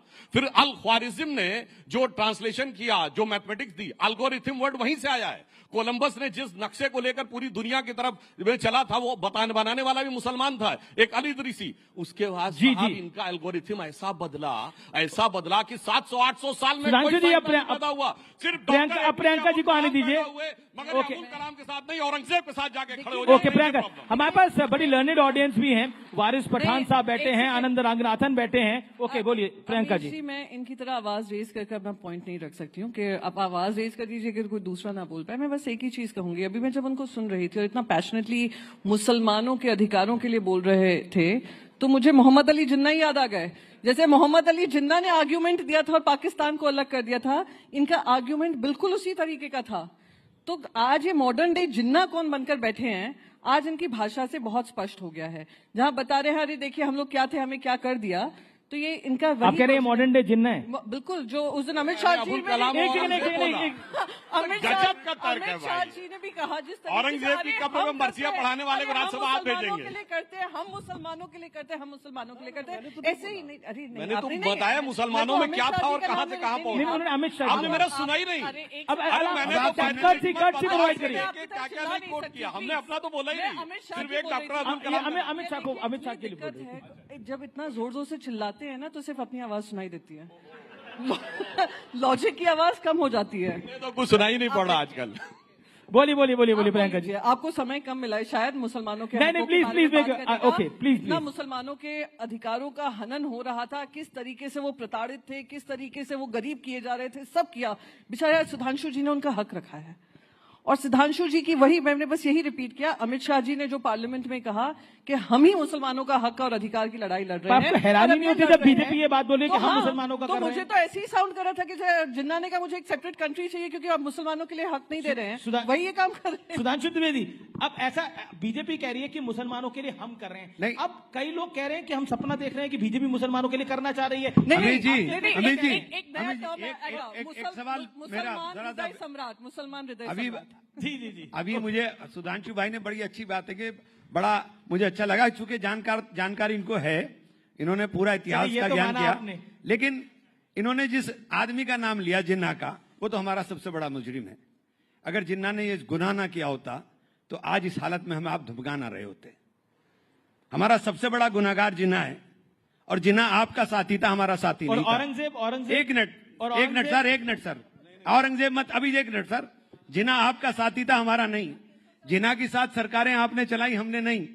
जिन्ना के साथ श्यामा प्रसाद मुखर्जी गलत अरे गलत कोट करिए, नाम कोट करिए, कौन था वो? प्रजा कृषक पार्टी फजलुल हक की थी 1941 में। ऐसी वो बात 46 में मुस्लिम लीग ज्वाइन किए। एक मिनट, अरे गलत, अब बहुत जोर से बोल देंगे तो आप कैसे? अरे कोई चेक कर ले जाके भाई। सिंध में किसके साथ सरकार, अरे सिंध में किसके साथ सरकार चला रहे थे? फ्रंटियर में किसके साथ सरकार चला रहे थे? दो राष्ट्र नीति का पहले बयान किसने जारी किया? फ्रंटियर में कांग्रेस जीती थी 1946 में। अरे आप उसके साथ सरकार चला रहे थे। दिक्कत क्या है सुधांशु भाई? आप इतनी तेजी के साथ बोलते हो कि आपकी बोलने वाली महारत हमारे पे आती नहीं। लेकिन हम ये कह रहे हैं कि जिन्ना आपका साथी था, इनकी आलोचना कर रहे हैं, तारीफ कर रहे हैं? नहीं, जिन्ना आपका साथी था, हमारा तो जिन्ना ने बेड़ा गर्क किया है। अगर जिन्ना की बात ना मानता मुसलमान, मौलाना अबुल कलाम आजाद की उस वक्त मान लेता मुसलमान, तो हिंदुस्तान के अंदर ये हालत ना होती जो आप हालत हो गई है। हमारी दोयम दर्जे की स्थिति आपने पूरे देश के अंदर कर दी। किसने करी है दोयम दर्जे की स्थिति? सबसे ज्यादा जिम्मेदार ये है जिसकी पार्टी का हुकूमत रही 67 साल। ओके, नहीं सच्चे देखिए, अरे ये आप लोगों ने 10 साल हो गए, आपने 10 साल से जब सच्चर कमेटी की रिपोर्ट आई, सच्चर कमेटी की रिपोर्ट का आपने हवाला दे दिया वक्त के अंदर, और आपने सच्चर कमेटी की रिपोर्ट के ऊपर एक जगह अमल बता दीजिए। आप ऐसी बात कर रहे हैं, ये तो बिहार में सौगातें मोदी बांट रहे हैं। हमें सौगात के अंदर शिक्षा चाहिए, सौगात में रोजगार चाहिए, सौगात में मोहब्बत चाहिए, सौगात के अंदर हमें आपकी छवैया नहीं चाहिए। मेरा पॉइंट है, देखिए व्यूअर्स को मैं बोल रहा हूं ये बात, देखिए इस देश में देश के मुसलमानों को पहले बाबर में उलझा के रखा, उससे पहले जिन्ना में उलझा के रखा, फिर औरंगजेब में उलझा के रखा जा रहा है। मेरा निवेदन सुधांशु जी देखिए, इस देश में विकास की बात भारतीय जनता पार्टी बहुत करती है, विपक्ष भी चाहता है विकास हो। टैरिफ की एक बहुत बड़ी वॉर दुनिया में छिड़ी हुई है। इस समय देश के अंदर चाहिए कि कहीं ना कहीं एकजुटता रहे। प्रधानमंत्री एक लाइन बोलते हैं कि एक है तो सेफ है, वो एक है तो सेफ है, क्या ग्राउंड पर दिखेगा? ये मैं बिल्कुल with reference to context quote करता हूं। दो कॉन्टेक्स्ट हैं, एक 3 या 6 जनवरी 1948 को कलकत्ता में दिया गया सरदार पटेल का statement, anybody can go and check.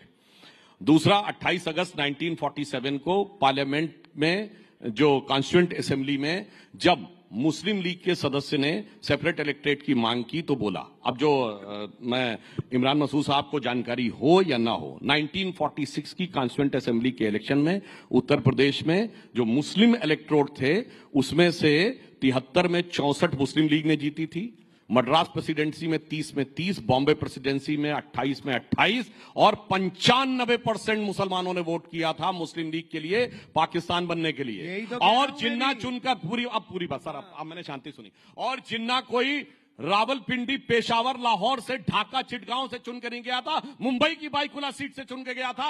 95% मुस्लिमों के वोट से, क्या मुंबई के 95% लोग चले गए? इसलिए सरदार पटेल ने कहा कि भारत के ज्यादातर मुसलमानों ने पाकिस्तान बनने के लिए वोट दिया है। ये सरदार पटेल का बयान है 48 जनवरी कलकत्ता में। मैं नहीं मानता एक दिन में तुम्हारा दिल बदल गया, मगर जब जो हो गया सो हो गया, उसे पीछे छोड़ो और अब यह सोचो कि देश के साथ आगे कैसे चल सकते हैं। मगर इस सेकुलर पॉलिटिक्स ने पीछे से जोड़ के रखा। यह आजादी के बाद बाबर, तुगलक, औरंगजेब के नाम पे क्यों सड़कें बनाई गई? यह राष्ट्रपति भवन के अंदर मुगल गार्डन क्यों बनाया गया?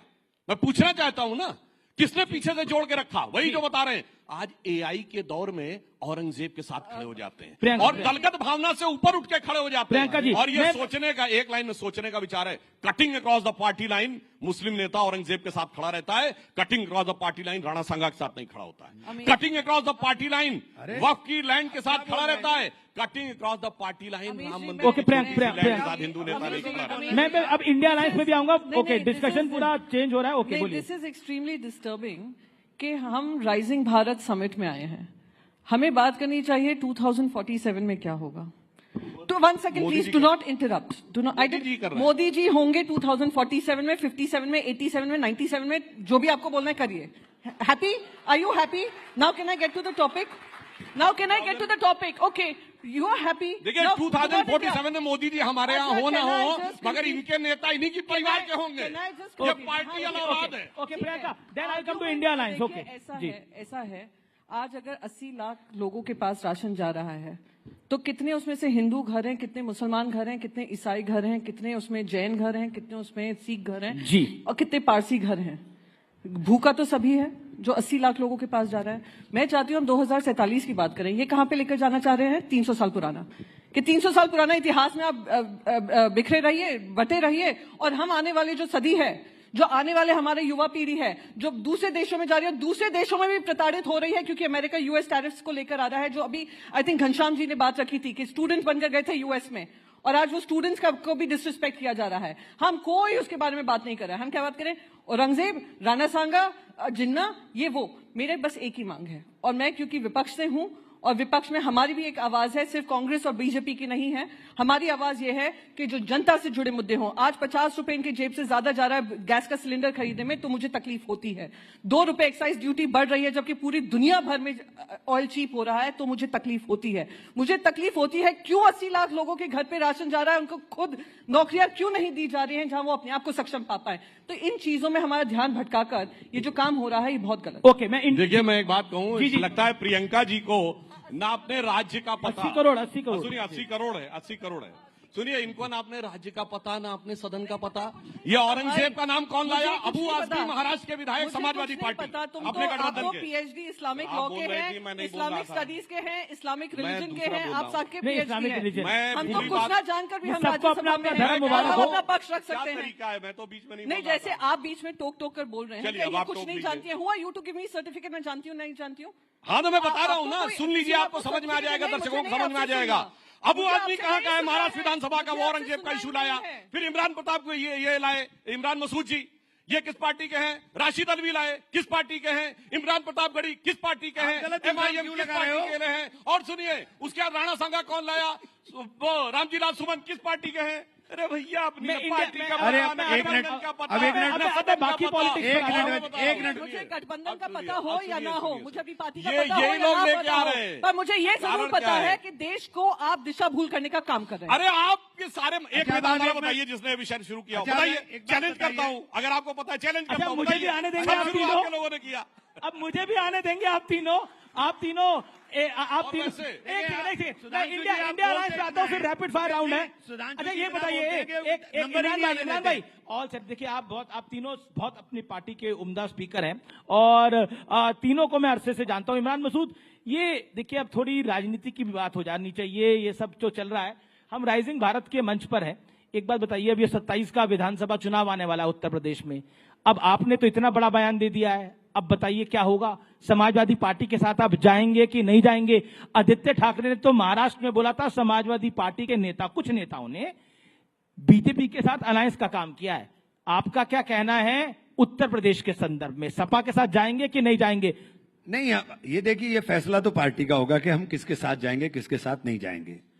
मैंने सिर्फ इतना, मेरा काम है कि मैं अपनी पार्टी के आधार को बढ़ाने की बात करूं, अपनी पार्टी के संगठन को बनाने का बात करूं। एकजुट है कि नहीं है? 100%। आपको दिखाई नहीं दिया कि पार्लियामेंट दिखाई दिया? एक मिनट, पार्लियामेंट में सिर्फ 24 मेंबर मुसलमान हैं। पार्लियामेंट में सिर्फ 24 मेंबर मुसलमान हैं, जो मुसलमान मेंबर थे, लेकिन वक्फ के मामले के अंदर 232 वोट पार्लियामेंट में पड़े। ये हिंदुस्तान है, ये हिंदुस्तान है। दूसरी चीज मैं कह रहा हूं, हमें भाईजान बहुत तेज तेज बोलते हैं, हमारी समझ में नहीं आता, लेकिन मैं इतनी बात जरूर कह रहा हूं कि जिन्ना आपके आदर्श होंगे, मेरे आदर्श तो थे नहीं ना, हैं। क्योंकि जिन्ना को हम सबसे बड़ा गुनाहगार मानते हैं, अपनी इस हालत का, बदतर हालत का, जो आपने हमारी कर दी है। मैं इंडिया अलायंस में आ रहा हूं। समाजवादी पार्टी के साथ अलायंस होगा कि नहीं होगा? नहीं, ये फैसला तो पार्टी का होगा। अभी क्या माहौल है? अभी क्या मूड है? संगठन की बात रखिए ना, कुछ तो ब्रेकिंग न्यूज रखिए। अभी राइजिंग भारत की बात कर रहे थे हम लोग, और हम लोग देश की, हम लोग प्रियंका जी से पूछ लीजिए, ये एक्सपीरियंस करके आए हैं समाजवादी पार्टी को महाराष्ट्र के अंदर, सलाह अच्छी देंगी? नहीं, देखिए, ये बिल्कुल दूंगी, और खुले दिल से दूंगी, क्योंकि मैं देश के साथ हूँ। जी। देखिए, हम लोग कौन किसके साथ लड़ेगा, कौन क्या लड़ेगा, राजनीतिक परिस्थितियों पर दिल्ली में हमने एकजुटता देखी। केजरीवाल जी को एकजुटता के कारण निपटना पड़ गया। अरविंद केजरीवाल जी को एकजुटता के कारण निपटना पड़ गया। दिल्ली में हमने देखा। प्रियंका, अब एक बात कह दूं, मेरे से रुका नहीं जा रहा है, मैं बोल ही देता हूं। बिल्कुल मत रुकिए, इस मंच पे बिल्कुल मत रुकिए। जिस दिन तक भारतीय जनता पार्टी को हराने की कसम सारे इकट्ठे होकर खाते रहेंगे, भारतीय जनता पार्टी नहीं हारेगी। अच्छा, खाते रहेंगे तो नहीं हारेगी? बिल्कुल। तो कैसे करें फिर, हराएं कैसे? ये फॉर्मूला तो बताइए महाराज, बताइए फॉर्मूला। देश सुन रहा है आपको। देखिए, मैंने आपको बता दिया, कैसे? जब कसम नहीं खाएंगे तब हार जाएंगे। नहीं, हमें अपने जीतने का लक्ष्य रखना चाहिए। हमें भाजपा को हराने का क्यों लक्ष्य रखना है? हम अपने जीतने की बात करें। आज दिक्कत क्या है, देश के अंदर भाजपा ने ऐसा नैरेटिव बना दिया, हर आदमी भाजपा को हराने की बात कर रहा है। अरे भाई, तुम्हारे हराने से हमें क्या होगा? हमें अपने जीतने की बात करें कि हम बदलाव लाने की बात करें। राहुल जी को समझाइए ना। राहुल गांधी कह रहे हैं कि मेरी पार्टी में कल भाजपा ही आ गए। नहीं, गलत पे उन्होंने बोला स्लीपर सेल है हमारे यहाँ। राहुल गांधी ने विचारधारा के लिए बोला है। राहुल गांधी ने बोला स्लीपर सेल है हमारी पार्टी में। कांग्रेस पार्टी में एक स्लीपर सेल है, राहुल जी ने बोला। नहीं, अमीश जी, मैं आपसे एक प्रश्न पूछूं। जी। जितने अधिकार से आप कहते हैं राहुल गांधी जी को बोलिए, आप क्या इतने मोदी जी अधिकार के से लिए बोल नरेंद्र पाएंगे? मोदी जी के लिए आप बोल पाएंगे? क्या बोल पाएंगे आप मोदी जी के लिए? मोदी जी से सवाल पूछ सकते हैं? नहीं, बिल्कुल। देखिए, बिल्कुल हम पूछ सकते हैं। ऐसे बयान कभी मोदी जी के सुनाई पड़ते हैं। मोदी जी अगर बोले कि बीजेपी में स्लीपर सेल है तो जरूर 15 लाख खाते में तो मोदी जी ला रहे थे। एक सेकेंड, अमीश जी, मैंने कभी भी कोई भी पत्रकार से ये सवाल नहीं पूछा मोदी जी से पूछते हुए कि मोदी जी आपका मतलब क्या था जब आपने कहा कि आपके मंगलसूत्र खींचकर ले लिए जाएंगे? किसी ने पूछा है? मैंने नहीं सुना। हो सकता है मैं मिस कर रही हूं। उसके लिए जिसने कश्मीर देखा उसे समझ में आना चाहिए। इंटरव्यू कश्मीर 1990 सबको समझ में। इंटरव्यू मैंने कोई देखा है। जिस अधिकार से भी आपने कहा कि आदित्य जी से पूछिए या राहुल जी से पूछिए, तो मैं ये पूछना चाहती हूँ उतने ही अधिकार से आप लोग, और मैं यही अपेक्षा करती हूँ अपनी मीडिया से कि हम राइजिंग भारत की जब बात करते हैं 2047 में हमारी मीडिया का क्या हाल होगा, इसके बारे में कभी आपने सोचा है? बहुत अच्छी बात कही प्रियंका जी। प्रियंका जी के लिए ताली बजाइए। प्रियंका जी ने बोला कि ये सवाल आप मोदी जी से पूछ सकते हैं। हाँ, मोदी जी से पूछ सकते हैं क्योंकि वो इंटरव्यू दे देते हैं, लेकिन राहुल जी ने तो कोई इंटरव्यू ही नहीं दिया। पूछे कैसे? जिस दिन देंगे तो उनसे भी पूछेंगे। ये भी आप बात गलत कर रहे हैं साहब।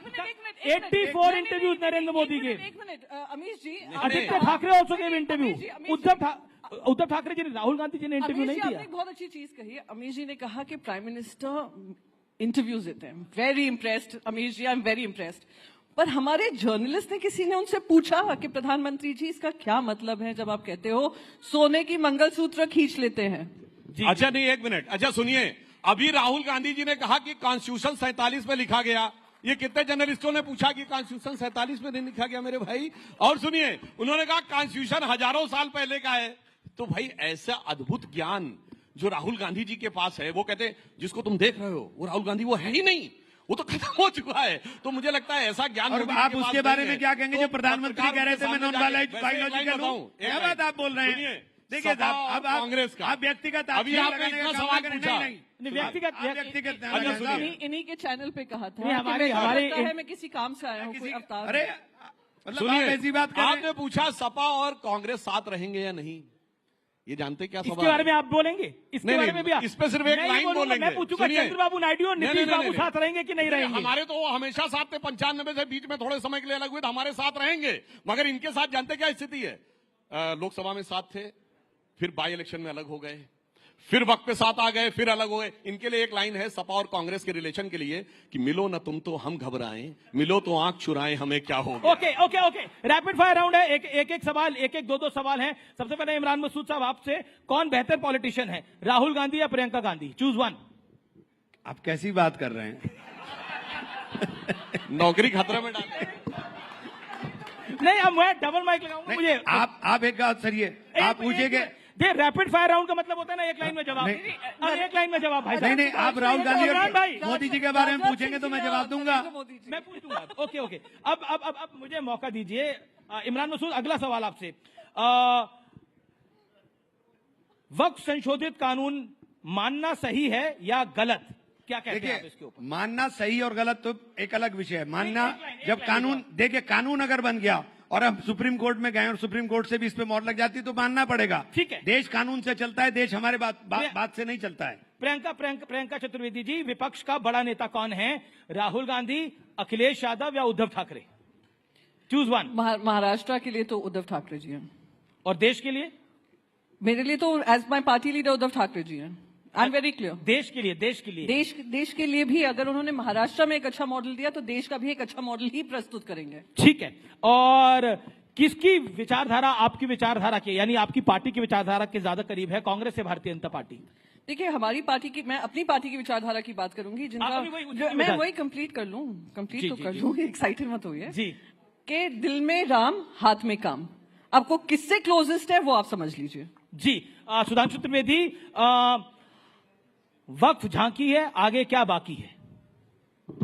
वक्त आने पर बता।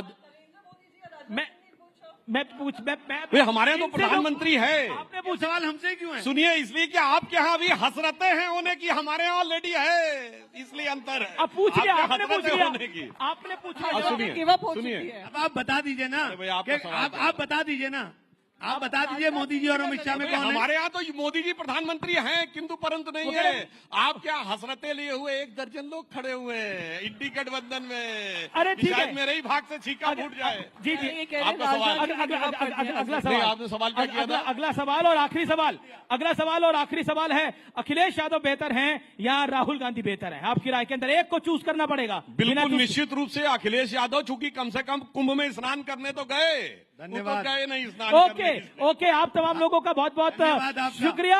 जबरदस्त तालियों के साथ अभिनंदन करिए हमारे तीनों सांसदों का।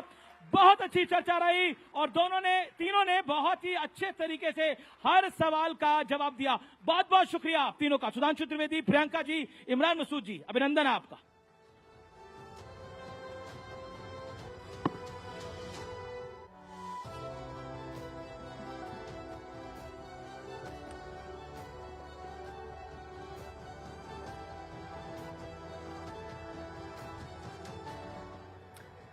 That was one fiery and insightful discussion. एक बार जोरदार तालियां हमारे पैनल के लिए। बहुत बहुत शुक्रिया इस डिस्कशन के लिए। तो सियासत के धर्म संकट के पन्नों को हम पलट रहे हैं और अगले सेशन की तरफ हम बढ़ेंगे। और क्योंकि हम राइजिंग भारत समिट के मंच पर हैं और विकसित भारत 2047 में कैसा रहेगा, उसकी तस्वीर क्या रहेगी, उस पर हम अगले सेशन में फोकस करने जा रहे हैं। उन मुद्दों की हम चर्चा करेंगे जो आज के भारत की कानून व्यवस्था, राजनीति और समाज की दिशा तय कर रहे हैं। हम जानेंगे कि कैसे संवैधानिक बदलाव, कानूनी सुधार और सामाजिक परिवर्तन आपस में टकराते भी हैं और एक दूसरे को आकार भी देते हैं। और साथ ही ये भी जानने की कोशिश करेंगे कि इस दिशा में भारत का फोकस क्या रहने वाला है और भारत इस दिशा में कैसे आगे बढ़ रहा है। आर्टिकल 370 को हटाया जा चुका है, ट्रिपल तलाक को अपराध घोषित कर दिया गया है और अब वक्फ कानून भी आ गया है। तो ऐसे में सवाल ये है कि भारत का अगला कदम क्या होगा। और इसी महत्वपूर्ण चर्चा को आगे बढ़ाने के लिए और इस अगले सेशन को मॉडरेट करने के लिए रूबिका लियाकत हमारे साथ मंच पर आएंगी। एक बार जोरदार तालियों से उनका स्वागत कीजिए। और मंच पर हमारे साथ एक बहुत खास पैनल भी मौजूद रहने वाला है। एक बार जोरदार तालियों से उनका भी मैं तारुफ करवा देती हूँ। गौरव भाटिया जी हैं हमारे साथ, भारतीय जनता पार्टी की तरफ से राष्ट्रीय प्रवक्ता, वो हमारे साथ जुड़ेंगे। वारिस पठान जी है, लॉयर और AIMIM से हमारे साथ, वो AIMIM का पक्ष रखेंगे। इसके साथ साथ जाने माने लेखक हैं आनंद रंगनाथन, वो भी हमारे साथ इस मंच पर जुड़ेंगे। अनुराग भदौरे जी हैं, प्रवक्ता है, राष्ट्रीय प्रवक्ता समाजवादी पार्टी के। आप सभी मेहमानों का बहुत बहुत स्वागत। एक बार जोरदार तालियों से इनका स्वागत कीजिए। Thank you.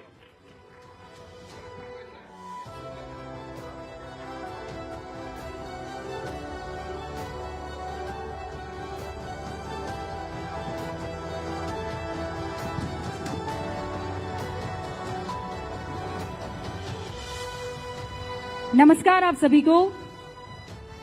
जनरली गूंज जो है, जनरली क्या, हमेशा ऐसा कभी नहीं हुआ है कि 4:50 आप मेरे लबों से ना सुने कि गूंज की शुरुआत हो चुकी है। लेकिन आज राइजिंग भारत का मौका है और इसीलिए राइजिंग भारत के इस मंच से ये स्पेशल एडिशन इस वक्त आप गूंज का देख रहे हैं। हमारे साथ खास मेहमान जुड़ चुके हैं। आप जानते हैं वक्त में परिवर्तन जो हुआ है उसे लेकर खूब चर्चाएं चल रही हैं और ये राइजिंग भारत का ही मंच था जहां पर कल प्रधानमंत्री नरेंद्र मोदी ने पहली मर्तबा वक्फ को लेकर उनकी सरकार क्या सोचती है और कैसे वक्फ अब तक तुष्टीकरण का सबसे बड़ा हथियार बनकर रह गया था। इसी मुद्दे पर आज चर्चा शुरुआत करने के लिए आप जानते हैं खास मेहमानों का तारुफ इस वक्त आपको यहाँ पर गौरव भाटिया जी, भारतीय जनता पार्टी के राष्ट्रीय प्रवक्ता नजर आ रहे हैं। जोरदार तालियों से इनका स्वागत कीजिए। AIMIM के राष्ट्रीय प्रवक्ता वारिस पठान यहाँ स्टेज पर, आज मैं खुद इनको पहली मर्तबा लाइव देख रही हूँ। बहुत बहुत स्वागत वारिस भाई आपका। उनके बगल में समाजवादी पार्टी के राष्ट्रीय प्रवक्ता अनुराग भदौरिया जी आपको नजर आ रहे हैं। अनुराग जी बहुत बहुत स्वागत। आनंद रंगनाथन अक्सर इन मुद्दों पर खतरनाक तरीके से अपनी बातें रखते हैं। पेशे से साइंटिस्ट हैं, लेकिन ये साइंस वाले फॉर्मूले जो हैं वो सोशल इश्यूज और पॉलिटिकल इश्यूज पर भी लगाते हैं। आपका भी बहुत बहुत स्वागत है। तो चलिए शुरू करते हैं। गौरव भाटिया, कल प्रधानमंत्री नरेंद्र मोदी ने ऐलान कर दिया और वक्फ को लेकर उन्होंने कहा कि ये तुष्टीकरण की राजनीति थी, इसकी नींव तो बहुत पहले पड़ गई थी, भारत पाकिस्तान के विभाजन के वक्त। सबको नमस्कार। और शुरुआत करूंगा, असंभव को जो संभव कर दे वो हमारे देश के प्रधानमंत्री श्री नरेंद्र मोदी जी हैं।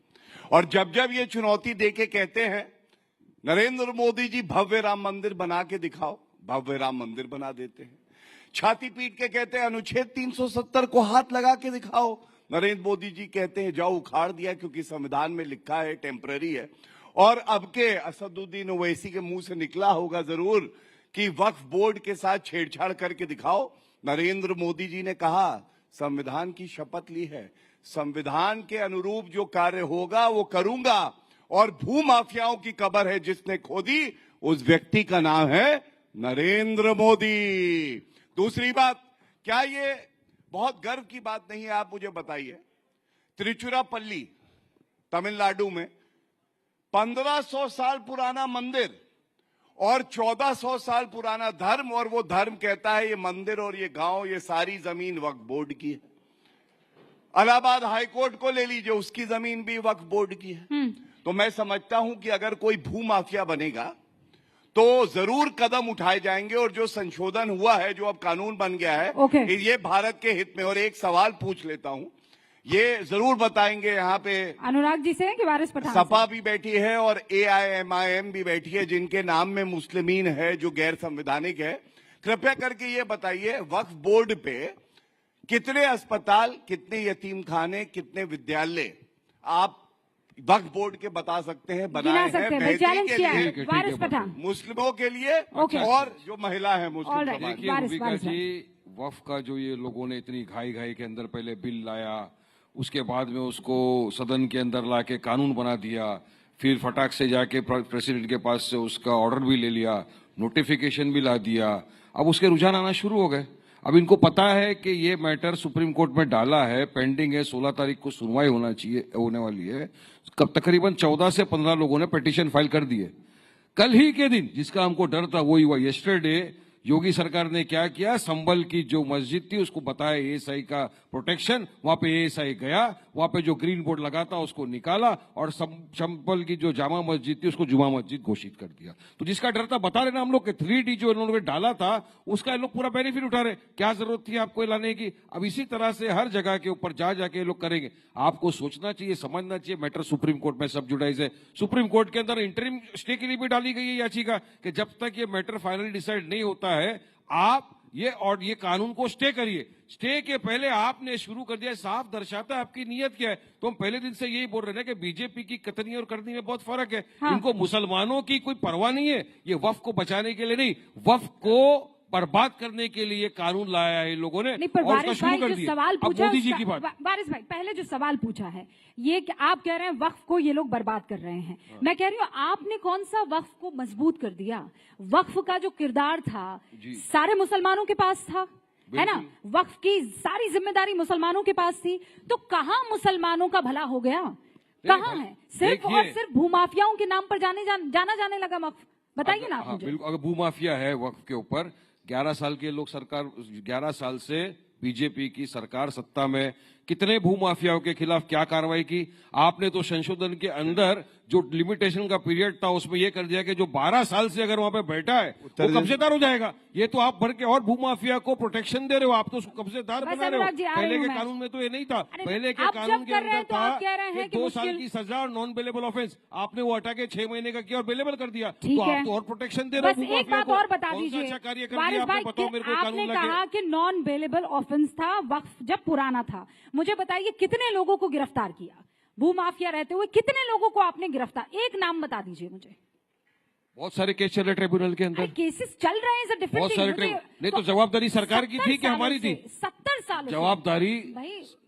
अरे भूमाफिया का मैं आपको बताता हूँ ना, सरकार की। कल मोदी जी ने शाहबानू का नाम लिया, मुसलमान थे। मोदी जी ने कल शाह बानो का नाम लिया, मोदी जी ने बिल्किस बानो का नाम क्यों नहीं लिया? ओके, जिसके गौरव बलात्कारियों को आपने जवाब रास्ते पे दीजिए छोड़ और दिया, उसके बेल बाद दे दिया, उसके आनंद बाद उसको रंगनाथन गार्डेड और किया। अनुराग भदौरिया हाँ, जकिया जाफरी का नाम क्यों नहीं लिया? जो वारिस भाई, इंसाफ की गुहार लगाते वारिस भाई, जवाब ले लीजिए ना। बताइए मेरे क्यों को। क्यों क्यों नाम पहले नहीं लिया? महिलाएं होती थी वक्फ बोर्ड के अंदर ज्यादा, आपने खाली दो का कैंप लगा दिया। अरे आप सवाल पूछे, जवाब ना, जवाब।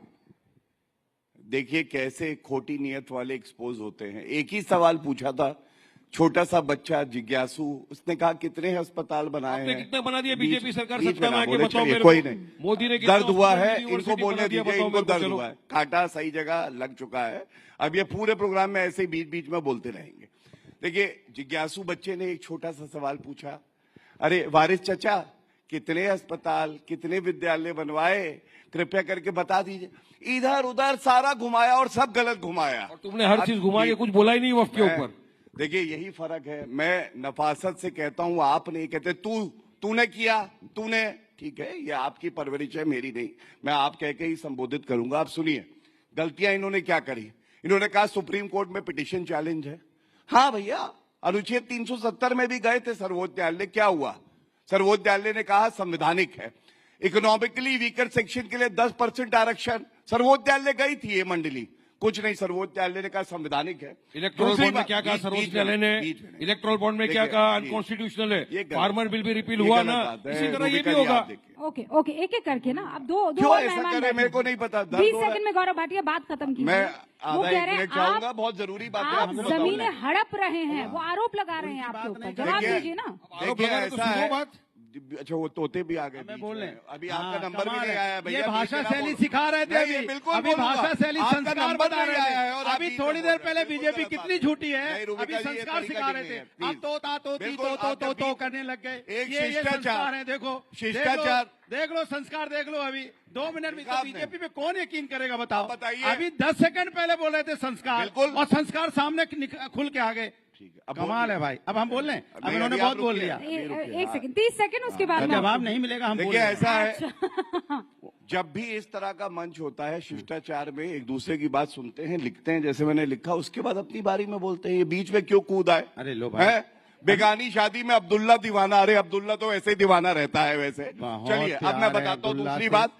सुप्रीम कोर्ट की इन्होंने करी, कोई भी कानून हो जो कि संसद में पारित होता है, प्रिजम्पशन ऑफ कॉन्स्टिट्यूशनैलिटी होता है, वो वैध माना जाता है और स्टे नहीं होता है। तीसरी बात मैं इनको बता दूं, इन्होंने कहा भू माफियाओं से कौन सी जमीन ली, तो मैं आपको बताता हूँ, बीच में ना बोलिए। इंटरिम स्टे मिलता है, आपको पता ही नहीं। कोई सीखेगा बोलेगा क्या? अच्छा, दोनों वकील है पेशे से, ये बता देना चाहती हूँ। पिटीशन डाला है हमने कि स्टे दो। आप बोल रहे हैं, रुकिए ना 1 सेकंड। हाँ, किसी भी कानून की वैधता में स्टे नहीं होता है, इनको पता नहीं है। हो सकता है वकालत ये कोर्ट की नहीं करते हो। अच्छा शांत, स्टे होगा, शांत शांत शांत। झूठ मत बोलिए तीसरी आप, बात, सर तीसरी बात बताइए कि आप समझदार हो, आप वारिस भाई, यहाँ गौरव जी, आप दोनों रुक जाइए। अनुराग भदौरिया, आप सुनिए, नहीं एक मिनट बात पूरी कर गौरव लूं। जी, पहले एक बार ओपनिंग रिमार्क, फिर मैं मौका अपनी दूंगी। बात पूरी करना चाहूंगा। देखिए एक सवाल है, जब ये देश को विभाजित करते हैं धर्म के आधार पे, ये इनका संविधान लेके आया हूं, ऑल इंडिया मुस्लिम जो पार्टी है, मुस्लिमीन, और ये क्या कहती है? ये कहती है इनका कॉन्स्टिट्यूशन, ये पार्टी बनी है मुसलमानों का नेतृत्व करने के लिए, मुसलमानों का सशक्तिकरण करने के लिए और मुस्लिम एकता को बढ़ाने के लिए। मैं पूछना चाहता हूँ, चुप हो जाइए, क्या गलत है? बीच में ना बोलिए, मुसलमानों बीच में ना बात करना गुनाह है इसलिए क्या? गलत है कि हर पॉलिटिकल पार्टी संविधान की शपथ लेती है कि वो एकता लाएगी तो सभी भारतीयों में लाएगी, नेतृत्व करेगी तो हिंदू मुस्लिम से एकता करेगी, बीजेपी और एकता लाई। लेकिन आप दोनों ये संविधान इनकी जो पार्टी का है, ये भारत के संविधान के खिलाफ काम करते हैं। ओके गौरव जी, आपको भी रोक रही हूँ, वारिस पठान आपको भी रोक रही हूँ। अब अनुराग जी, आपने कल बयान सुन लिया था प्रधानमंत्री नरेंद्र मोदी का, लेकिन कई ऐसे दर्शक हैं जिन्होंने नहीं सुना था। मैं एक हल्का सा वो बयान आपको सुना देना चाहती हूँ प्रधानमंत्री नरेंद्र मोदी का, ताकि दोबारा डिबेट ट्रैक पर आए। उन्होंने कहा वक्फ में आज तक इस तरह के तगड़े संशोधन इसलिए नहीं हुए क्योंकि तुष्टीकरण उसके बैकड्रॉप में, बैकग्राउंड में था। एक बार सुनवा दीजिए प्रधानमंत्री नरेंद्र मोदी ने राइजिंग भारत के उस मंच पर क्या कहा।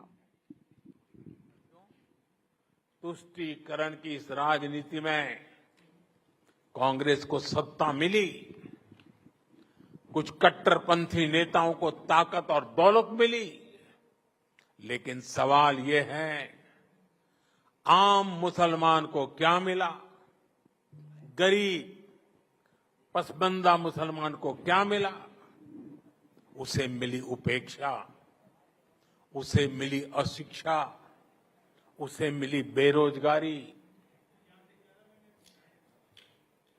तो ये सुना आपने बिल्कुल भदौरिया जी, आम मुसलमानों को आपने सिर्फ इफ्तार पार्टी के अलावा और दिया क्या? देखिए, मैं पूरी बात बताऊंगा और इसका जवाब भी दूंगा, लेकिन उसके पहले दर्शक बैठे हैं तो शायद वो हमारी बात अच्छी तरह समझ पाएंगे। ये संजय निरुपम जी का एक बार सुन लीजिए, हमें तो उनको भी डिबेट में आना है क्या? मैं बोल लूं? अरे आपके पीछे संजय निरुपम बोल रहे हैं भाई, वो रुकवाने की कोशिश कर रही हूँ, बोलिए। हमें तो चाहिए सिर्फ काम, ना भाषण, ना झूठा ईमान। नौकरी हमें लौटा दो, सस्ता गैस सिलेंडर दिला दो, मजदूरी बढ़ा दो, 2 रोटी के भाव, 2 रोटी के भाव मजदूरी बढ़ा दो। हमें नहीं चाहिए धर्म के नाम की ये राजनीति के घाव। हम जानते हैं इनका क्या है किरदार, कुर्सी पे पाने के लिए कुछ भी कर सकते हैं। मेरे यहाँ मेरे दोस्त, मेरे यार, ये कुछ भी करेंगे, इन्हें कुर्सी चाहिए। ये कुर्सी जीवी लोग हैं, ये कुर्सी किसी कीमत पे चाहिए। मैं कहता हूं अच्छी बात है, प्रधानमंत्री जी ने बोला बेरोजगारी की बात की, तो मैं आपसे पूछना चाहता हूं कि हिंदुस्तान में क्या हम नहीं है? इतनी चिंता आज मुसलमानों की हो गई। कैसा लगता है सुन के मुसलमानों की चिंता? सिर्फ वोट के लिए? कौन वोट की राजनीति करना चाहता है इस देश के अंदर में? आप मुसलमान वोट की राजनीति के लिए आप कह रहे हो कि बेरोजगारी की बात करो। मैं कह रहा हूं पूरा हिंदुस्तान तो बेरोजगार घूम रहा है। आप पूरे हिंदुस्तान की बेरोजगारी की बात क्यों नहीं करते? पूरे हिंदुस्तान की में शांति की बात क्यों नहीं होती? पूरे हिंदुस्तान में भाईचारे की बात क्यों नहीं होती? पूरे हिंदुस्तान के विकास की बात क्यों नहीं होती? क्यों इस बीच में राजनीति की बात करना चाहते हो? ये हिंदू है, मुस्लिम है, सिख है, ईसाई है। आज अब वक्फ बोर्ड बिल लेके आए, कल सिख का लेके आ जाओगे, परसों जैन का लेके आ जाओगे, बौद्ध का लेके आ जाओगे। अगर आपको बाकी लोगों का सम्मान करना है तो मैं कहता हूं हिंदू में यहाँ पे नहीं, बहुत न्यास हैं, बहुत यहाँ ट्रस्ट हैं, बहुत सोसाइटियां हैं। आप लाओ उसके अंदर में आप दलित का आरक्षण लाओ, आप उसमें बैकवर्ड का आरक्षण लेके आइए, उनको भी आगे बढ़ाइए। इसके मतलब आप हमेशा नहीं, समाज में जब से भारतीय जनता पार्टी की सरकार आई है, अनुराग भदौरिया जी, नहीं चर्चा देखिए, अनुराग भदौरिया जी नॉन स्टॉप मत बोलिए, झूठ फैलाने की कोशिश मत कीजिए।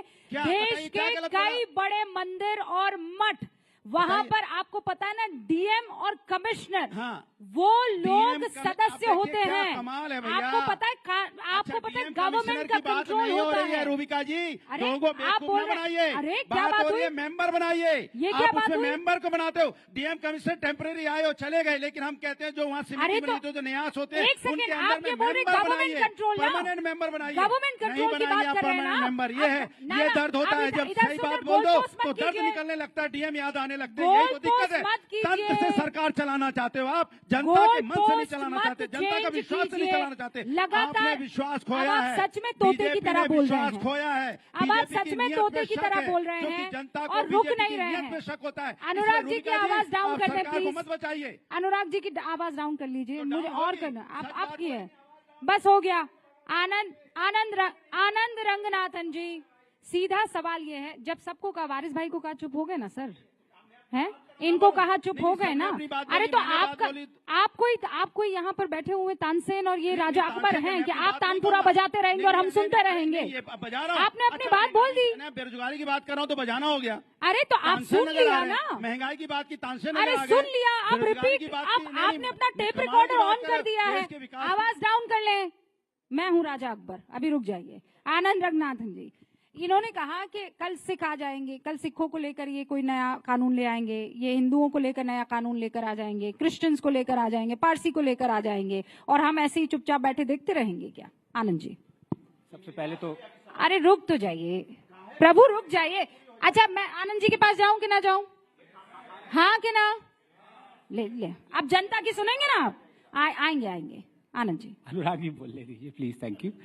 देखिए 20 मिनट बाद मेरा समय आ रहा है। रूबिका जी, पहले तो आपको बहुत धन्यवाद देना चाहता हूं कि आपने मुझे इस पैनल पे आमंत्रित किया। 2-3 चीजें मैं कहना चाहूंगा। एक तो बहुत दुख की बात होती है जब हर चीज जो आदमी सामने ला के डिस्कस करना चाहता है, वैज्ञानिक के तौर पे कोई भी चीज डिस्कशन के अवे नहीं होती। हर चीज को टेबल पे लाओ, डिस्कस करो। हमारे देश में ही ऐसा होता है कि कोई भी चीज अगर आप डिस्कस करना चाहें, आपको इमीडिएटली कह दिया जाता है हिंदू मुस्लिम ला रहे हो, हिंदू मुस्लिम ला रहे हो। मैं आपसे पूछना चाहता हूँ अनुराग जी, प्लीज सुन लीजिए। पूछिए तो रहे, मैं तो बोला पूछिए। अच्छा, मुझे लगता है हम एक सभ्य डिबेट करते हैं यहाँ पर। चीख चिल्ला खूब लिए एक दूसरे पर, एक की सुनते हैं, दूसरे की जवाब देते हैं। ठीक है, ऐसा करते हैं। ओके, ठीक है। तो हिंदू मुस्लिम यहाँ पे हमारे देश में अगर कोई ऑब्जेक्टिवली सोचे तो कुछ हिंदू मुस्लिम नहीं है। मैं आपको सच बता रहा हूँ, हम सब एक हैं। अगर मुझे फिरनी या सेवैयाँ खानी होती है तो आपके घर से आती है। अगर वारिस पठान साहब ने जो विग पहना हुआ है, ये तिरुपति के हिंदूज के बालों से बना हुआ है। हर कोई एक दूसरे का, नहीं सॉरी हंसते रहिए, सच में बता। आप वारिस पठान, मैं आपको व्हाट्सएप मैसेजेस दे। अनुराग, वारिस पठान साहब का क्या बताना चाहते हो? वारिस पठान साहब इतना अच्छा हेयर स्टाइल किए बैठे, आपने बिग बता दिया उनका। बताइए। मैं आपकी नकली मूंछों की बात नहीं कर रहा, मैं विग की बात कर रहा हूँ। आनंद भाई आप खींच के देख लीजिए, असली बाल है। हटक के नहीं, सुन लीजिए बात को एक बार सुन लीजिए। आनंद भाई आज अच्छी बातें कर रहे हैं आप, आज तो कम से कम अच्छे, लेकिन लास्ट में कुछ लेकिन मत लगा दीजिएगा। पर आपने इतना कन्विक्शन से कहा कि अनुराग भदौरिया सच में टेढ़ी आंखों से देखने लगे। अनुराग भदौरिया साहब नहीं, वारिस पठान साहब भी ऐसे करके चेक कर रहे हैं। बात को सुनिए। मैं व्हाट्सएप अपना लीक नहीं करना चाहता जैसे तृणमूल के कर रहे हैं, वरना और सारे और सीक्रेट निकल आएंगे। देखिए, दुख इस बात का होता है कि बात हिंदू मुस्लिम की है ही नहीं। बात है इनजस्टिस और इनइक्वालिटी की। बिल्कुल सही। अनुराग जी प्लीज देखिए, ऐसे नहीं हो, फिर आप बोल लीजिए। मतलब आप जरा सही बोला, मैंने कुछ गलत कहाँ बोला भाई? सही बोला। Let's get back. हाँ, अनुराग जी वो माइक रखिए, वो कुर्सी नहीं है जो उसे पकड़ के रखना है आपको, माइक रखिए। हाँ ठीक है, अब आप कवाल की तरह ताली भी बजाना शुरू कर दें। एक बार रुक जाइए, सुन लीजिए, बात सुन लीजिए। मैं बहुत पते की बात कह रहा हूं। बात इज नॉट हिंदू मुस्लिम, बात इज इनजस्टिस, डिस्क्रिमिनेशन और इनइक्वालिटी की है। और दुख इस बात का होता है कि जो हमारी 250 मिलियन मुस्लिम कम्युनिटी है, वो जब इनजस्टिस, डिस्क्रिमिनेशन और इनइक्वालिटी देख रही है तो वो ये प्रोटेस्ट ही नहीं कर रही, वो एंजॉय कर रही है कि ये डिस्क्रिमिनेशन, ये इनइक्वालिटी और ये इनजस्टिस हिंदूज के अगेंस्ट हो रहा है। अब मैं आपको 3 एग्जाम्पल देता हूं। नंबर 1, क्या कभी किसी मुस्लिम कम्युनिटी या वारिस पठान साहब ने कहा कि ये गलत है कि सिर्फ RTE right to education act का 93rd अमेंडमेंट के साथ जो कंजंक्शन है, वो सिर्फ हिंदू रन स्कूल्स को कहता है कि अपने 25% सीट्स आप इकोनॉमिकली वीकर सेक्शन के लिए रिजर्व करो। हिंदू रन स्कूल्स और क्रिश्चियन रन स्कूल्स को नहीं कहता। ये डिस्क्रिमिनेशन नहीं है। Thousands of Hindu run schools बंद हो चुके हैं इस चक्कर में। कभी वारिस पठान साहब ने नहीं कहा ये गलत हो रहा है। कभी वारिस पठान साहब ने ये नहीं कहा कि स्टेट एक्सक्लूसिवली। वारिस भाई के बारे में बोल, एक बार सुन। हिंदू भाई के बारे में बोल रहे हैं। RTE नहीं, इनको हिंदू नहीं, ये कह रहे हैं कि नहीं, इनका कहने का मतलब ये हुआ कि सिर्फ मुस्लिम हिंदू। अरे हमारे साथ अन्याय नहीं हो रहा है क्या? हमारे साथ अन्याय नहीं हो रहा है क्या? हमें रोजगार नहीं मिलना चाहिए था क्या? हमें महंगाई से छुटकारा नहीं मिलना चाहिए था? हम हिंदू, मेरे साथ अन्याय क्यों हो रहा है? मैं आपसे सवाल पूछ रहा हूँ, लेकिन इसका जवाब नहीं है। हम सफर कर रहे हैं, इसका जवाब क्यों नहीं मिलेगा? अनुराग जी एक सेकंड रुकिए। वारिस पठान पहले RTE मेरे बारे में बहुत सारी बातें। अच्छा, वो 4 पॉइंट बोल रहे हैं, उसके बाद आप इंटरप्शन। वारिस भाई 4 पॉइंट बोल दें। अब बीच में 5-5 बार इंटरप्शन करेंगे तो फिर कैसे चलेगा भाई? समय उतना नहीं है सर, जल्दी बोल दीजिए। इतने समय में तो सरकार चली जाएगी। आधा समय आपने ले लिया अनुराग। अरे ये सपा की सरकार नहीं है कि टूटी साइकिल चली जाए, चिंता ना करिए। सरकार तो भाई आप बोलिए। सरकार तो जाते जाते बच गई है। आप अपने आप कॉन्सेंट्रेट तो जाते जाते बची है। जल्दी से। मतलब मेरा रोल आपने स्पीकर की तरह बना दिया है लोकसभा के। बोलने नहीं दे रहे। सुनिए, आप 5 मिनट से बोल रहे हैं, आपकी बात अच्छा, मैं क्या करूं भाई? मैं 2 मिनट में अपनी बात कह चुका हूं। Anurag ji please, it's a request. अरे मैं 2 मिनट बोला हूं, आपने 20 बार इंटरप्ट किया। ये 5 मिनट से बोल रहे हैं, इनकी बात पूरी नहीं हो रही है। अन्याय नहीं है तो क्या है? आपके मंच पे अन्याय हो रहा है, आप कह रहे बोलने नहीं दे रहे। इधर मेरे ऊपर आरोप लगाने से बेहतर होगा कि आप उनकी बात सुन लें। Okay Anand ji please try to finish it in संक्षेप। बिल्कुल। अभी कभी वारिस पठान साहब ने ये नहीं कहा कि सिर्फ हिंदू टेम्पल्स पे गवर्नमेंट एक्सक्लूसिवली कंट्रोल कर रही है और बिलियंस ऑफ डॉलर्स ले रही है। मॉस्क पे कंट्रोल क्यों नहीं कर रही? क्या ये डिस्क्रिमिनेशन इनइक्वालिटी नहीं है? वो हटनी चाहिए, कभी ये नहीं कहा। या वो हटे या मॉस्क को भी कंट्रोल करो, मॉस्क से पैसा लो। और तीसरी सबसे जरूरी बात, और ये मैं वक्फ पे आना चाहता हूं, देखिए मेरा वक्फ बोर्ड से कोई भी डिसएग्रीमेंट नहीं है। मैं तो कहता हूं हजारों वक्फ बोर्ड हो, कोई there are hundreds of boards, NGOs, charities, let them run. Point है कि वक्फ एक्ट आ गया जो कि वक्फ बोर्ड को वेपनाइज करता है। अब मैं आपको एक उदाहरण देता हूं। नहीं सर, वक्त की कमी है, जो बातें आपने बोली, 5 मिनट में जवाब दीजिए। मेरे अच्छे दोस्त आनंद रंगनाथन ने 5 मिनट में 50 मरतबा मेरा नाम लिया, तो मैं पूछना चाहूंगा आनंद भाई, आपने बहुत अच्छी अच्छी बातें बोलाई। मुझे बताओ, आप लोगों को मुसलमानों की इतनी फिक्र कब से होने लग गई?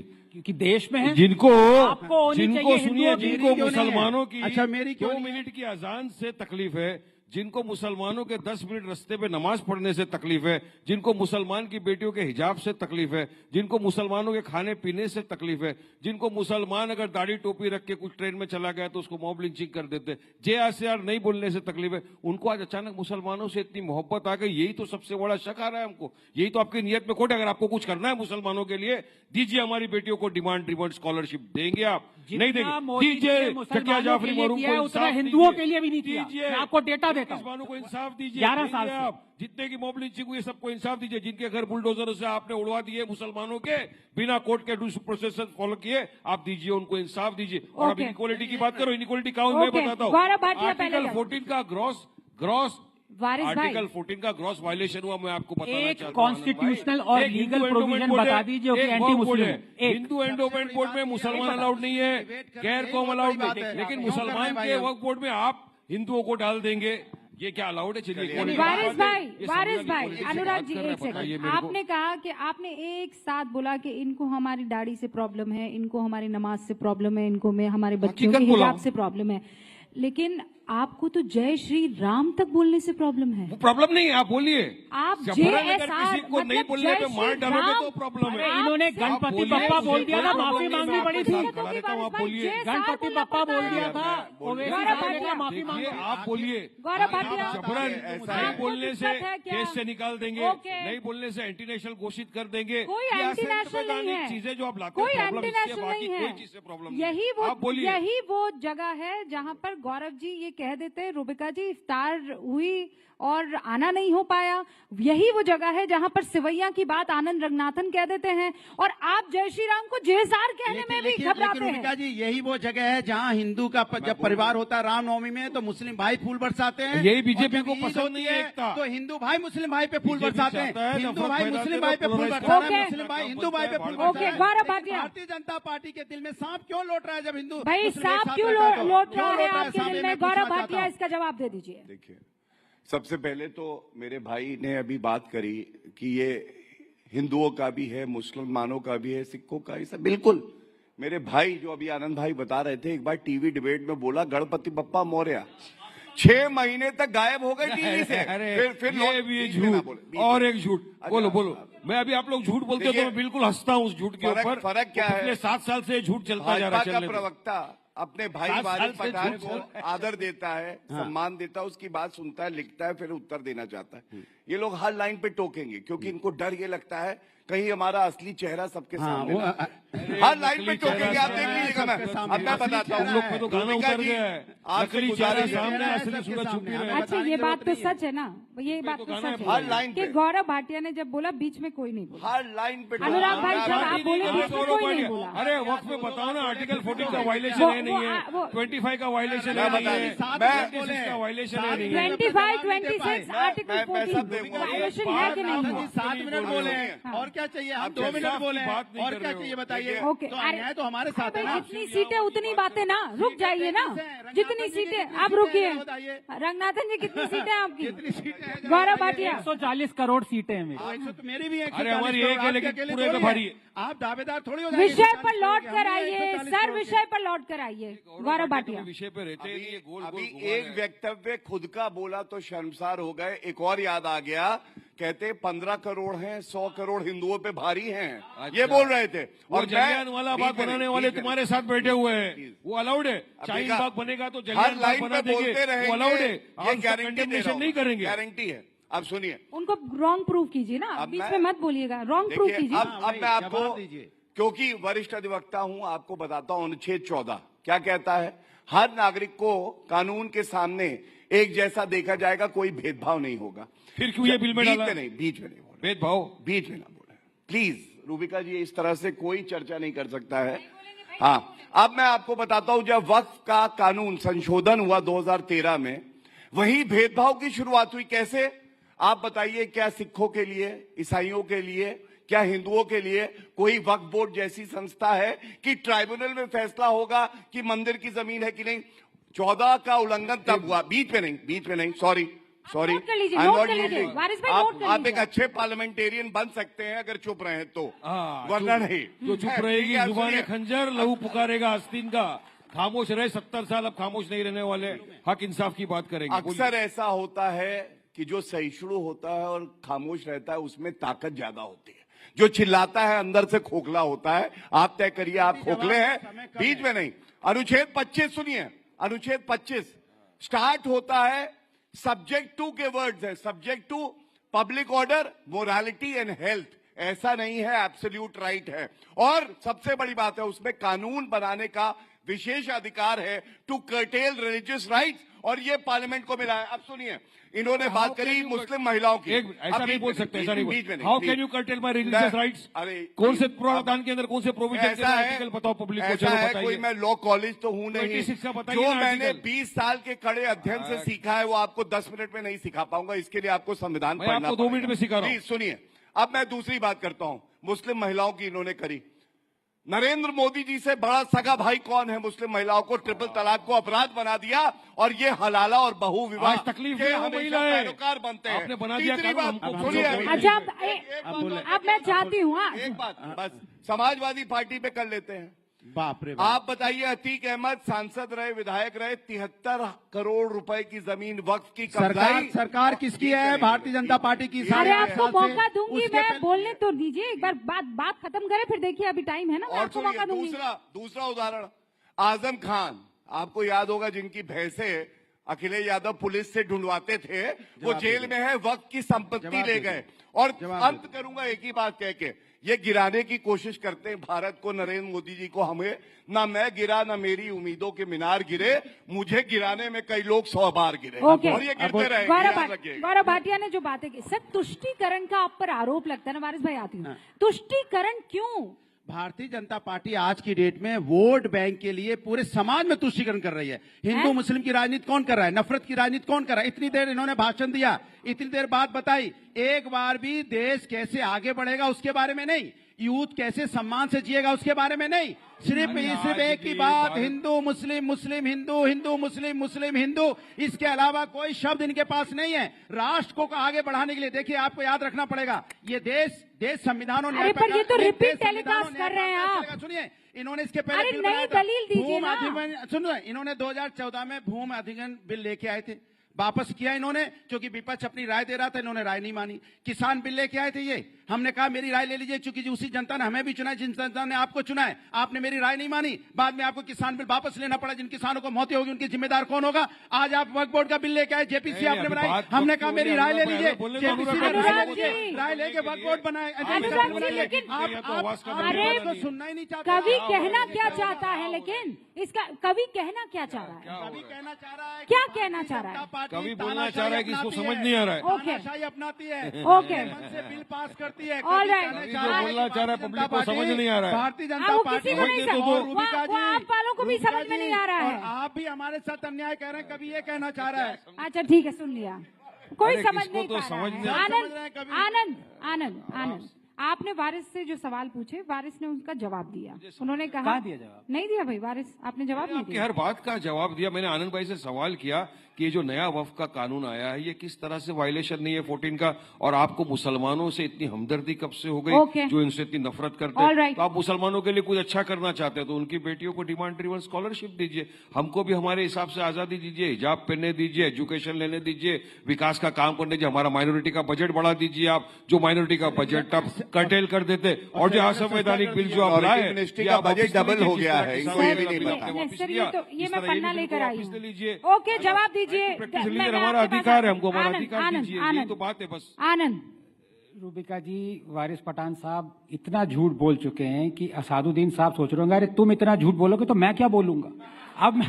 अब मैं एक एक करके इनका जवाब देता हूं और बीच में इंटरप्ट मत करेगा, आपको आपके साउथ इंडियन बालों की कसम, मतलब विग वाले। ठीक है, पहली बात, हिंदू मुस्लिम कर रहे हैं। मैंने इनसे क्या पूछा, सीधी सी बात पूछी, जो डिस्क्रिमिनेशन हिंदूज के अगेंस्ट हो रहा है आपको वो दिख ही नहीं रहा है। आपको अब वो हमें नहीं दिखा, अगर आपको दिख रहा है तो अरे काहे आप बीच बीच में परेशान कर रहे हैं? कैसे बोलेगा? रुकिए ना अनुराग जी, मेरे वो साथ आपके बीच मेरे में सामने नहीं बोल बोले रहे हैं। कमाल है। अच्छा नहीं लगता आपको? यहाँ वोट देने वाला कोई एक भी होगा ना तो पलट जाएगा, वो देगा, समझिए आप। देगा। ओके आनंद, क्योंकि हम गैस की बात पूछेंगे, 50 रुपए बढ़ा है, उसपे कोई बोलने को नहीं तैयार है। एग्जाम्पल मैंने आपको दे दिए।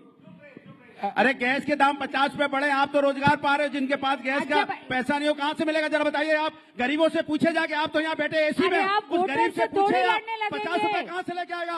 जिसके घर में रोजगार नहीं है, पूछो कैसे जिंदगी चलती है। आवाज डाउन करें भाई, सुनिए, हर बार ऐसा ही क्यों होता है? मुझे आवाज डाउन करनी पड़ती है।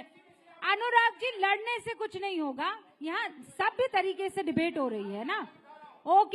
ओके अनुराग जी रुक जाइए। आनंद की बात करना आपको आनंद एक मिनट, मैंने सिलेंडर की आवाज क्या उठाई, आप चिल्लाने लगे। अरे सर, आपको सर आपने गरीबी देखी है कभी? सर सुनिए, गाँव में पूछे लोग कैसे जी रहे हैं।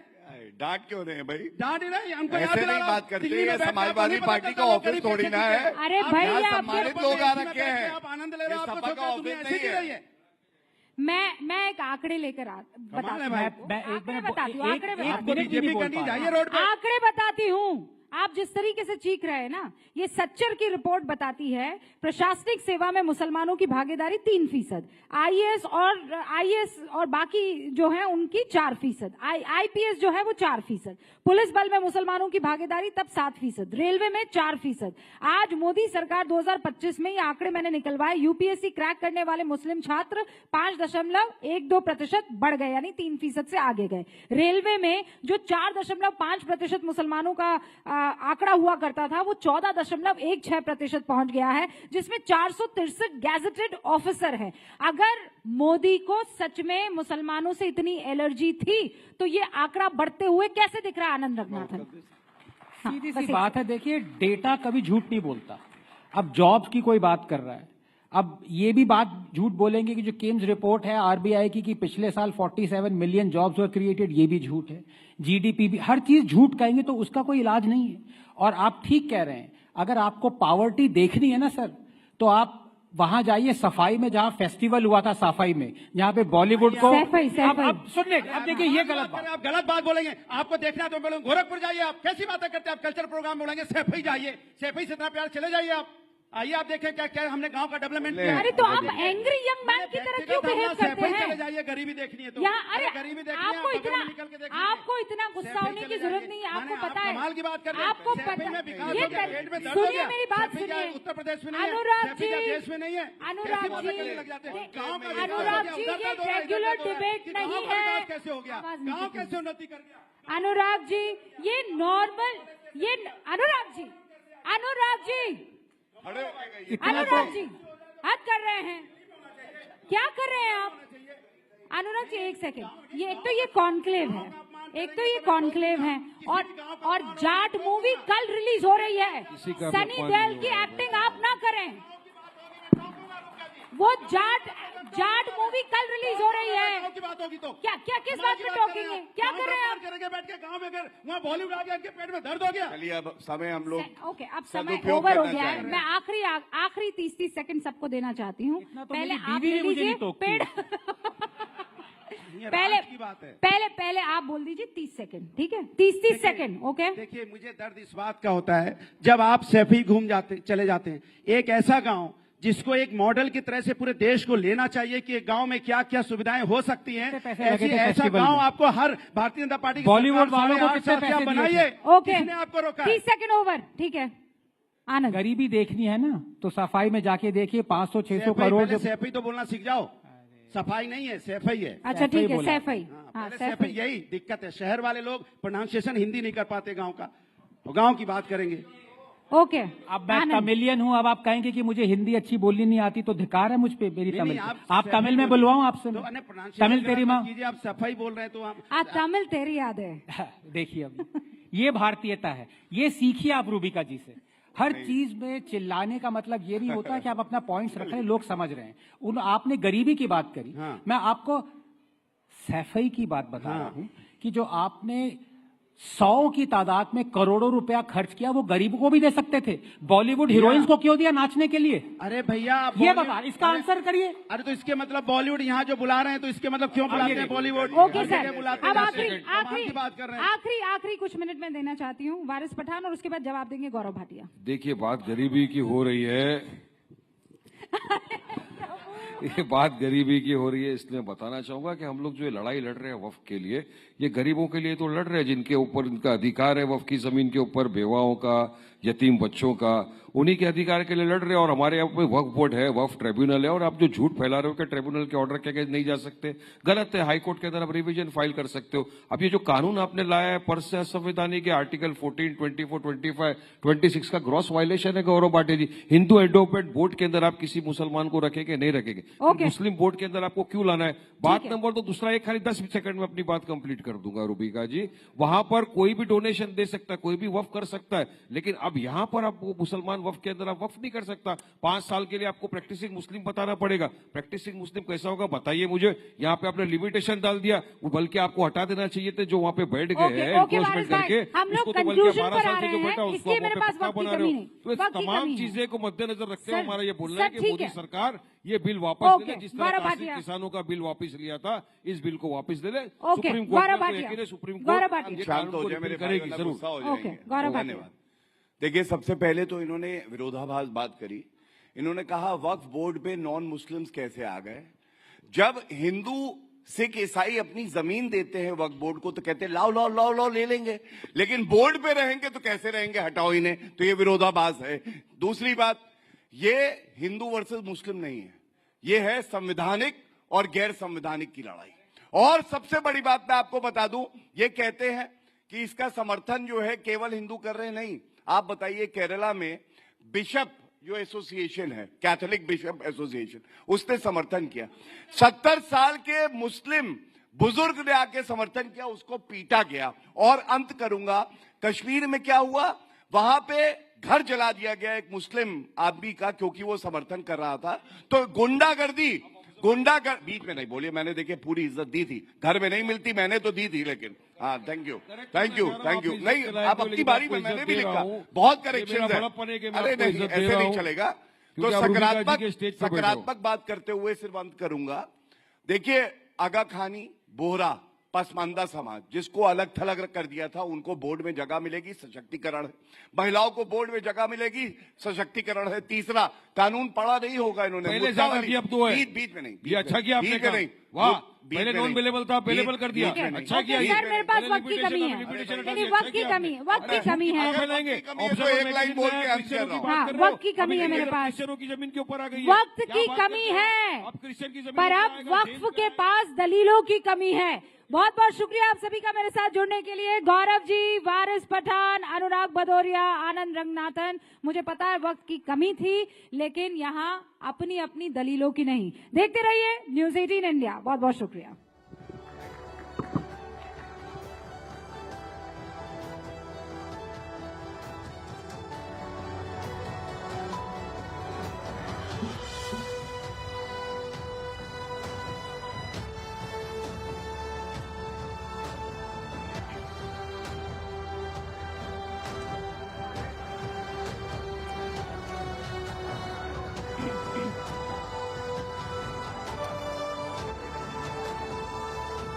तो देखिए, वक्फ के पास दलीलों की कमी है या नहीं, अगले सेशन में भी हम इसी पर चर्चा करेंगे। लेकिन मैं रिक्वेस्ट करूंगी, I would like to request everyone to please be seated for a next session.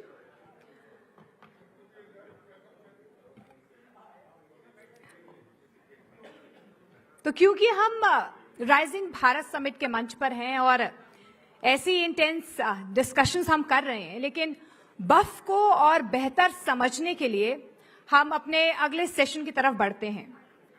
क्योंकि भारत एक ऐसा देश है जो संस्कृति और धर्म की विविधता से समृद्ध है। यहां पर वक्फ संपत्तियों और उनके मैनेजमेंट से जुड़ा सवाल बेहद अहम हो जाता है और हमने जितनी भी डिस्कशंस अभी की हमने देखा है कि सबसे ज्यादा हीटेड टॉपिक इस वक्त वक्फ ही बना हुआ है।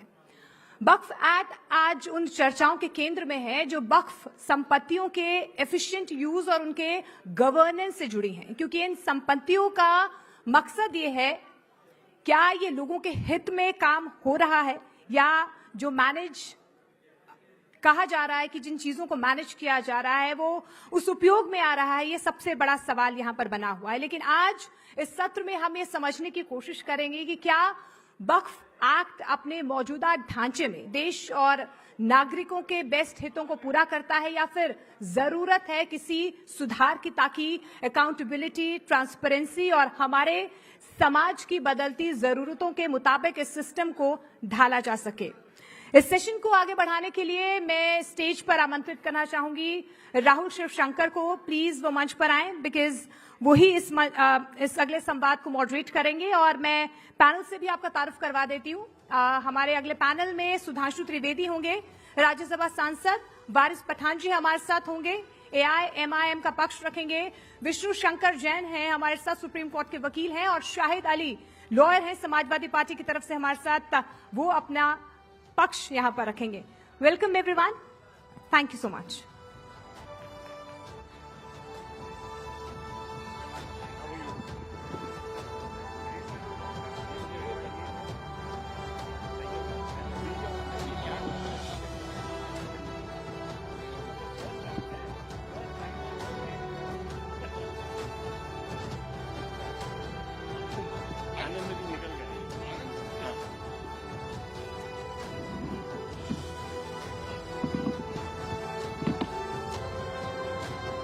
Ladies and gentlemen, thank you very much for your patience. We promised to be better behaved than the panel before this, but we're going to discuss something very interesting. The Prime Minister has spoken for the first time on the Waqf Amendment law, and he's come out and said that it is the Congress that perpetuated iniquity in our society, and it is because the Congress believes in appeasing the hardliners that the Waqf Act of 1995 came about, giving one community privilege over all others.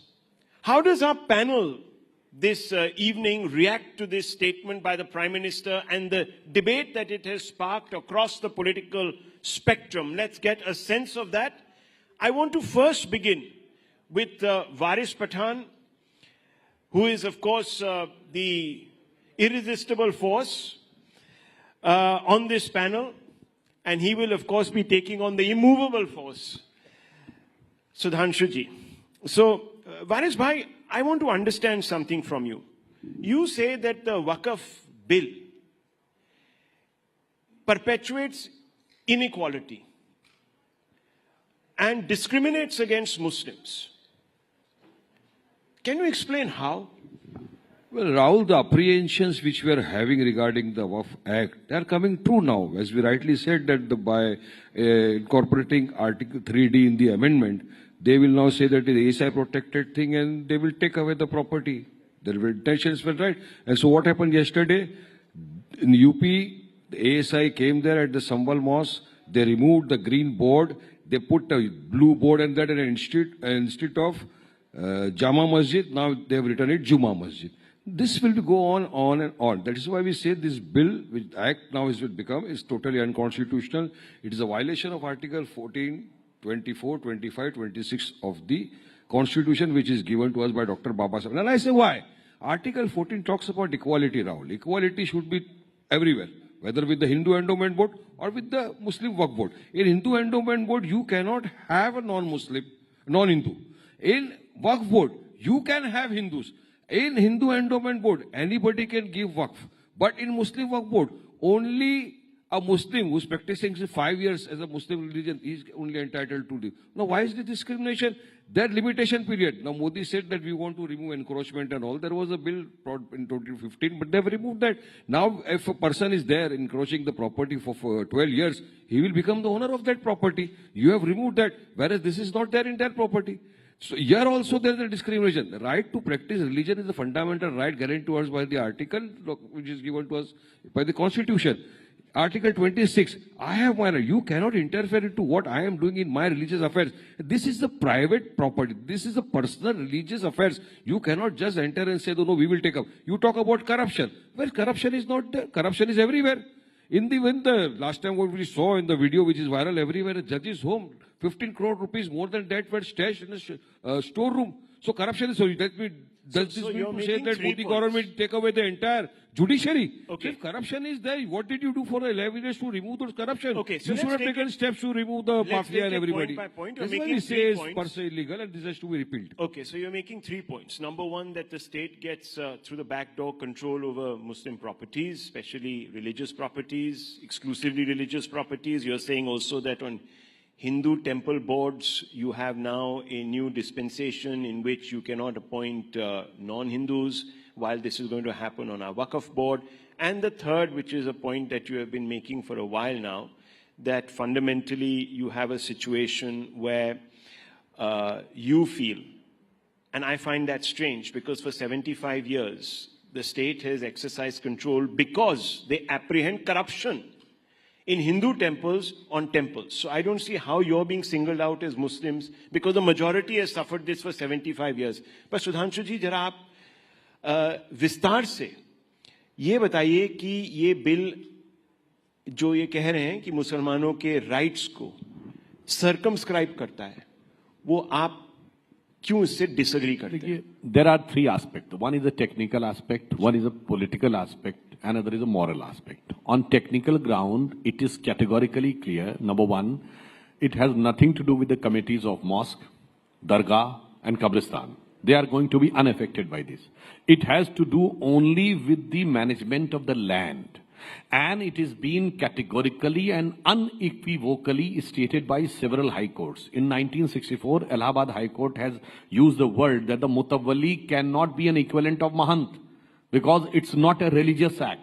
In 1976, Calcutta High Court has clearly said that it has having no religious connection and it is not come under the purview of Article 26 of the Constitution. And in Kerala High Court judgment of 1993, they have also clearly said that this is not a religious activity. It is just doing with the management of the land. And now, come to the political question. It's a very peculiar thing to understand that from 1913 to 2013, first I would like to say there is a statement that since the matter is related to the Mohammedans and related to Mohammedans law, so there is no question of public policy arise. Means government should not have any role. You know whose statement this is? This is the statement of Muhammad Ali Jinnah in April 1913 in Imperial Legislative Council, while trying to pressurize the British government, and with the help of Congress, they try to get it done. Today, they are the same language in 2025. From 1913 to 2025, nothing has changed. So, strictly on politically speaking, I would like to ask that they are having, from 1913 to 2013, 17 lakh acre land. And 2013 is the date in which such a committee recommendation came. And it said that the Muslims are in a worse condition than scheduled caste. But from 2013 to 2023, 21 lakh acre land has been added. It's a very peculiar, you can say, mind-boggling logic. And second thing, out of this 39 lakh acre land, I would like to ask, now political question, how many institutions, hospitals, universities, how many libraries, even the centers of Islamic excellence are there? How many for orphans, for widow, for divorcee, for the poor? Nothing. And what is the earning? Just net profit is 1 crore 25 lakhs from 39 lakh acre land. On the other hand, Ram Janmabhoomi is having 2.77 acre, 3,000 crores earning, and 400 crore contributed to the tax. So that shows they are not having any apathy even towards the Muslims. And one more thing. If they are having so much of sentiment for Islam, why there is a separate Muslim Shia Waqf Board and Central Waqf Board?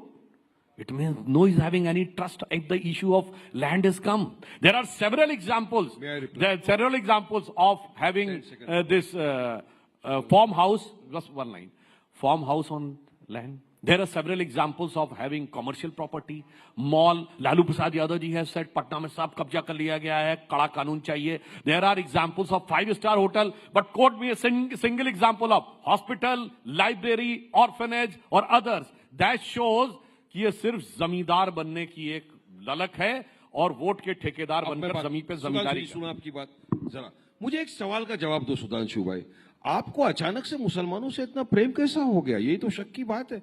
आपको हमारे 2 minute की अजान से तकलीफ है, 10 minute अगर कोई रास्ते में नमाज पढ़ लिया उससे तकलीफ है, आपको हमारे हिजाब से तकलीफ है, आपको हमारे खाने पीने से तकलीफ है, आपको हमारे दाढ़ी टोपी से तकलीफ है, आप अगर कोई चला गया शक की बुनियाद पे JSR नहीं बोला आप उसको मारते हो, आपको इतनी सारी चीजों से तकलीफ है। आप बिल्किस बानो के बलात्कारियों को खुले फिजाओं में छोड़ देते हो, जब छूट के आते बेल पे आप उनको गार्लैंड करते हो, टिकट देते हो। जकिया जाफरी इंसाफ मांगते मांगते मर गई, उनको आपने इंसाफ नहीं दिलाया। आपको अचानक से मोहब्बत ये जो आई है ना सुधांशु जी, ये वफ को बचाने के लिए, ये वफ को खत्म करने के लिए आप कर रहे हो, झूठ फैला रहे हो, आप भरम फैला रहे हो देश में। आप अगर आप यकीन में इंसाफ की बात करते हैं आपके तो जवाब मुसलमान बहनों को दीजिए डिमांड रिवर्स। आपके जवाब देने से पहले मैं एक चीज छोटी बात कहना चाहता हूं। मुसलमान जेल में बेकसूर बंद है, वारिस छोड़िए पठान उनको, क्यों नहीं देते हो बेल उनको? वारिस पठान साहब, नहीं देंगे नहीं, आपको उन मुसलमानों से आज तकलीफ है जो वकफ एक्ट को सपोर्ट कर रहे हैं। मणिपुर में घर जला दिया, नहीं आप मेरी बात सुनिए। वायलेंस इज कंडेमनेबल, मैं बोल रहा हूं आपको। That is not easy to say. No, because the chilling effect of that act, and it's not just against one Muslim in Manipur. There have been several incidents where Muslims who have supported the BJP's position on the Waqf Act have been attacked.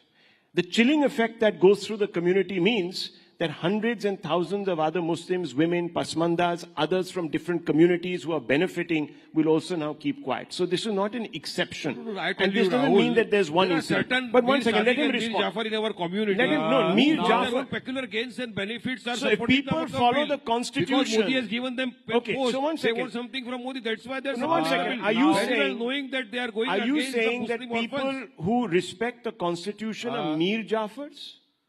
No, this is the question of not respecting the Constitution. We are respecting the Constitution, okay. and that is why we have moved the Fast. Supreme Court. Quick Had we not respected the Constitution, we would not taken the due process of law. We have gone to the Supreme Court. Good. We have filed an appeal before the Good. That's Supreme Court. Thing. That's a good thing. I'm not denying. But there are certain yes. people who wants to just sit with that so Modi gives them something. They have a right. And for their peculiar, that is democracy, personal sir. peculiar gains and that benefits. That doesn't matter. That is also democracy. He has used the word that he is against violence, but Afzal Halat ka mara hai, who was the mastermind of attacking parliament. याकूब मेनन की judicial killing हुई है, जाकिर नायक शांति का मसीहा है, इशरत जहां बेटी है, हाफिज साहब है, भारत तेरे टुकड़े होंगे इंशाल्लाह कहने वाले भटके नौजवान हैं। गजब की डायकोटोमी ऑफ द कैरेक्टर है कि I am against violence but I am in favour of those. आप ऐसे मुस्लिम्स के साथ रहते हैं। Let me complete the sentence sir, सुनिए, very important point I want to make. When Manmohan Singh was prime minister, who was invited to prime minister house? Yasin Malik, who was accused of murdering several IAF officers. When Modi ji became prime minister in 2015, which Muslim was invited? It was the 50th year of the martyrdom of Veer Abdul Hamid. His entire family and his wife was invited and respected. That is quite clear कि वीर अब्दुल हमीद जैसे अच्छे और सच्चे मुसलमानों के साथ हम हैं और अपराधियों और आतंकवादियों के साथ आप हैं। आपके खुद के एलाय शिवसेना के लीडर संजय निरुपम ने कहा कि अगर आप शाहीन बाग बनाओगे हम जलियान वाला बाग बना देंगे, जनरल डायर तैयार कर देंगे। आप उसका खंडन करते हो नहीं करते हो? बोलिए क्या स्टेप लिया आपने उसके खिलाफ, क्या एक्शन लिया आपने उसके खिलाफ? आप जलियान वाला बाग बनाएंगे, डायर बनाएंगे। उसके बाद भगत सिंह पैदा हुआ था और वारिस पठान बोल रहा है आप बनाएंगे, आप बनाओ जलियान वाला बाग, वारिस पठान आगे खड़ा रहेगा, मारो मेरे सीने पे गोली, आएंगे गोली हक्की इंसाफ की लड़ाई के लिए। सुनिए, हाँ ये वायलेंस के अगेंस्ट है। 15 मिनट के लिए पुलिस हटा लो तो देख लेंगे, 20% 100 करोड़ पे भारी पड़ेगा। जलियान वाला की बात तो जुदा नहीं कर रहे हो। छोड़िए, गुल्ले काटे जाएंगे, राम राम चिल्लाएंगे, उसका कंडेमनेशन करो नहीं करेंगे। प्लीज वारिस भाई, look, we are coming to the serious aspect. We're one stage today. Can he quote a single Muslim country in which Waqf board is having this type of provisions which India's Waqf board is having? I challenge him. Second thing, can he quote a single minority community in India? Does Buddhists have this right? No. Sikhs have this type of right? No. Christians have this type of rights? No. Parsis have it? No. Jews have? No. Even the Christians, The Catholic Bishop Council of Kerala has written a letter on 31st of March this year that this should be amended because 400-acre land of Christians has been claimed by them. This is the fundamental. दोनों में से बता दीजिए. एक दूसरी जगह पे संविधान नहीं क्या? भारत में बता दीजिए. दिया हुआ संविधान नहीं क्या? सऊदी के अंदर कानून है, आप चोरी करोगे हाथ काटने के, वो भारत में लाना चाहते हो क्या? अभी आप जलियांवाला तो बनाने वाले हो ना यहाँ पे. बनाओ जलियांवाला बाग, आएंगे भगत सिंह बन के खड़े रहेंगे सामने, मारो गोली. अरे take about a constitutional right. You have a right to protest. You don't have a right to impose full penalty on us. Under what provision of law did you impose full penalty on us? Okay, I'll have to shut down your mic, please. Let's not shout at each other. Please, we're within earshot. For God's sakes, there's a whole live audience. Calm down. Okay, let's look at the constitutional question, because the matter now is going to go to the courts. We've tackled the politics here. Let's go to the constitutional question. Vishnu Shankar Jain, you've been arguing. In fact, you might even be moving the courts. I want to ask you, is this bill legally infirm? I see certain precedents that have been cited, and I have them here. In fact, there are several. There is the Shri Adi Visheshwari of Kashi Vishwanath Temple versus the state of UP, where legal precedents support state oversight. There are Supreme Court rulings. So, can you explain a little bit of that? And then I want Ali Saab also to come in. First of all, I want to ask a question that what does this Amendment Act 2025 has done? Let me give you a very brief glance. Section 40 used to say, Rahul, that Waqf board has the power to declare any land as Waqf property. That has been deleted. Section 104 used to give a provision that a non-Muslim can also donate to Waqf, which was against the Islamic tenets. That has been deleted. Section 107 gave an exemption of the Waqf from the Limitation Act. That has been deleted. The Administration of Evacuee Property Act, which all the properties were of central government, that was given to Waqf by Rajiv Gandhi government by Section 108, that has been deleted. So the unfettered and unchecked powers which were there under the Waqf Act 1995 has been curtailed by the present Amendment Act 2025. Now, let's come to the constitutional aspect of it. The first Waqf Act in this country was introduced pre-independence in 1913, and the next Waqf Act came in 1923. And Rahul, if you will have the provisions of those two acts, the only provision was there to get the Waqf property registered before the district judge. It is over a period of time, over these 100 years, that so much powers have been given that today we know a very well-known saying is there in the legal terms, power corrupts. And absolute power corrupts absolutely. And it is because of that Surat Municipal Corporation was declared as Waqf property. Allahabad High Court's land, a portion of Allahabad High Court's land was declared as the Waqf property. Matter travelled till the Supreme Court. Then Bed Dwarka was claimed to be Waqf property. Chandrasekhar Azad Park was claimed to be the Waqf property. So the present Amendment Act has only curtailed the unchecked powers which was given to the Waqf board. And Rahul, let's analyze. The major ground of challenge is what? That you have introduced two non-Muslim members in the Waqf Council and in the Waqf Board. This is the major ground of challenge. Now in the Waqf Council, how many members are there? 22 members are there. And these two non-Muslim members will not be ex officio. It is mentioned in the Act. These two non-Muslim members in the Waqf Board will not be ex officio. So when you were receiving money from the non-Muslims under Section 104, then also they were there. And I want to ask you a question. Varis bhai bhi mujhe bataएं, दो बातों का जवाब दें. Where is, in which Quranic text or in which hadith the concept of Waqf by user is there?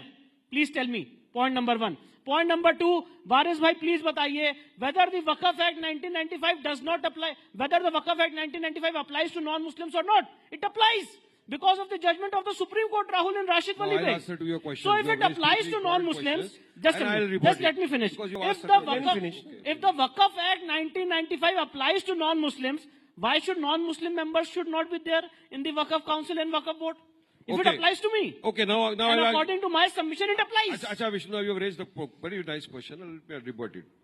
You spoke about equality. You spoke about the Constitution. You say why it should not be applied here, why it is applying there. Hindu Endowment Board. Why don't you allow Muslims to be a part of it? Because no, in Hindu Endowment Board, you will allow other people from other community to give waqf, to give donation. But that is not it's not a masjid committee. Do you have removed now? About temple committees. And anybody can donate now. But as per the new amendment, Muslims can only donate to Muslims in our waqf. That too 5 years you have to show that you are a practicing Muslim. Now what is the criteria to show that a person is practicing for 5 years? Okay. What is the criteria? I want to know that, because Rahul, if I want to donate I should know the Fair enough. criteria for Fair donating enough. the file. Fair बहुत साफ बात है. देखिए ये बात मैंने parliament में भी बोली थी. I want to make it very clear. इस्लाम में बहुत क्लियर मान्यता है कि जो गैर मुस्लिम है उसकी तो दुआ नहीं कबूल होती, तो दान कैसे कबूल हो जाएगा? It is in respect to, otherwise दुआ कबूल हो जाए तो कन्वर्जन की जरूरत ही नहीं है भाई. दुआ तो सब क्या मन बात से आप मांगते करने हैं, की दुआ बात हाथ कर रहे हैं? जिसके नहीं उसकी दूसरी भी बात कबूल होती है. क्या बात करते हो, सबकी दुआ कबूल होती है. ये झूठ आप फैलाओ मत. सर पूरे पूरे बड़े पार्लियामेंटेरियन हो, आपकी बात लोग सुनते हैं. हमारे माइनॉरिटी अफेयर्स मिनिस्टर गए, वो मदीना में एक लेवल तक जा सकते, उसके आगे नहीं जा सकते, because he is a non Muslim. तो भाई इबादत नहीं कबूल हो सकती है, जायदाद कैसे कबूल हो सकती है? It is strictly in accordance with the principles of Islam. वरना कोई मुल्ला मौलवी मुफ्ती मुकर्रम बारी हाफिज से कहलवा दें कि गैर मुस्लिम की दुआ अल्लाह मियां कबूल कर लेते हैं, तो मैं मानने को तैयार हूं. यहां पे पॉइंट दिखाई पड़ता है कि you want to manipulate the things as per your personal choices. But one thing is very clear that as he has pointed out कि जो लीगल प्रोविजंस हैं, लीगल प्रोविजंस बिल्कुल कॉन्स्टिट्यूशन के हिसाब से किए गए हैं. जो अधिकार सबको हैं वही अधिकार आपको है. मगर अफसोस जानते क्या होता है? जिनके दिमाग में आज भी बादशाही बैठी हुई है, जिनके दिमाग में आज भी है हम तो कभी हुजूर नवाब थे हुक्मरान वक्त, जिस जमीन पे उंगली रख दी वो हमारी हो गई, वो अब दौर खत्म हो गया. यही गलत है, यही झूठ है. जिस जमीन पे हमने रख दी कहां से आ गया? अरे जो अगर वक्फ करता है तो बताता है मेरी प्रॉपर्टी है, सर्वे ऑफिसर अपॉइंट होता है, ऑफिसर रिपोर्ट बनाता है, गैजेट होता है, नोटिफिकेशन होता है, उसके बाद वक्फ होता है. ये आप लोग ने फैला नहीं, ये जगह मेरी, ये होटल मेरा. ये झूठ बोल बोल के आपने पब्लिक को डराया. ये तमाम बातें झूठ है. भू माफिया बैठा हुआ था, वो भी डराया. भू माफिया तो आपने निकाला क्यों नहीं 11 साल से? क्या मदद किया आपने भू माफिया निकालने के लिए? अहमद था भू माफिया, उसको निकाला भाई. 100 करोड़ की वक्त प्रॉपर्टी हड़प के बैठा. निकाला किधर? उसके बाद यहाँ पे मुंबई के अंदर आगा खान ट्रस्ट की जगह है, ऑर्फनेज. निकालो आप उसको वहां से. उद्योगपति ने बड़ा बंगला बना दिया वहां पे, नहीं निकालेंगे आप. जो वारिस भाई प्रोसीजर बता रहे हैं यही बात सेक्शन 3B में आई है. जो वारिस भाई प्रोसीजर बता रहे हैं यही बात सेक्शन 36 में आई है कि वफ अब बिना वफ डीड के नहीं होगा. इसमें प्रॉब्लम क्या? और मैं एक बात और बताना चाहता हूं, just keep the record straight. Waqf में the manager of the Waqf is not the Waqf board. The mutawalli is the manager of Waqf, not the Waqf board. Shahid Ali, let me bring him in also. He has been sitting. और पूछा था कैसे decide होगा कि practising मुस्लिम है. It's very clear. हम सबको हर जगह अपना रिलीजन लिखना पड़ता है. तो जिस समय सेंसस में अगर आपने अपना रिलीजन मुस्लिम लिखा हुआ तो कोई प्रॉब्लम नहीं. If you are converted then you have to get a certificate from a Maulvi, and that should be 5 years old. ये हिंदुइज्म में है? नहीं, हिंदुइज्म में तो कन्वर्जन का कॉन्सेप्ट ही नहीं है. हमारे यहाँ कन्वर्जन का कॉन्सेप्ट क्या करेंगे आप? अप्लाई करेंगे क्या? हमारे यहाँ कोई कन्वर्जन का कॉन्सेप्ट. टाइम भी दे दीजिए इन दोनों को, कोई मसला नहीं. सॉरी, मेरा टाइम भी इन दोनों को दे दीजिए, कोई मसला नहीं. ओके, नो, क्यों?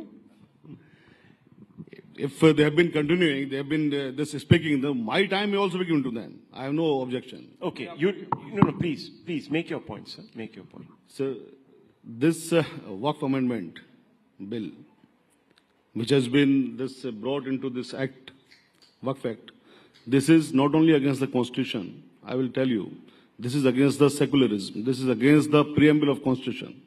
This violates basic features of India. Basic features cannot be amended or cannot be abrogated by anyone. So since by virtue of these provisions of these amendments, they have abrogated the basic feature, we believe that this will not stand before the Honorable Court. How this violates not only the preamble, but Article 26(14), I will tell. India is standing on 3 pillars basically: the executive, legislative and judiciary. Now, by virtue of these amendments, they have curtailed the powers of judiciary and they have conferred power upon the executive in the form of DM. So, presently, the power will lie were with the Waqf board, or with the Waqf tribunal. Tribunal basically is the court, judicial court. So, they have taken the power from the Waqf tribunal and they have conferred power to the DM. He will ascertain as to who has the title. In India, here is a judicial system. Only the courts, judicial system can try and can establish and can tell by way of passing a judgment as to who is the owner. The title can be decided only by the honorable courts, not by executive officer. So, by taking power from judiciary, they are conferring power from executive. So, you have been demolishing one of the pillars of India. So whether India will be standing on 2 pillars, which is standing on 3 pillars? But do you know that some people will say that this is an attempt at equalizing the distinctions? Because for Hindus, this has been the case for 75 years, sir. So let's put that into perspective. Let's put that out there also. There's been an inequity. Anyhow, very quickly, Vishnu Shankar Jain, on this point that he has made, I'll leave it at this then. Very quickly. According to me, Shahid Bhai is relying upon the principles of secularism. That dichotomy is that when secularism was introduced in the constitution, there was no JPC which was constituted.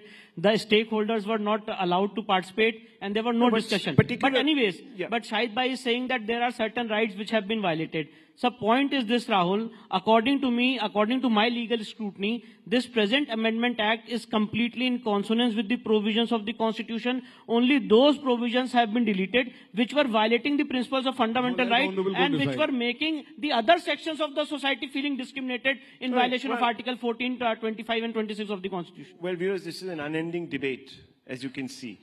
One thing I would like to ask, he has asked about secularism. I challenge anybody, even the listeners. I accept the challenge. Sir, let me complete. Can he quote a single secular country in the world which is having provisions like Waqf Board, Triple Talaq, Mehram, Halala, Hajj subsidy? And if there is a conflict between Sharia and Supreme Court, Shabano case, then the Parliament trounced the Supreme Court and established Sharia over the Supreme Court. I challenge, just name one secular country. I accept this challenge. I accept this challenge. Farmer bill. I accept this challenge and the debate may be convenient. No, but I'll just say No, example, quote I accept all examples. this. It happens only in Muslim countries. So they tried to convert India a partial Muslim country in the garb of secularism. Absolutely not. Otherwise, Okay, we leave it at this. We'll close the debate. We've run out of time. Run out of time. Run out of time. Dr. Ambedkar, suniye, I've run out of time. in the Constituent Assembly debate, anybody can go and check the secularism what was proposed by Mr. K.T. Shah and who has participated in the debate was Dr. Ambedkar. secularism na. संविधान के अंदर छेड़खानी कर रहे हो. We are going off track. It was rejected Gentlemen, because please. Dr. Ambedkar said अगर minority होगा तो secular नहीं होना चाहिए, secular होगा तो minority नहीं होता. Okay, किसी so secular देश में minority नहीं होती. We're off out of time and we're off topic now. I'll leave it at this, please. Too quarrelsome, please. Calm down, everybody. Calm down. It's all over. Thank you very much. Thank you very much. Okay. Okay, let's cut this. Thank you. It's over. The debate is over, sir. The debate is over. Clearly said, I would like the audience and your entire nation to know that Mr. Just said that they want to remove the secularism from the constitution. अरे आवाज आएगा ऐसा भी है. Outside also जा सकते.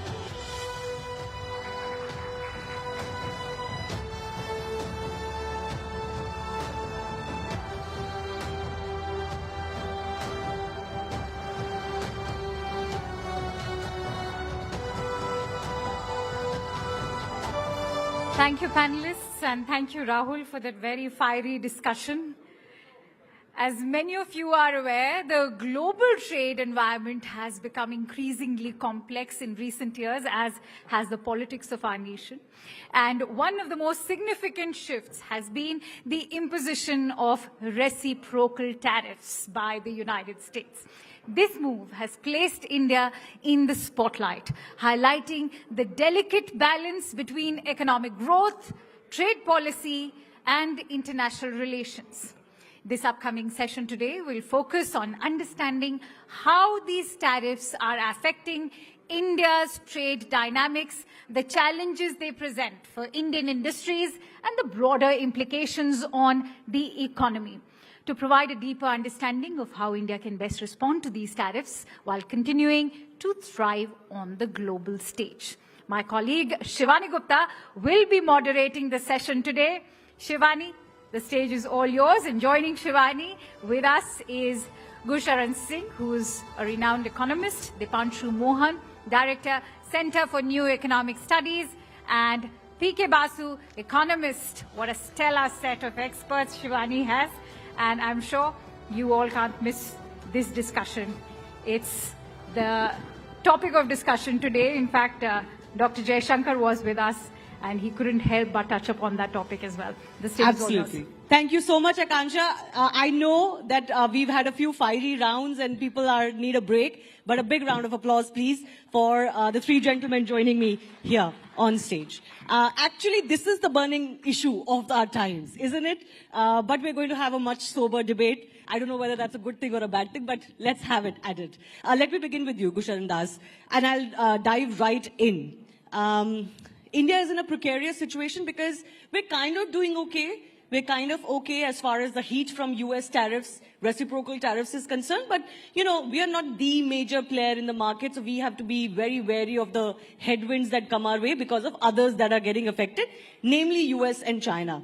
So US increased its tariff in a fit to 104% on China. Just yesterday, China has increased its tariffs on US goods to 84% now. Are we all going to burn in this fire, which is primarily between US and China? That's the big question.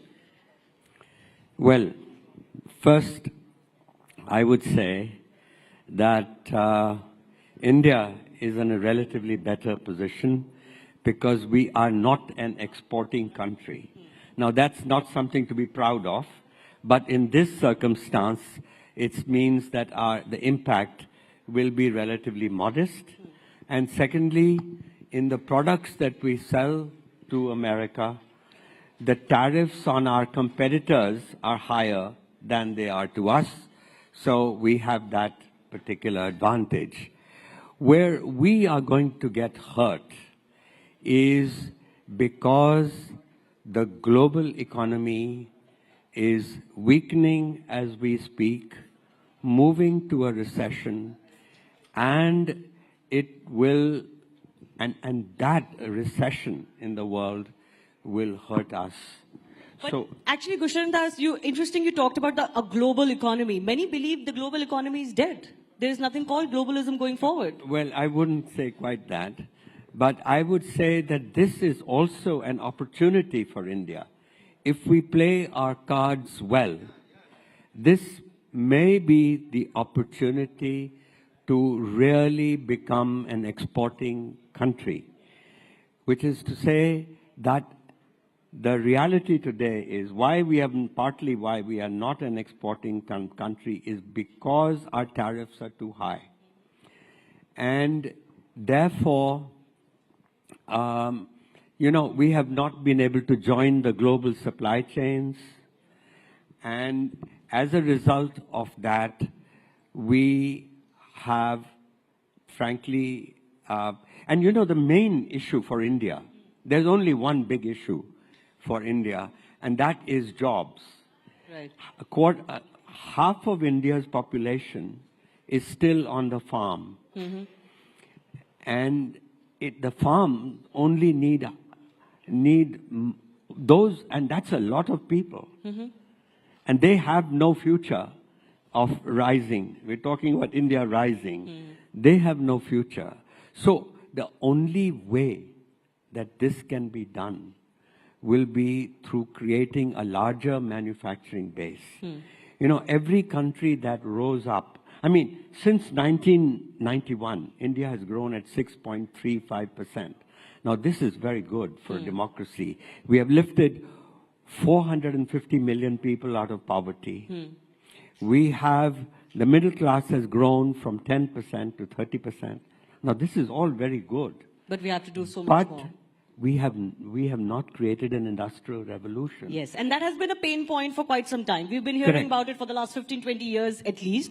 But Dipanshu, sticking to the tariffs, I want to press on this question with you. Is the global economy, the way it used to function, dead? Is that order dead?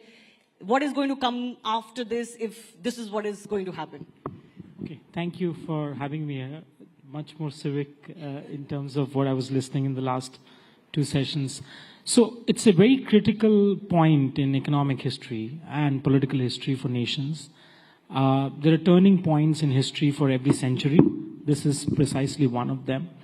So a lot of things would look clearer 6 months, a year down the line. Where I think India is in a relatively better position is that it started aligning with other regional groups much earlier in the conversation. I think thanks to a little bit of foresighted thinking by the current administration, at least from projection purposes.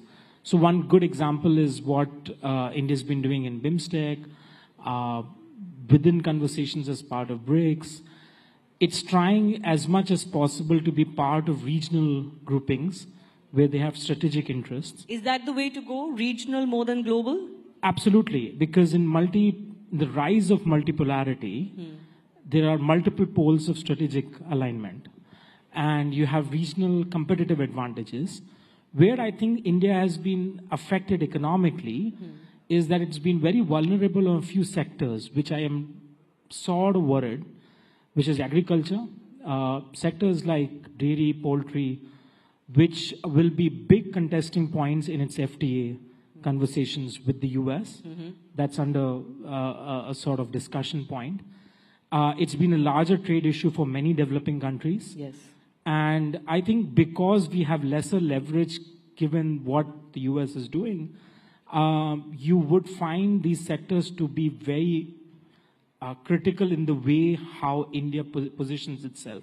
Okay. As of right now, if you really look at the information out, we don't really have a very clear, cohesive trade policy vision.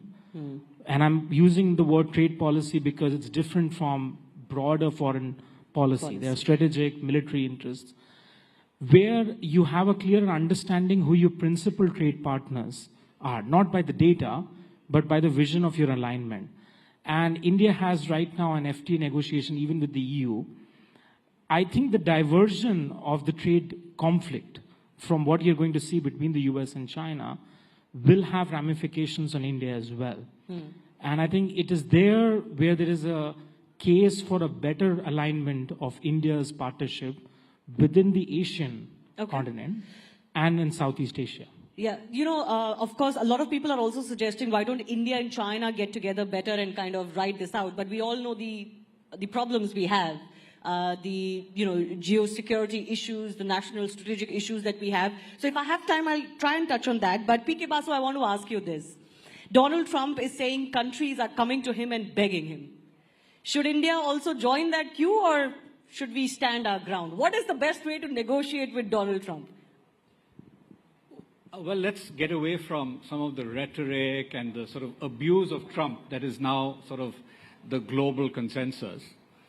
Donald Trump has been very clear, since 1988 at least, that America is being taken for a ride. I think in 1988 he was perhaps a little bit ahead of his time. But the simple fact is that what America faces and the world faces is one economy, China, that is not a market-based economy. And I have been saying this for 25 years, and I'm glad that Donald Trump now also says something similar in roundabout ways. But the simple fact is this. So if you look at China, in the year 2000, I'll just start with steel. Steel is a very basic thing that is produced all over the world. In the year 2000, world steel production was 840 million tons, of which China produced 128 million. And it was already the largest amount of steel produced by any country in history. By 2007, that went to 400 million tons for China.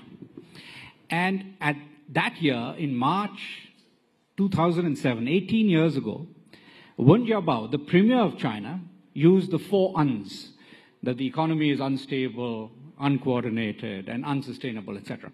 So he was referring to overcapacity in China then. Guess what? Steel production in China in the year 2020 reached 1,065 million tons.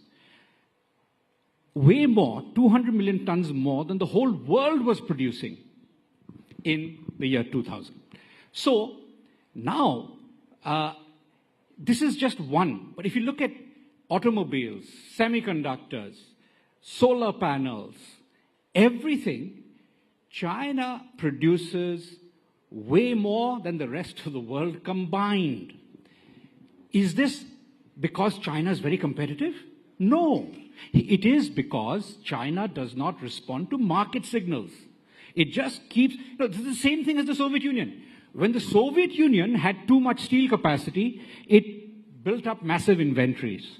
When China has too much steel capacity, it exports it to the world at below the cost of production, which is called dumping. Yes. Now, that is defined as dumping. Okay? So, what we have now is a situation where the US is dealing with China. Now, thank goodness, it is Trump is dealing with China on our behalf. We should all have been doing this. We should be thanking him. We should have been doing this 20 years ago. So now, don't curse Trump. Okay, now let me just complete this. Yeah, the complete point is that most of the rest of the world is negotiating. We have already started negotiating with the US long before April 2nd. We've been negotiating, and we are going to negotiate a mutual reduction in tariff. Once there's a mutual reduction in tariff, there will be no question of a global recession. But global trade will be very disrupted because at the moment, a lot of what is called these global supply chains, they're all centered around China. They used to be centered around ASEAN before the 98 Asian crisis. So they are now centered around China. If I get you correctly, you're saying this is an opportunity for the rest of the Asian bloc. So the simple fact is, for India, the opportunity is this. The opportunity is that most of our competitors are now paying more. So let's just look at Vietnam and Bangladesh. They were paying 0 tariffs in the US for textiles and garments. They will now pay 37% for Bangladesh and 46% for Vietnam. We lost our GSP benefits in the US market in June 2017. Trump took them away. But he didn't take them away from Bangladesh and Vietnam. So now we have a huge advantage. Now, Gurchan correctly pointed out that labor-intensive manufacturing is the one area where we've completely missed the boat. We've missed the boat. We find every opportunity once a decade to miss the boat there. This time we have a real opportunity to do that well. Now, I also saw. Yeah. Minute each to both of our guests. They've raised their fingers. Yes. Yeah.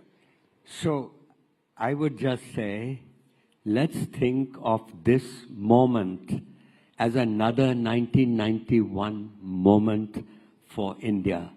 Trump could be our best friend because ultimately, and PK has shown the way, that really it is only through labor-intensive manufacturing via the global brands, because we forget Indian market is actually relatively small, and we need the best story for India today is Apple, the iPhone. If we just duplicate the iPhone model to all the labor-intensive sectors, and it can be done, but it means work. Forget the work of reforms but you know, when the Prime Minister of Vietnam heard that India had got the iPhone, he flew to Cupertino, California to talk to the head of Apple, and he said, now we have lost the iPhone, give us the tablet, give us the iPad. And he got it. Now, every chief minister in India has to behave in that way. And it can be done. So opportunity, but it needs to be grabbed. And as you were saying, gentlemen, that we have missed those opportunities in the past. Dipanshu, very quickly, I have a final round of questions. But one thing we have to be clear. We have 10 years of data of the current government and what it has done. My problem is a lot of this has been said year after year. They've had number of opportunities. What you would find it difficult to understand is the issue around precursor to labor-intensive manufacturing is human capital development. And if you see year after year, the natural weightage of budgetary allocations towards areas of human capital development has repeatedly been falling. Now, where you would find India to become ready is investing in a medium to long-term vision, which I feel is more or less lacking. And I think unless and until, because we're talking about rising Bharat, if you don't have a long-term vision to become another Vietnam, or to become another Bangladesh, or to become another, South Korea, the evidence right now is we're falling more in a Latin American trap of high debt, government putting a lot of money, private sector not investing enough, consumption demand weakening, and you have a situation where you're sort of battling for yourself. So we have to be very clear that what is our vision, not just in policy, but in action. And I think I am not convinced by looking at the last few years that we're able to do it. We started doing it in 2014. The first 2 years of FDI data is very promising, even for private investment. But America is facing its demonetization moment now, like we did in 2016. Okay. So you have a big issue with the intent being there to do the right thing, But but not the really way the this is action being on done ground. is going to erode a lot of good faith. Let me ask a couple of rapid fire. PK Vasu. But can I just respond to this? Okay, go ahead. You see, the basic thing that most people don't understand is that we lament the fact that private investment hasn't really picked up in India. In India, yeah. Private investment has been stagnant pretty much around the world for 25 years because of China. You look at the level of investment spending in the United States today compared to 25 years ago. The CAGR is less than 3%. You look at Korea, CAGR growth, compound annual growth rate for private investment spending in Korea is less than 1%. So Indonesia, Jokowi was president for 10 years. And during that time, he came in saying, I want 7% growth. What did he achieve? Less than 5%. Why? Because he couldn't get investment spending going. This is not specific to us. In fact, we are the second fastest growing in terms of investment. He doesn't agree with Second you. point is, it's completely, this is data. Now, the final point I'll make, one more, is that, we often say that we haven't industrialized. We missed the industrial revolution. Not true. India is the second biggest producer of steel, aluminium, cement in the world. We're the fourth biggest producer of cars in the world. Electronics and labor-intensive manufacturing are the two areas where we failed. Electronics is picking up. If you look at electronics, they're now about 10% of our merchandise exports. This year, they've grown about 40%. They've continued to grow strongly for the last 5 years. So we're beginning to see a pickup there. Okay. But there's a lot of I'll take space to grow. precursors from previous panels. If the Textiles and government has garments. to do its bidding, let the government do its bidding. I mean, you have to look at the facts. Indonesia has done remarkably well in drawing private capital formation. India has not invested enough in human capital development. There have been studies last 3 decades of higher functional illiteracy. You have more enrollment in schools, colleges, but you have a situation of higher youth unemployment than ever before. Okay. And this is I have something we have to be very practical about. Okay, I have a rapid fire question set for you. So, Gushan, very quickly, please add to this, then I'll go to my rapid fire.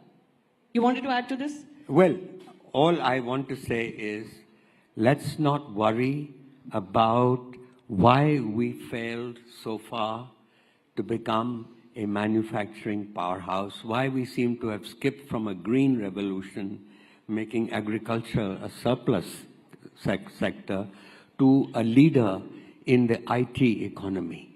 What now is a golden moment, because with the tariffs against China being so high, every multinational company is scared.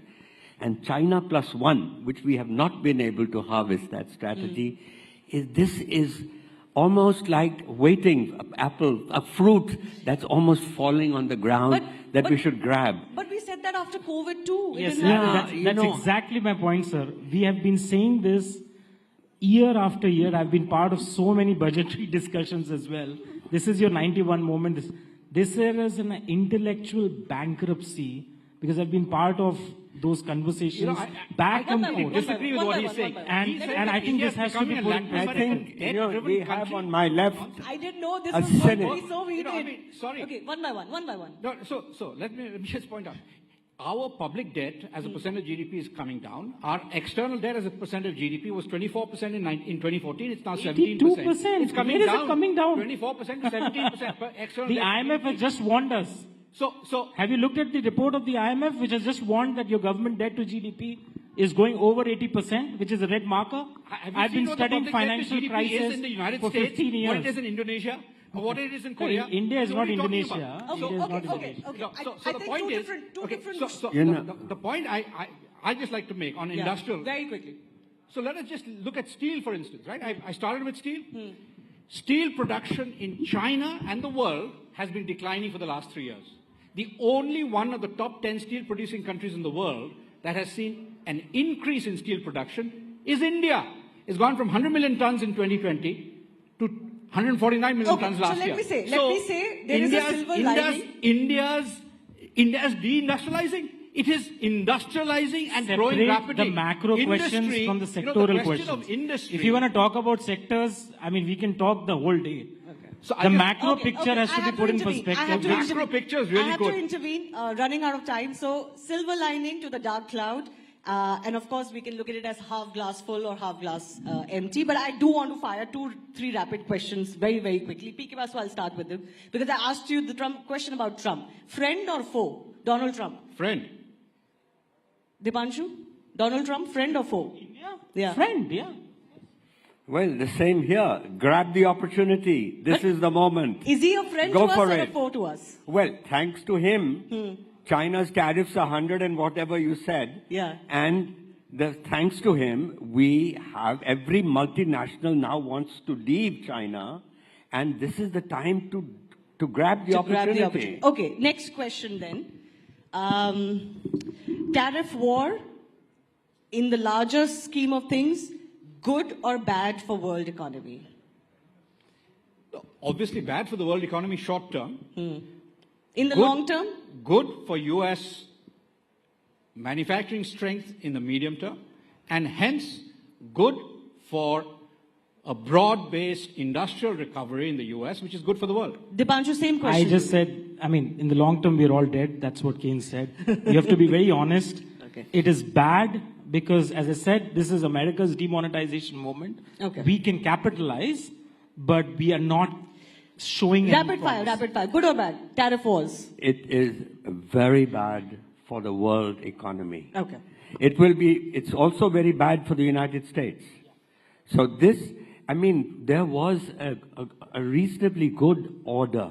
And what we needed was to reinforce and return to a multilateral system. Okay, but at the same time, you all agree this is an opportunity for India, right? No, yes, yeah. yes, and yes. I want to... I could just say one last thing. I do accept this cynic here. Most people are now saying that China is about to take over the world. You know, you must understand the Chinese economy is a colonial economy. Even Chinese, China still has 40% of its population living in rural areas. Yeah. They provide the cheap labor that drives China's economy. So 10% of China, which is the Communist Party membership, benefits, and the rest are slaves. Okay, so we can discuss Chinese we system don't want to be versus part of our China. system Separate till discussion the on cows China. come We home. need That's a a separate separate discussion. But I did want to end on a nice, slightly better note. The RBI has cut rates today, so consumers are a little happy. We don't know what the markets will do, how they'll behave, but generally speaking, India not But as you bad have to as see the whether rest. it is passed on by the banks to the consumers. Sure enough, Just sure because enough. RBI has cut rates doesn't mean Sure banks. enough, the government does need some sentiment boost. And let's hope that at least as far as India is concerned, it's going to be in a better stead than the rest of the world. I do have to thank our guests for joining us. Pleasure talking to all of you, and thanks a lot for making this heated. Thank you. A big round of applause, please. Thank you, everyone, for our esteemed guests. 3 economists never agreeing on anything, that's a good sign. Thank you, Shivani. Thank you, esteemed panelists. As Malcolm X rightly said, the future belongs to those who prepare for it today. And so, as Sir said, let's seize the moment. I'm sure you all enjoyed that very insightful conversation. As I was saying, that External Affairs Minister Dr. S. Jaishankar was also here with us at Rising Bharat. And he also spoke extensively about it, but good to hear all those varied insights.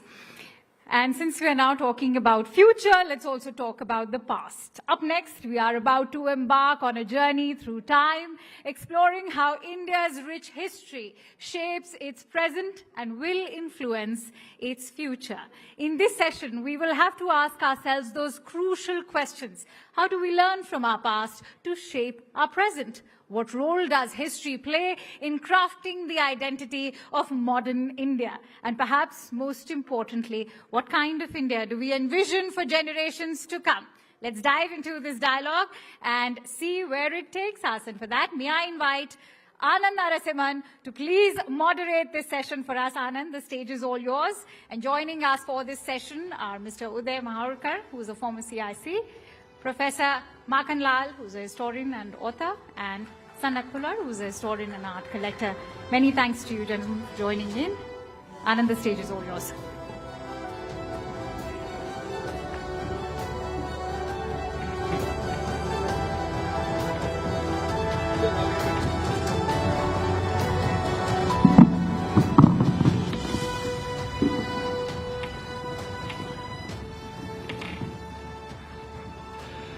Namaste. This is a conversation I've always loved to speak about, our history.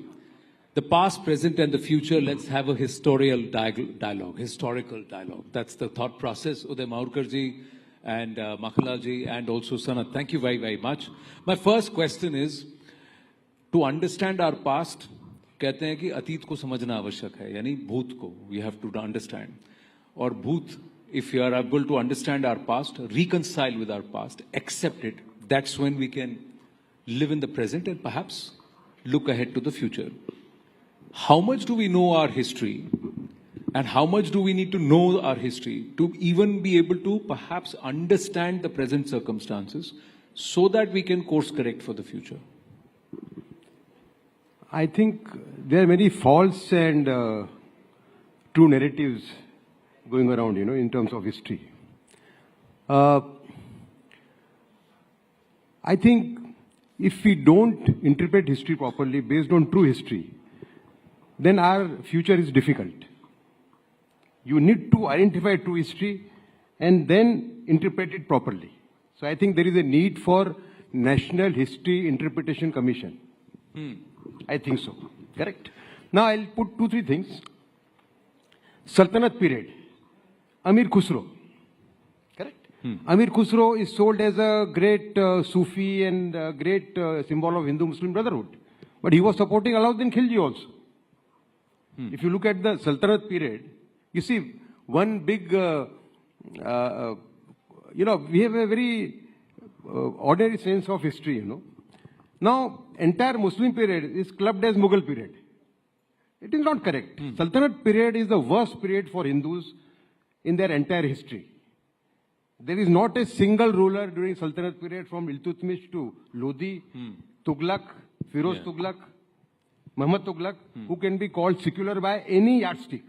So this you're saying... So that is the most painful period. Then comes Akbar. No, I'll tell you. I'm not pitching for a ultra-right narrative as such. Then comes Akbar. Akbar initially is a fanatic, and after 1570, he turns to modern interpretation of Islam and, becomes a moderate for that matter. Now, Akbar is the first person who withdraws jizya tax. He is the first person who puts a stop to temple destruction. So now this whole narrative where Akbar is being compared virtually with Aurangzeb, I think it's not correct. Aurangzeb was certainly most fanatical person, but he was only half fanatical as compared to Khiljis and Tughlaqs. Okay. Get your point? Okay. Second, you see, the period between 8th and 12th centuries, when these Khajuraho-like temples were made, where even orgies were, depicted on the walls, correct? That is being sold as a golden period. My sense of history, my understanding of history, based on very good books, says that that was a decadent period of Indian history. Because Vamachari Tantric cult had taken over the society. There were Kapaliks who were doing sex in the open in the 8th and 9th century and 10th century. Correct? And that was the reason why Islam got a foothold in India. So what is being sold, by people who want to serve perverted content, sexually perverted content, that we are a land of those temples. Liberal values, open values. I don't think so, because that is the decadent period, because it was the period where Vamachari Tantric cult took hold of the society. Correct. What I am asking you, Udayji, is why is it that a nation or a civilization, and Professor Makhanlalji, I'm going to ask you this question again, that we have an itihasa of more than 7,000-8,000 years if you were to go by what Rakhi Ghadi has shown us. How is it that that is all concised into 500-600 years, 1,000 years, jo hamara atit tha? Is that what is going to help us define who you are going to be in the future? Is 10,000 years of history, is that so much so difficult to accept, understand, grasp, that कि इसको अब इतने में ही सीमित कर देते हैं, भाई ये वाला पीरियड है, इसको निकाल लो, जैसे इंस्टा शॉर्ट्स हो गया, तो हिस्ट्री शॉर्ट्स नहीं हो सकता. That's exactly what's happening. I'm very grateful to you for asking this question, and this question I answer you as a university professor for 45 years. I taught in Banaras Hindu University, Cambridge University, Aligarh Muslim University. So this question is very dear to me. Why history? Why 500 years history or 10,000 years history? Let me explain it in simplest possible word, which I learned as teacher. Every time you fill a form, you write your name, you write up date of birth, you write your village name or city name, you write your father's name, mother's name, your qualification. What that form is, that's your history. That's your identity. Remember that. That little form is your identity. Because of that, एक column उसमें और रहता है. Is there any criminal case against you? That also is part of your own history. And therefore, same is applicable on nations. Whichever nation it is, they are your identity. History is your identity. And deeper the identity, deeper you are more stable. I will explain that briefly. But at the same time, always remember, why history is identity?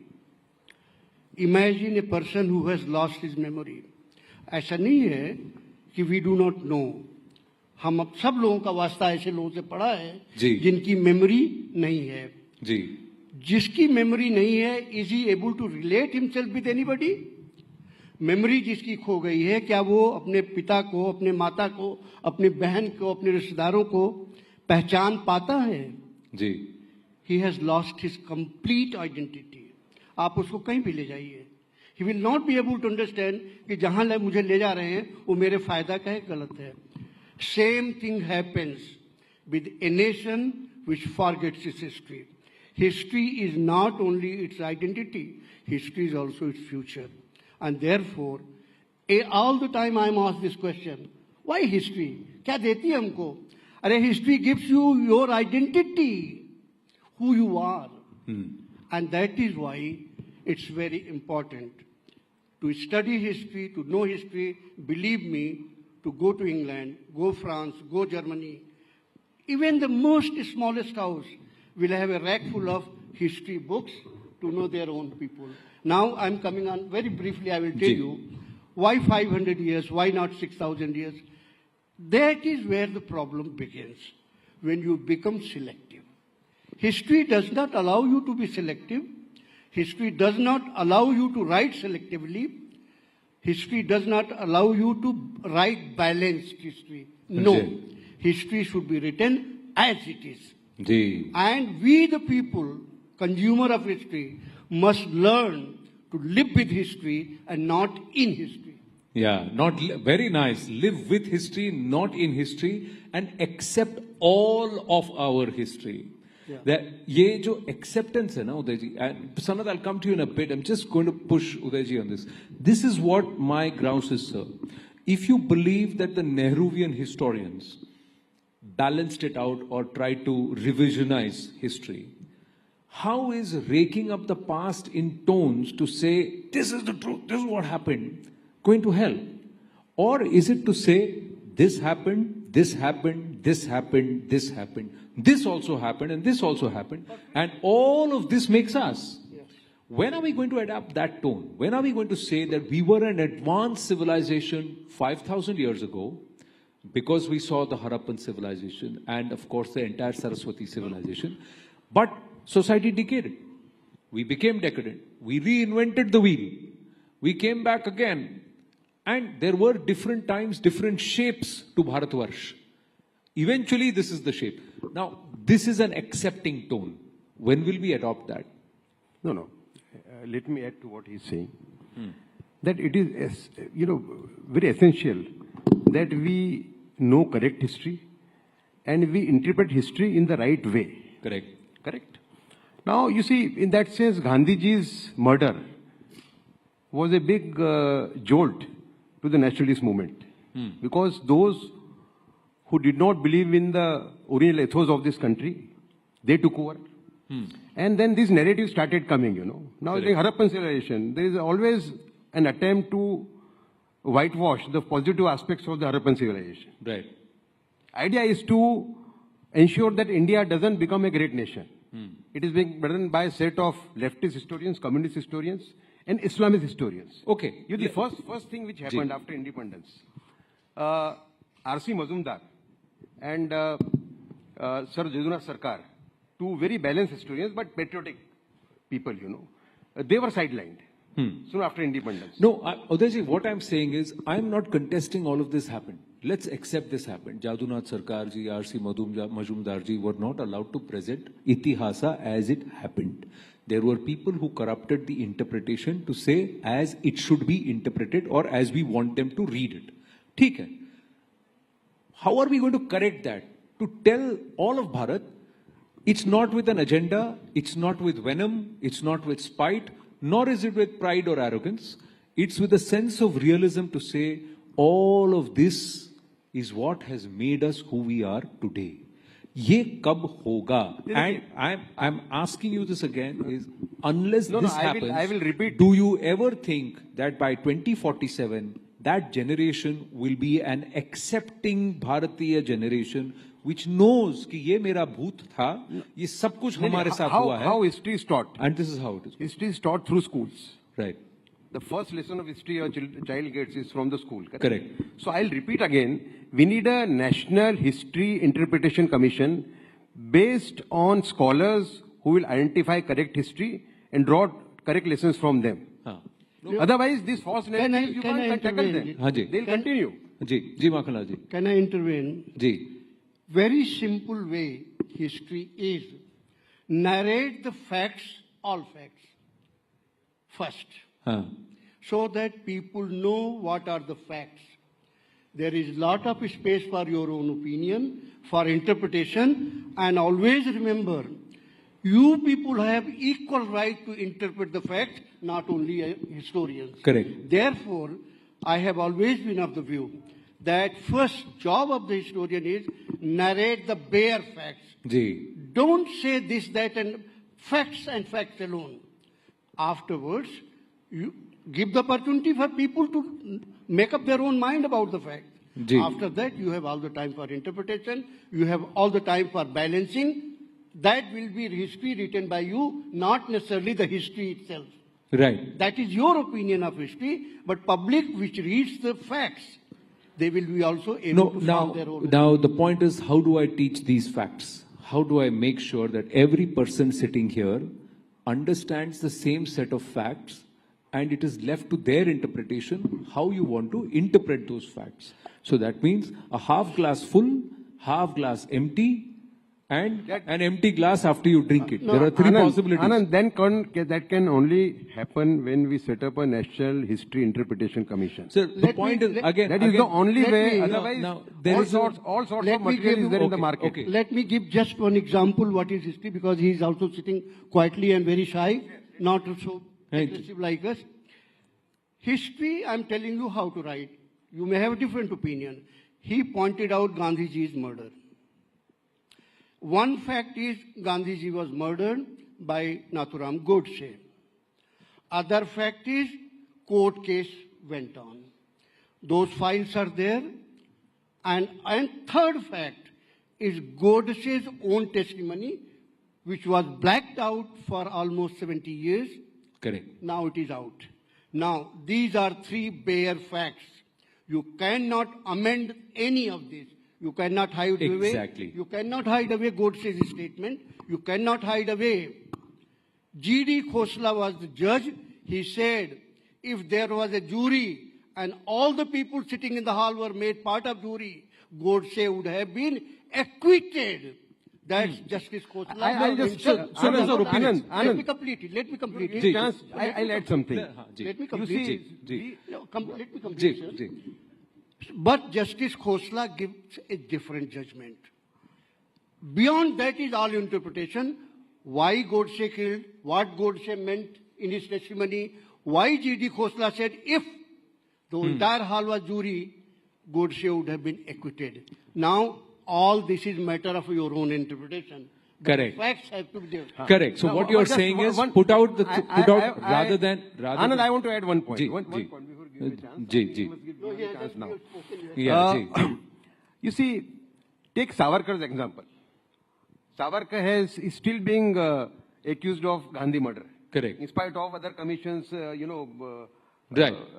declaring him innocent, Correct. Now, in 1978, Manohar Malgaonkar, the great author, literary figure, he wrote a book, The Man Who Killed Godse. By no means he was a Hindutva person. Correct. He was an honest, patriotic Indian, Right. He met Digambar Badge, the person on whose statement Savarkar was arrested. Right. The one who became approver. Right. Badge told him in 1978, 30 years after Gandhiji's murder, that Savarkar had no role to play, had given the statement under the pressure of the then government. Right. No, I understand. What I'm saying is, our itihas or history is... He was not part of the... Savarkar was not part of the trial. He was acquitted right in the beginning. Yeah, he was not. What I'm saying is, this has got to be history. What the judges said, what the accused said, what the incident was, and what the prosecution said. All of this, should it not be out for us to consume? If some of it is masked, that means you are being fed partial information, so that your opinion, our opinion, as a society, as a people, is doctored in a particular direction. Now, thank you for your patience, Sanat. Now, he is doing something which is very different. What he is doing, he's collecting art. Because art is a huge representation of our history. Over a period of time, how art evolves, how art is shown, and what happens also is a reflection of how we evolved, what were our influences on us, our society. So you got a lovely book, what's called Gems of Indian Art, Sanat. So let's talk about it, and let me understand your perspective. How would you want us to understand our itihas, our history, and what kind of a dialogue would you want on our history, say, 20 years down the line? First of all, thank you so much for having me. I would like to thank you, the fellow panelists, and the entire News Rising Bharat team for giving me this platform where I could talk about the book, Gems of Indian Art, which was unveiled by the Honorable Vice President of India, including various other senior cabinet ministers.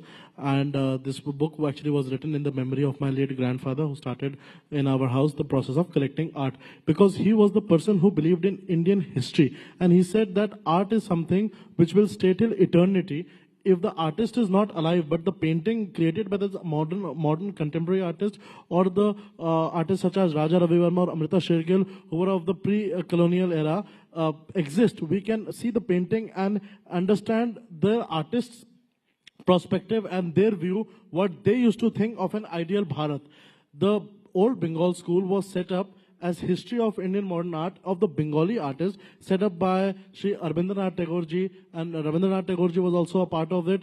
They were the people who saw how Indian art can grow. Because actually the problem what has been not only in Indian art, about Indian history is, few people have only thought that the British history or the Western part of the history is superior to our history. They have always neglected that India was the richest country if it had not been looted by the people who looted India when it was the richest country, in the world. In the colonial period, like you say, from 1890 onwards till about 1920, the biggest loot happened. Yeah. And then after that, a process came of demeaning the Indian history, only showing how superior their kings, their queens were. Why don't they talk? Why they never talk about Maharana Pratap or the Indian kings who conquered the world? Why didn't they think that Sikandar, who came down everywhere, he couldn't conquer India? Why don't they realize that? Because of the way the Indian Maharajas fought.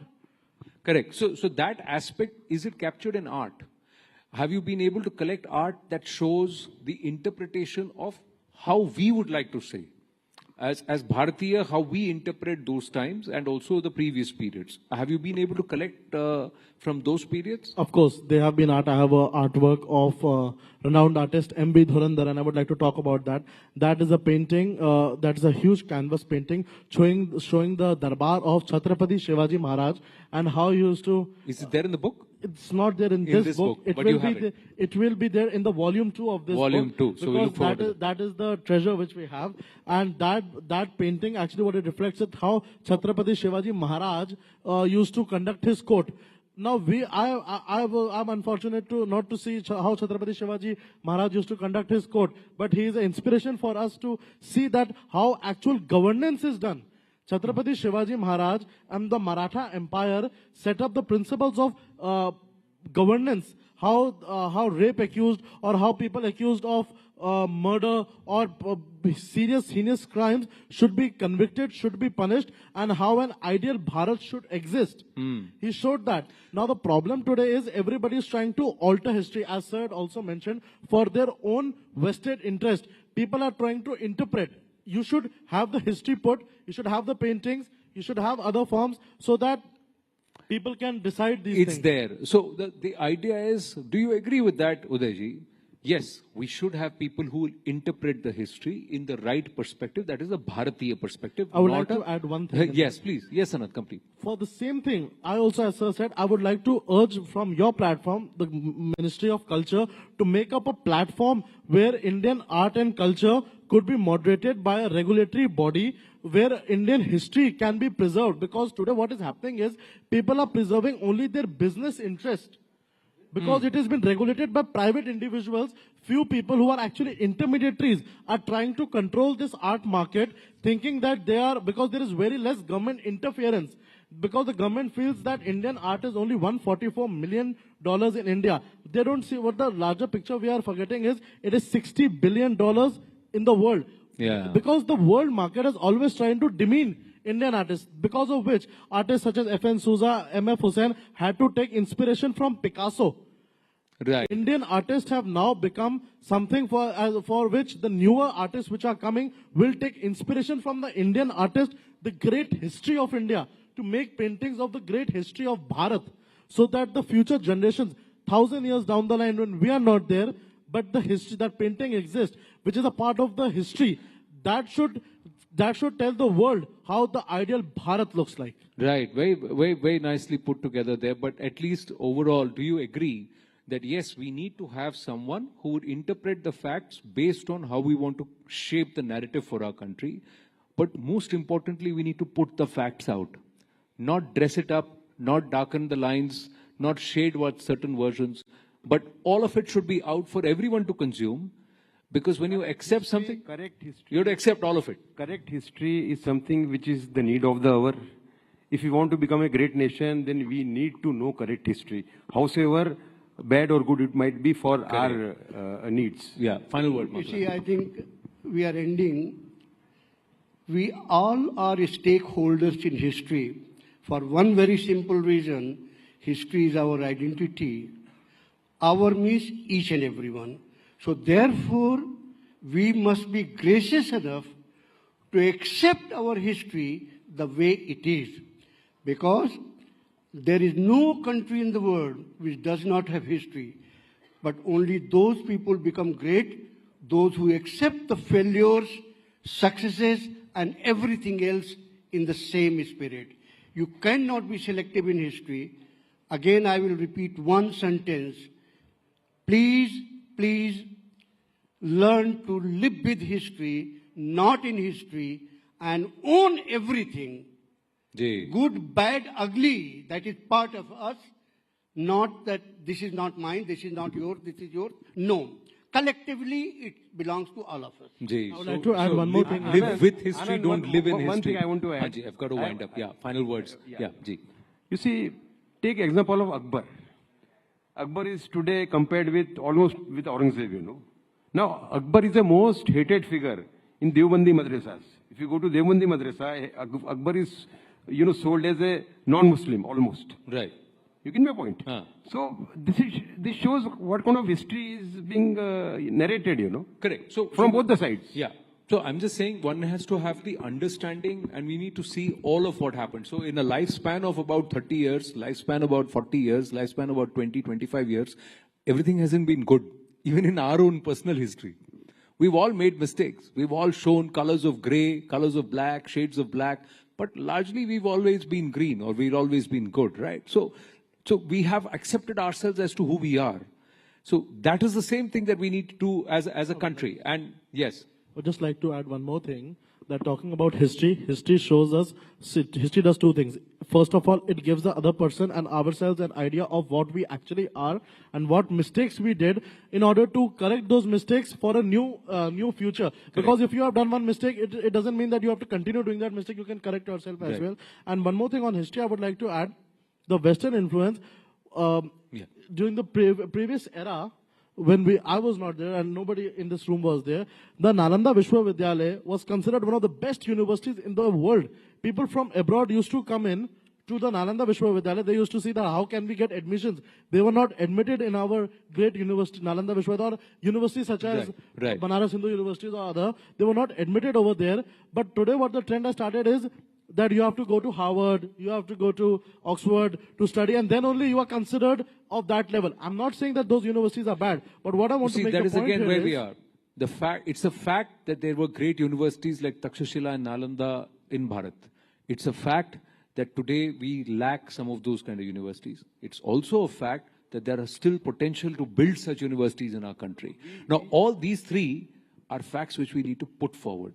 How you look at it and how you interpret it, that we should leave it to the people. We need to correct our immediate history, you know. So, correction, the role of revolutionaries. Sir, correction is very simple. Correction is you saying this is right, I saying this is right. My point is, the problem is everybody's dialogue on history can only happen when it. everything is put forth and we accept कि ये सब हुआ था, ये हुआ था, जो fact हुआ था वो सब हुआ था. सिर्फ इसको देखो फिर उसको मत देखो, इसको देखो उसको मत देखो. That we shouldn't do. That's where I'm trying to. Some authority has to do it. You see, it can't be done by people themselves. Yeah. So, therefore, the National History Interpretation Commission. Sir, I think there will be people who will question the word interpretation. The National History Factual Commission or Revelation Commission. That is perhaps a better word than saying interpreted, because there again it is colored. That's where finally we are having a conversation about our history, and it's an engaging one. It's not a boring lecture. So I think that's why I need to thank all of you that putting perspectives here. And itihas mein bahut kuch hai seekhne ke liye. And all these facts, I think as a generation, we need to have the curiosity to learn, to know. So that हम कौन हैं, कहाँ से आए हैं, कहाँ पर हैं और कहाँ तक जाना है, इसमें absolute clarity है. Thank you very much. Thank you.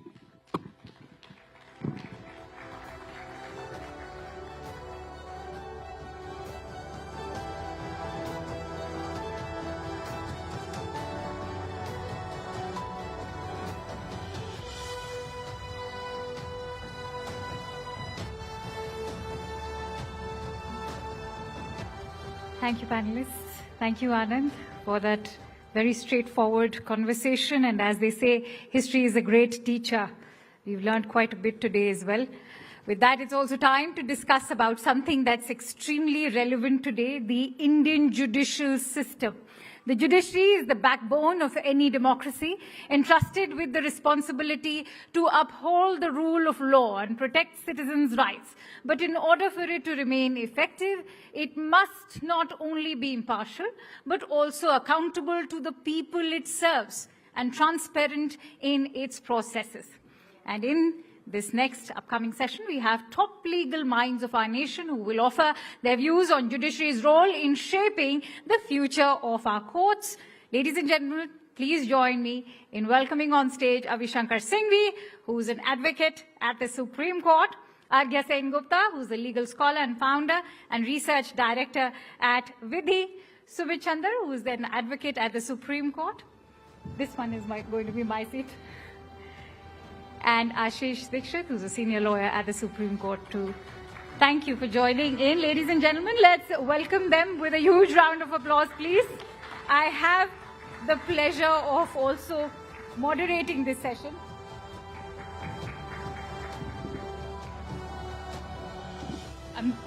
I've been very economical over here, MC, and also moderating. Avishankar. Avishkar, okay, so you've been spelt as Avishkar.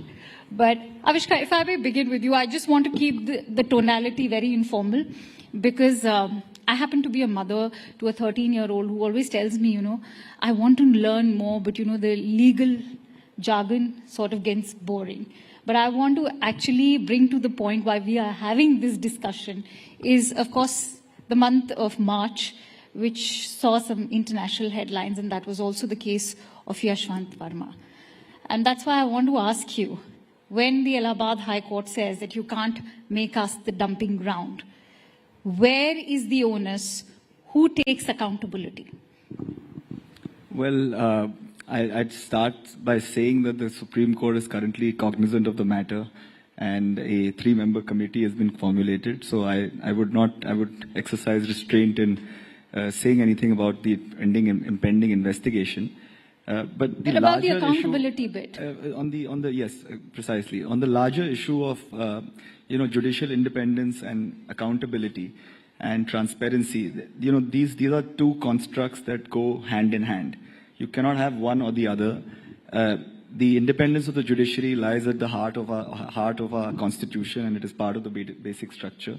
And it is an uncompromising value that and a virtue that we must all live by, because the judiciary is the foremost institution when it comes to protecting the liberties and freedoms of our citizens. When it comes to accountability of judges, the Indian system is unique insofar as it has the collegium as opposed to the other jurisdictions in the country. The Indian courts, function by judges appointing judges, and there's a long evolution of the law. I don't want to take you through the judgments, but the upshot of this whole thing is that today we have a system where the collegium, the top 5 judges of the Supreme Court, appoint all the judges. And it happens in a rather opaque manner. So the collegium is not the best system that is there. However, the alternate that is there, which is the appointments by an executive interference, would also not, in my view, be a system that would be desirable. Because the collegium, for whatever follies it is still the best option in safeguarding the independence of the judiciary. But when you're talking about the follies, I want to bring you in on that note. In the year 2022, the law minister shared a figure of 1,600 cases where there were complaints against High Court and Supreme Court judges, but there could be no action taken. What do you do about it then? I'd like to bring. Yes. So I think the Indian judiciary has a serious accountability problem, and I think we must all be open in admitting that. The fact is that the provisions for accountability of the judges that were made in the Constitution were limited to impeachment, because we felt that these are persons of such high stature that it's unlikely that there will be too many allegations against them. And by and large, this is largely correct. But over the course of time, as society has gone in the way in which it has, it's foolish to think that judges will become islands of excellence and will remain immune from the rest of what we see in society. Judges are part of the society, and so if the society is going to become more and more corrupt, then the judiciary is also going to go the same way. So if we were to come to the immediate instance of the Yashwant Verma case that you're talking about, my 3 co-panelists argue in court every day, so they may be a little bit more restrained. I don't have that restraint. But the point is, while not commenting on the case itself, because as he rightly said, there are 3 judges who are inquiring into the matter, I think there are 2 points that need to be made. The first is that we can't transfer judges about whom there is some suspicion. Transfer of judges cannot be done on the basis of the fact that there is something problematic about a judge, because an Allahabad High Court or earlier a Sikkim High Court or Guwahati High Court has a right to have judges who are entirely above board. So just because there is a cloud transfer, the gentleman somewhere, is not a solution. So my sympathies with the Allahabad Bar. So where is the solution? Perhaps pause a bit and think what should have been done. Maybe demand the resignation, maybe just pause the transfer, go for an inquiry. Wait for the inquiry? So the inquiry is happening, and I think the answer lies in 2 things. The first is that I think there needs to be a quick time-bound inquiry that needs to take place with a quick resolution as to whether the gentleman is, in this case, is that cash, which is allegedly been found burning in his house, did that cash in any way belong to him? Because it's really unfair on the gentleman. We all know Justice Yashwant Verma is one of the finest judges in the Delhi High Court. If by any chance he is innocent, then this has damaged his reputation irreparably. So we need, not only from the point of view of judicial accountability, but also fairness of the person. And the previous gentleman was talking about fairness during Chhatrapati Shivaji's time. I think fairness in constitutional democracy in India requires the fact that there be a quick and speedy resolution. If the person is guilty, then make sure that impeachment proceedings happen quickly. And if the person is not, then please make sure that he can continue doing his work in the Delhi High Court. You've used a very interesting word, impeachment proceedings. I want to bring Sumit on that note. Impeachment. So far, we've not seen any impeachment of a Supreme Court or a High Court or a lower court judge. Why so? Should they be enjoying such impunity? See, there is a provision in the Constitution which provides for impeachment in certain cases. Now, just because in the impeachment process, you need majority of both the houses of the parliament, if they feel that yes, things need, a certain judge needs to be impeached, by all means that process should go on. Now, just because that is not happening or not happening at a greater speed doesn't mean that you start getting involved into the collegium system. You start blaming the entire judicial system. There's an investigation process that is happening. Impeachment is an act of the parliament. The parliament needs to do it. Now, if the parliament is taking time to do it or not doing it in certain matters, you can't again go back to the judiciary and say that, listen, it's because of the judiciary that the parliament is not acting upon. Impeachment is a process in law. It can happen. It should happen in cases where it is deserving. All right. But Ashish, if we look at the overall process of in-house inquiries also, proponents would, in fact, of those who feel that this can also be an executive decision, say that as far as in-house inquiries are concerned, they lack transparency.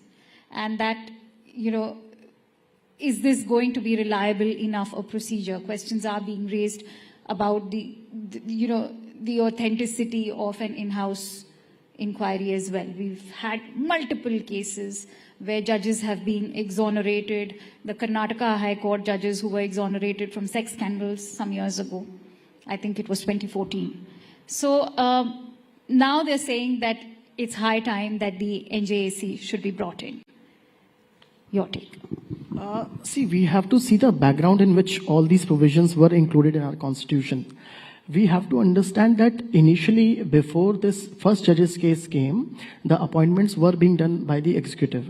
But it is only when in the 1970s, the judges were superseded and executive and the parliament and the government of that day exercised much greater influence.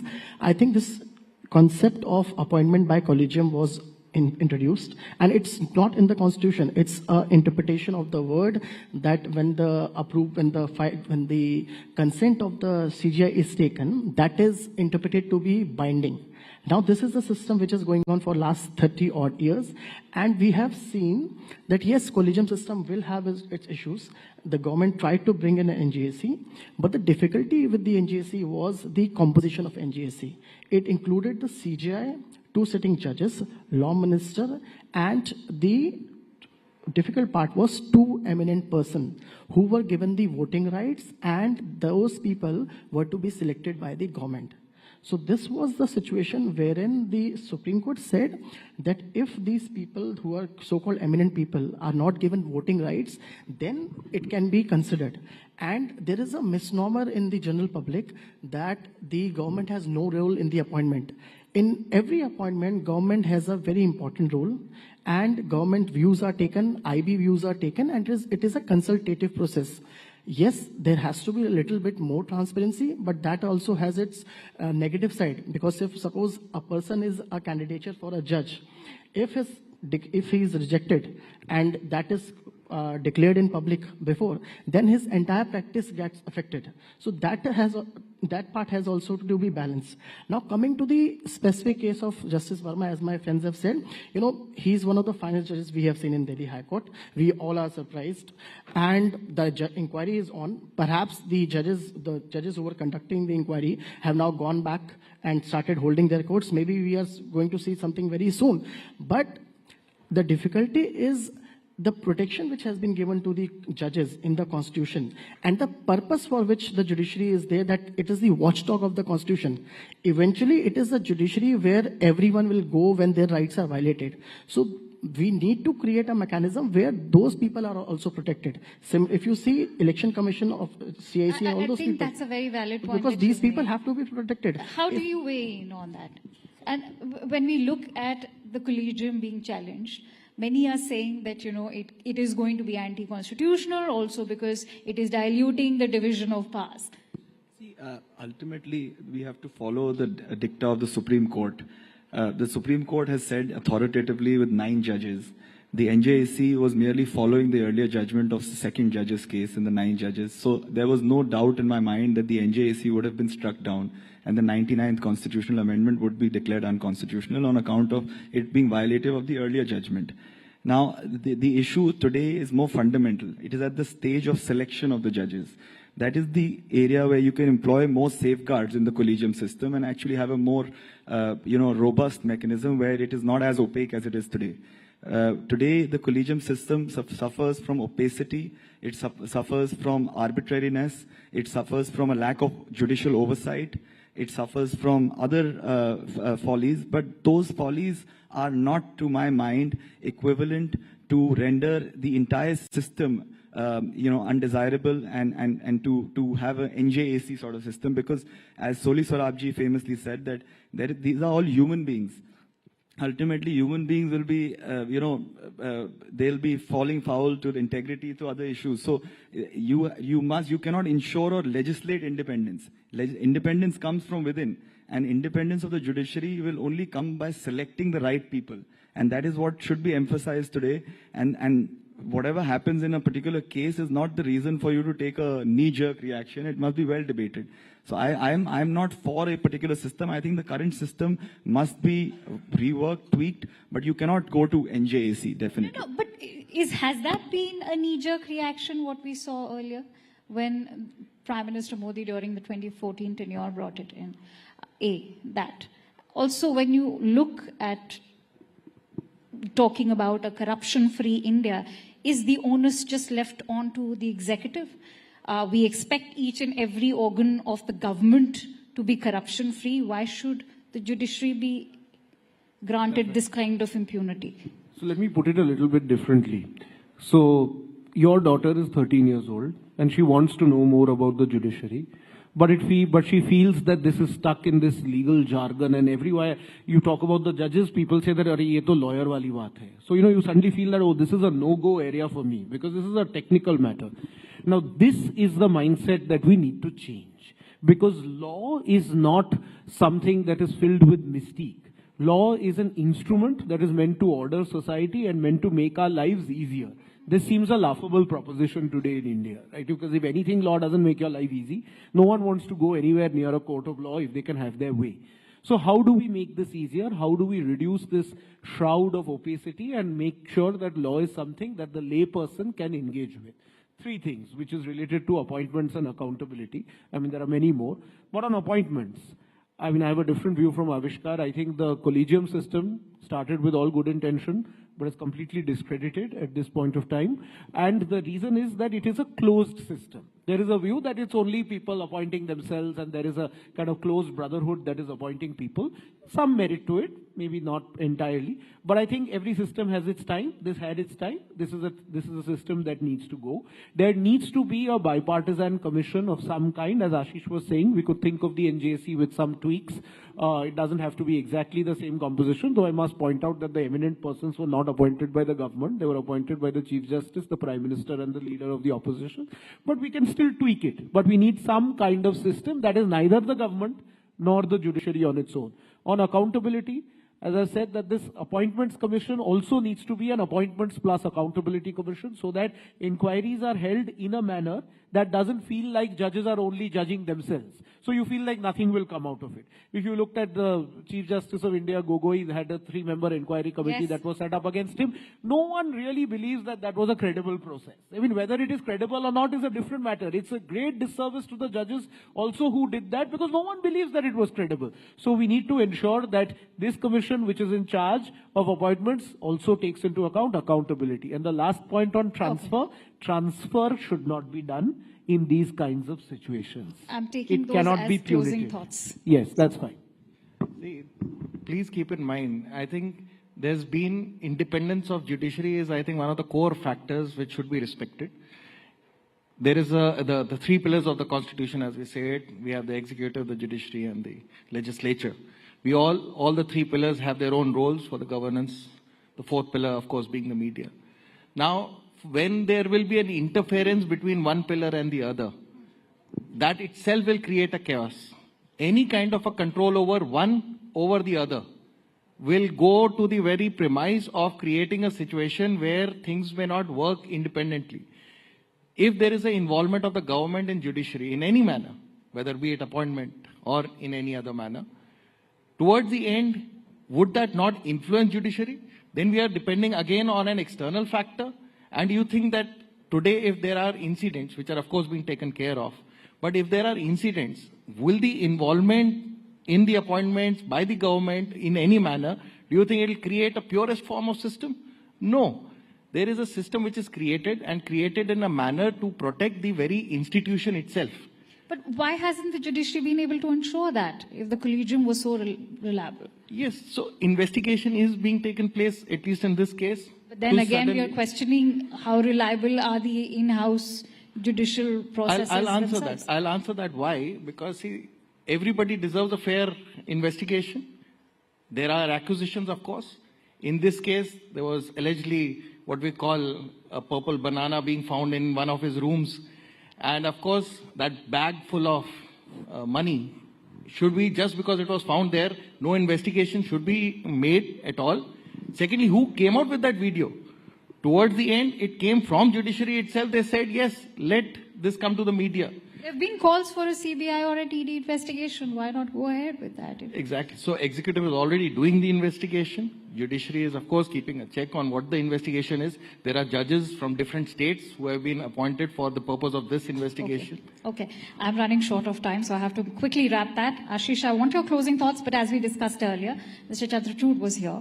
And he made a very interesting point that just like the Indian Administrative Services, perhaps he's in fact one of those proponents who believe that it should also be applied to judiciary, that we should have a national level examination which is as stringent in perhaps ensuring that the best of the talent is the one that qualifies, and that he believes that it's not happening at a state level so far. See, I'll just make one comment on NGSC. We must understand that the biggest litigant in this country is the government of India. So if you want a litigant to have a complete say in the appointment of judges, do we expect a fairness or a procedure where the good judges will be appointed? That's the thing which we have to see. No one is against the government in a consultative process, consultative mechanism. But whether the government should have the final say in the appointment is the part where, for the sake of independence of judiciary, we all have to oppose it. Now, coming to this larger issue of having the All India Judicial Service examination, this idea has been mooted for long. As of now, the examinations are conducted by the High Court. Because the district judiciary is subordinate to the High Court of that state, the examination is conducted by the High Court.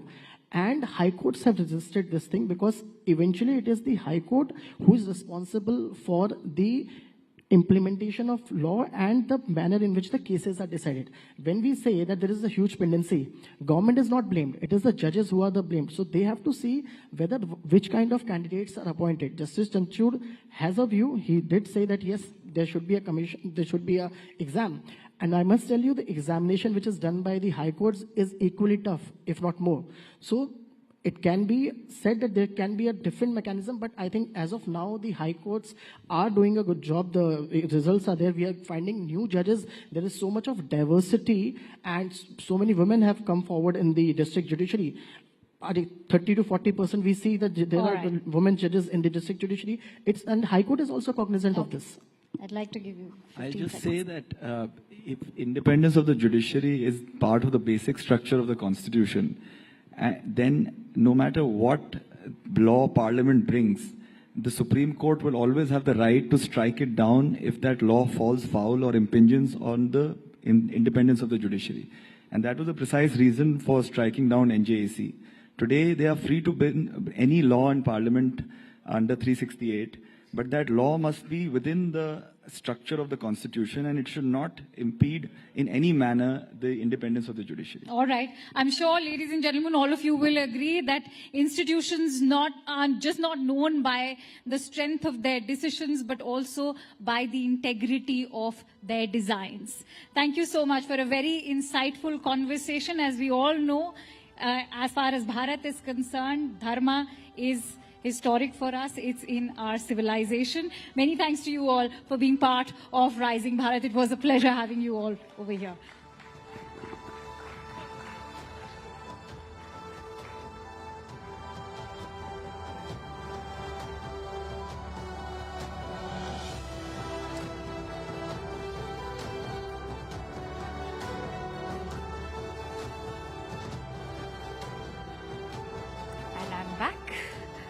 last session tonight. We have a very special guest over here, a master chronicler of the forgotten and often overlooked stories that have shaped our world. His work has always sought to illuminate the complex and sometimes forgotten pasts of cultures, empires, and individuals whose stories are too often sidelined.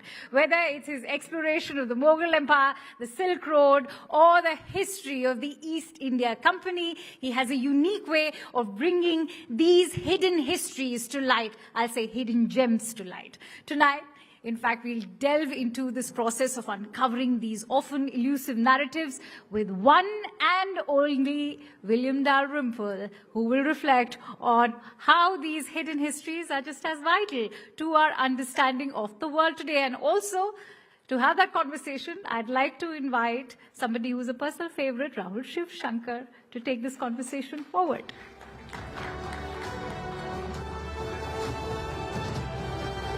Yeah, enough.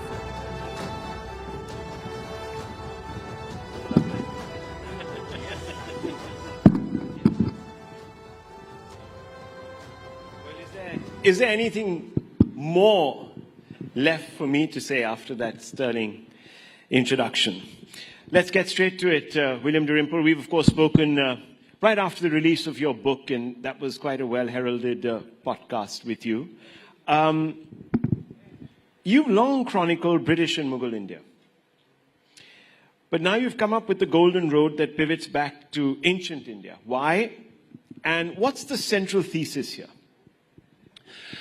So, I spent 20 years working on the East India Company, 4 books: The Anarchy, White Mughals, Return of a King, The Last Mughal. And I think everyone, particularly my family, had thought that was enough East India Company and Mughals for one lifetime. Also, my beloved translator, Bruce Wannell, who worked very, very closely with me, had a spectacular ability to read any Persian text, any Mughal text, as easily as you and I can read the Times of India, died of cancer in 2019. And in some ways, I felt I'd sort of lost the key to Narnia. I could no longer just walk into libraries in Tongk or in Patna and access the texts which we've been looking at. So I went back to the subjects which had interested me as a teenager. I was originally keen on archaeology and ancient history. And it was very exciting after 20 years, really, working the same world, to completely discover a new world, the world of early India, of this extraordinary period when India was completely the center of Asia. It was the center initially of the trade and the economy. The monsoon winds blowing in one wave 6 months and back again for the next 6 put India very literally in the center of things, connected to the Roman world, where it was Rome's principal trading partner, but also connected to Southeast Asia and to China. And one of the main ideas in the book is that the Silk Road has come to dominate our understanding of ancient Asia. The idea that there was this sort of motorway overland running from the Mediterranean to the South China Sea. But the idea of the Silk Road is entirely Sino-centric. It connects everything with China, and the idea that silk was the principal trading commodities is nonsense. It isn't reflected in any of the sources. And in fact, the idea of the Silk Road was invented in 1877 by a German geographer called von Richthofen. It's an entirely modern idea. No ancient source talks about it. What the ancient sources say is that India is the center of things. Pliny talks about a major balance of payments problem, just like Trump today worrying about America's balance of payments and inflicting tariffs. In the Roman period, Pliny is worried because he says India is the drain of all the world. Great Indian exports like pepper, cotton, ivory, nard, and silk, because actually Chinese silk came to Rome via India, were major exports, and they suffered a 30% tariff at the border, not so different from what Trump is proposing for this country now. And this provided as much as a third of the entire Roman imperial budget. So the idea in this book is that the Silk Road never actually existed before the Mongol period, when Genghis Khan's conquest did create a motorway that linked Mediterranean with the South China Sea. Before that, maritime routes rather than overland routes, and India rather than China. Well, it's interesting because I would have thought that for someone coming in from the West, you would have been at least passably acquainted with this huge legacy, and therefore would have been curious about it. But you seem to suggest that it's the translator's fault, that you sort of did not, that ancient India remained marginal in your work. No, it was the first thing that I loved when I came. My very first trip to India, I went straight to Gwalior, Sanchi, Khajuraho, Ajanta, Ellora. But over the course of time, got obsessed with the East India Company. The idea that a corporation could take over a continent seemed to me an extraordinary thing. And of course, it's something that's happening at the moment. We're worrying about this, the oligarchs in Trump's world, the way all the tech moguls were there at the inauguration. These huge companies like Amazon and Meta, and Apple and Microsoft, all of whose annual profits are greater than the GDP of most continents. This extraordinary power that corporations now have. It seemed to me a very interesting subject. But I have loved going back to this. And this was a lockdown book. We were all locked down. I had my library, and it gave me a wonderful opportunity to read very widely across different fields. And what I found was that the history of this period is often locked into different silos. So the Buddhist history is often told as part of a Chinese story, the Silk Road. The story of Sanskritization of Southeast Asia, how Indian epics, Indian language, Hindu kingship spread to Angkor Wat, where the largest Hindu temple in the world is built not in India, but in Cambodia. But the largest Hindu empire in the world is the Khmer Empire. The way that Indian mathematics spread through the Arab world to give us the number system we all use, the nearest thing we have to a universal language. These seem fascinating ideas. And what I was trying to do was bring them all together under one roof and connect the dots, which I think people haven't done. The last time a book like this was written is probably A.L. Basham's Wonder That Was India, which is written in 1954. Of course, we've had some historians that have looked at that, but at that period. But wanted to ask you, because it's an interesting thought experiment. And it points to the rising Bharat that we see today. So it's not an accident, is it? So my view is that, I mean, if you look at Angus Maddison is the historian who studied trade figures historically, GDPs per head, and tried to work back from present figures to the sort of thing that was going on in Mughal India or medieval India or medieval Ming China, for example.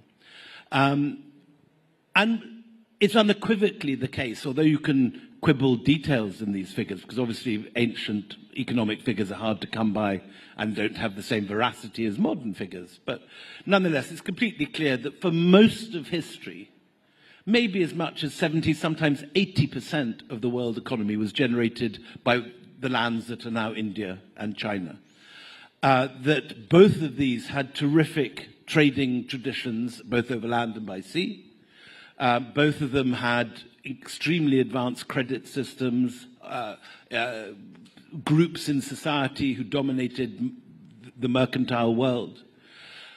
And this was the case not just in ancient India, but as recently as the Mughal period. When people discuss the Mughals, they often think of, Aishwarya Rai and Hrithik Roshan lying back in the palace, dropping mangoes into each other's while white pigeons flutter around. What people forget is that those sort of riches, that incredible wealth, was generated, as anywhere else, largely by trade and industry. And so in the Mughal case, it's the incredible textile trade. Something like 1 million handlooms in Bengal alone, which is why the Portuguese and the Dutch and the British and the French and the Danish all turned up in the 17th century, because India was a major manufacturing center and was making the greatest, for example, cotton in the world. And the East India Company realized that the Mughals didn't have a navy, that they could be the exporters. So for most of history, India has been the richest region of the globe. Sometimes China pips it to the post, as in the Ming period. Sometimes India is ahead. But the dip comes, the freak comes, if you like, when the Europeans turn up. And with gunboats, from the moment that Vasco da Gama starts bombarding Calicut, India and China and Southeast Asia, all of them end up seeing gold for the first time in history pour into European pockets and disappear into distant parts of Europe. Then in 1947, the British disappear, the whole colonial system begins to self-destruct. It takes 20 or 30 years, it spreads through Africa, but by the late 70s, decolonization has largely happened. And what we see now, 75 years later, is not some freak of either of the brilliance of the administration in this part of the world, nor some strange quirk of economic history. It is things reverting to their natural place. India has always been a rich country. It has 2 harvests a year. It has rich minerals. It has gemstones. It has spectacularly fertile soils. It has innovative people. And so, seen from the long view of history, the rising Bharat that this summit is celebrating is not anything at all surprising. It's just the natural equilibrium of the world reasserting itself after 400 strange years of European colonialism. I want to ask you a little bit more about, you've sort of talked a little bit about, a lot about the trade aspects of things, the economy. But this was also a knowledge system of vast study. Correct. So build on that a little bit. You've really delved into that in your book. There's Nalanda, and before that also you sort of talked about other stuff. Yeah, no, so Nalanda is the subject that the last panel but one was talking about. And they were quite correct to say that Nalanda was the main center of learning in Asia. Our main source for Nalanda is a Chinese monk, Xuanzang, who comes overland by foot in the 7th century. And he leaves a very detailed account of this place, which he regards as the NASA, the Harvard, the Ivy League, the Oxbridge of his day. And we know that not just Xuanzang, but hundreds of other monks from China, from Korea, from Japan, come to this place because it has the best library in Asia, 9 stories tall, 3 sections, all the books in the world. You can borrow any of them as long as you put them back in your pigeonhole in the central courtyard in the evening. And Xuanzang is like some sort of bright-eyed undergraduate that's just turned up at Harvard for the first time. Everything is wonderful, everything is extraordinary. The monks are men of genius, they all work hard, they all study. And it's something which I think has been forgotten. And when people go from this country to Southeast Asia, to Vietnam, to Cambodia, they see the effects of this period. From the 7th century right through to about the 12th century, Sanskrit is the common language of both culture and diplomacy, all the way from Kandahar to Java to Bali. And the renown of Indian literature, like the Mahabharata, the Ramayana, the Puranas, are being read in all these countries. Men are renaming themselves, the small kings at the edge of an estuary in Malaysia. A chieftain in Java suddenly becomes not Kadunga like his father, but is Mahendravarman, Suryavarman. They take these Sanskritic names, and the landscape is renamed and reimagined. So you have a new Ayodhya outside Thailand, outside Bangkok, a new Kurukshetra in Laos. The Mekong, some etymologies say, is just the Khmer pronunciation of Ma Ganga. So, and most of the main Shaivite shrines in India find their names cropping up again with the new Khmer pyramid temples that are being built in the jungle in Cambodia. So India has terrific prestige during this time. It starts with the economy and with trade, but it grows into a whole civilizational diffusion. And the most remarkable conquest, if you can call it that, of the imagination, important to say this is a conquest of ideas, not a conquest of swords. It was not done with jackboots and spears and shields and swords. This was an empire of ideas, an empire of the spirit. The most remarkable conquest is China. And under China's only woman empress, called Wu Zetian, Wu brings in monks and scholars from Nalanda, some of them Chinese, some of them Indian. You have an Indian called Gautama Siddhartha running the Bureau of the Astronomy and Astrology. and mathematics. We have other Indians in senior places of government. And this is the high watermark of Indian influence. China becomes, for this one reign, a Buddhist country. It becomes the state religion. Confucianism and Taoism are both demoted. And again, I don't think people in this country are quite aware of the extent to which, often China and India are seen as rivals with, two different spheres of influence. I don't think many people have taken in the fact that an Indian religion born in Bihar becomes the state religion of China for a period of history. And I think it's hugely important now, as India is perceived now, rightly, as a rising economy, as a rising force, and will be, whatever happens, one of the three main economies of the world by the end of this century, if not sooner. It's very important to understand that it's not something, it's not a freak or kind of some weird quirk of modern politics. This is the natural order of things reasserting themselves. Well, the economic miracle that was India was put to the sword, literally, or crushed under the jackboot of the Brits. But the knowledge system that it was also crushed, some people say, by the sword. Nalanda, for example, was sacked. And that led to what many people today describe as the great vandalism of what was an Indic culture, which predated Islam and, of course, then the Brits. How is it that we have not looked back and examined that sort of got lost in time? That narrative, that vandalism that took place, why was that ignored? I don't think that's true. You've portrayed the Mughals that followed as refined, rooted, and Indian.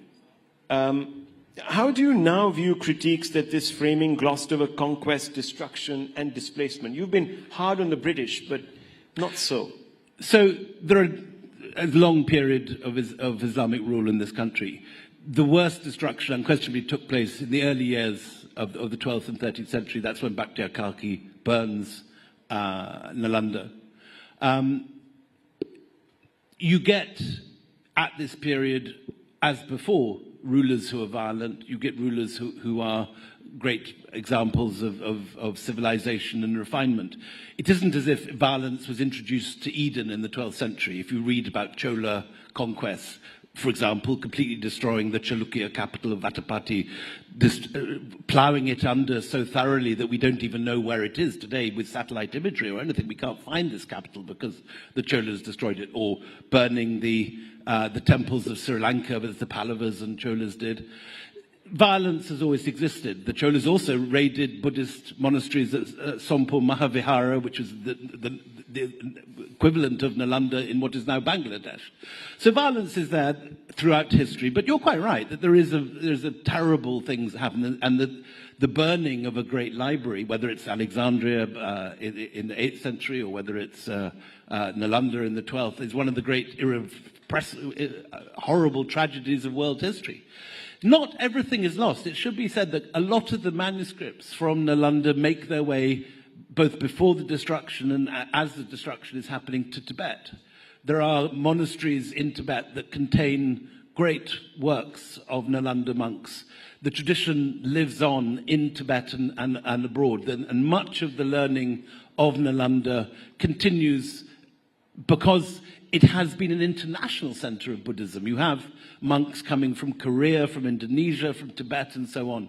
So while what happened is one of the great tragedies of world history, and I would entirely agree with you, it isn't that it's totally extinguished. There is a great deal which survives, and we actually know a great deal of Indian history from Chinese manuscripts translated out of Sanskrit into Chinese, and we have to translate back, like with Xuanzang, in order to understand our own history here. Would you agree with some of those who say that while the Hindu kings that you describe who went about invading other kingdoms, other Hindu kingdoms, they weren't necessarily supplanting a way of life?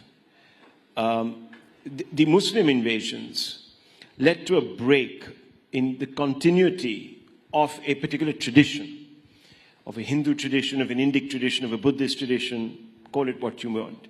So there's a distinction. Would you agree with that? I say it's more complicated than that. It isn't as if Sanskrit is wiped out. You get the great epics surviving. They are translated into Persian and into other languages. A lot is lost. I'm not for a minute denying that, and I think a great disservice has been done to history by anyone that has ever denied that destruction. But India remains a great center of learning. People come to study in the centers of learning in India. And when, for example, Genghis Khan destroys the great universities of Central Asia, it is here in Delhi that new universities get built. When you go to Hajkas village, that is the great university of Firuz Shah Tughlaq, which was full of scholars, refugees from Central Asia. So there is a long tradition of scholarship continuing in this country under all sorts of different religious and linguistic banners. There are spectacular examples of places where Indic learning continues, even under Muslim rule. For example, in Bijapur, where the Sanskrit classics are translated and a lot of the learning. So history is full of violence. There are destructions through all periods of history. But I would say that the tradition has continued. There is a long thread that runs through Indian history, which is not one of continual destruction, but is this remarkable survival. Where did Indians lose thread of this ancient India? Say again? Where did Indians lose the thread?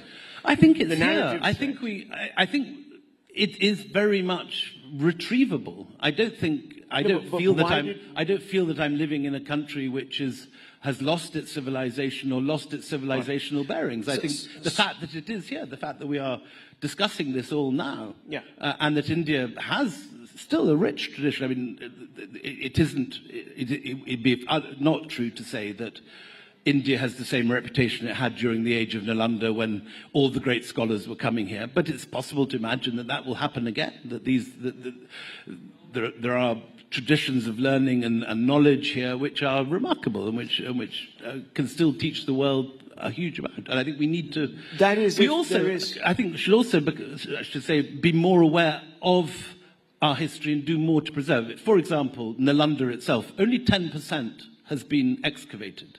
90% remains unexcavated.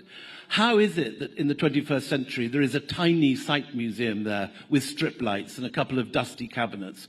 There should be, I mean, even in countries like Turkey you go today and you find enormous provincial museums, beautifully spot-lit, fantastic displays of objects in glass cases.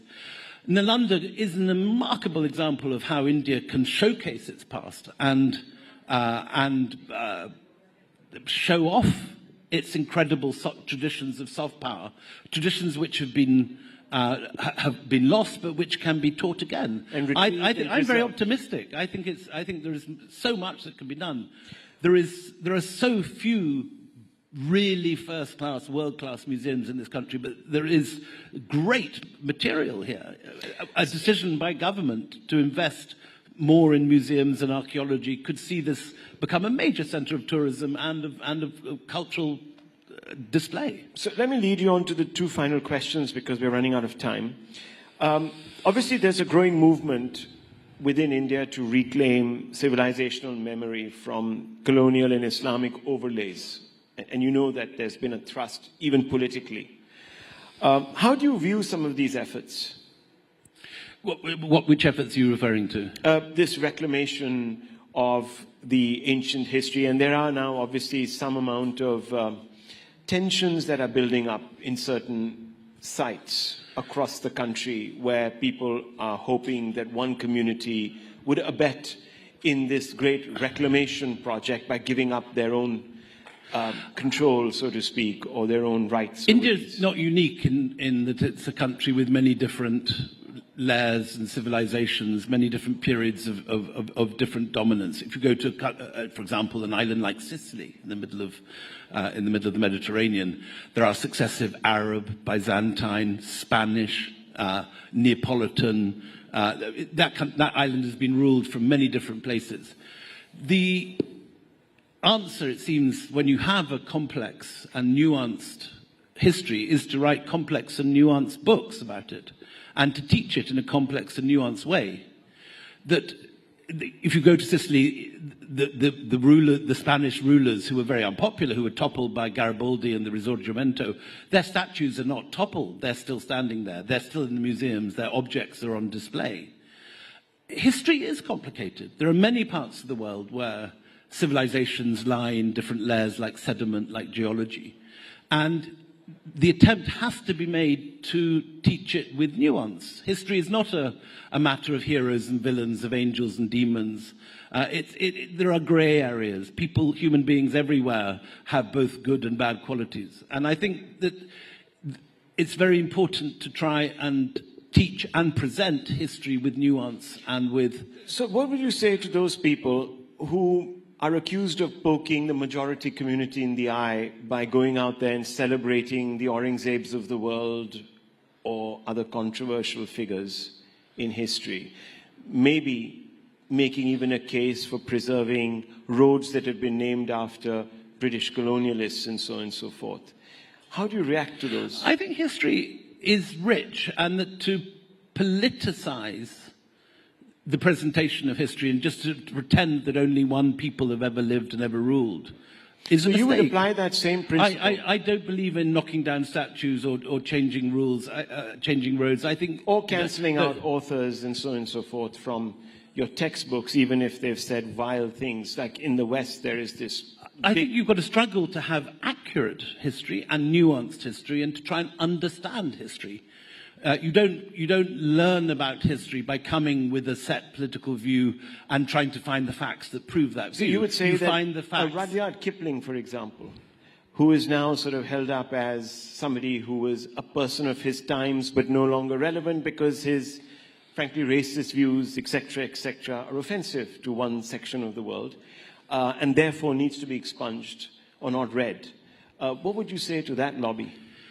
I mean, I think all of these things are interesting matters to be treated with proper scholarship. I'm not a believer in removing characters like that from the curriculum. I think they are of their time. They should be read. Ditto with Aurangzeb. He's not someone that I admire or hero worship, but he's someone who is part of history, who did certain things, and we should try and understand what he did. History is all about understanding. It's not about lecturing and sort of turning people into whiter than white saints and darker than black villains. It's the science of trying to understand the complexity of our past. And so to cancel people, to knock down statues, to remove things from a complex history which is full of complexity and variety and many grey areas seems to be completely the wrong way to approach these matters. Well, William Dalrymple, thank you for resurrecting the Golden Road and a road that takes us back to the glories of ancient India and hopefully runs right through and connects us to the present. As a foreigner coming to this country, I am in awe of the variety of the different periods of history. In the sense, I don't have a dog in this race. I don't support one team or the other. And I can get as much pleasure from visiting the Taj Mahal or watching a Mughal manuscript as I can from visiting Vijayanagar or going to the Tanjore Great Temple and being amazed by the Buddhist frescoes of Ajanta. It's all a very rich history and it should all be celebrated. We leave it at that. Thank you very much. Thank you very much.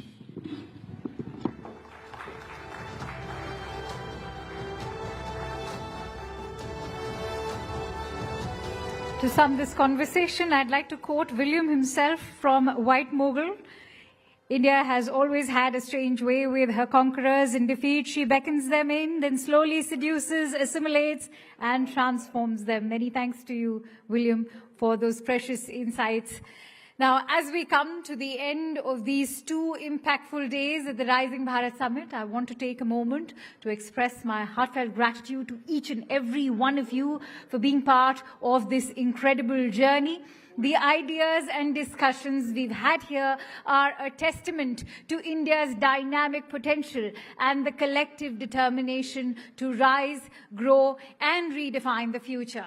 I hope that the conversations we've had here will not only inspire action, but also foster collaboration among all of us to push the boundaries of what's possible. The Rising Bharat journey doesn't end here. Let's take the momentum, the partnerships, and the ideas from this summit and turn them into real-world impact. As we conclude this enriching summit, we would like to reiterate our heartfelt appreciation to our partners.